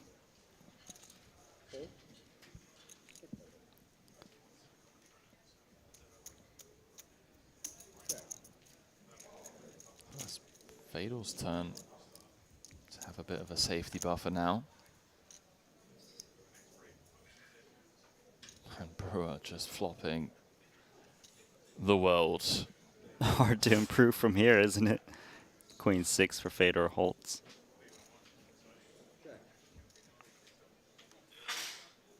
Oh. How about quads? How about a little upgrade? How hard is to upgrade a flop full house into Daily even quads, better? we've had it every day so far this series. You've been taking notes. I try, Randy. How does it feel to be betting with Queen 6, drawing dead? Brewer's got to love this. He's got so much piece of this. He just knows that Fedor has to be bluffing. He also has the 5 himself, which blocks the values. Fedor with a little bit crisper, I mean, with tank call. Try to make it look like he's got a high card holding that he might try to get blown off of. Ace. Oh, hearts get there. Ace is a great card for Crisper, as if his opponent was holding that ace X, that trap prey flop, he would get stacked. Bonds. And a full house.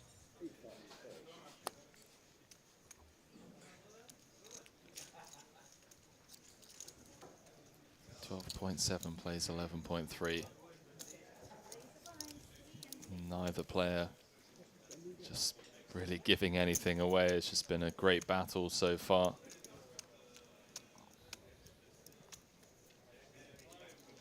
Seemed like a tough one to get paid on when you have the 88885.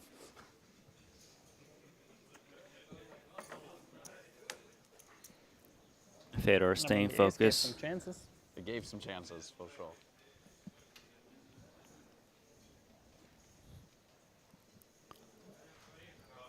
$600K big blind now.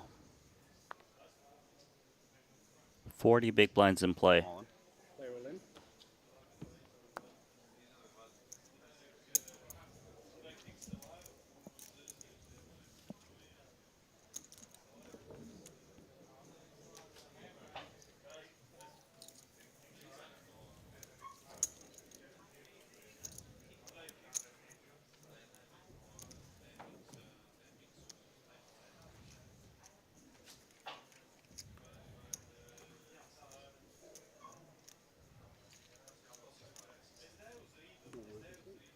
Yep. I do it.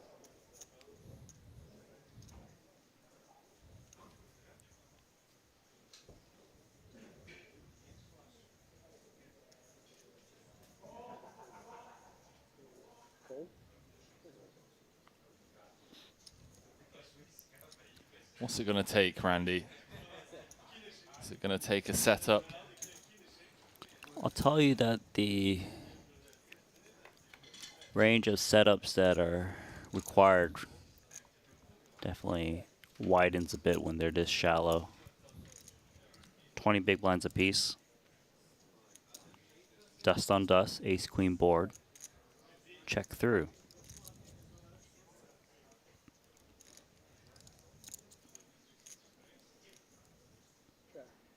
First one to bet's going to take this one down.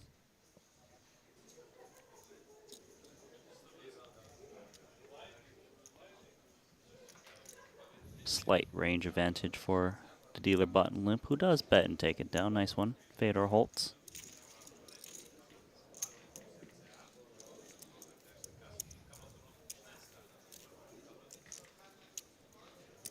So blinds have gone up to 300,000, 600,000 with a 600,000 big blind ante, meaning there's just 40 bigs in play now. It does feel like this could quite literally finish any moment at this stack depth. All it's going to take is a ace-x v ace-x pre kind of spot, you know? Money goes in. Doesn't even necessarily be ace-x, ace-x. It could be like broadways. It's all about priming yourself in a position with the most chips you can when that situation happens, such that, you know, if you do happen to double up your opponent, you know, he's not in such a huge commanding leading. Give yourself that chance to have a second life. That's why these small pots are just so, so important.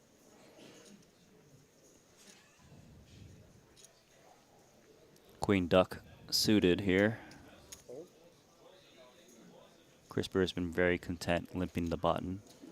And you're going to expect that from the 20 big blind stack effective. Jack 8 checking.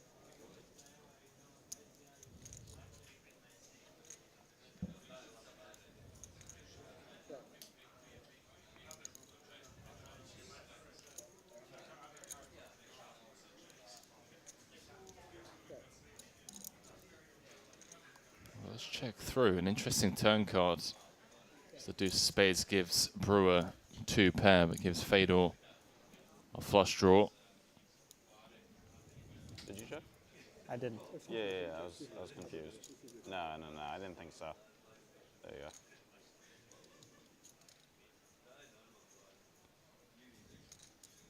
go. Love the sportsmanship being displayed there between Brewer and Fedor.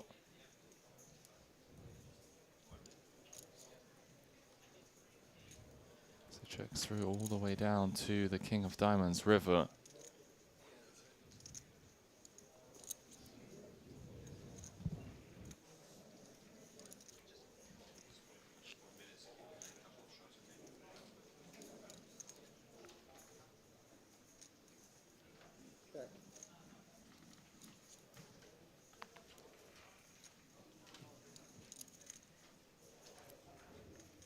Let's see if Crisper wants to try to extract value with this pair of deuces.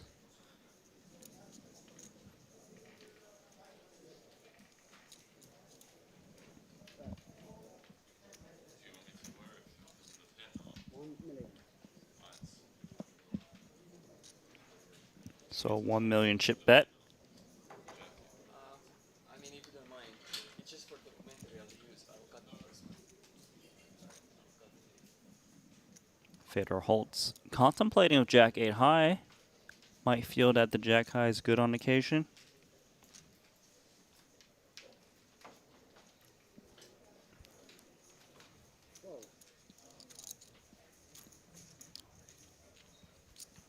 Yeah, this has really been a heads-up match for the purists out there, Randy.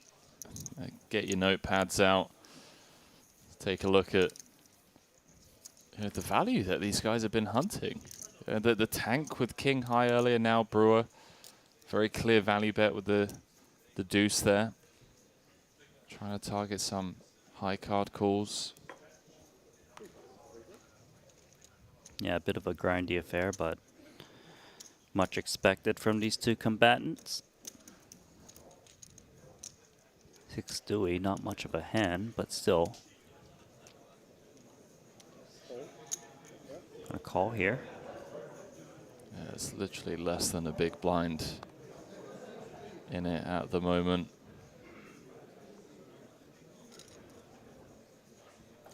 We've seen these high card, low card. There we go. Take it north as Brewer jams.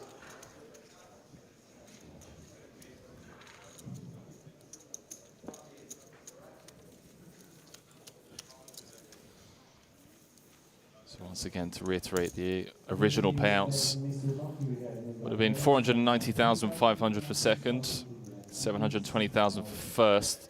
They did make a deal before the start of play.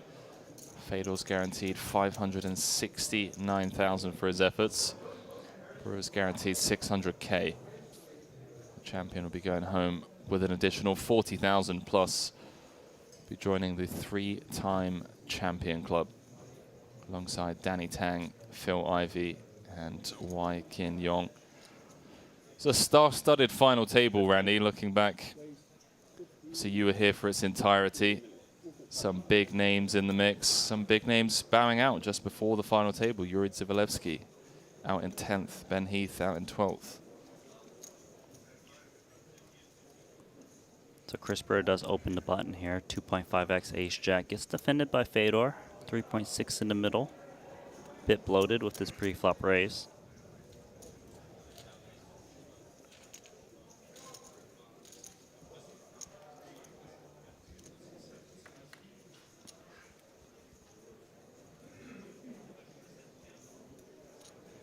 Both players whiffing the 9-4 tray. Not a single heart in sight for Brewer. But it's such a dry texture here, and he's probably going to sprinkle in like a quarter pot bet to just deny equity. His opponent in the big blind in the raise Paul, so doesn't have the 3-4x too often. Yeah, that's a great point. But that 10-8 somewhat wrapped around the 9. So he does see Brewer fire out the quarter pot bet. It's hard for him to represent much by check calling here besides 9x, so he's going to lay it down. Might be able to close this one out. He's got 15.2 million. Well, he's been there before. He was up to 16.5 at one point. Fedor fought his way back to take the chip lead. That was a level ago. Things are a lot shallower now. 25 bigs plays 15.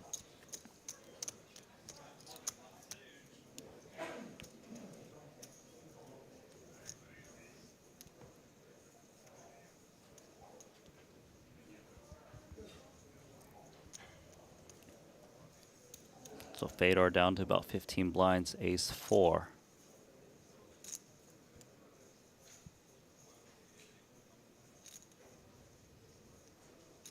All in. Play roll in. Yeah, we've certainly had a lot of bottom of range dealt so far this heads-up match. I think ace-jack suited is literally the best hand we've seen. Yeah.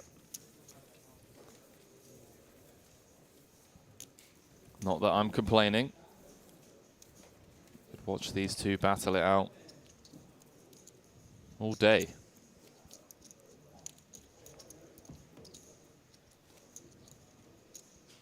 See the production set up in the background. Triton Super High Roller Series in London.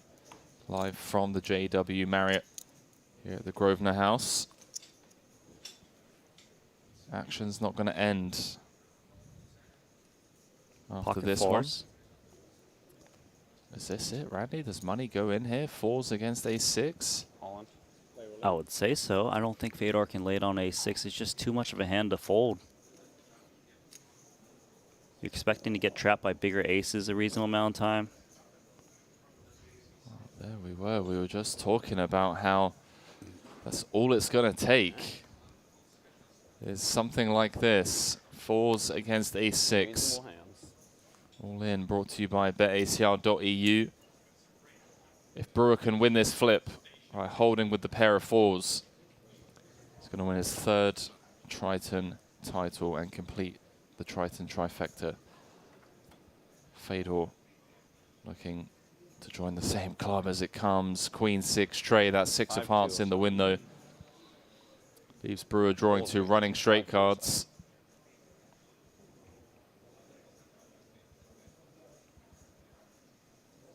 There's that deuce that he called for. Did say deuce.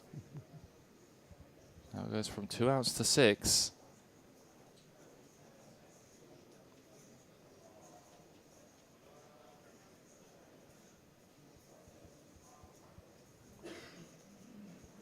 And the river. Queen of diamonds pairs the board, and with that, Fedor doubling up to 19.4 million, Randy. And more importantly, has Brewer down to sub 8 bigs now. Yeah, that was clearly a very important pot for both players. Fedor Holtz is closing in on potentially winning this event number 2, 25k. As you see here, 81% of the chips in play. Yeah, 4-1 chip lead now over Brewer. 32 bigs, plays 8 bigs. Chris Brewer mashing away. God, I could have took him out.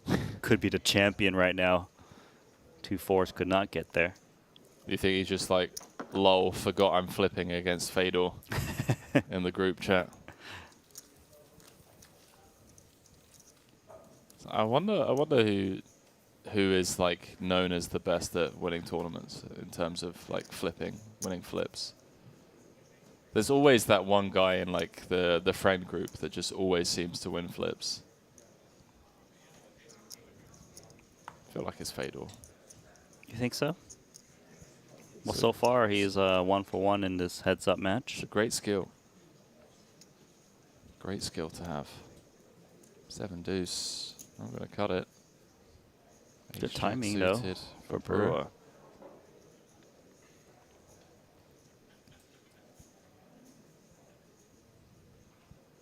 He reluctantly folds. Too good. Free peek. I hadn't looked at what he wanted to use now.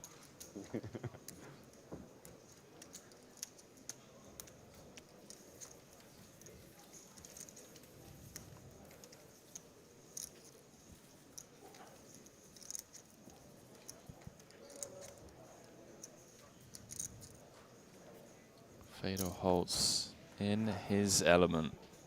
His words, not mine. Said it at the start of the heads-up match.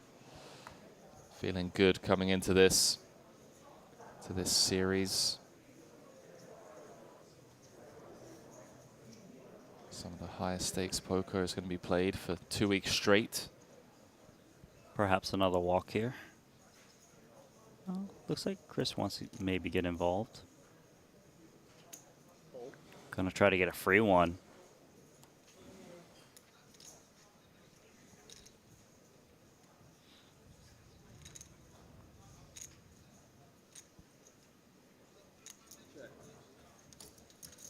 Fedor's going to let him see a flop.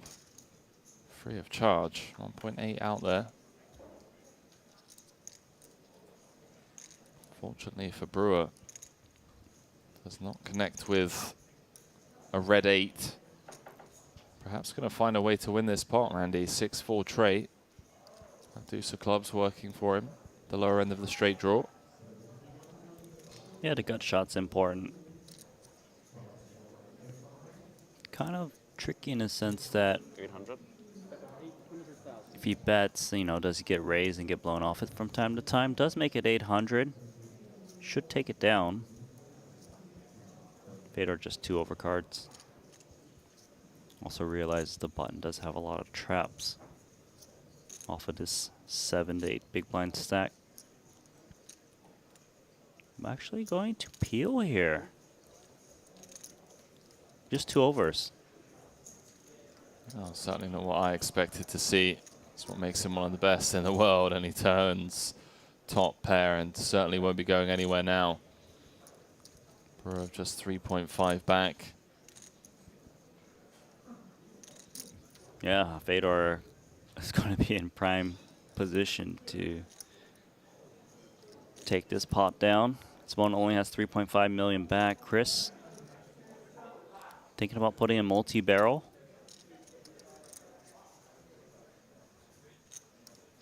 Don't forget, this was a limped pot. Fedor, 100% range here as he barrels 1 mil. Fedor with a very disguised top pair. There's a lot in there. And it is a 6-4-3 club board on the flop, so there is a lot of draws you might just want to shut out. Charge them.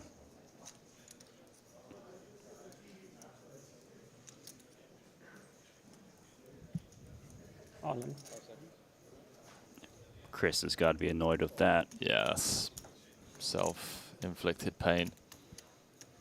Fedor with the check jam. That is a huge pickup. As Brewer down to dust.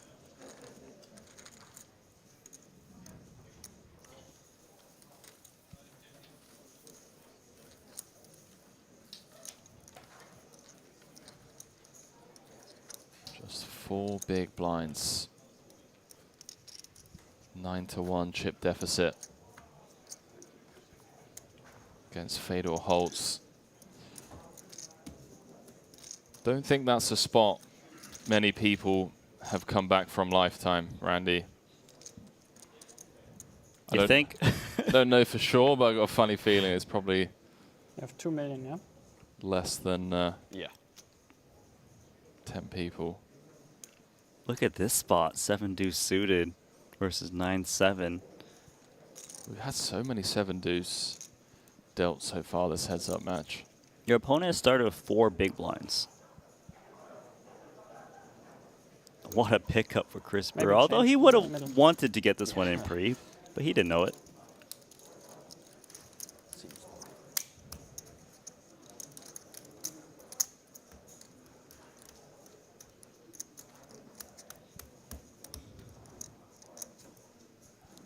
So 120 runners in this one, down to the final 2.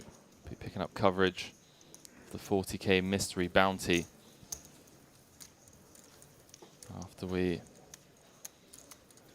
wrap things up here. Sam Greenwood still leading the pack, up to 107 runners in that one now.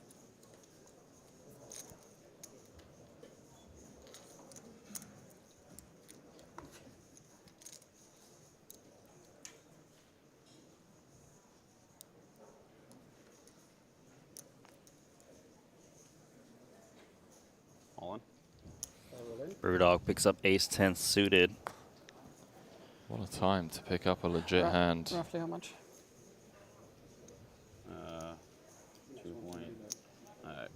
2.8.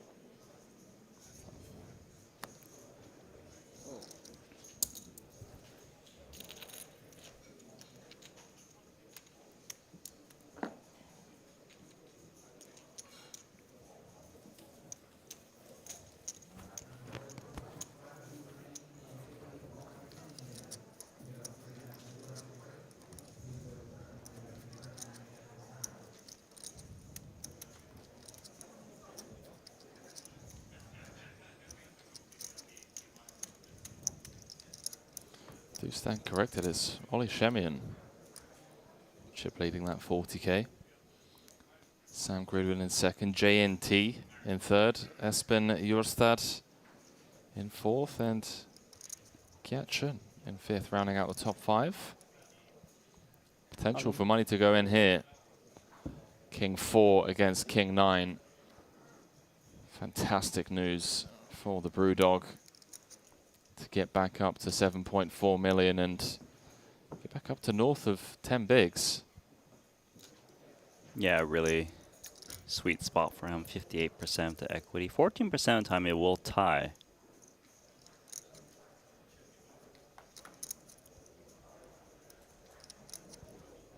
Fedor flopping it. Flopping a pair, but does need to fade queen or a 9. So queen would give Brewer a king high straight. Now the 6 of diamonds on the turn gives Brewer flush outs. Queen, 9 or a diamond. I kind of feel like it's a 7 of spades. Is it too many outs, Randy? It's a lot of outs. Get back up to 7.4 million. Can Brewer convert? Yes, he can. Black 9 on the river. Brewer back in this fight, back up to 12.5 bigs. So what's it going to take, Randy? Another double up, and all of a sudden it's Fedor be in a danger zone. 3.4. Chris has got to feel good that he's got a chance again. So close to closing this one out for Fedor.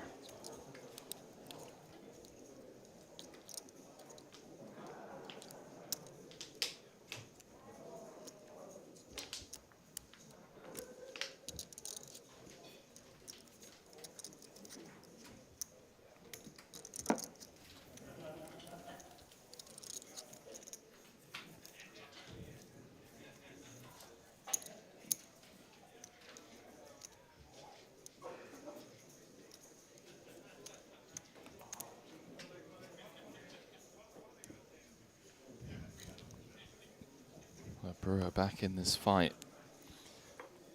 I tell you what, if the rest of the series goes this way, I'm gonna be one very happy commentator. Just like going which way? With these heads-up battles. Okay. You know, we had like such a sick heads-up battle last night, and it feels fitting. You know, they're both trying to win their third Triton trophy, looking to join that club. Alongside Danny Tang, Phil Ivey, Wai Kin Yong. And they're both putting each other in tough spots. It's been a great battle so far. As expected.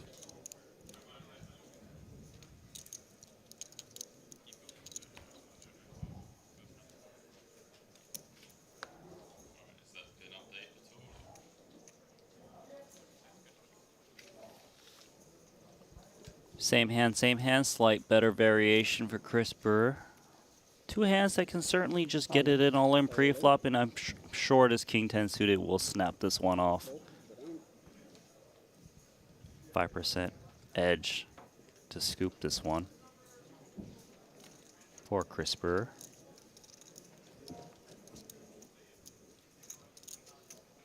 Let me know if any of them flop a free roll, Randy. Fader with the 2 flush draws. Brewer looking for some spades. Oh, free roll. Hearts. Fair. Fader says Pair of tens. How is that fair? That's hilarious. 300 each. No, 300 each. No. No. There you go. Yeah. Got there eventually. Yes, the 15 big blind average, heads up. You heard him, 15 bigs average.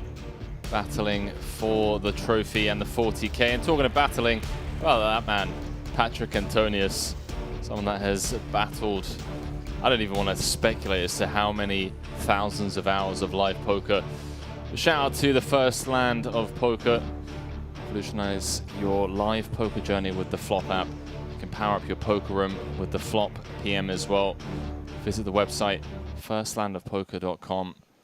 And I think I said to you yesterday, Randy, if there's a man on the planet who I'm going to trust about designing an app that helps live poker players, it's going to be Patrick Antonius.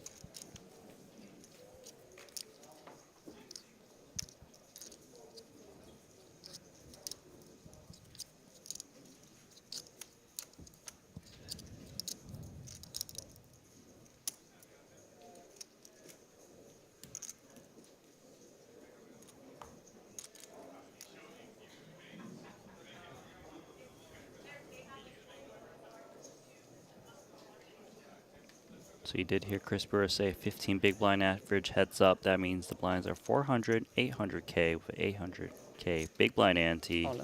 Fedor Holt's just going to rip it in. We're going to see a lot of all-ins at this point of the tournament. Still an edge to be had though, Randy, at this stack depth? There's an edge if your opponent hasn't studied this situation, but you know these You two can have. also keep the ante if the other guy is winning the pot. Thanks. Just trying to speed things up. Blind's going up to 400k, 800k. Even though Fedor's got the chip lead, it's been exchanged on a couple of occasions. It feels like it's anyone's game. Fedor was in a similar spot as Brewer is now.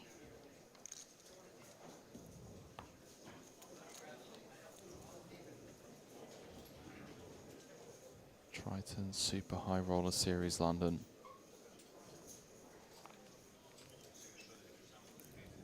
The players that don't bag the 40k, they'll be able to jump into event number 5, the $50,000 buy-in 8 max. Kicking off tomorrow around 3 p.m. local time. Of course, the Mystery Bounty, one of our favorite tournaments, not only 2.1. as the stakes are getting higher, because we always get to have that Mystery Bounty broadcast.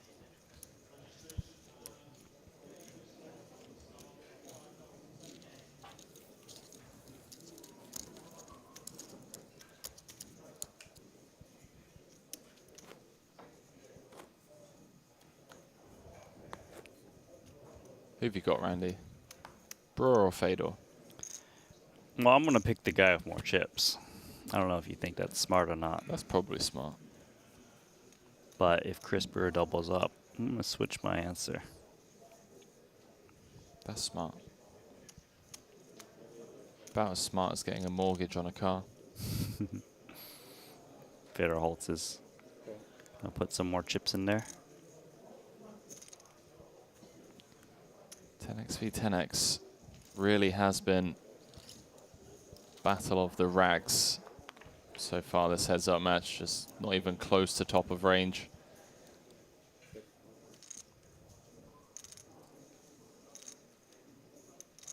This ace should be pretty much non-existent in the big blind range with this sub 10 big blind stack. Yeah, Fedor with the 2 overs to the 6-5, somewhat wrapped around with the 7. Seabet gets it done.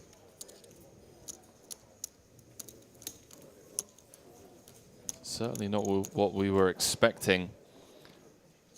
About, what, an hour into this heads-up match? Started things off with a 30 big blind average.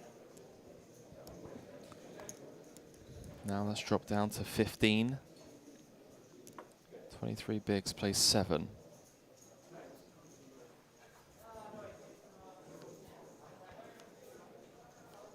All in? All in?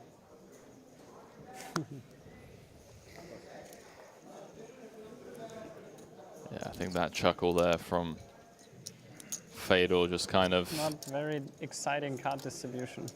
What? Not very exciting card distribution. Oh, yeah. I mean, yeah, we really haven't had much either way. One of us shoves, other folds.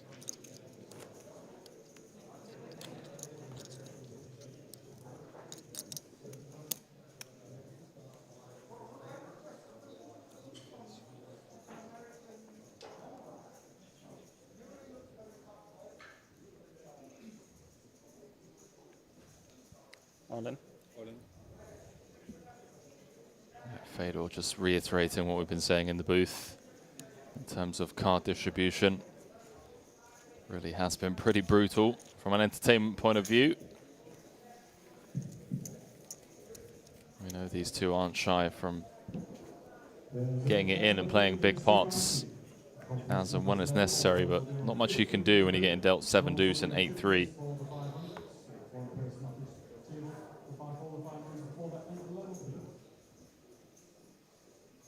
I think Brewer's scrolling through the Financial Times. So. You think so? Look at this, 7-3 and 5-3.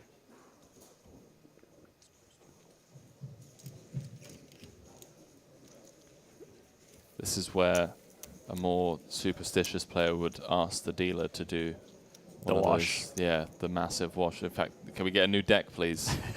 Keep getting dealt 8-3. What's going on?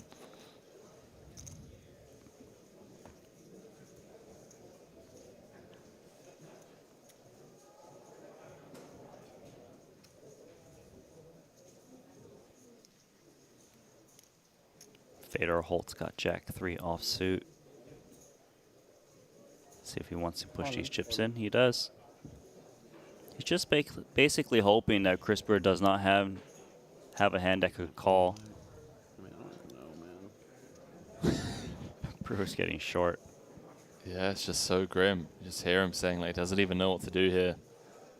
5 bigs behind with 2 invested. 6 blinds. How much equity do I even need to call you? 6 bigs total.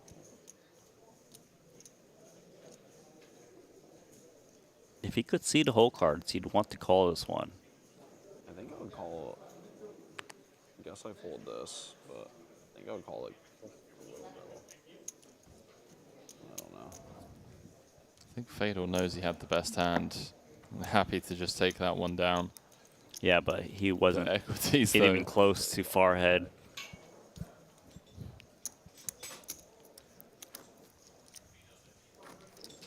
So 5 bigs for Brewer now.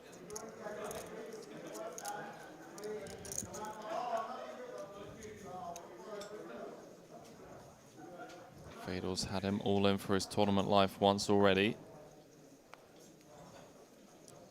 Could this be the second time? King Deuce of Diamonds. 3.1. Fedor asking for a count. 3.5. 3. Might be enough of a hand for Fedor Holtz to continue. You know, it's a 5 big blind total jam. He's put in the big blind ante. He's suited. That helps. Yeah, you see him nodding his head as he makes the call, and it gets shown the bad news in terms of diamonds. I had 5-4 clubs last hand. I didn't know. I think I'm supposed to call like 8-7 of clubs for sure. Like snaps. 7-6. Brought to you by Probably close. betacr.eu. Fedor looking for a jack or a 6 to win his 3rd Triton trophy. Brewer looking to just hold with the king high as he flops top pair on the king 7-4, and this heads-up match is looking very likely to continue, Randy. Unless Fedor can back into a straight, which with the 10 of clubs on the turn leaves him dead. Brewer back in this fight to 11 bigs, 15.4 plays 8.6. Yeah, notice kind of how he was talking to Fedor, asking about the 5-4 clubs. But Fedor realizes, well, if I don't win this all in, I don't really want to give you extra information on what you might do with that hand.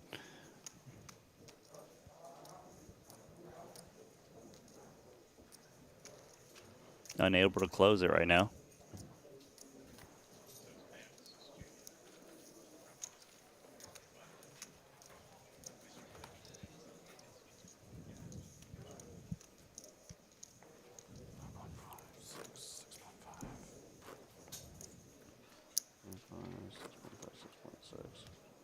Brewer does that twice over. He'll be walking away with the trophy. Fedor was just 1 card away from becoming the champion.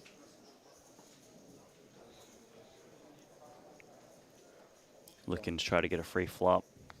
Doubt Chris Brewer is going to let him get away with that with Queen 10 of hearts in the big blind.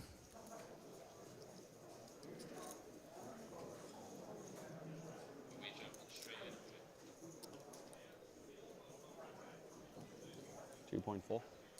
Raise 2.4.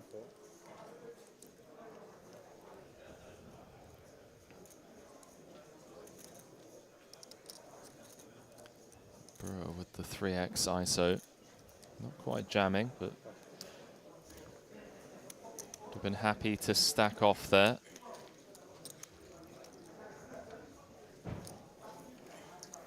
All of a sudden, it's gone from a 9-1 chip deficit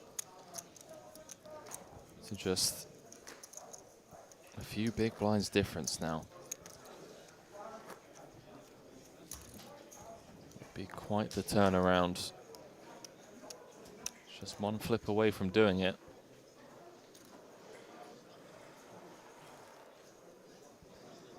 King, Jack, and Queen 10. These are hands are going to clash. Yeah, surely this has to go in. 11.5 bigs for Brewer. Does announce himself. Fedor again kind of nodding. It's 9.4. Yeah. Knows 7-5. he has to 8-5, take the spot. 9.4. 9.4. Queen 10 suit is just too strong to fold in this spot. Is going to make the call, but only has 41% against the 58 of Chris Brewer. Chris Brewer in prime position to have a massive chip lead if he can just hold. Be so insane if Brewer can hold here. After being down to just, what, 4 million? Less than that, I think, at one point. It's down to 2.5. It's a 9-1 chip deficit. 19.6 in the middle. It's the Jack of Clubs rolls off in the window. How do you like your top pair? Jack, 9, deuce, 2 clubs. Fedor with an open-ended straight flush draw. Flop. Brewer with top pair. I'd like to see like the 3 of spades, and then whatever. We can deal with the river. Pretty unlikely. Brewer asking for the 3 of spades. Okay. How about the 3 of hearts? Same thing. 62% to double up. Fedor looking for a king, queen, 8, or a club to win his 3rd Triton title. Finds it. 8 of hearts, corner pocket, Randy. And Fedor Holtz joins a very exclusive 3-time Triton champion club alongside Phil Ivey, Wai Kin Yong, and Danny Tang. Chris Brewer with the crossbar here in event number 2. They did make that deal, of course, which means Brewer will be going home with just north of 600,000 for his efforts. I believe taking his earnings this year to north of 10 million. You can see. There's the redemption arc. Payouts brought to you by Jacob and Go. So now you have your story. Thank you. Fedor. Over to Lee Davey, Ali, James Dempsey. Good job. Thank you. Some of the team. Just do a quick interview. I know you're probably desperate to hop into the. It's all right. It's all right. Don't worry. You're a bit chill. I just turned 30. I haven't been more relaxed in my life. I think. There you go. Just turned 30. Yeah.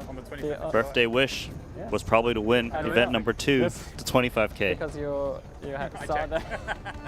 See Luca Vivaldi coming over.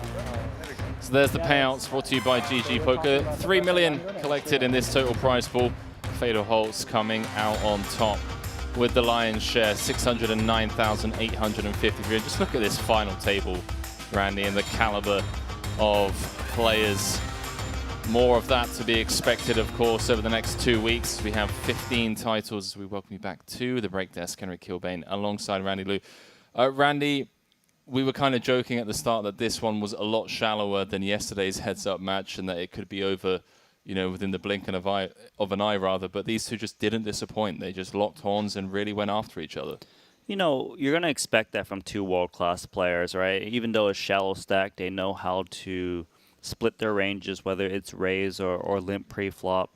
You know, they're willing to go for spots. And really, it was a rather long heads-up match, despite being more shallow than the first event, but just world-class play throughout. Well, Fedor did eventually get it done. Now, Randy, as we alluded to during that heads-up match, we're not finishing with event number 2. We're actually going to be jumping into event number 3, the 40k Mystery Bounty, one of our favorite tournaments to cover. Your guess was 400,000 top bounty tomorrow? I would think so. I like that number. I think 400k. You're going to be stepping out for the rest of the evening. Maria Ho's going to be jumping in with me to call the action down to the end of the evening on day 1.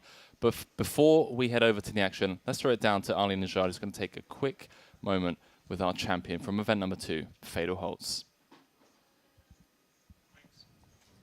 Sometimes we say that 2 is company and 3 is a crowd, and things got a little bit crowded just now here in Camp Fedor Holtz as he notches his 3rd Triton title, 11th career cash, a lovely $720,000 30th birthday gift, bringing you up and over 10 million in career Triton earnings, Fedor. And a little bit surprising because at the last couple of festivals, obviously you waited until the main event, backloading your work, notching your cashes there. Is there something to be said for a positive snowball effect as you pick up a title here in the 2nd event? Yeah, totally. I think it gives a lot of confidence. If you win a tournament, then I think you just believe more in your decision making. So yeah, I'm super excited for the rest of the week, and I think I'll have a lot of fun and make some good decisions, hopefully. Well, we talk about decisions. You are so associated with mindset. And as we have the opportunity in the booth to observe you at your craft, you always seem so incredibly composed to us, even in what seemed to be the most difficult of situations. Is there a moment ever at a final table such as this one, which was obviously very difficult, where you have uncertainties? Are you human? Yeah, sure.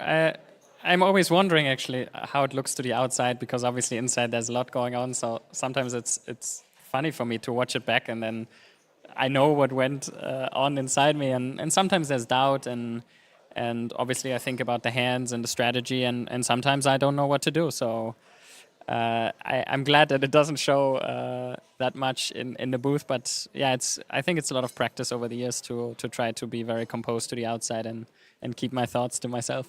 You've got us fooled, that's for sure. Although I'm sure it's rare that it happens. You talked about not knowing what to do from time to time. Maybe that is in part responsible for why it is that you made your return to poker after taking a little bit of a break. But with so much accomplished, you are now closing in on $40 million in career earnings over the arc of your poker career. Of course, the third Triton title, elite and rarefied air. What are your remaining goals and what keeps you motivated? To be honest, it's really the competition and the love for the game. These moments, for me, I'm mostly sad when I bust out, not necessarily missing out on money. It's more that I can't continue playing. When I bust 7th or 5th, it's really more, oh, this is the moment where you're so immersed, so in the game and trying to give everything you have. And when that ends, there's just this little moment where you feel like, oh, now it's over, and you switch to real life again. And I just thrive in these moments. I love these moments, and that's what I play poker for. Certainly feels like there is nowhere that you would rather be, and certainly nowhere we would rather have you than with us right here. On that note, Luca Vivaldi, come on down and present this man with something that he's familiar with, his third Triton title. Ladies and gentlemen, Fedor Holz, your champion in event number 2, the 25K No Limit 7 Max.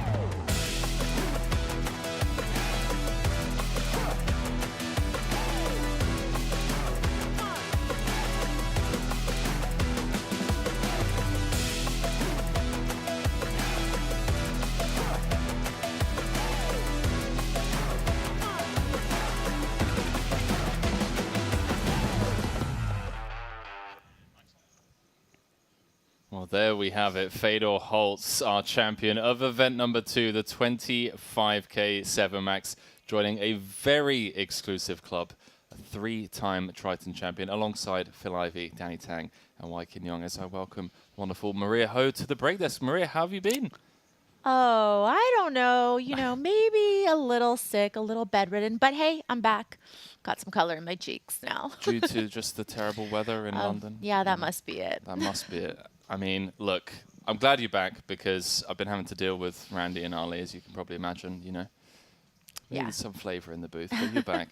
And we've got the 40K Mystery Bounty, one of our favorite events, just because of the shenanigans that typically entail. I don't know if you've heard, but Ali steps into this game show host kind of role.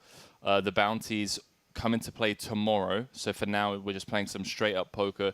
Tomorrow, players will be able to collect bounties, but then we leave the bounty ceremony until the day after when we have a bit of lull in the action. We get the cameras up there, and then Ali invites everyone up. They get to come and draw their bounties, and we get to broadcast it all for the fans that have been obviously watching the action. Any speculation on your part as to how big you think the biggest bounty is going to be, given that it's a 40K mystery bounty? I mean, definitely in the neighborhood of a few 100,000, I would think. I'd say so. But obviously, this is the most popular format to come out of, you know, the last year of poker innovation. So there's always this very exciting element that you don't get from any other tournament. Well, there's currently 119 runners. It's Sam Greenwood that's leading the field. What's the biggest bounty you've ever pulled, if you don't mind me putting you on the spot?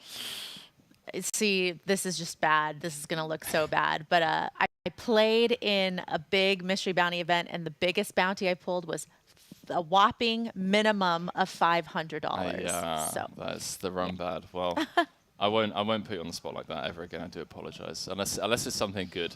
But no, Sam Greenwood leading the field. We're going to be jumping into the red feature table 2, with a pretty interesting lineup. We've got Grafton, Savannah, Yuri Zivalevsky, Jorstad, Ivinger, Barbero, all in the mix as we look to throw it down to the main stage and watch these titans of the Triton Super High Roller Series battle it out. No bounties in play today, but certainly the time to build a stack going into day 2 so that when the bounties do come in effect, you have a bit of a stack to play with. But maybe it was good, Queen High. You can go bounty hunting. Oh, we can actually just mute our mics, Maria. I just realized that it's Barbero, Grafton, Yuri. King High for sure. Should be a pretty talkative table. Better.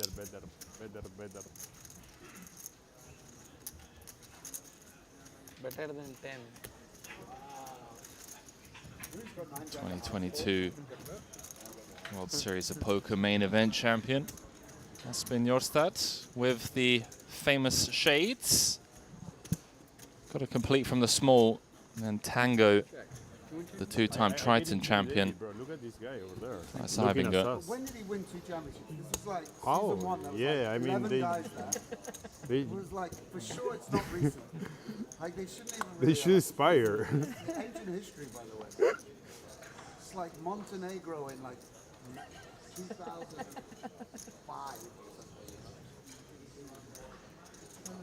This table is so Next pot, 24k in the middle. Keep doing, guys. So good.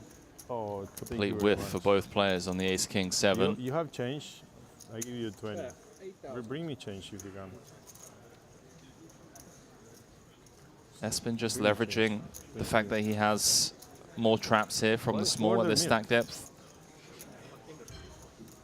What? English tea has milking.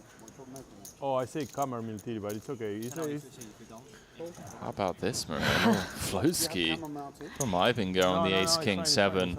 I don't want. No, I don't want milk. Perfect. I keep this. And I guess if you're going to float with the Jack 8, then that's a pretty nice turn card. It's got caffeine in English tea. It's not like chamomile tea. It has caffeine? A lot? No, less than a coffee. Less than a coffee? What time? I try not to. Jorstad. No, I have. Seemingly waving the white flag here after he got called on the flop. But it depends, because I'm trying not to drink. Yeah, flush getting there. 4 overcards, no equity whatsoever. Yeah, thank you. Ivinger with the double gut shot now. Sweet. Check this one back. I like a chamomile tea as well. Thank you. Would win with Jack High. I guess check the showdown. They drink the most tea in the world. Sure, but we drink English tea. Only on English tea. We don't drink. Yeah, the river pairing the kings, not a bad card for Ivinger, though. There's certainly, you know, some king X's where Ibinger's not going to jam pre-flop and will call the flop with second pair and perhaps find the check back on the turn and make trips on the river. You know, only the really strong king X's, of course, would have shoved pre. So certainly enough of the weaker king X's still left in his range in a limped pot pre.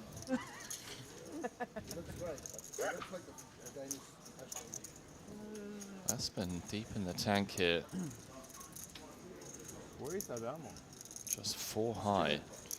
Does he know it's on him? I think he's trying to figure out if there's a way that he can win this pot, but decides to check. Before he got all serious A about little bit of life. showdown value for the Jack High. Does check back. 3 high. Jack high. 4 high against Jack High. No one has a pair? Wow, no one has. There's a different game they're playing. Check. Check. No one has a pair. Check. Look how much. Wow.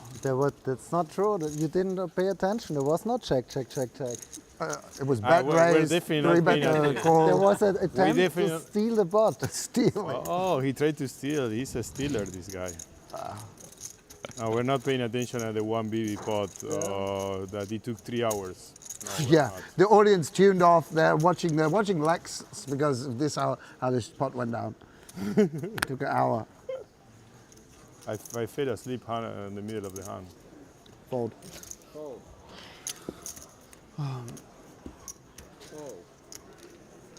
In typical Grafton Giving the fashion, hand, Santos, just has to Santos needle pictures the himself players on the after beach, the hand is over. relaxing. And he just Can't came resist back a to little bit of reality. Mate, we should commentary. make that You know, happen, he misses like being that in the PCA booth. where they played outdoors. We should have like Wouldn't a big have it poker any other series on a way. beach somewhere. Can you imagine? We all just come up, we're all like, you know, yeah, in like Hawaii, you know, we were just like, you know. I went to play a Magic tournament in Hawaii, and we stayed 1 month there. It was so good. You spent a month in Hawaii? In the North Shore. What a life he's had, by the way. That's sick, by the way.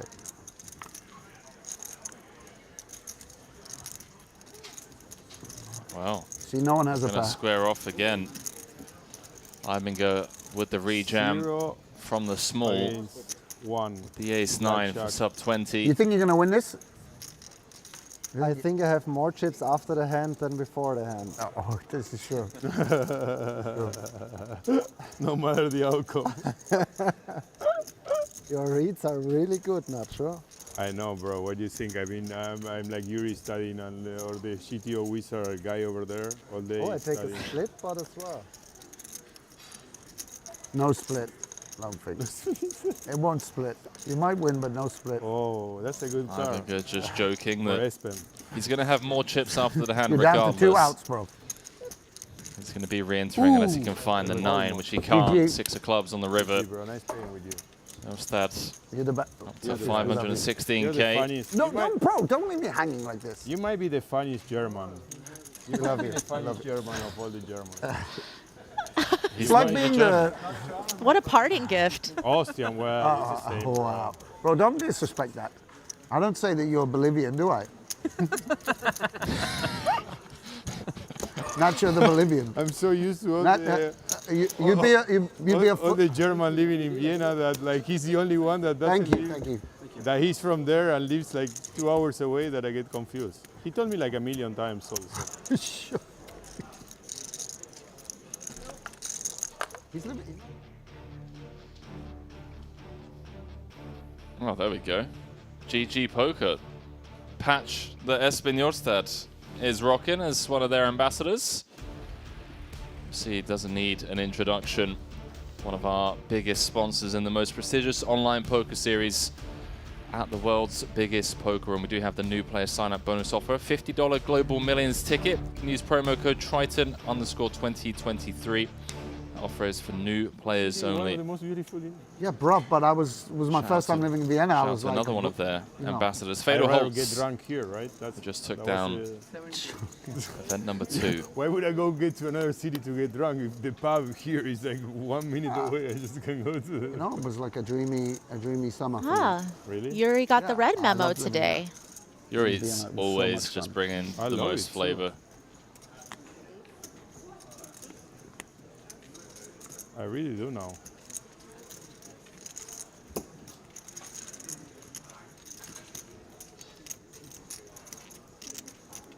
I really like it now during the summer. It's beautiful. Sick, yeah. But what I'm saying is, when you move to a new city for the first time, you're not like, you know, if you come and like when Espen came and lived in London, he's not like, oh, I better go check out Durham, or you know, go to, you know. Bro, you're talking Durham or in Salzburg. I mean, what was like. I lived here, yeah.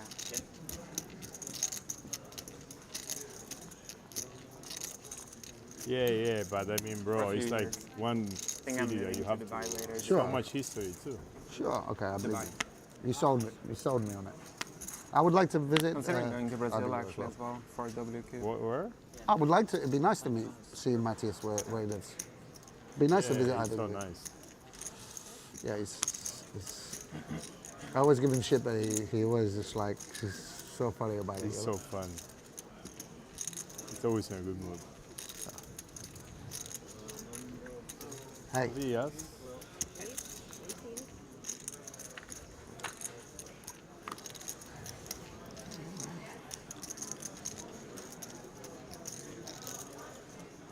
Feel sorry for Tobias Wecht, just currently taking trap 4. Come on, 20 more seconds and I make it in 1 bullet. In 2 bullets. Yes, come on. My mom is gonna be really proud. You made it 1 bullet? 1 bullet Barbera, 2 bullet Barbera. Dealer, please take your Two or time one? on the shuffle. We don't want Nacho to have to fire again. Yeah, a lot of poker players go there to play. The Portuguese guys, they always go there.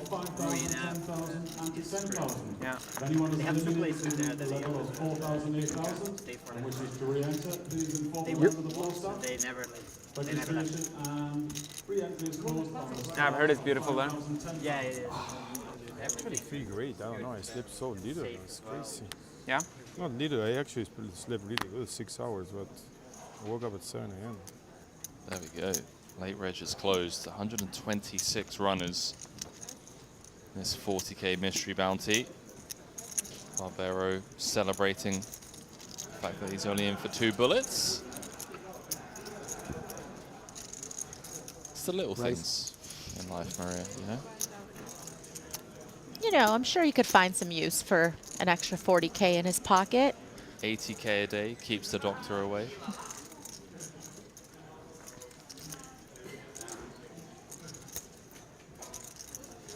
Zivalevsky, widely regarded as one of the best all-round poker players in the world. Part of the Brazilian Armada, squaring off against Squiddy on the 10 deuce-deuce board.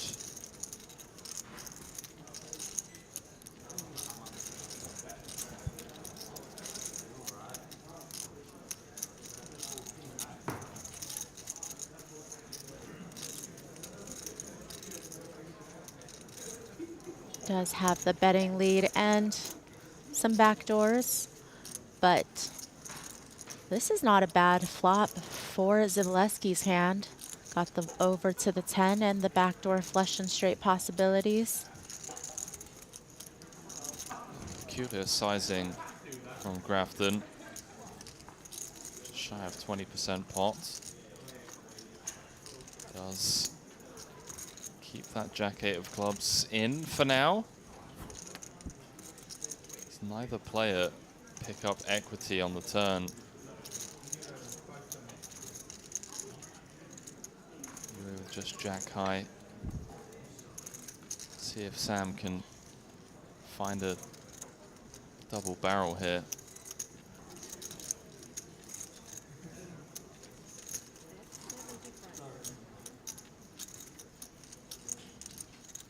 Now sizing up on the turn. Makes it hard for Zivalevsky to continue without any additional equity, and that's going to get it done. Button's good. Yeah, that's a big double barrel there from Squiddy. Thanks, bro. What's my best shot if I'm gonna find a place to rent their Airbnb or? Yeah. Coming. I'm the boss here, so they don't know who. They don't. You really don't know who the boss is South here? is pretty different to the north, so it depends on what you want. Sure, thank you. North is more crowded, but with I've got one. That's mine, right? No, it's okay. better parties. I South think. is more like Did you want? roots. Roots, like you know, like there is no like. Thank you so much. Like. I'm too intrigued by this conversation between Yuri and Espen. You been to Brazil? I have not, but I've always wanted to go, hear good things. He left me without change. Lifestyle. He'll get you on. Healthier. He keeps. So, yeah. Kind of sounds like from dinner the other night that you and Espen might be in your South America era. I don't know. mean, Yes. maybe. But I Maybe. definitely recommend to have more than one, just because if He actually got me chamomile tea. there are a lot of Chamomile. How you pronounce it? Chamomile. Chamomile. Oh, come My on, pronunciation was so bad. I don't Grafton. have a lot of problems with it It's at all, but chamomile. Okay, no, Oh. I should not argue You with guys are fun. English You guys fight, I'm pronunciations not here to when sing I'm very in carefully England. through That's the a bad house. Wait, idea. hang That's a on. fight I don't want to start. Sorry, That's a fight I don't want to start. It's too late. You've already opened up the The door. day you start And tanking, I give up. Like it poker. is The day definitely you're not burning your water. time, right? It is absolutely water. I did use them today actually a lot. How do you say Fucking hell, like, chamomile the tea? worst spot. Chamomile. Come on, I feel like Come you're trolling us What? I made a sick. Surely that sounds better than You're whatever so it is Grafton said. Chamomile. Hero check. Wow. That's more. It's nice. When they're meant to get you and they don't get you, it's a nice feeling. Yeah. I didn't even know that that was something that I think it's we maybe pronounce mandatory, differently. I don't fucking know. Do any of the tails have a Triton? Is there a tail with a Triton? You? No. No tail. No Triton tails. No. Wow. Bias. It's bad, by the way. But now you get to be the The first. 2.7x. There's a little competition between you guys right now. It's the limp from Espen, completing from the small with the king 3 of spades. Bro, I was rooting for you over the summer, of course. Chat are asking for us to time Maria I out. always. Oh no! Yeah, he's Started a second, fight that I Unreal. can't finish. That's big luck box energy It's as terrible. well. That's like you feel like you got a gift from God, right? When you get a second in that, like you feel like it's a free roll. The one I wanted you to win, the only one, I promise you, Tim will tell you, I was with Tim, we were with our girlfriend, his wife, and we were like having dinner, but I was sweating the updates. Tim was like, well, you have action here or what? I was like, no, but, you know, normally I don't mind. If you win a W Cube, I'm happy for you. You win a normal bracelet, I'm happy for you, but that I wanted you to win, you know? I felt I was taking it personal. I wanted you to win that. Yeah, thank you. Yeah, it'll happen, you know. You've got a long career ahead, but it would have been nice. No, would have been Interesting Yeah, lead yeah. I know here how from you would your feel about stat it as well. You do. after calling the raise still feel good. from Yeah, Tobias of course, pre-flop. Of course. We know this. Does like, have the gut shot. no difference and between first is and- representing this cigarette part of paper his between range first and that second, limp nothing, calls you against know, a that's- raise. It does have a lot of these but yeah, middling Broadway connected cards. See if Espen wants to continue telling the story on the turn. Let's see if perhaps against this particular holding it would work. But you're picking up like one every other year, like the way Helmuth's done it, right? Certainly I can So see if what have you calculated? Espen is What year? attacking some 2045, ace-X's you become that number this one. line and a double barrel could potentially get through. And as you Actually, mentioned, have to do against it a long time, Tobias's one exact a year. holding, Still, you need 2000. could definitely yeah, 40. work. See what sizing he's choosing. Just going to go 60K Whoa, how does he do it? here. Fuck, it's crazy. Hecklin said in that tournament he won, he had him all in for one big blind. Like Helmut had one big blind, he had it, and Hecklin had him all in, and yeah, he won, and then, I don't know. Crazy. It's crazy. I was fuming.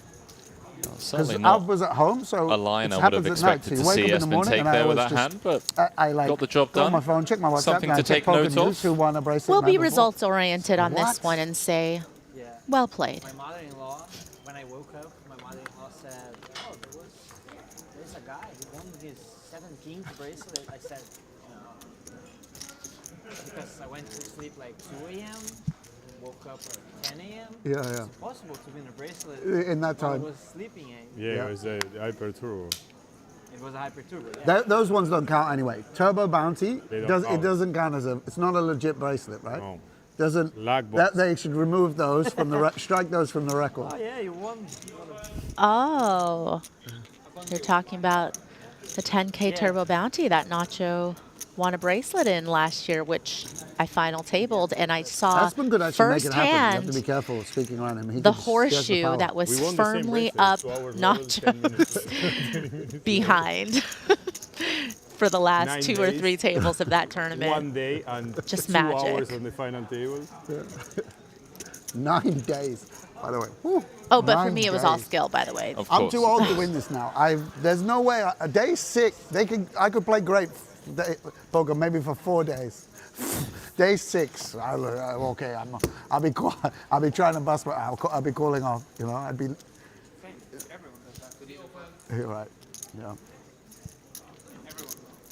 Everyone's on adrenaline. Yeah. A lot of these guys are the first to admit. No, I didn't It play takes last a year. lot I of only luck played to win 10 days tournaments. as well last year. I don't really enjoy it. I don't really like to fun be turn of card. all the places that we play. Okay, Triton, Vietnam, PCA, Paris. I honestly feel you like could we should see just go for a walk, Triton Maria, run. get some steps in. The Yeah, bottom I place feel would be like Vegas. tonight would have been So- a better night to have the little issue that you had last night, because nobody would even notice that you were gone, Sure, yeah. taking extra breaks. Yeah, of course. For you mixed game guys, it's just a different thing. Yeah, exactly. But the experience The only thing I feel sad about is there's some guys that I would only see in Vegas. Like, yeah. you know, there's a lot of really cool American pros that I'd love to see. And now it's going to be like maybe 2 years till I see Ankush or someone, you know? So it's a bit of a shame, but.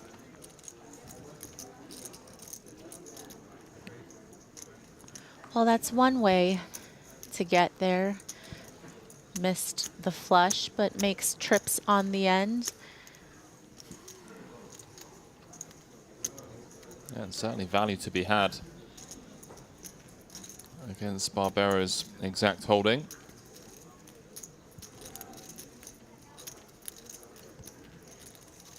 $70,000 in the middle, 125 back. He's now going to knuckle it on over. What does Barbero do here? Yeah, this is interesting. You know, once checked to what does Barbero think he could get called by that's worse? You know, certainly he might feel that sevens full obviously would just lead here, but, you know, might try to bluff catch against some 8x type holdings.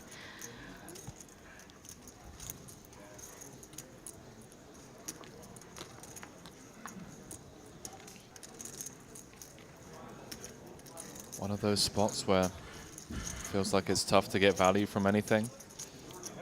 Even though we have a 9, it's like, what's worse that calls us? What better do we get to fold? He's going to go for it all.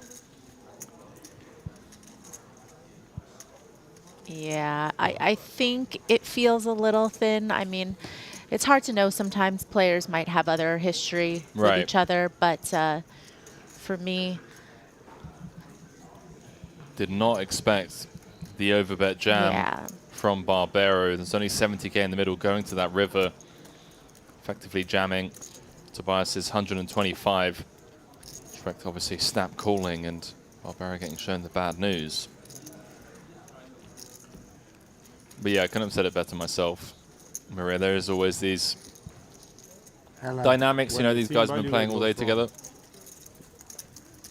The thin value bet goes wrong. I was going to say sick bluff, bro, but like. surgery. The phrase, surgery is good, but the patient dies. Perfect. Bro, you use your own phrase against you. Oh, dear.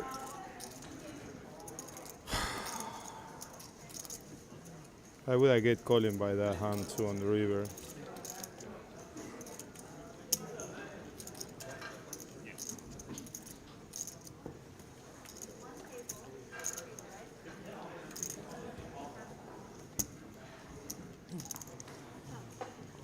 Sorry. Yeah, sure.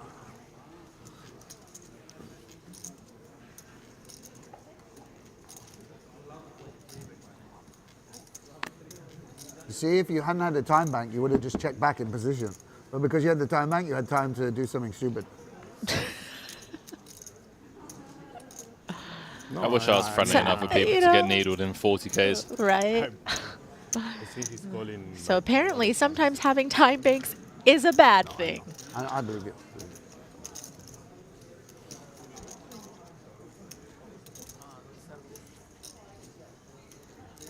Well, it looks like Espen's reaching some raising chips.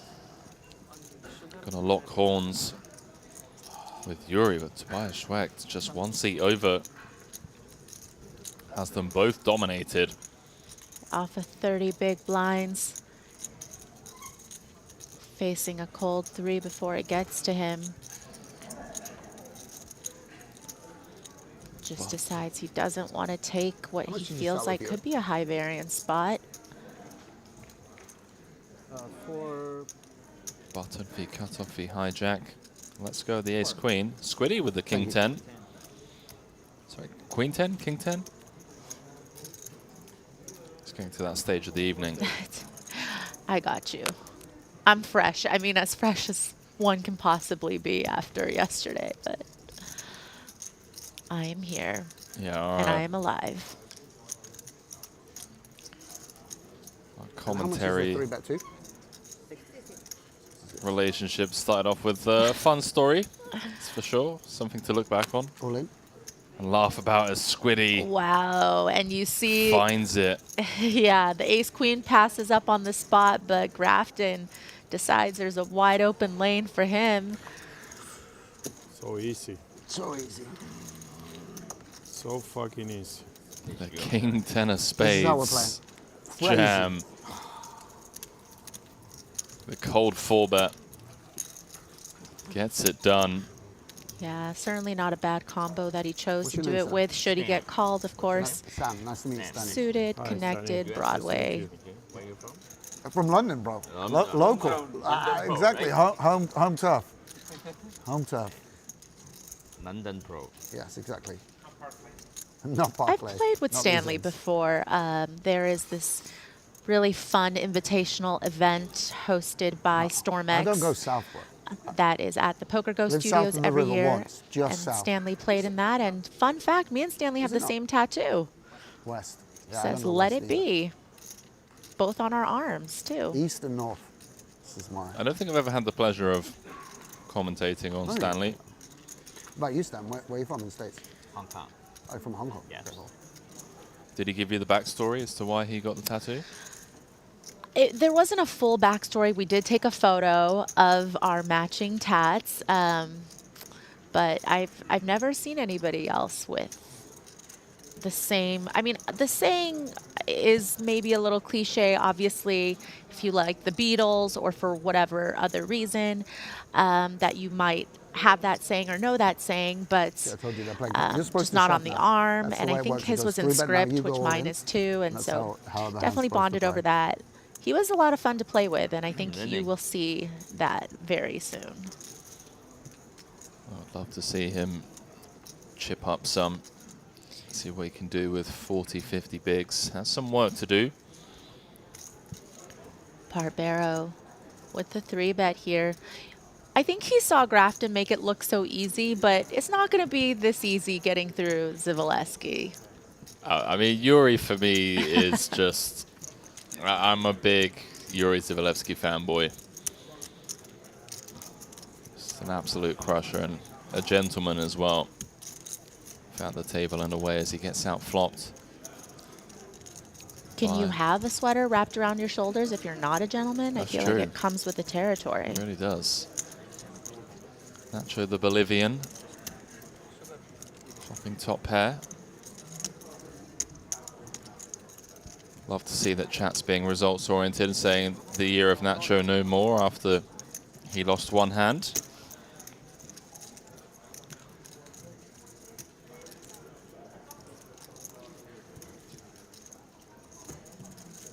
Relatively small C-bet. 30k into 131. South of quarter pot. Annoying one for Yuri. No backdoor flush draw. He's going to have the best hand at some frequency. You're too good. You're right. He happened? called You got when he raised? was ahead and Oh, folded no, when he he's was folding. behind. No, I had it. You're fucking wizard. Yes, of course.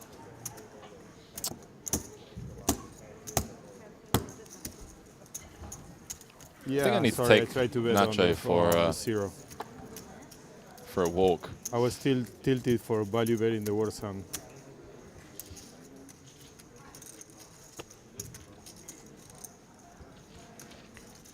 I said in my head he has ace high here, but I didn't think he had ace high with the 6.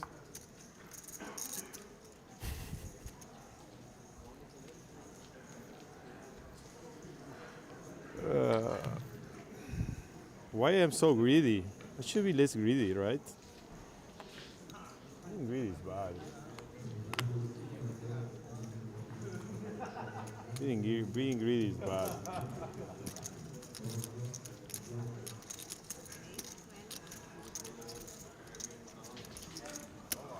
Being greedy Shrek is with the bad. aces. Discipline, Nachito, discipline. Thank you.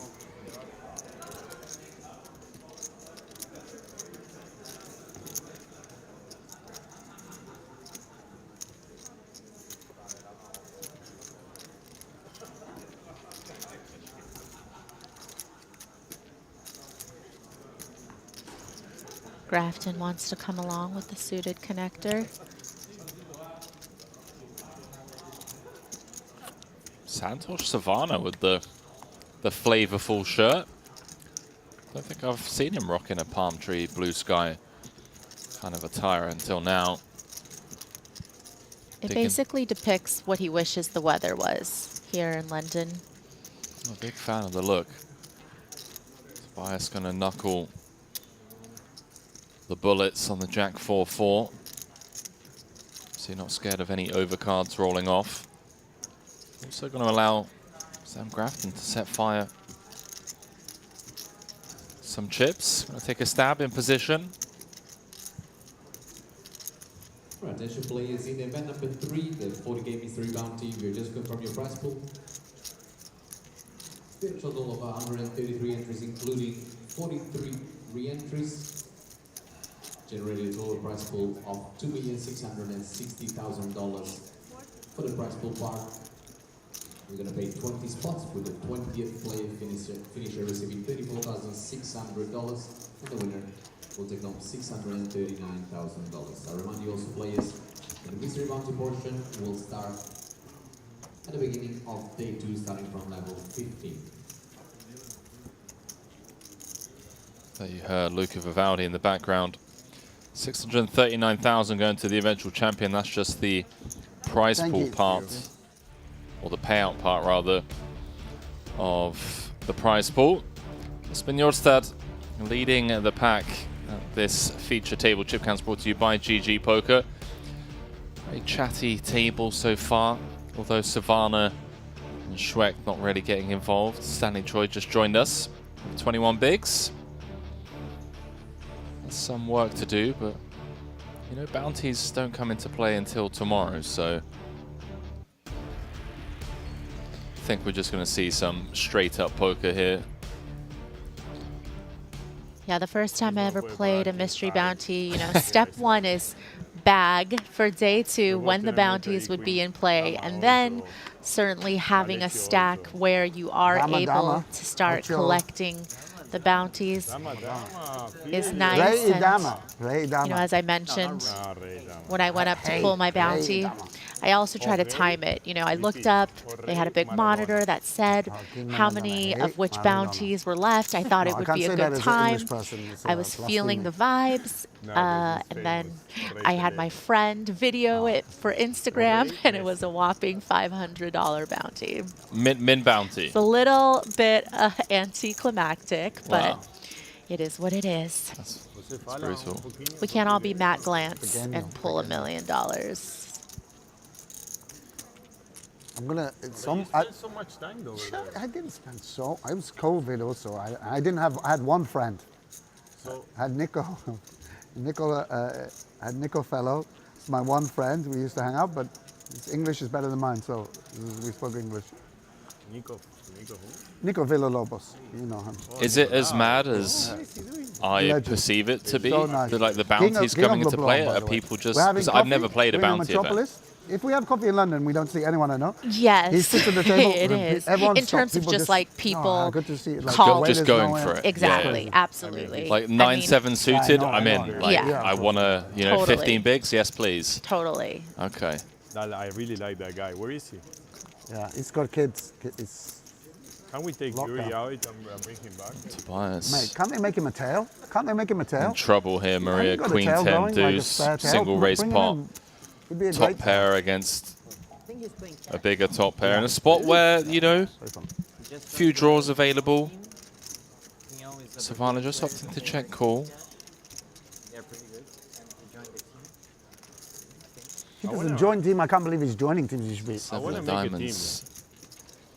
want to make a deep for Spanish. We should Giving make, Savannah you run the team. king high flush draw now You're to too go along with lazy. his top You know pair. the work ethic these guys have. Yeah, and for Schwecht, I you know, know, it's still so some much pain, value right? in his mind that he could pursue here with so top pair. complicated, Certainly right? So some much fun, right? 10Xs from the small blind defending really have range, to of do course, my- flush draws, I have to do something. straight but I'm draws. just fucking lazy.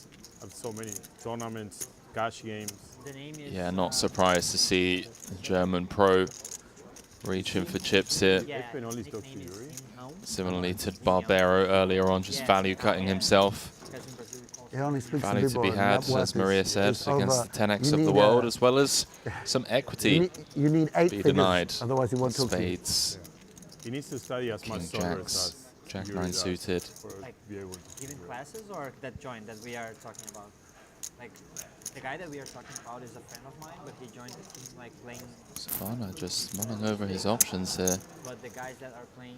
You were Yeah, just in certainly London throwing anyway, that Stan, or you time came for the bank poker? in there because he's deliberating poker? between, I Yeah. guess, calling and raising. Certainly folding is not going to be It's a good town to come to. one as of those well, and, options. Yeah, these tournaments. You played Does Triton love before? that turn card. Yes, a couple years ago. Which one? The biggest one, 2019. Yeah, what was it? Where was it? Because I was. Oh, it was here. Ah, with the $1 million one. Yeah. There we go. Does eventually announce himself in the form of a raise to 225,000. Oh yeah. For Tobias, no spade in hand, no diamond. Sick. Yeah. Top pair. Yeah. Oh, that's cool. You played Yeah, the million? wondering if perhaps Oh, he's cool. running into some type of Yeah, it was combo an amazing draw event, here amazing event. on the turn. Where was the event at? I didn't play, Let's so see I don't go. know actually. But does, Snap yeah. fold almost, Maria. Just letting go of top pair. Well, yeah, that's cool. I am a Who little was your surprised by prop? that. I think he would have taken a little more time just because, as you mentioned, he doesn't block David Peters. the front door or the back door flush Peter draws. David. Well-known pro Peter David. I But- bet He's that- very good. I bet that you would Good accents. fold, You see how nonetheless. fast I picked it up. Yeah.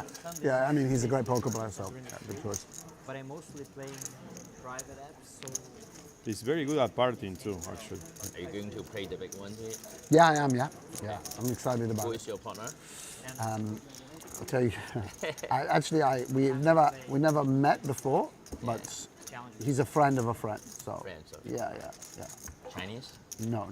He's like a crypto guy. Yeah. A crypto guy. So it's gonna be nice. Are you playing it? Thinking. It's fun. It's a fun In the options. Yeah, it's a fun event.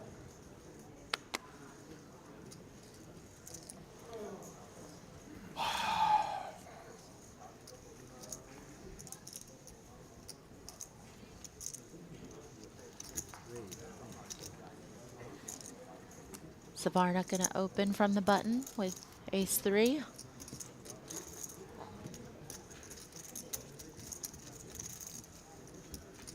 And the blind's going to give the respect that Santosh deserves.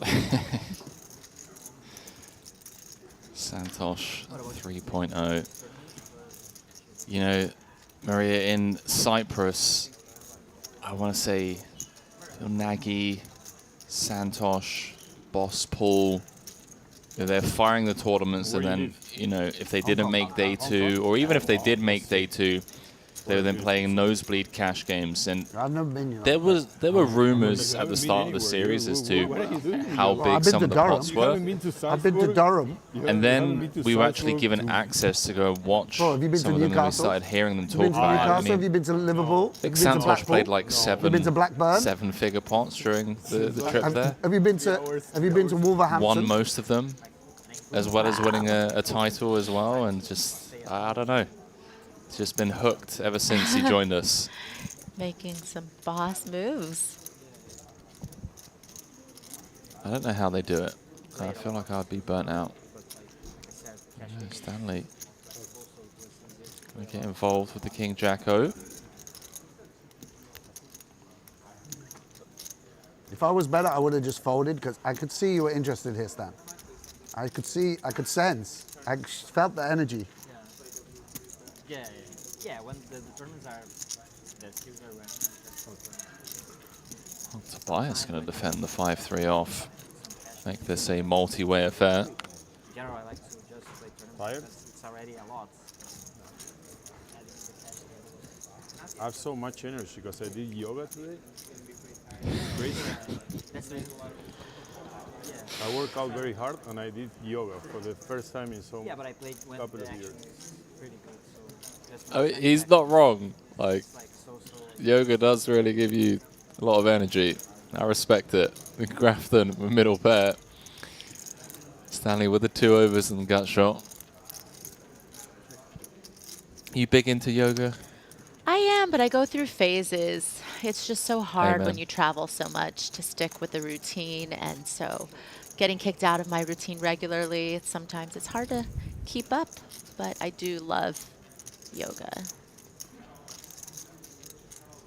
Yeah, the traveling back and forth. Off-season tournaments are pretty bad on the weekdays. Squiddy with delayed c-bet, 15 to 75. There's the 5K. Annoying spot for Stanley, playing just 187,000. Yeah, that's a disciplined fold. If you don't play like there's just one. Squiddy taking that one down. That's Climbing up to 474k now after that I bet somebody for the 4-bet jam earlier with the King 10, now the Ace 9 multi-weight. Yeah. What an animal you are. What a savage. Rob, Savage. wait till we're out in Punta del Este. I'll show you. What? I got it now. I don't know whether I can play with you though. You might kill me off. Today chill, no It harm. forced me to play tournaments as well during this period that I was at home, just because I would like to analyze the stuff that I was like doing, if it was correct or not.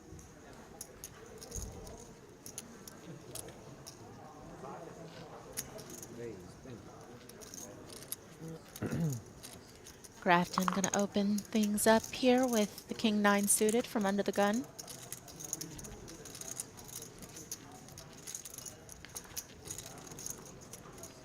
Come on, superstar. You want me to play? Always. The verbal jousting is quite spectacular whenever these two are at the table. Spend Nacho, not one to shy away from a big blind defend, but we'll see. Doesn't love being coaxed into it, but Yeah, if you can get into the game, the app, it's gonna worth it, but besides this, it's not gonna worth this thing. Unless you do this for like personal challenge. Well, he's going to get in trouble here. So he's flopped a piece on the King 7-5. Grafton with a bigger piece in the form of top pair. I mean, if your opponent talks you into calling pre-flop and then you lose chips post, I think you're entitled to a refund. Self-inflicted. How about that for a turn card? Giving Barbero an open-ender to go along with his middle pair. Doesn't want to see the 8 though, as it would give Grafton the 9 high straight.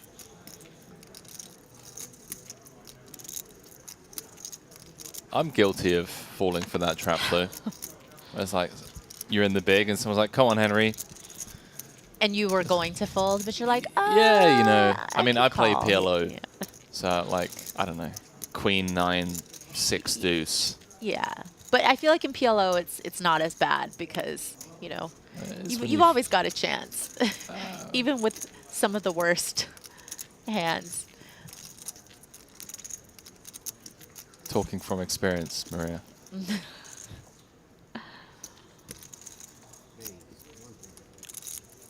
Well, the probe from Barbero being met with a raise to 125,000 from Squiddy. Yeah, this is probably a little bit frustrating for Nacho because he didn't want to pay this price to realize the equity with that open-ender that he thinks he has. Doesn't realize that, of course, again, as you mentioned, the 8 would be no good. Flop went check, check. Barbero probe 25k into 55 on the turn. Grafton's now made it 125k. That's Clearly signaling that, hey, we're going to be playing for it all on the river, pal.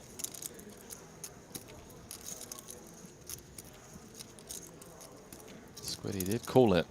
Start of the series, it's home turf. And a final table in the 25k GG Millions. And second in chips to then out in ninth, but scoops this one in. That's his good friend, 534k in his stack now. I was going to check raising on the flop. Good job I checked that. Wow. That was a good card for me, actually, too.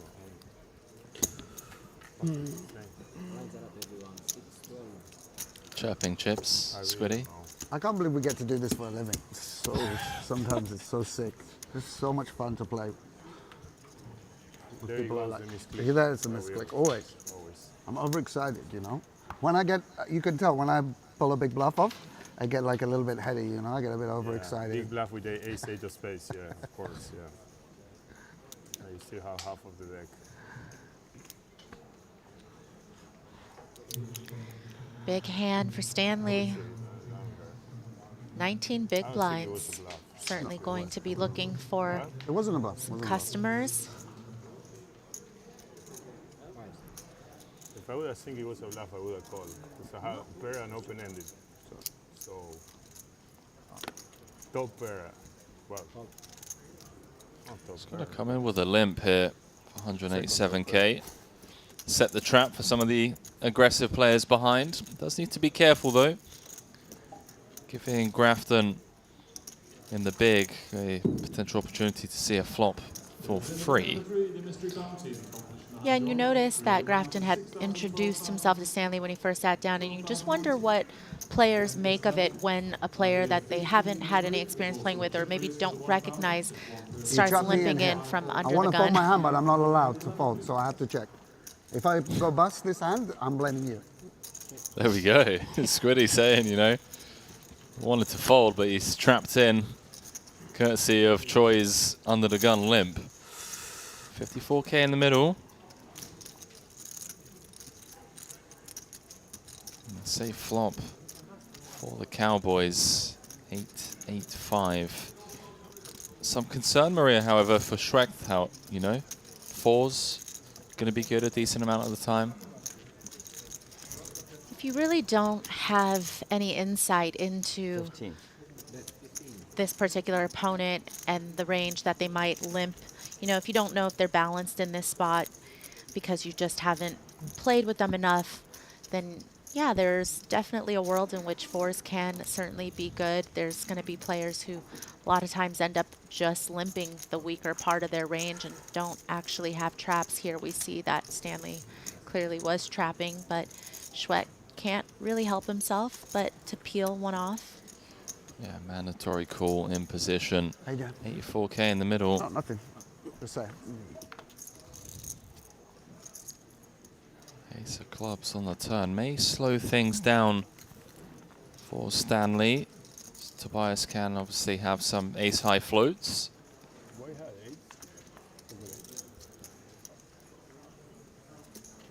King 9. I was completely dead. Do you ever share information with your table mates just a few moments later?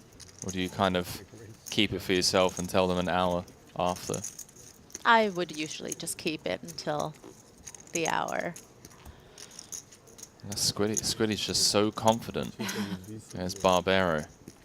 It's like, that's all right, I can give this guy free info. Tobias getting counterfeit. This is how it is to play with Nacho. It's like you raise him and you get berated, like, oh yeah, blah blah. You have ace-8. He's like, wow, you blah blah blah. Then you tell him he made a good fold, and he's like, ah, Nacho, you're so good, like blah blah blah. This is like, I don't know which is worse, you know. I didn't say, I didn't berate you at all. Why would I berate you? I say nice. No, I'm joking.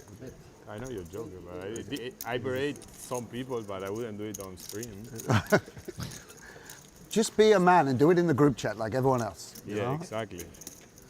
Man up and tell your friends in Discord channel, you know. That's what I do. I don't know, bro. Tell Moneymaker when. Yeah, Moneymaker. Moneymaker. I hope Moneymaker has another hoodie for tomorrow. Yeah, Chris. exactly, bro. Chris, I'm tired of wearing the same. Do you have a group chat that you vent to?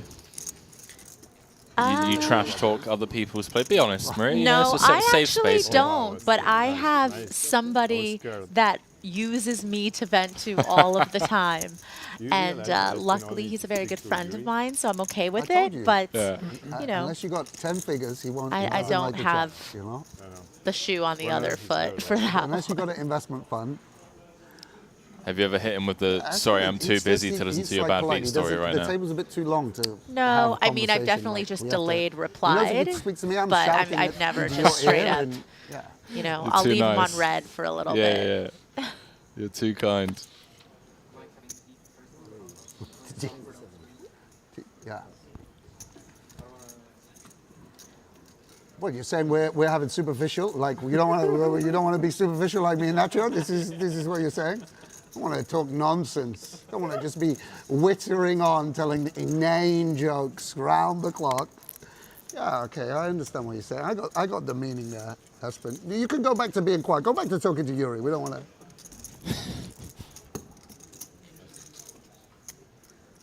Hawaii 5-0 takes it down. There he is. He looks like Santos has been quiet, bro. When I see him, by the way, he's a savage. I didn't play the last Triton. I'm a fan. I'm at home. I got a projector at the end of my bed. I lie in bed and I'm watching on it's like a cinema. And this man, I was ready today. I came and when I sat down, I was like, I know how he plays now. Strapped in that you were gonna go wild. And now you just been so tranquilo. But you were putting people under it. It's winning it's like.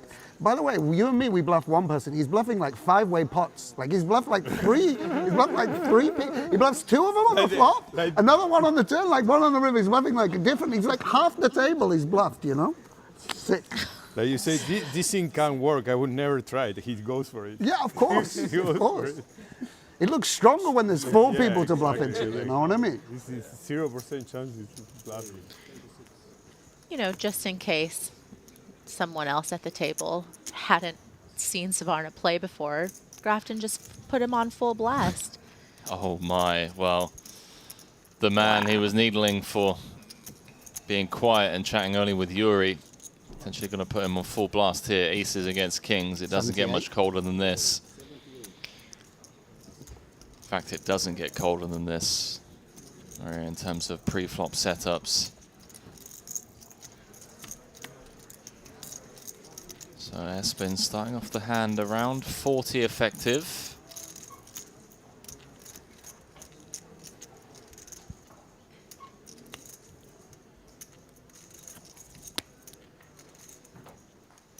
Looks like Espen's sponsored by the same sponsors that we have.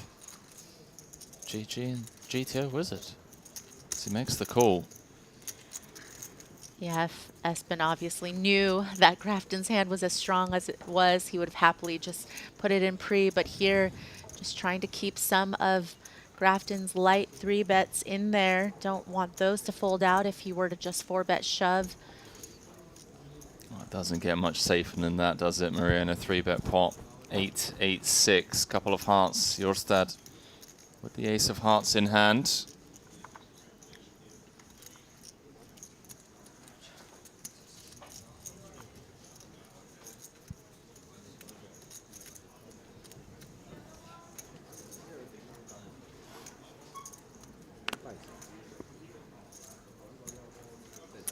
What he does continue 50 into 186. Shy of third pot. How does Jorstad announce himself here with the aces? Does he keep extending the rope to Grafton?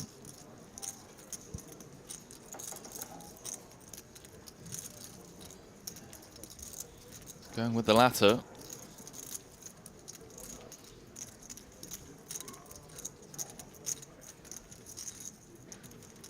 Oh my. What a disgusting turn card. I mean, the money It was inevitable, Yeah, right? this that it was hand going was always in. just gonna be a full double or a KO. Yeah. So at this point, both players just trying to figure out how do they get the maximum.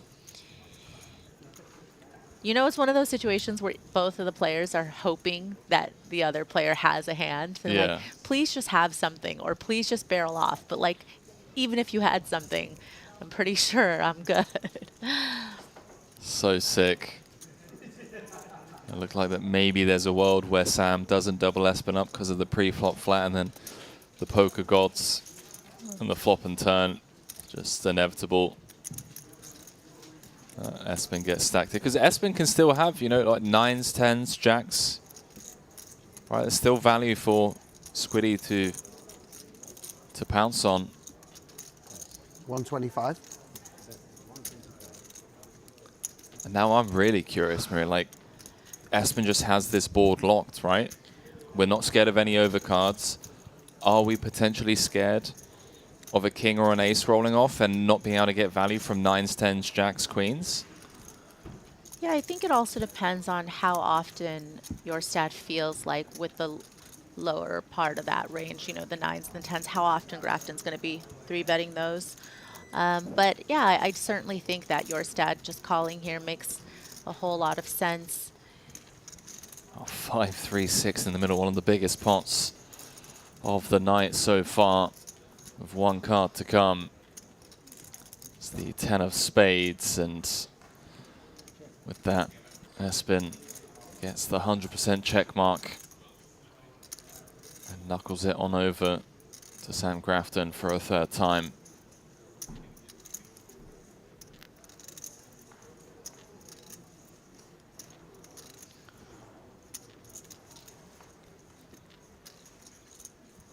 Espen, the effective stack, has about 40% pot behind.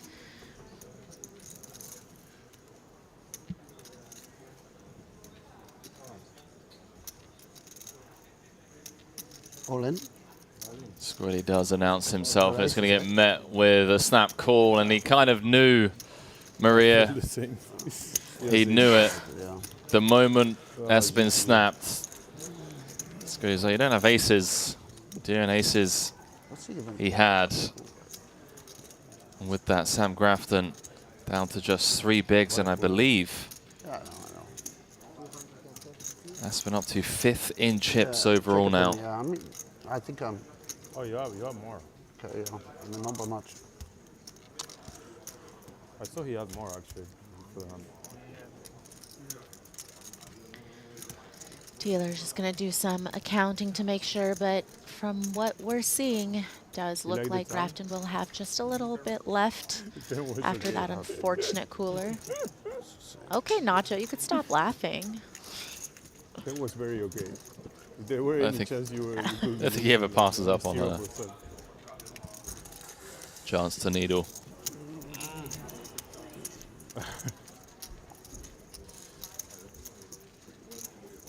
You were blocking the... Wow, you were blocking the flash draws.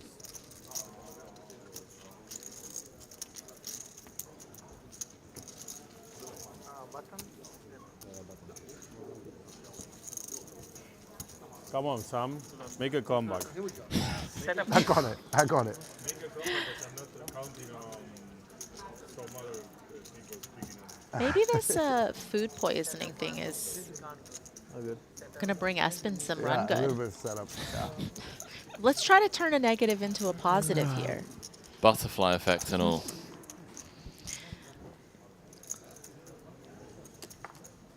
And now imagine With us in the booth as well, you know, 3 musketeers. Yuri's hair.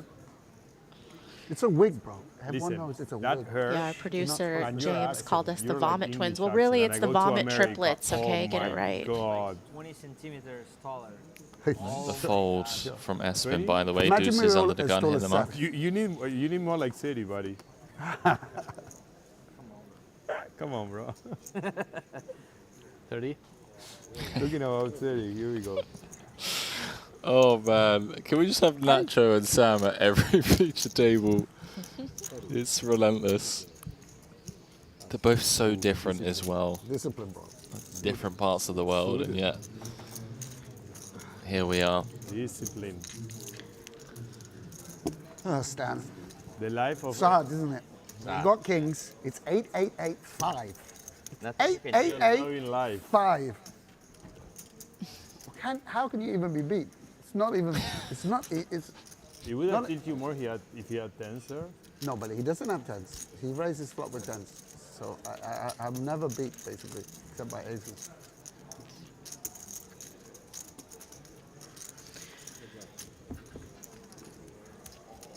Yuri, gotta defend. Too greedy. Santosh weighing in as Yuri flops the joint. But you've got to be greedy against these guys. Look at this patch. I don't know what these patches mean, but basically it means they won't fold.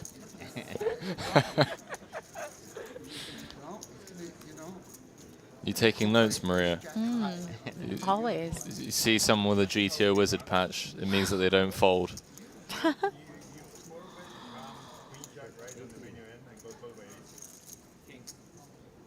Even harder. I like this lead from Yuri. I think if you're up against the strongest parts of Schwett's opening range here, then of course this actually disguises the strength of him flopping a joint here. But Tobias with, of course, two overs in the backdoor nut flush draw. It's going to continue. But certainly, you know, if you had a hand like an overpair here, this pot could have already gotten a lot bigger with Zabaleski leading in. And is the lead designed to kind of build the pot as well, just in case Tobias does have some natural checkbacks like this? Yeah, definitely. You know, looking at stack to pot ratio, Tobias with the effective stack, of course, certainly can see a world where Zabaleski, who wants to get all the chips in the middle by the river, can certainly be taking that line to do just that. Well, fortunately for Tobias, does not turn a pair. And still remains with ace high as Yuri goes small again.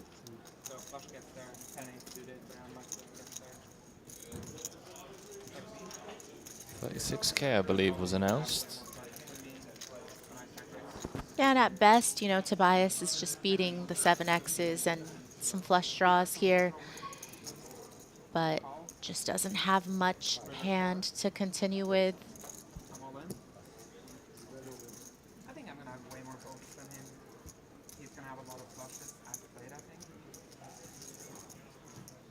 He moans and moans. He didn't even snap home. He had sevens, like, for kind of the nuts. There was like a straight flush as well, right? No. I've heard that hand history a million times, where Espen was in a set on the set situation and rivered quads, then went on to win the main event for 10 million, you know? Must be nice. Of course, it's really hard to find bluffs there. You have to be creative. You gotta be really creative and like that action with that board. If you're bluffing there and you bluff me, you win the hand, buddy. What do you want me to tell you? Right? Yeah. There we go. I don't know. It's very hard in that line. Would have been the sickest hole ever. Wow, that was insane. He plays very good. He went deep again this year. Who? Racing. By the way, if he's looking this, he's not very good at double board Omaha. He has to I would say get coached or something. Double board Omaha.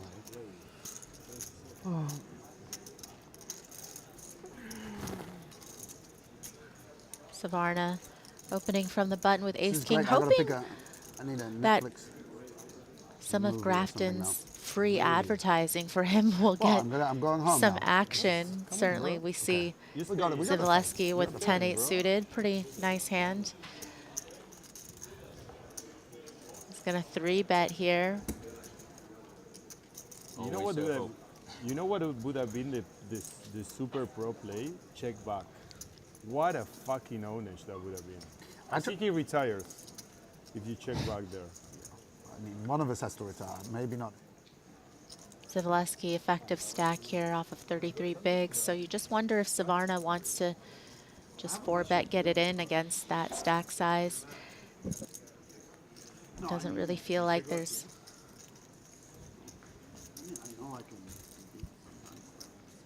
a non-all-in 4-bet sizing, considering the stack depth.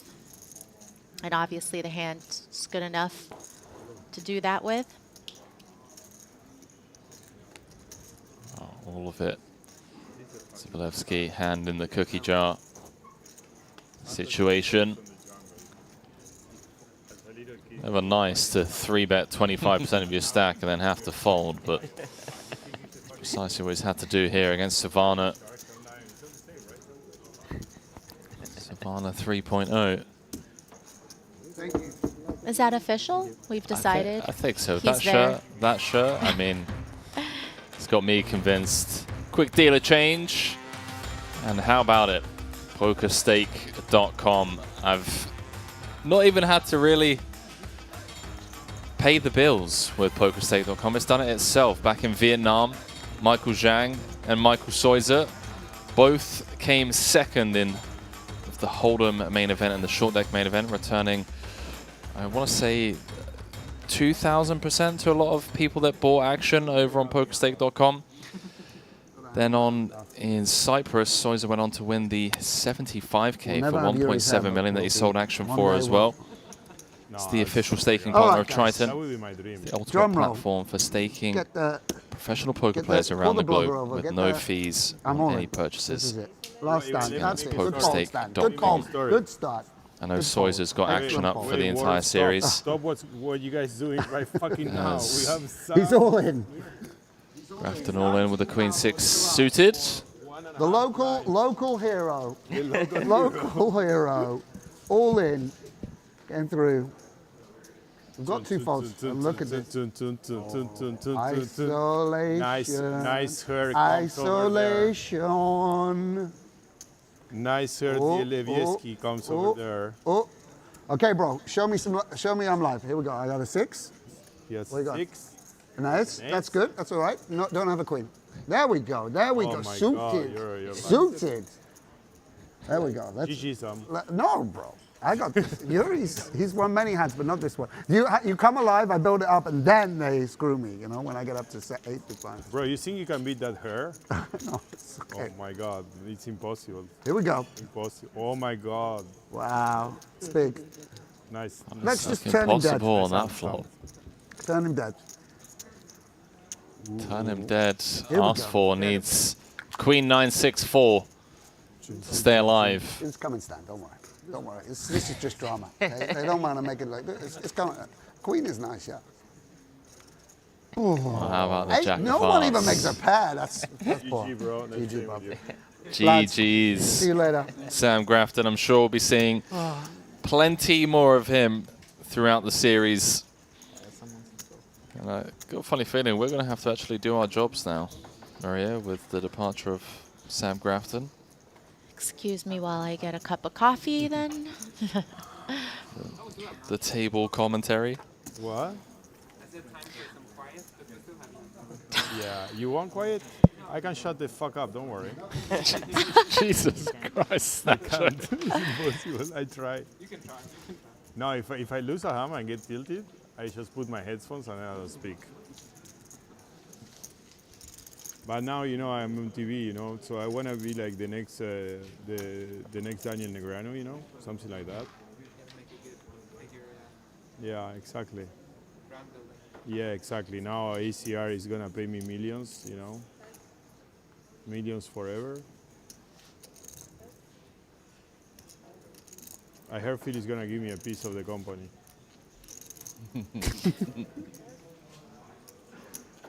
I'm gonna bring Yuri in. He told me the only thing is you gotta bring Yuri in. Oh my God, not you again on the small line. Come on, give me an easier one. You limp? Shrek in the small blind with King Queen suited.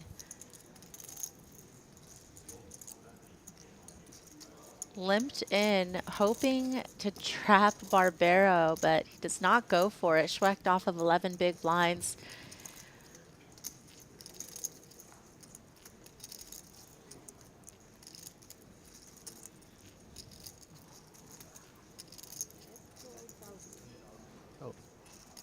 Barbero hates seeing a 9 in his hand against this particular opponent. Just the needles, the flashbacks. Yeah, the poker gods work in funny ways.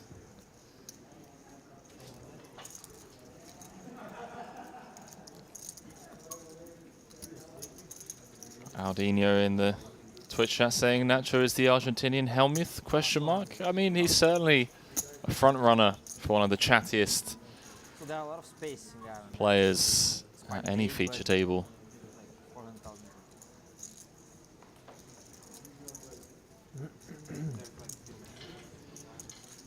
No, the island no, just outside. When you go to the land, I don't know, to the continent, I don't know. Yeah, I don't know. Like, the island, just one city.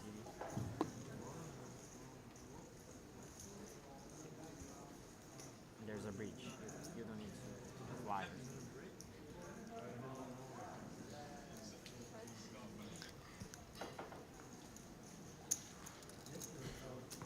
Rare moment of silence as Nacho's busy pasting an Instagram story.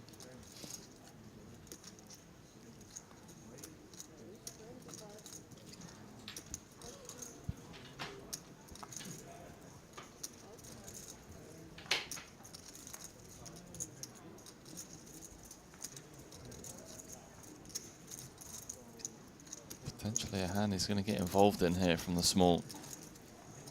9-8 suited against the hijack open of Yuri.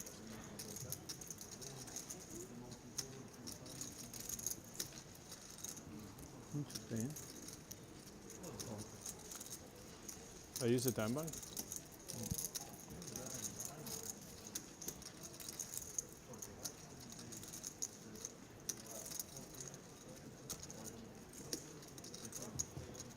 It does eventually pass up on it. Just teasing us with the idea that it's going to get up to no good. Stanley Choi in the big. One of those ace-X that isn't thrilled at the proposition of defending. Could be dominated by this stack depth. It's going to flop best on the ace-king-jack.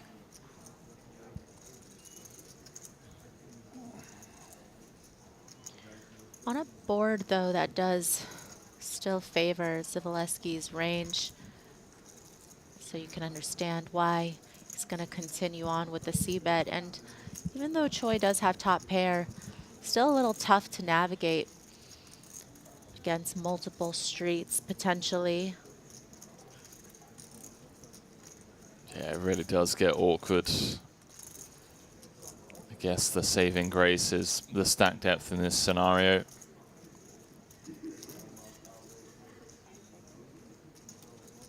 But certainly doesn't want to see Yuri firing across turn and river.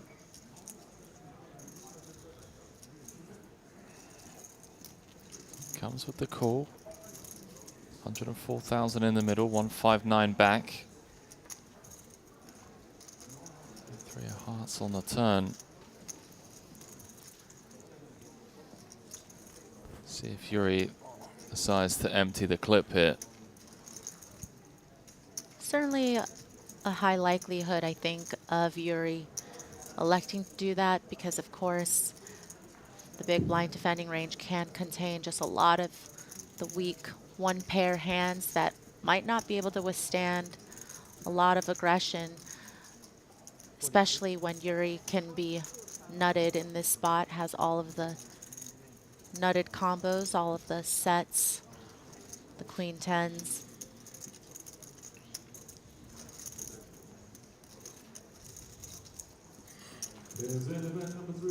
Yuri just signaling to Stanley that, hey pal, we're going to be playing for it all on the river.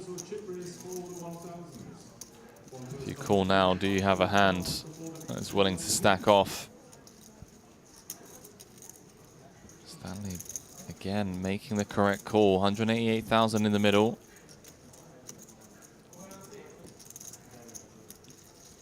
I don't know what's more exciting, the idea of Stanley check calling or whether Yuri's going to empty the clip. I mean, if there's ever a run out to empty the clip on, feels like this one.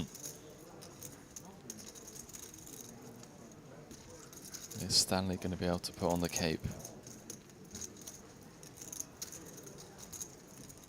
I think we are all about to find out what Stanley's made of. You know, a lot of these players having not played with Stanley before.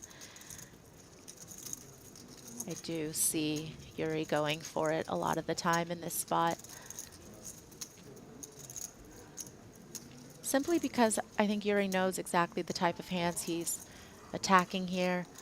You know, and of course, off of 18 big blinds pre, Stanley could never have, you know, the nutted 2-pair combos and the sets. The aces, the kings, and the jacks would have all, of course, gone all in pre. Maybe the aces would have called and found the slow play. But still, you see Yuri just emptying the clip here. I love that close-up shot there of Stanley as Yuri announced himself. Just immediately saw him lean back in his seat. The discomfort, understandably so. Yuri Zivalevsky hitting him with the 1-2-3 with the under pair. Joy giving him a bit of a stare down.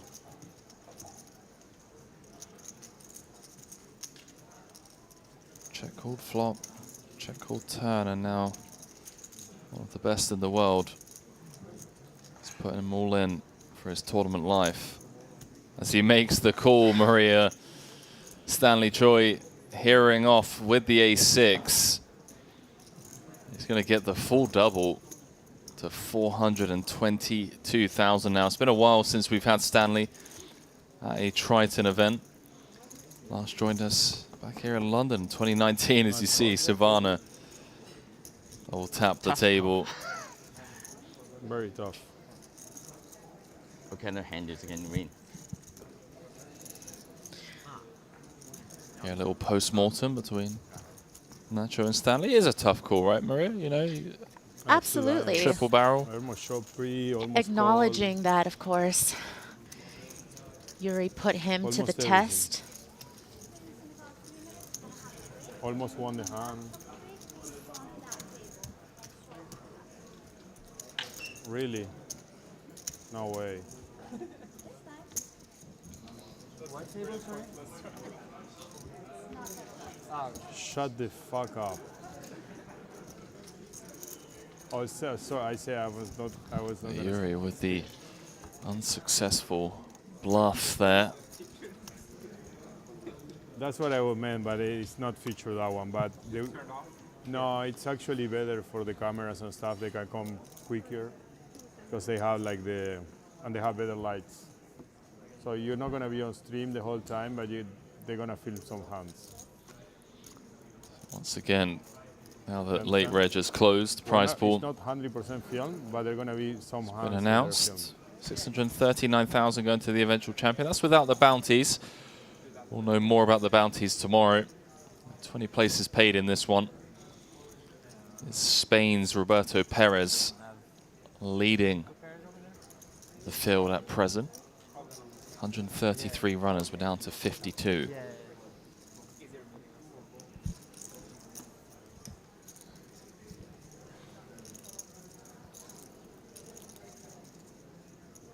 Savannah not even able. You wanna see the good one or the bad one? That's a good one. Not even able to defend against the 2.5x open from Barbero. I wanted to get 5,000, so I get for the race. Yes.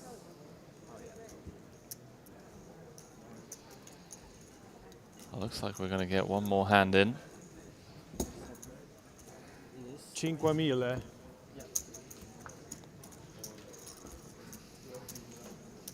See if it's Yuri, an you bluffed too explosive much. one. My mom just texted me. Good hands. Yeah, yeah. Yeah, exactly. But my mom just told me that the Brazilian superstar with the nice hair bluffed too much. He should stop. He's lying. I just showed like nuts today. It's true. Very weird. The first hand that It's the first day in your life that you show only nuts. You can't believe it. What? What? Nacho, always one I guess we're not to gonna kick have a another friend hand. when they're down. Somebody left their headphones. There might be some, right? 25. It's just relentless. It just doesn't have an off switch. Perhaps a chance for Yuri to win some money back. Small rebate for Stanley as he does announce himself, of course, for 10 bigs. Sorry, 11 bigs. Out of the big blind. Stanley Troy with 7-6 suited. Does he want to try and gamble with the Brazilian superstar? Of course, 7 Not high when hitting the there's mug. no bounties in Not play yet. just yet. Bounties coming into effect tomorrow, of course. So a quick scheduled break. We're at 52 left out of this 133 runner field. The 40k mystery bounty event number 3. The Triton Super High Roller Series here in London. Quick look at the chip counts brought to you by betacr.eu. Is Espen Jorstad leading the pack, courtesy of that Aces v Kings hand against none other than the UK's very own Sam Grafton. There is Spain out in front. 1-2. Pole position for Roberto Perez. Juan Pardo in second. And the ideas and prospects of a 400k bounty tomorrow. 450, maybe even $500,000. I don't know, but obviously that's going to be one of the most exciting parts of the series. Welcome back to the break desk, of course. Maria Ho alongside myself, Henry Kilbane. We didn't really have much work to do there because we had Sam Grafton and Nacho Barbero. Great banter, and it kind of, you know, you think of reaching the highest stakes in poker and how serious and how much pressure a lot of these guys are under. Do you feel like this kind of banter is a way to take some of that off, even though there are the bright lights and the big stage and obviously the pressure of playing nosebleed stakes, just being able to sit down with your, you know, comrades, if you will, and just have some fun? Yeah, absolutely. I think whether it's conscious or subconscious, I think it absolutely does make the player feel more comfortable. And also, when you have so much familiarity with a lot of these players and you also know that they're top pros, I think it just makes it easier to just have a little bit of that home game vibe, if you will, just to settle yourself in. Yeah, and I really think all of the players appreciate it as well. You can tell they enjoy engaging in some of the banter, and as do we in the booth, of course. One more frame to come on the flip side of this scheduled break, and when we come back, hopefully some more banter, some more bad beats, hopefully some more callers as we wind things down at day 3 of the Triton Super High Roller Series here in London. We'll see you shortly.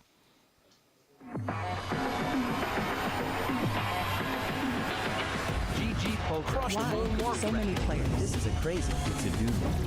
GG Poker Broke the Guinness World Record. Welcome to the World Series of Poker the biggest poker site. larger than all of GG Poker's traffic reaches all-time high.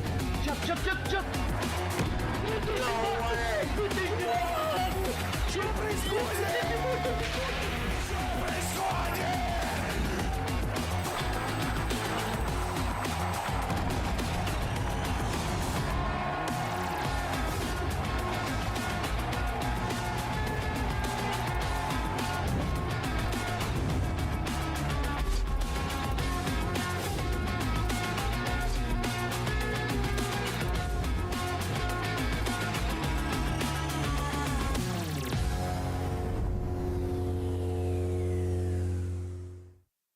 What's the best way to improve at poker? Practice and repetition. With GTO Wizard's Trainer, you have all the tools you need to master poker. You can customize your session and choose exactly what situation you'd like to study.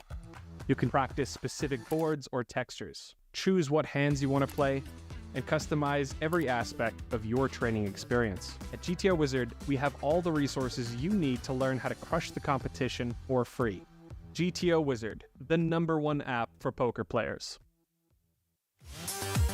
Introducing the all-new BetACR.eu, the premier destination for sports enthusiasts. What sets BetACR.eu apart is our exclusive offering of live-action prediction options on the Triton series. Experience the excitement as you predict the action while watching your favorite players live. But that's not all. By opening your account now, you can take advantage of our incredible offer. Receive a generous 15% free play on your first top-up, up to $250. Become a part of BetACR.eu and elevate your live sports engagement experience.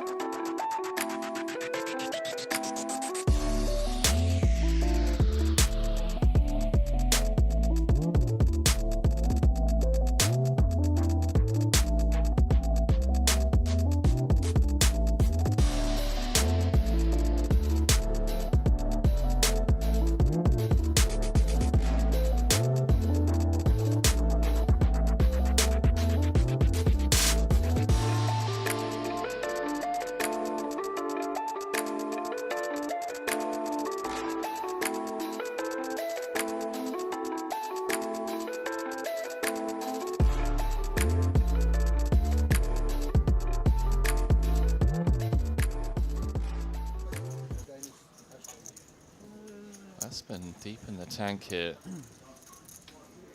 Where is Adamo? Just 4 high. Does he know it's on him?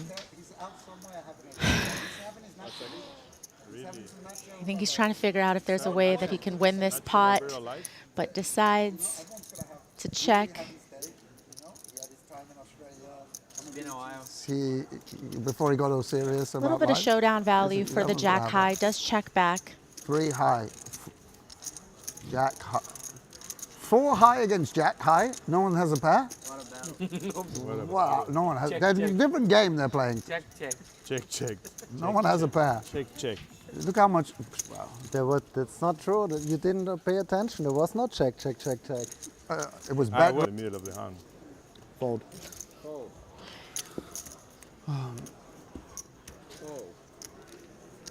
In typical Grafton During the fashion, hand, Santos- just has to Santos needle pictures the himself players on the after beach, the hand is over. relaxing.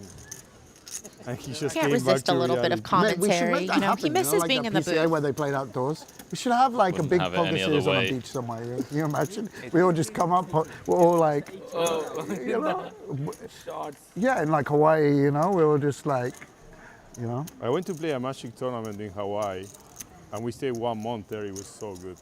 You spent a month in Hawaii? In the North Shore. What a life he's had, by the way. That's sick, by the way.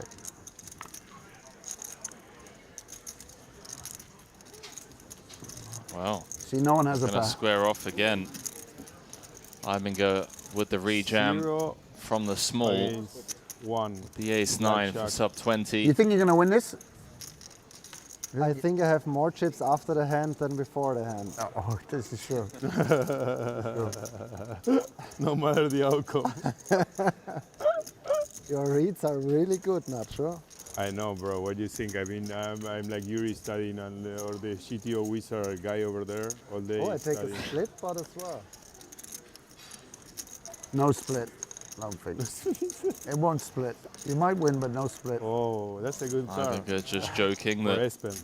he's going to have more chips after the hand You're down regardless. to 2 outs, bro. He's going to be re-entering unless he can find the 9, which he can't. GG. 6 of clubs on the river. Hey, bro, nice playing with you. That's that. You're the Up to You're the 516k. funniest. No, You might- no, bro, don't leave me hanging like this. You might be the funniest German. We love you. The funniest German of all the Germans. It's like being the... What a parting gift. Austrian, well, it's the same. Yeah, that's a fight I don't want to start. Sorry, That's a fight I don't want to start. It's too late. You've already opened up the door. The day you start tanking, I give up. Like It poker. is The day definitely you're not burning your water. time, right? It is absolutely water. I did use them today actually a lot. How do you say Fucking hell, chamomile like the tea? worst spot. Chamomile. Come on, I feel like you're trolling us What? I made a sick. Surely that sounds better than Dude, whatever so it is Grafton said. Chamomile. Euro check. Wow. That's more. It's nice. When they're meant to get you and they don't get you, it's a nice feeling. Yeah. I didn't even know that that was something that I think it's we maybe pronounce mandatory, differently. I don't fucking know. Do any of the tails have a Triton? Is there a tail with a Triton? You? No. No tail. No Triton tails. No. Wow. Bias. It's bad, by the way. But now you get to be the The first. 2.7x. There's a little competition between you guys right now. It's the limp from Espen, completing from the small with the king 3 of spades. Bro, I was rooting for you over the summer, of course. Chat are asking for us to time Maria I out. was. Oh no! Yeah, he's Started second a fight that I Unreal. can't finish. That's big luck box energy It's as terrible. well. That's like you feel like you got a gift from God, right? When you get a second in that, like you feel like it's a free roll. The one I wanted you to win, the only one, I promise you, Tim will tell you, I was with Tim, we were with our girlfriend, his wife, and we were like having dinner, but I was sweating the updates. Tim was like, well, you have action here or what? I was like, no, but you know, normally I don't mind. If you win a W Cube, I'm happy for you. You win a normal bracelet, I'm happy for you, but that I wanted you to win, you know? I felt I was taking it personal. I wanted you to win that. Yeah, thank you. Yeah, it'll happen, you know. You've got a long career ahead, but it would have been nice.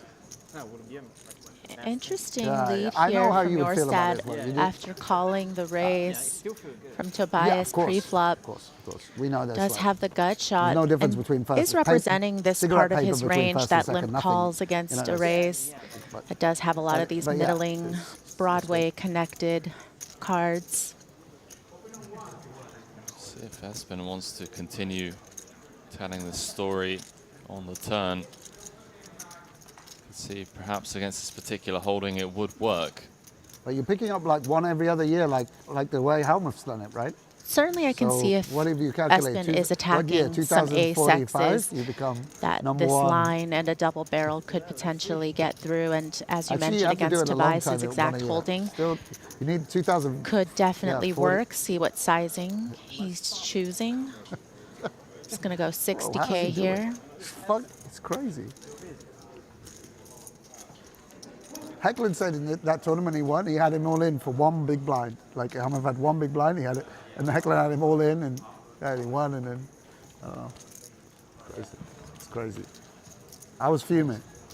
Because certainly Alf not was at home, so a line it I would have happens at night. expected So to you see wake up in the Espen morning, take and I there with always that just, hand, but I like got the job go on done. my phone, check my WhatsApp, Something and to I check take poker note news, of. who won a bracelet. We'll the be night before. results oriented. Turbo Bounty, They don't it count. doesn't count as it's not a legit bracelet, right? No.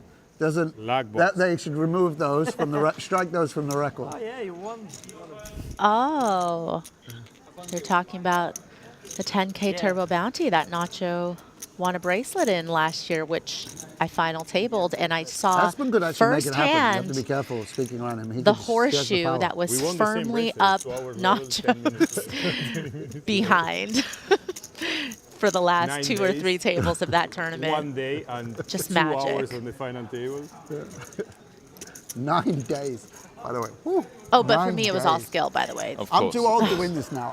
There's no way. Day 6, I could play great poker maybe for 4 days.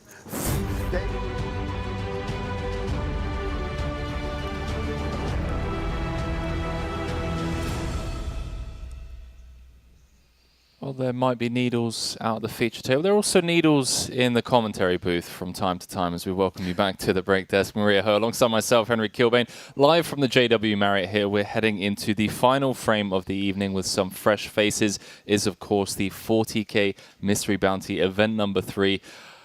The perfect event for the late evening, if you ask me. You know, no bounties in play yet, but still a lot of reason to try and build up a stack, Maria. As you know, coming into day 2, when the bounties are in play, that's when you want to be covering everyone because you're going to have those opportunities to go bounty hunting. Absolutely. I mean, it's never any fun to bust any tournament, but you especially want to make it to day 2 to get to that portion where things are going to get really exciting. Well, we've got 2 fresh feature tables. We're going to jump into the Triton Poker Plus app to have a look at the blue feature. Seth Davies, who I believe came into day 2 of event number 2 to 25k 7 max as chip leader, had a rough day, but is still in the hunt here in the 40k, joined by Lee, Strava, Gottlieb, Patrick Antonius, Dvoris, and Lim. That is an incredibly tough table over there. As I head back into the app and check out the red feature table. I do apologize, that is not the red feature table. That is the red feature table with Chu, O'Dwyer, Maui, Hecklin, JNT, and Velasevic. It's in my contract to butcher up at least 65% of surnames. Chu with an overwhelming chip lead here, Maria, and a couple of shorties. I mean, Maui and JNT are going to look to get busy sooner rather than later, right? I mean, sub 20 bigs, they're going to have to get involved. Yeah, and so JNT, of course, somebody who can be unpredictable at times. Incredibly. Will definitely be getting that stack in. Would love to see him get involved and spin it up, especially with the mystery bounty as we look to throw it down to the main feature table once more for the final frame of the evening, day 3 of the 2023 Triton Poker Series here in London is, I mean, Double D, the Ox, the Bear, Daniel Dvoris out in front with 60 bigs. It's called the Ox because he can run for about 3 days straight without stopping.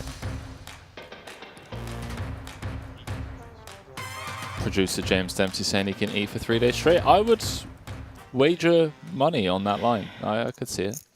I don't even want to talk about food right now. Do you know how much I would love a pizza? You thought I was opening? Would love a pepperoni pizza right now. I don't mean that Pizza Hut stuff, you know. I mean, pizza with oysters on it for sure. James, thank you for that. I spent a good part of my day yesterday just Googling what is the UK version of saltines, because that's about all I could eat. What is the UK version of what? Saltines, exactly. Saltines is this cracker from America that people eat after they get food poisoning, and it's just plain. It has a little bit of salt on it, and I was like, okay, this is all I can put in my stomach right now. And I found out that the alternative here is cream crackers. Cream crackers, there we go. And that's about all I've had. Happy to share. Brought some with me. Cream crackers. I don't know what's going on, but They're having a little bit of a giggle fest. Chuckling to one another.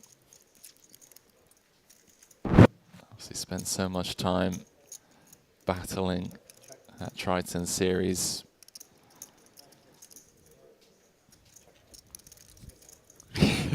What's going on? Are we playing a 40k or are we? What is this? It's like a 1-2 private home game kind of nonsense. Take yourselves a bit more seriously, guys. Come on. It's midnight.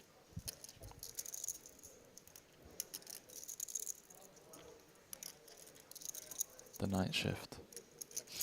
He's done it again. So I was going to check down to the river where Kelly was drawing live to more than just the 9 and the 8. Does river second pair.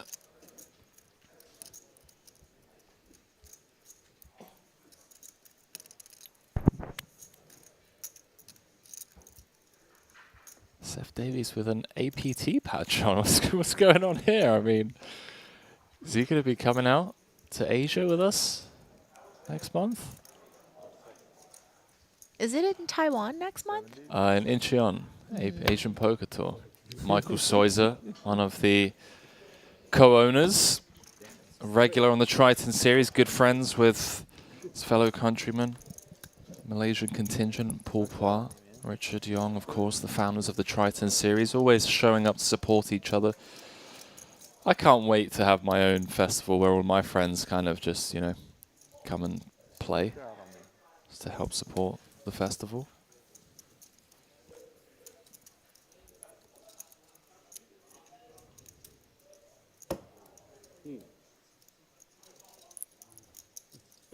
Is this the hand? Should I just get out of the way? Yeah, I want to get my revenge. Blind versus blind. I think someone's had a Red Bull. Lim raise 3-bet, 4-bet. 5-bet call. Someone gonna bust this hand. It's either me or you. Can't be you. It's gotta be me. I mean, we didn't think we could find a table more talkative than the one with Grafton and Nacho, but I don't know. Maybe this one will surprise us. I think you should let us play.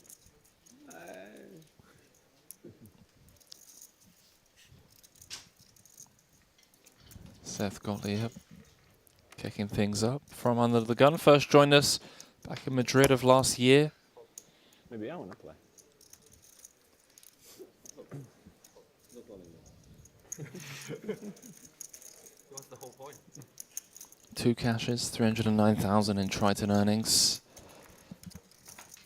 Cashed the 25k earlier on today. Also cashed the 100k main event in Vietnam of 2023 earlier on this year. A very healthy stack here, 705k, and it's going to increase by a sizable amount, given that he's flop top pair here against Kiat Lee's pair of threes.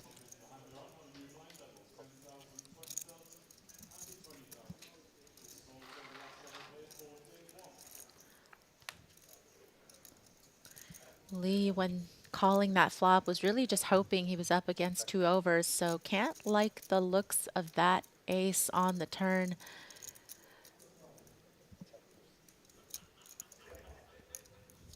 Gottlieb with the showdown value checks back there when the ace hits.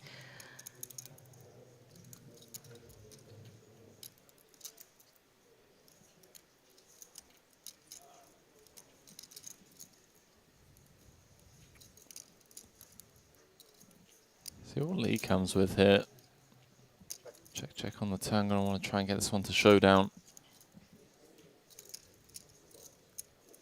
Seth looks comfortable now, Maria, with that ace-ace run out. Yeah, this is a really nice value bet that he finds. Betting a substantial amount, you know, just really targeting these hands that call from the small blind. 9s, 8s, 6s, 5s, all of those hands where maybe this line with the check back on the turn and then the bet on the river might make Lee curious. See if he can get away from this one.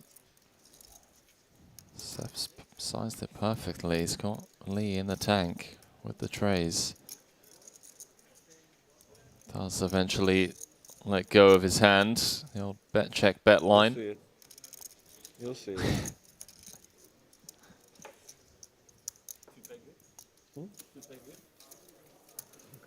Maybe.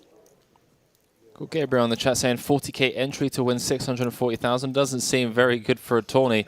Well, that is excluding the bounty part of the prize pool. For those of you just joining us, collected 5,320,000 in total. It's split into 2. So you have the 2 levels.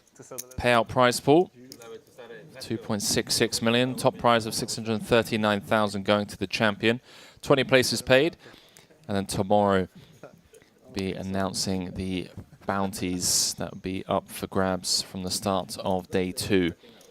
Of course, it is impossible to calculate the bounties until the end of the day, due to the fact that we don't know how many players we'll have left. But I think we're going to have a 450,000 top bounty is my guess. Chocolate fudge cake with vanilla ice. That sounds kind of fire. I heard someone say chocolate fudge cake.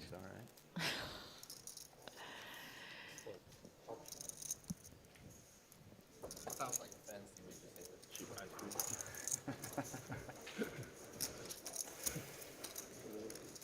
55. Yeah, definitely. House made. Gottlieb not going to let this limp from Strauver get through from the small blind. But Strauver with the type of hand where, you know, the suited factor certainly makes it a lot more playable, especially when you elect to limp in.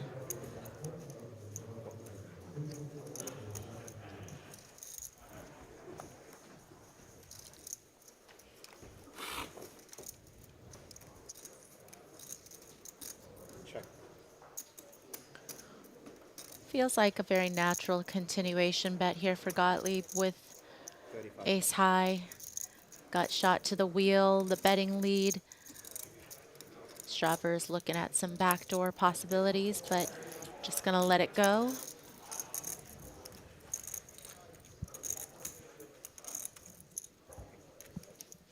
You owe me one time, eh?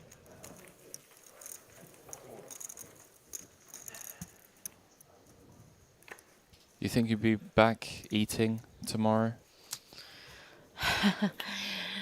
I really Do want I a pizza. want to? Yes. Should I? I'm not sure yet. I know that If it gets as big as the EPT, I've got at least a piece of toast and a banana with my name on it, but other than that, I'm not sure. Sounds like it's getting It is like great. half time similar to EPT. Yeah, yeah. And it's just gonna grow, I think. Yeah.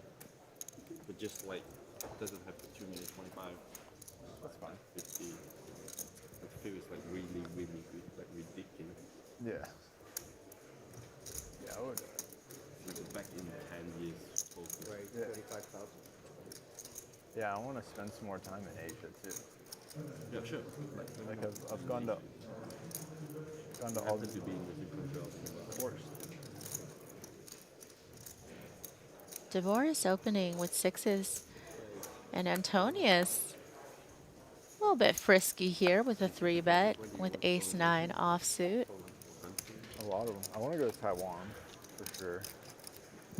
You know where I really want to go is Yunnan in China. Yunnan, is that the place where all the crazy nature is? I don't think I'll go to China. I don't see myself going to China. Even to visit? Really? Antonius with about 35 bigs to start this hand. Maybe. Does make it a little bit tough to continue with the sixes against that stack size, as you see DeVore folding. Obviously Malaysia. Yeah, especially +1 against under the gun. I'm a little biased, but you should definitely go to Taiwan, Seth. Yeah, yeah. Yeah, I had the pleasure of going there for the first time earlier on this year. Big fan. Is he here? He's coming to... Yeah, he's coming. Great food, by the way. Yes. Great food. Oh, more food talk, just what we need. But yes, great food. So underrated Taiwanese cuisine because I feel like everyone just lumps us all in with Chinese cuisine. And I feel like now that people have tried soup dumplings, Ding Tai Fung, all those places, now they really know that Taiwanese cuisine has its own flair. I was a big fan of Taipei. Didn't get the chance to check out more of the country, but I'm sure I will. At some point, you frequented many other Asian countries in recent years? In recent years, no, not so much, but I've been pretty much everywhere in Asia at some point in my life, you know. Wow.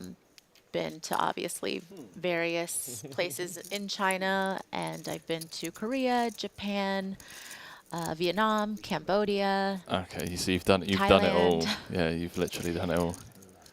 Still haven't been to Japan, although snowboarding is potentially on the cards later on this year. Japan is one of my favorites. Bad river bet in that case. Yeah, yeah. Seth with the +1 open. Webster flatting out of the small ace, 6-6. Potential board texture that Seth's going I feel like I can get paid. continue telling a story on, try and fold out suited broadways. Completely whiff this board. Try to get those low pairs more likely to call.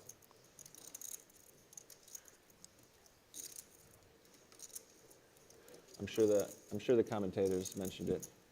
Like, oh, Should have bet smaller. Wait, who's this? Seth talking. What? Davies with this bet, really just trying to get the middling suited connected type Broadway hands to fold out. But Webster Lim here obviously having these ace-x suiteds calling out of the small blind, and of course, you know, some hands as good as the ace-jack combinations and ace-10 that will obviously call that bet on the flop. And now Seth turning some showdown value. Yeah, that's a fun turn card. Now ahead of some of the Broadway floats. 130,000 in the middle, both of these players on the shorter side.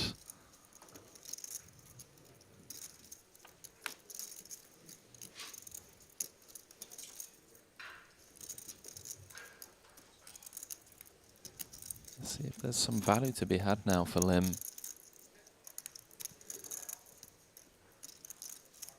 And the turn went check, check.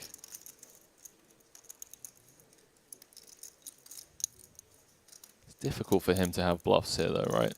Feels like it is. Yeah, it'd be very difficult. Will Lim pick a sizing that might keep Seth interested, even with the lack of bluffs in Lim's range as played?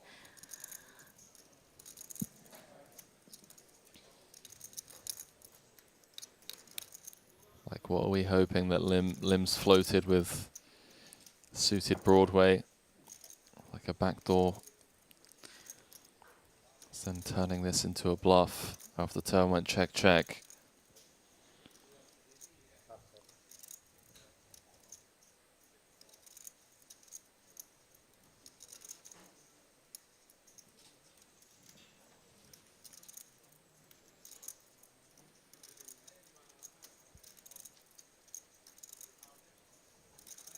Davies thinking about it.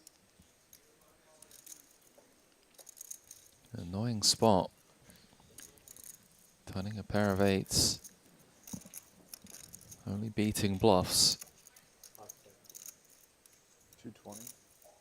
Oh my. Okay, well, not just thinking about calling, apparently, thinking about now turning his hand into a bluff with this raise.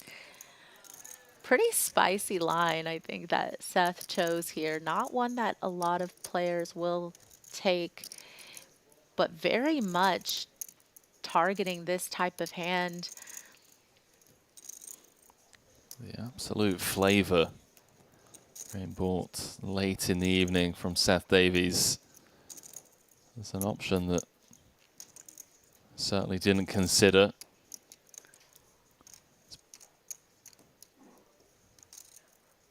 Turning his hand into a bluff. Don't believe he's all in. I believe he left 5k back. He announced 220. Really grim spot for Webster. Yeah, Lim just wondering, you know, what type of hands can take the check back line on the turn and then raise on the river. You know, will the strong ace-x holdings, the ace-kings, the ace-queens, will they take this line, or will they just go bet here? You know, obviously pocket aces in Davies' range, eights full. Not so many 6x's to speak of, maybe some ace-6 suiteds though. Well, it's only one combo of ace-6 suited, right? And Webster has the ace of hearts. I was thinking maybe eights. Yeah, you turn a boat, you check, kind of thing. Look at this. Just when we thought Davies was down and out, hits him with the 220 on the river. Get Lim to fold the top pair.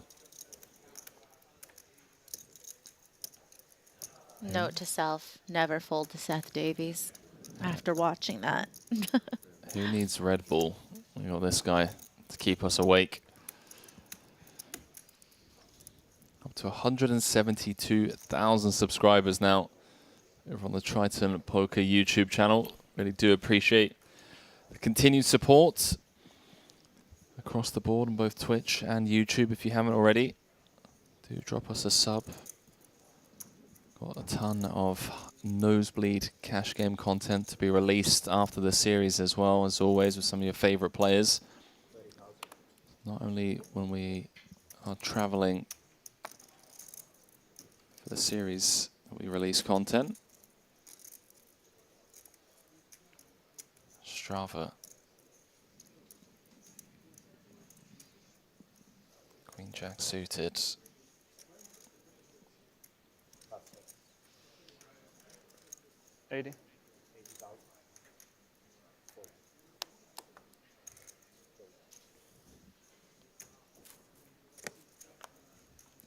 Janice has 3 cashes.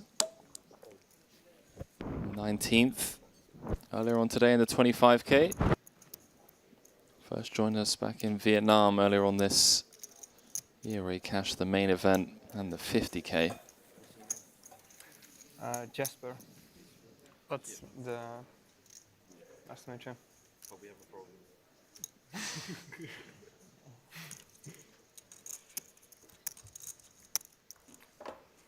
Jasper. Goes by Jasper, apparently.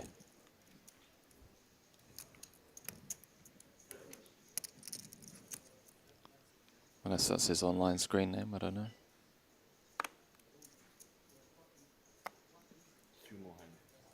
I think it's definitely a sign of how these Triton fields just keep getting bigger and bigger when you just start seeing that there's multiple people at a table that have apparently never met before or never played against one another before.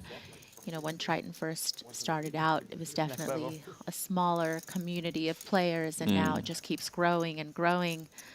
Still a lot of familiar faces in the mix, but a lot of new ones. Yeah, more often than not, these aren't just randoms showing up.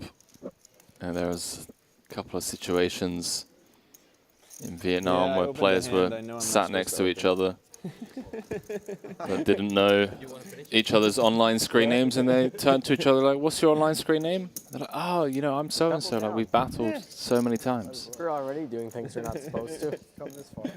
In for 30, in for 300. There you go. It's a destiny. Maybe. It seems like Seth and I got coaching from the same place, because it's typically my rule of thumb. In for 30, in for 300.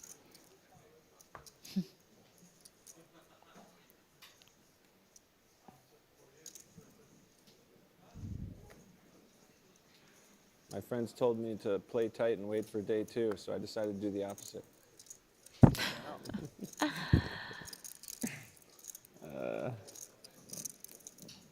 We all know better than to listen to our friends. You never know what your friend's agenda is. Yeah, that's right. Trying to help make me money. How dare they?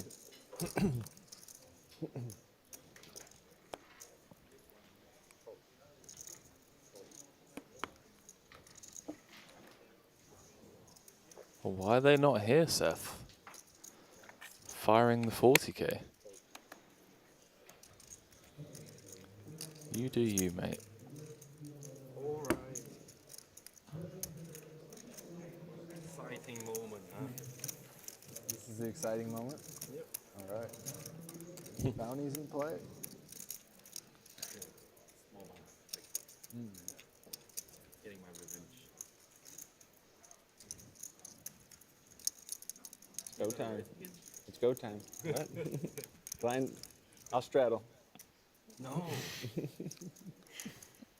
Yeah, I bet your friends definitely told you to not straddle.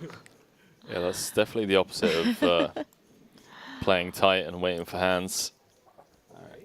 All right, decides to pass up on the King Jack under the gun. Just pipped it the previous hand.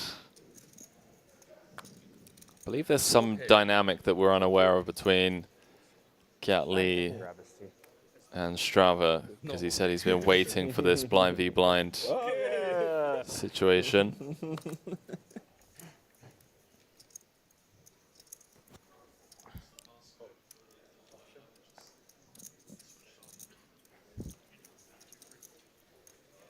No, you're supposed to raise. This wasn't the plan. What a snoozer, guys.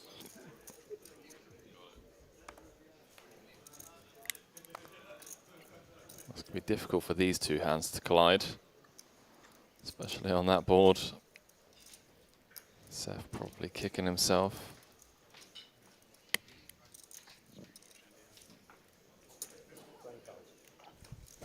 Yes. Yes. We're even now.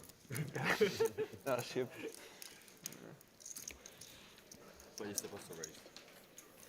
So I can win more. I believe the hand allow you to raise like sometime, right? Some of the time.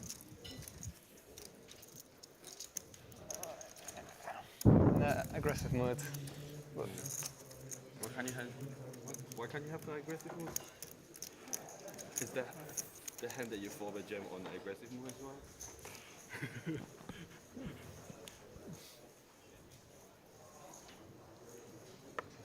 Are you a mood-dependent player, Maria? Are there times where, you know, maybe you were stuck in traffic, maybe someone beeped their horn at you on the way to the tournament and you're a bit, you know, the jimmies have been rustled and you just come out firing? Do I have the road rage gear? No, not usually. You know, I like to think that my mental game is a little stronger than that. But, you know, I do have different gears for my different playlists. Sometimes, you know, the right kind of music really makes you want to put the pedal to the metal. For me, it's 90s hip-hop.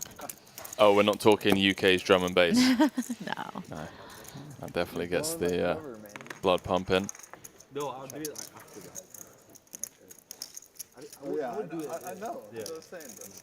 It's on the stream. So. It's on the, yeah, it's on the whatever. Patrick Wasn't like Antonius handsome. proudly representing the flop patch, one of our proud sponsors. That is okay. Continuing this pot against Seth. Seth with the gut shot to Broadway. 135k in the middle. We might have just chopped. Might have had a chop, yeah. Might have fallen off a chop. You don't think so? Didn't have 10-8 of clubs. Patrick checks back with that showdown value, beating the King X's, the exact type of holding that Gottlieb has. And Gottlieb doesn't want to try to bluff the missed Broadway. Just gonna check here. no. Antonius rivering 2 pair though.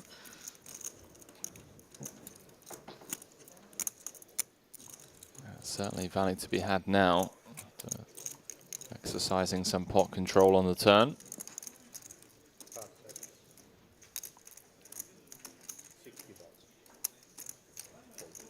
See, being met with a snap fold from Seth. Patrick Antonius.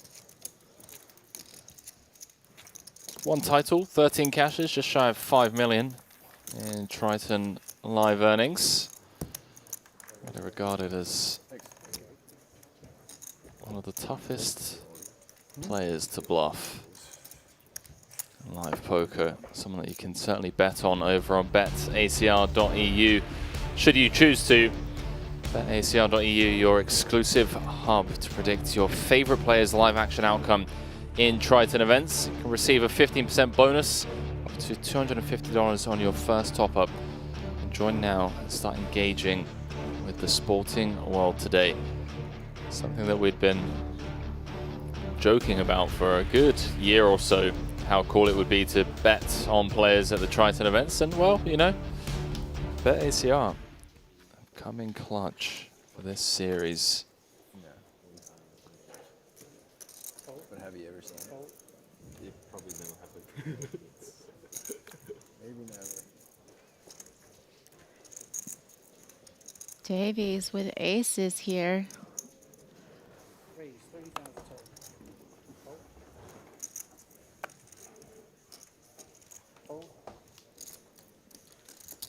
Uh-oh. Oh, that's surely going to be showers. Oh, well, Wow, okay. didn't expect necessarily that from Gottlieb, but I don't even think Is that going to save Lim? I'm not sure. 23 big blinds against the self-proclaimed playing too many hands guy. Yeah, I was expecting it to go flat, jam, re-jam, but we're going to have a three-way all-in. Gottlieb saying he's blessed. Well, still 5 cards to come. Gottlieb with the the 1 life flush draw. What do we think, Maria? Are the aces holding up here? I mean, I don't this know. late in the evening? Is it going to be that easy for Seth Davies? Or is it going to be that easy for Seth Gottlieb? Queen Jack 7, all spades. Queen Jack 7. Oh no, he has a spade. Queen Jack What a 7, sicko asking for all spades when Gottlieb has the only spade. Yeah, how about the ace high board? Ace Jack 5. Some backdoors for both, of course, but looking very bleak. They find themselves drawing to running cards until the 3 of clubs. Now gives Gottlieb with a gut shot. Webster Lim is drawing dead. You think you're the one I'm going to trust? Clean run out. Seth Davies rewarded by the poker gods for that creative bluff earlier on with the 8-7. Winning a massive pot, and with that moves up to top 6 in chip counts. Wow. GG Webster. See you tomorrow, man. Seat open.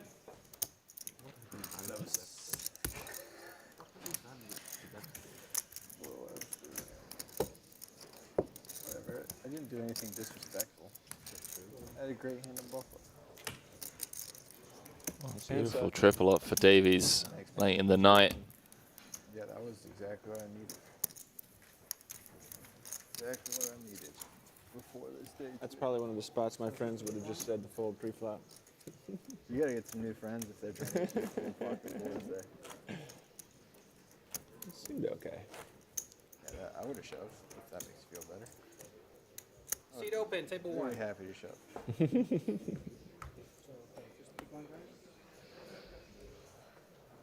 Big fan of the sportsmanship that is continuously on display here at the Triton Series.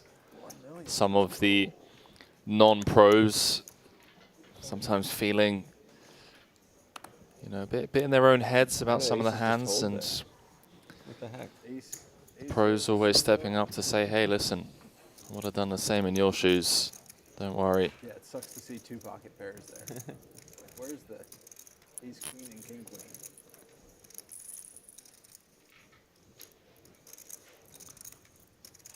Seconds. 80. Huh. Raise 80,000 total. Jasper with the 3-bet. There's a lot of... Apparently against his table nemesis. yeah. A lot of banter has been had so far tonight. Love to see it. See if it gets more serious tomorrow when there's bounties in play. Finally got your chance.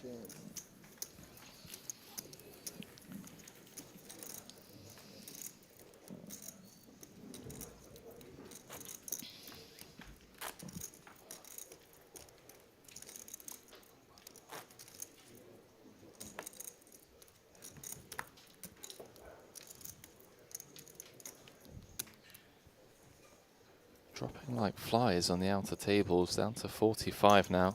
Spain's Juan Pardo leading the field. Espen Jorstad in seconds. Stevie Chidwick in third.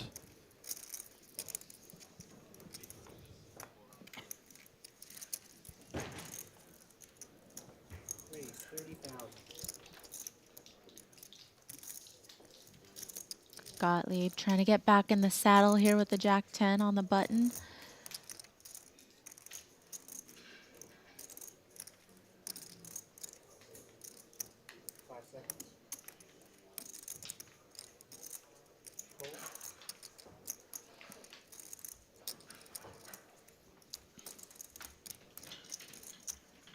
Divorce wanting to play the suited queen from the small blind, and Antonius is going to defend the big. Yeah, not sure how I feel about the Jack 4 defend. Who am I to question Patrick Antonius? One of the most experienced live players in the world, Daniel Dvoris, flopping the queen high flush. Seth Gottlieb with the open-ender, as well as the 2 overs, continuing for a sizable 60%. This monotone board texture would be a disaster for him to turn a straight. Or a pair for that matter. Jack or a 10. Could cost him some more chips.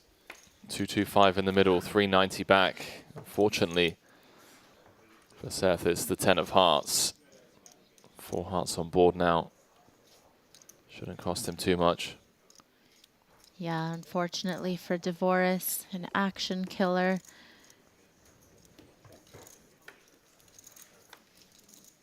Wow, the 6-card straight flush. That is impressive. I don't think I've ever seen that before.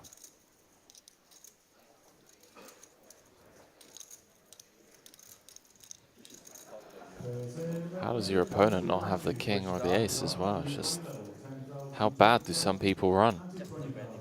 Just the venue? I think the only hope here is if Dvoris picks a sizing that makes Gottlieb want to try to call for a chop with the flush on board. I loved it there. Food was great. The hotel was nice. Now that's a small enough sizing that makes Gottlieb at least think about it. I have a flush.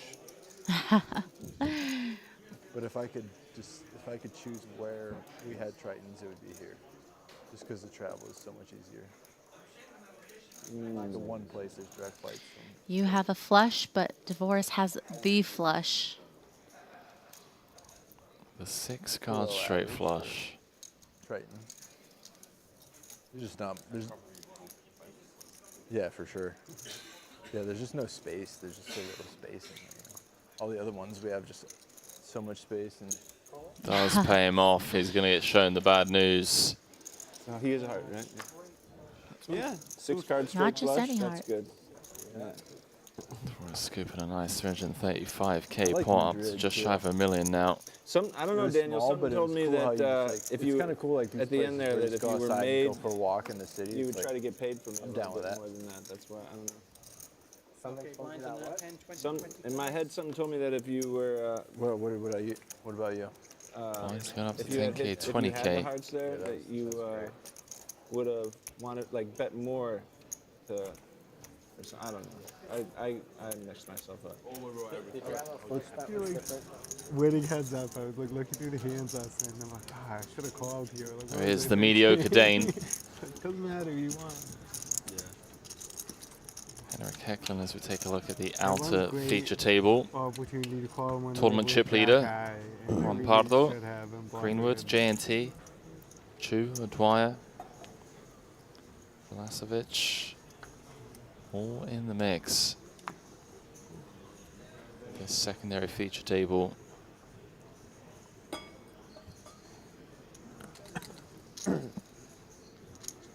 Lucas Greenwood, of course, fresh off that trophy.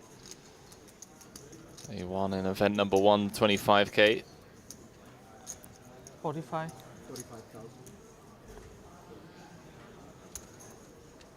Believe in his interview with Ali Najad afterwards that gave a lot of the credit to his good friend Steve O'Dwyer.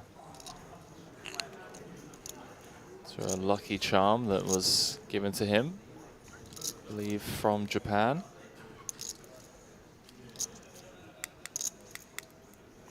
Greenwood with a potential rejam spot here, though it is up against the +1 open. All in? He is going to take it though for 12 bigs. Call. I don't think Chu's going to be folding 9s anytime soon.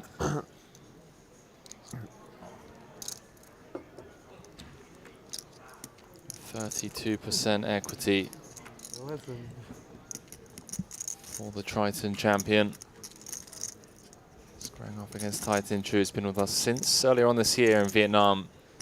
Can he hold here with the 9s late in the day? So far, so good on the King 10-8 board.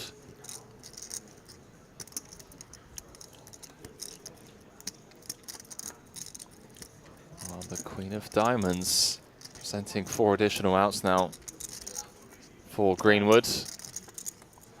Doesn't materialize on the 3 of clubs. GG's all round. And they really are dropping like flies, Maria, in the later stages of day 1. Down to 43 players now. And a third of the field left. I believe this is, I want to say, penultimate level of the evening.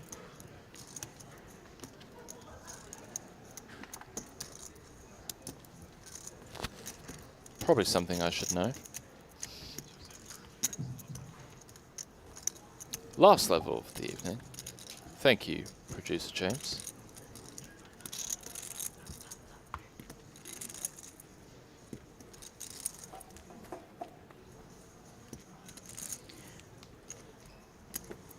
This table, definitely the quieter one of the ones that we've been fortunate enough to follow along with today. Wait, fortunate for who? You mean we have to work now? But again, it's late in the night. Some players still might be jet lagged. I mean, if you're still jet lagged,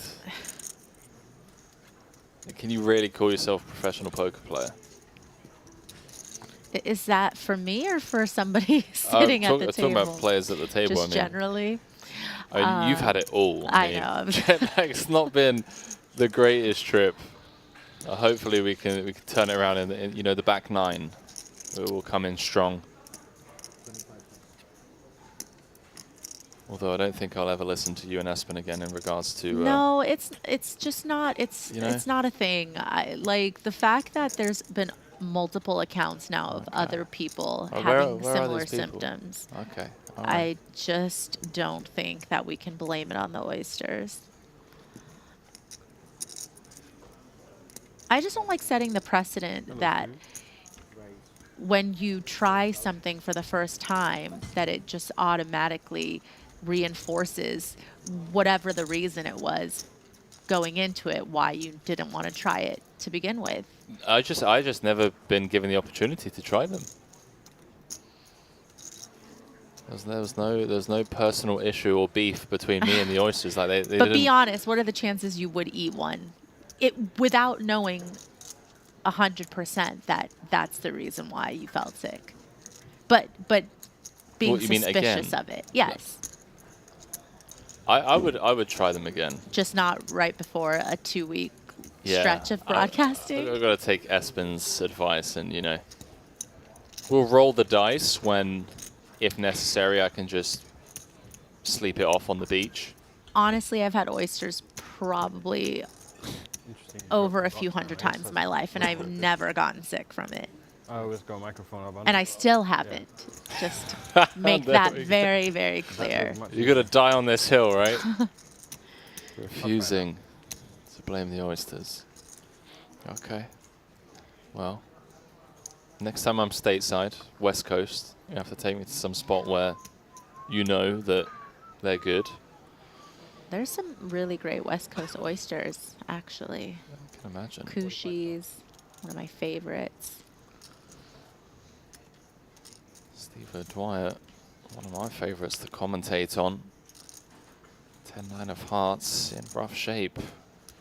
This is 6th in chips against 1st in chips overall. Malacca style. This maiden event. Maiden series, I should say. Final table, the GG Millions. Came 8th for 109k. Widely regarded as one of the best Spaniards to ever play the game alongside Adrian Mateos.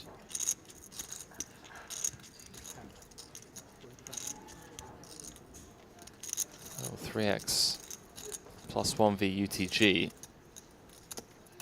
Does O'Dwyer want to accept the invitation of potentially playing a big part at the end of the night? Does not. Pardo extends his lead.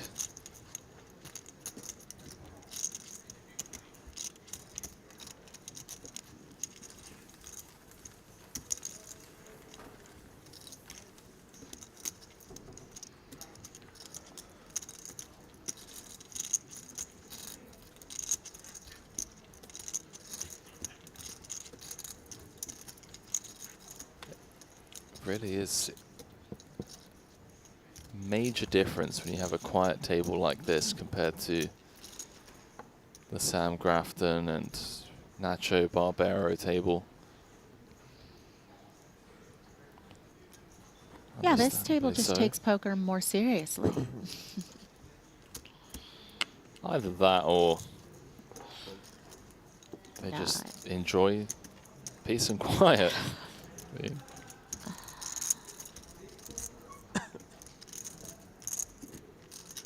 Stevie, always ready to play. Coming with the raise here with the A7 and JNT down to 10 big blinds. Gonna put it all in the middle against this raise. And actually does have some fold equity against the weaker parts of Chidwick's opening range. I don't know how well Chidwick thinks his A7 is performing against JNT's shoving range against the open.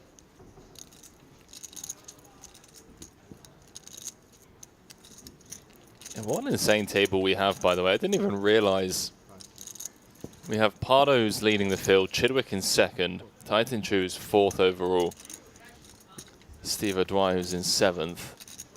Chidwick does make the call. Just priced in. Happy to see the deuces. JNT out of his seat. Picking up an additional 20% equity, of course. He knows the deal. 460 in the middle.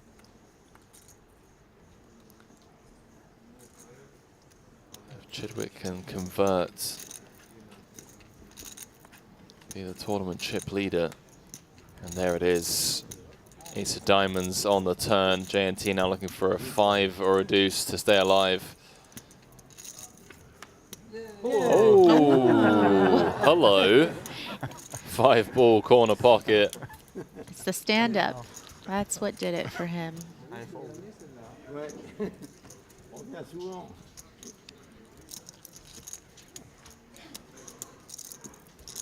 like JNT's got someone on the rail for support. He scoops in this 460k pot back up to 23 bigs.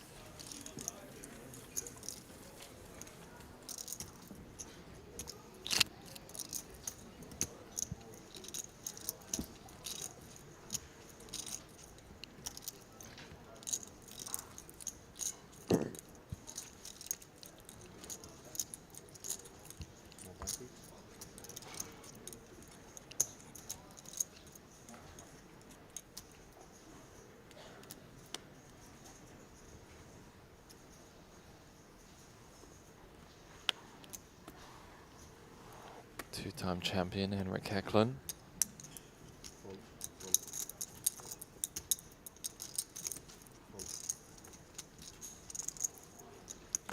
Way round to Danilo. Triton first timer.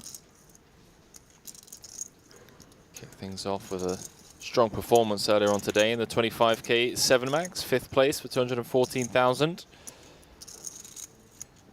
And from Serbia. Getting involved here from the cutoff, a couple of 7s.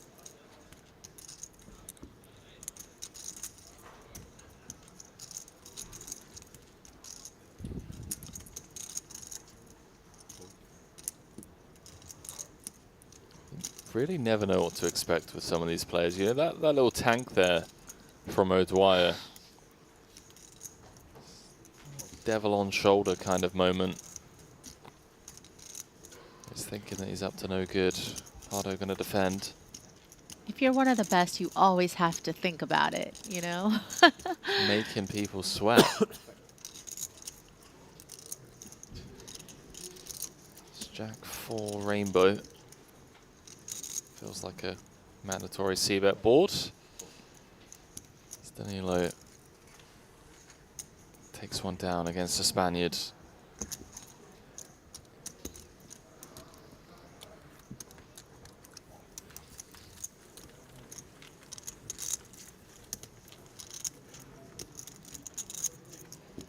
Who doesn't? I wish I was a weed guy, man. Never been a weed guy because when I was young, like in high school, the older kids would make me get super, super high. Oh yeah. It was just like, yeah, that's good. I just hated it. Yeah, yeah. So I've never been a weed guy since. Isn't that like the worst time to be a weed, like just in Yeah. terms of like Yeah, like you're on the weeds. side. It's not a good time to be getting high when you're like feeling pressure and peer pressure. Like Oh, this. yeah, it's the worst. It's the worst time. Yeah. Yeah, you gotta let your brain develop. That's the Kiat Lee against Janis Strava story all over again. I want to say this is the third 3-bet that we've commentated on from Jasper. Trying to learn my ABCs super high. Open in the big. Sean Winter was trying to tell me earlier today he's been playing poker for 23 years. So you're 23, Sean. Decent looking hand, but facing a 3-bet. You can measure his time differently from all of us. He was playing 200, 400 when he was like 7.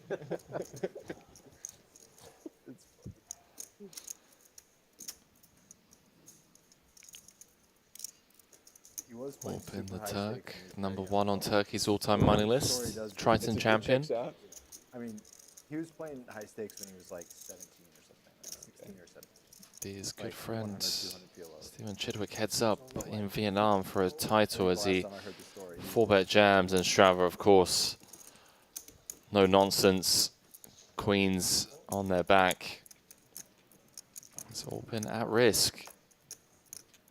Jasper can find the hold here. He's going to join the million club. You a weed guy? You like weed? No. Well, doesn't want to turn or river a set now. It's 10-4. Open with the gut shot. Board pairing, turn card, removing the 2 queens as outs for open as he's looking for a king and a king only. Doesn't come with that. Strava eliminates number 1 on Turkey's all-time money list. And crosses the million chip mark. Down to just 40 players now, less than a third of the field left. The cops are going to, the Oregon State Police are going to fly over and arrest him.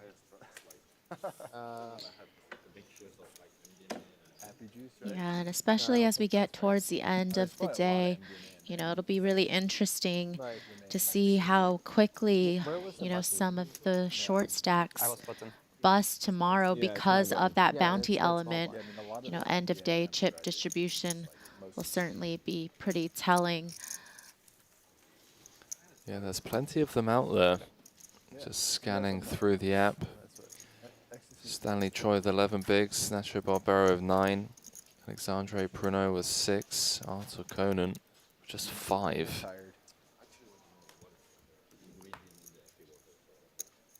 Yeah, it's probably, no, I haven't tried it before.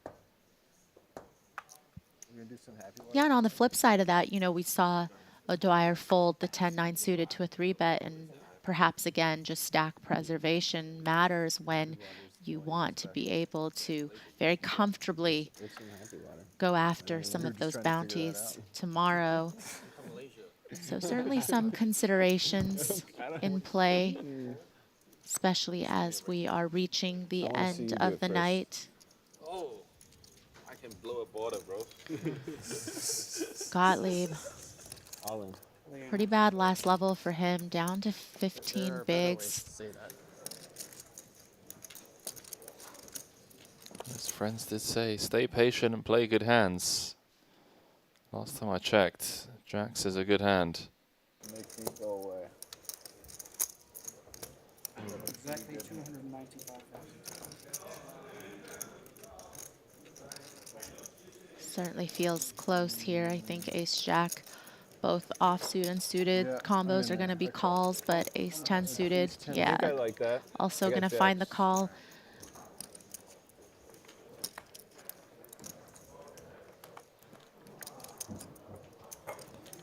Gottlieb in a good spot to double up here. Yeah, and get right back in the fight. Couple of red jacks. Seth seeing all the back doors, as one should. 996, looking for a 7 or 8 or a club for a sweat, as the Queen of Clubs gives him 9 additional outs. 8, I stand corrected. Headboard. Doesn't find it. Deuce of Hearts as Seth doubles up to 31.5 bigs. Last level of the night. Some Seth on Clean Seth river. violence there. Yeah, clean river. We like that. That wasn't a short deck river.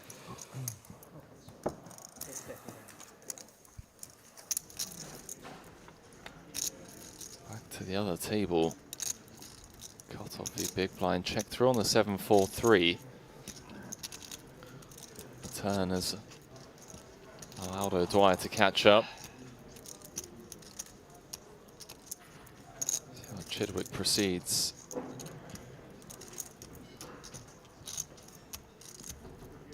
Pre-flop it went O'Dwyer, 45k. Chidwick defended. Flop check check. Chidwick knuckling for a second time.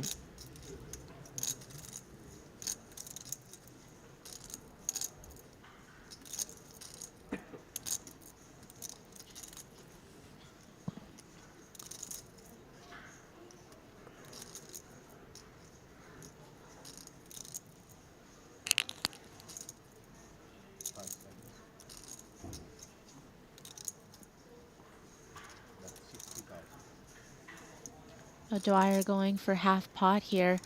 Certainly trying to get value from a lot of these one pair hands from the flop, and also pair and straight draws very possible.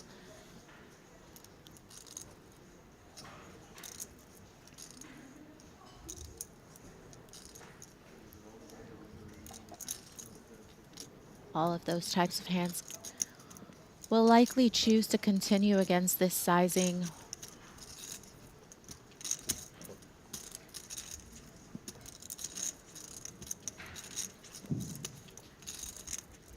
See how Chidwick proceeds on brick rivers. It's another card for concern.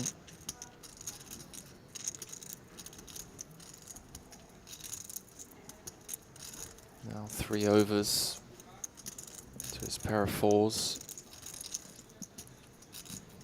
Not really beating much.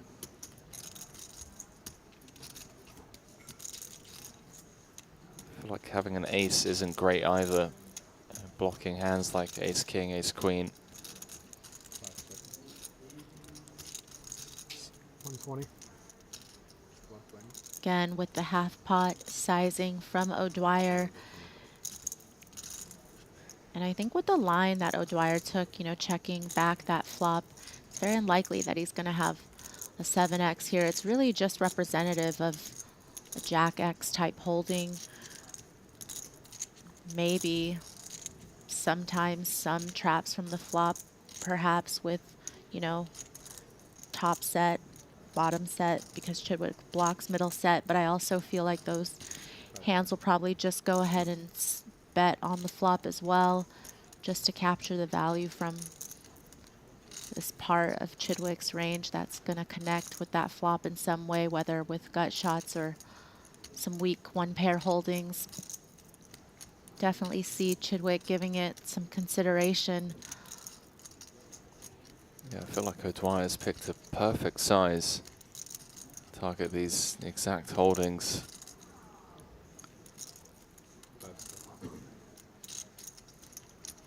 Big fan of the way O'Dwyer's stacked his chips, by the way. As Chidwick does let go of the ace-4. O'Dwyer up to 1.2. You see that little close-up? He has them all color coordinated with the edges of the chips. Maybe just a sign of boredom I was on going to his part. say, okay, so for O'Dwyer, I'm going to go for boredom, but, you know, for some other players, you know, some rec players perhaps, when I see them do that, I'm like, they're not interested in playing any more pots. They're done. They're ready to bag and tag for the night. For the night. Okay, I see. When I they're see in what the you big mean. blind, I'm going to be opening on their big blind 100%. That's That's what I think. We need the Maria Ho book of live tells and live reads. I never even gave that much thought, but yeah, I can see it. They've got their stack all neatly stacked. It's got to be a really good hand for them to want to get involved, Yeah. you know, for them to want to upset that balance of having all of their chips facing a certain way. It's very similar to when you're eating, right? When you're eating and then you stop to play a hand, it's got to be a really good hand. That is true. Yeah, that is a great point. My favorite one's when someone like starts taking a picture of their hand pre-flop and then announcing raise. Like, hang on a minute, what's going on over there? Yeah, I've done the reverse of that before, you know, when I was doing a little bit of, not vlogging, not full-on vlogging, just some reels and some Instagram stories, and it worked. Somebody fell for it. That might have been you, but no, we've never played against each other. Vlogging. Yeah, I feel like I'm safe here in the booth. I don't want to be at the table with you, Maria, okay? The booth is my safe space. As Chidwick looks to tangle once more with O'Dwyer. In rough shape here, O'Dwyer with the bullets as it comes queen 9. Inside straight draw for Chidwick. Just 39 players remain. Final 3 hands of the evening.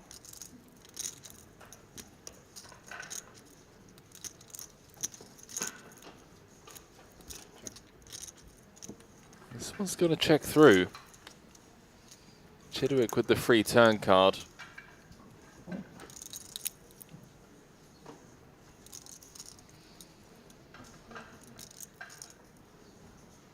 Does he want to probe, potentially?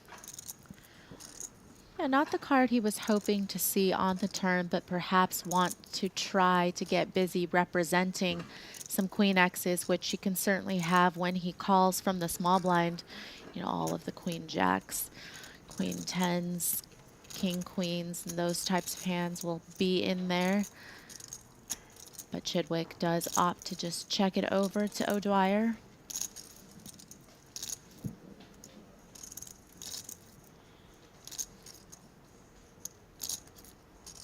See if O'Dwyer goes for the late C, but he doesn't. He's going to knuckle a second time. Real tricky poker being played here. And it's allowed Chidwick to get there, Maria. Free turn, free river. Jack of Hearts delivers for the king 10. Yeah, just drills the straight. And now, what will Chidwick do?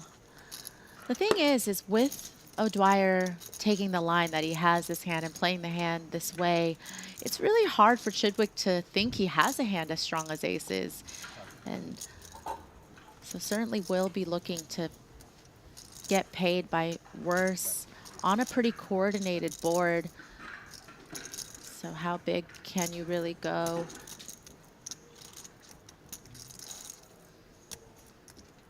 Looks like nearly pot though for Chidwick.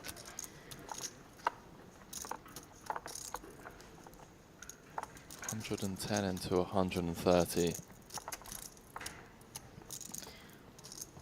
Check, check, flop. Check, check, turn. Now near pot size lead. 360. From the Brit. Wow.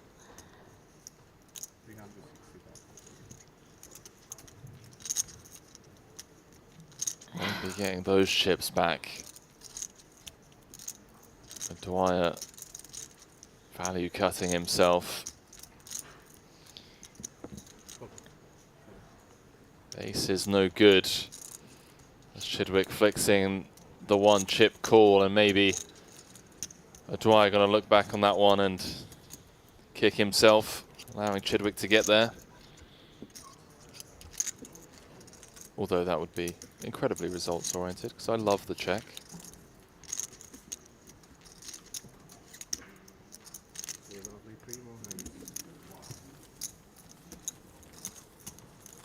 We are fantastic when it comes to recency and confirmation bias though. Stephen Chidwick, chip leader.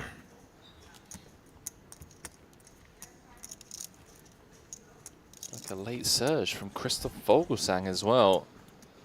The outer table eliminating Dan Smith.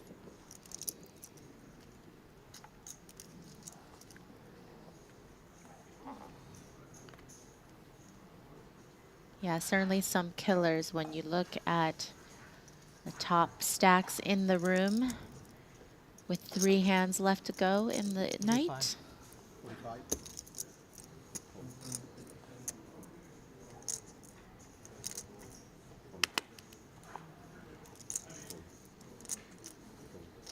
Has everyone just emotionally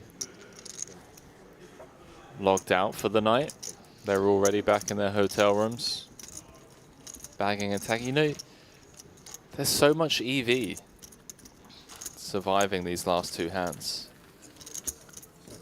You get the Instagram story, hashtag made day 2. You get to text the group chat about all the bounties coming into play tomorrow. Yeah, for Gottlieb specifically, he could just text his friends and be like, guess what? I didn't take your advice and I still made it to day 2. Love to see it. Love a good I told you so moment to your friends. Oh yeah, I forgot. You haven't played Triton since Sochi. Yeah. Okay. It's just literally 1 p.m. restart, 3 p.m. news. I know what I'm not going to do when I get back to my room tonight is I will not be ordering Uber Eats from the place that I ordered. Just put them on the blast, evening before Marriott. I got sick. See, this is the thing. I'm willing to accept that there's a chance it wasn't them, but did I leave them a 1-star review saying you gave me food poisoning? Yes, I absolutely did. But I'm not going to say their name, just in case it's not them. You know, could just be some nice family-owned business. I really don't want to try to, you know, without confirmation. Could be the oysters. Put them out of business. Like, I mean, look, I'm no specialist over here, but Stephen Chidwick finding some heat late in the day, gonna tango Titan Chu. Next year we'll have to have a traveling chef with us, Maria. We'll have to sit down, work on our contracts as Chidwick flops the nut flush. More importantly, his opponent has top pair on the 7-6-3 board. It sounds like some tables in the back have finished their 3 hands. The players bagging.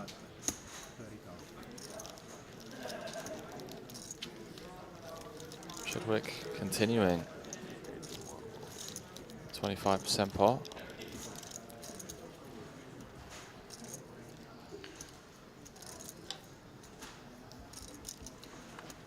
Vietnamese pro going nowhere. Interesting turn card, 6 of spades, board does pair. A few options on the table. 4 tight. He's happy to knuckle this one over to Chidwick.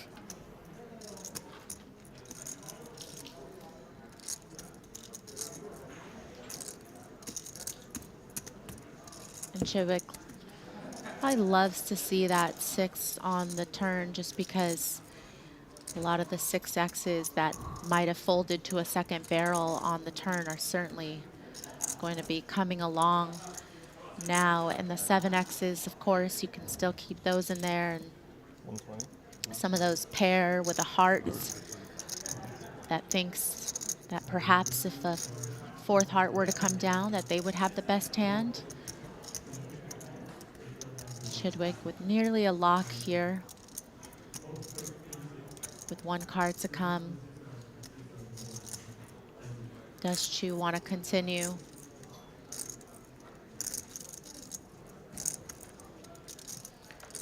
It's only going to be enough single heart holdings in Chidwick's hand. Double barrel and apply pressure. Titan Chu going to keep him honest for at least one more street. 420 in the middle now.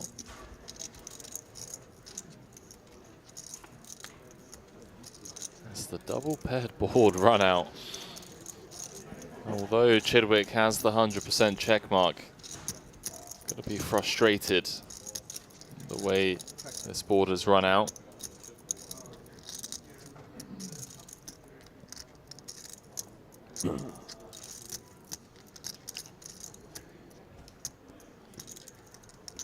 And now really only able to get value from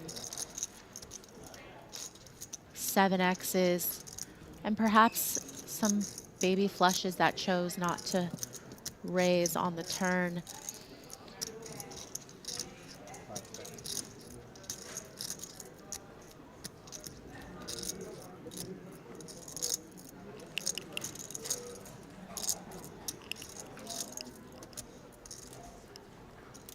Certainly a bit of concern here for Chidwick.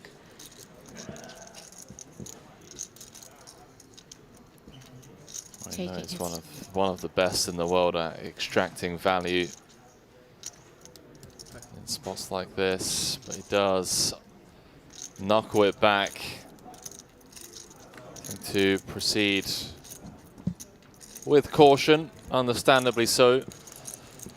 Does extend his lead at the top, pole position with one hand to go till the end of day one. Stephen Chidwick at 1.8 million now.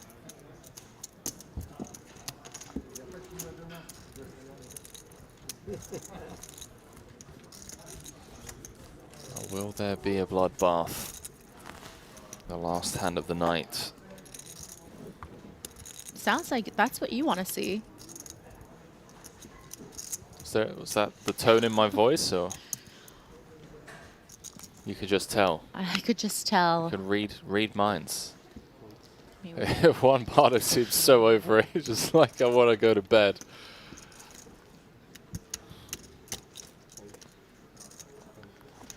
That's going to fold all the way around to the button. Danilo going to pop things up with the Queen 6 of diamonds. Dwyer in the big with an ace. 475, I think, total. 24 bigs effective against the Serbian.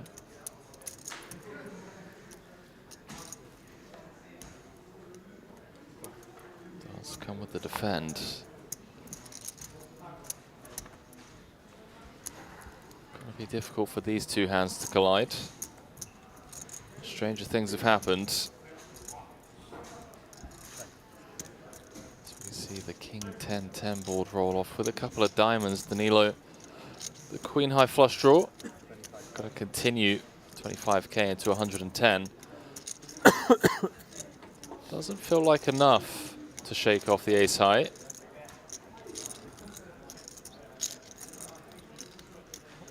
Although there is always that make the end of day one, save 25k, call it a day, bag for day two. Danilo now adds an open ender. Excuse me, can you help me with this? This one.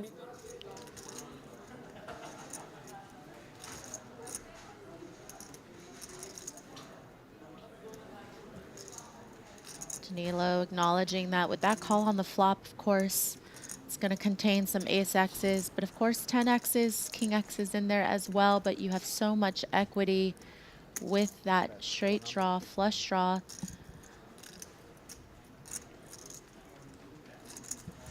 It's a sizable turn barrel, Maria, close to pot. Danilo wants that big end of day one bag to send to the group. So lads and lasses, this is what we're playing for tomorrow, 40k day 2.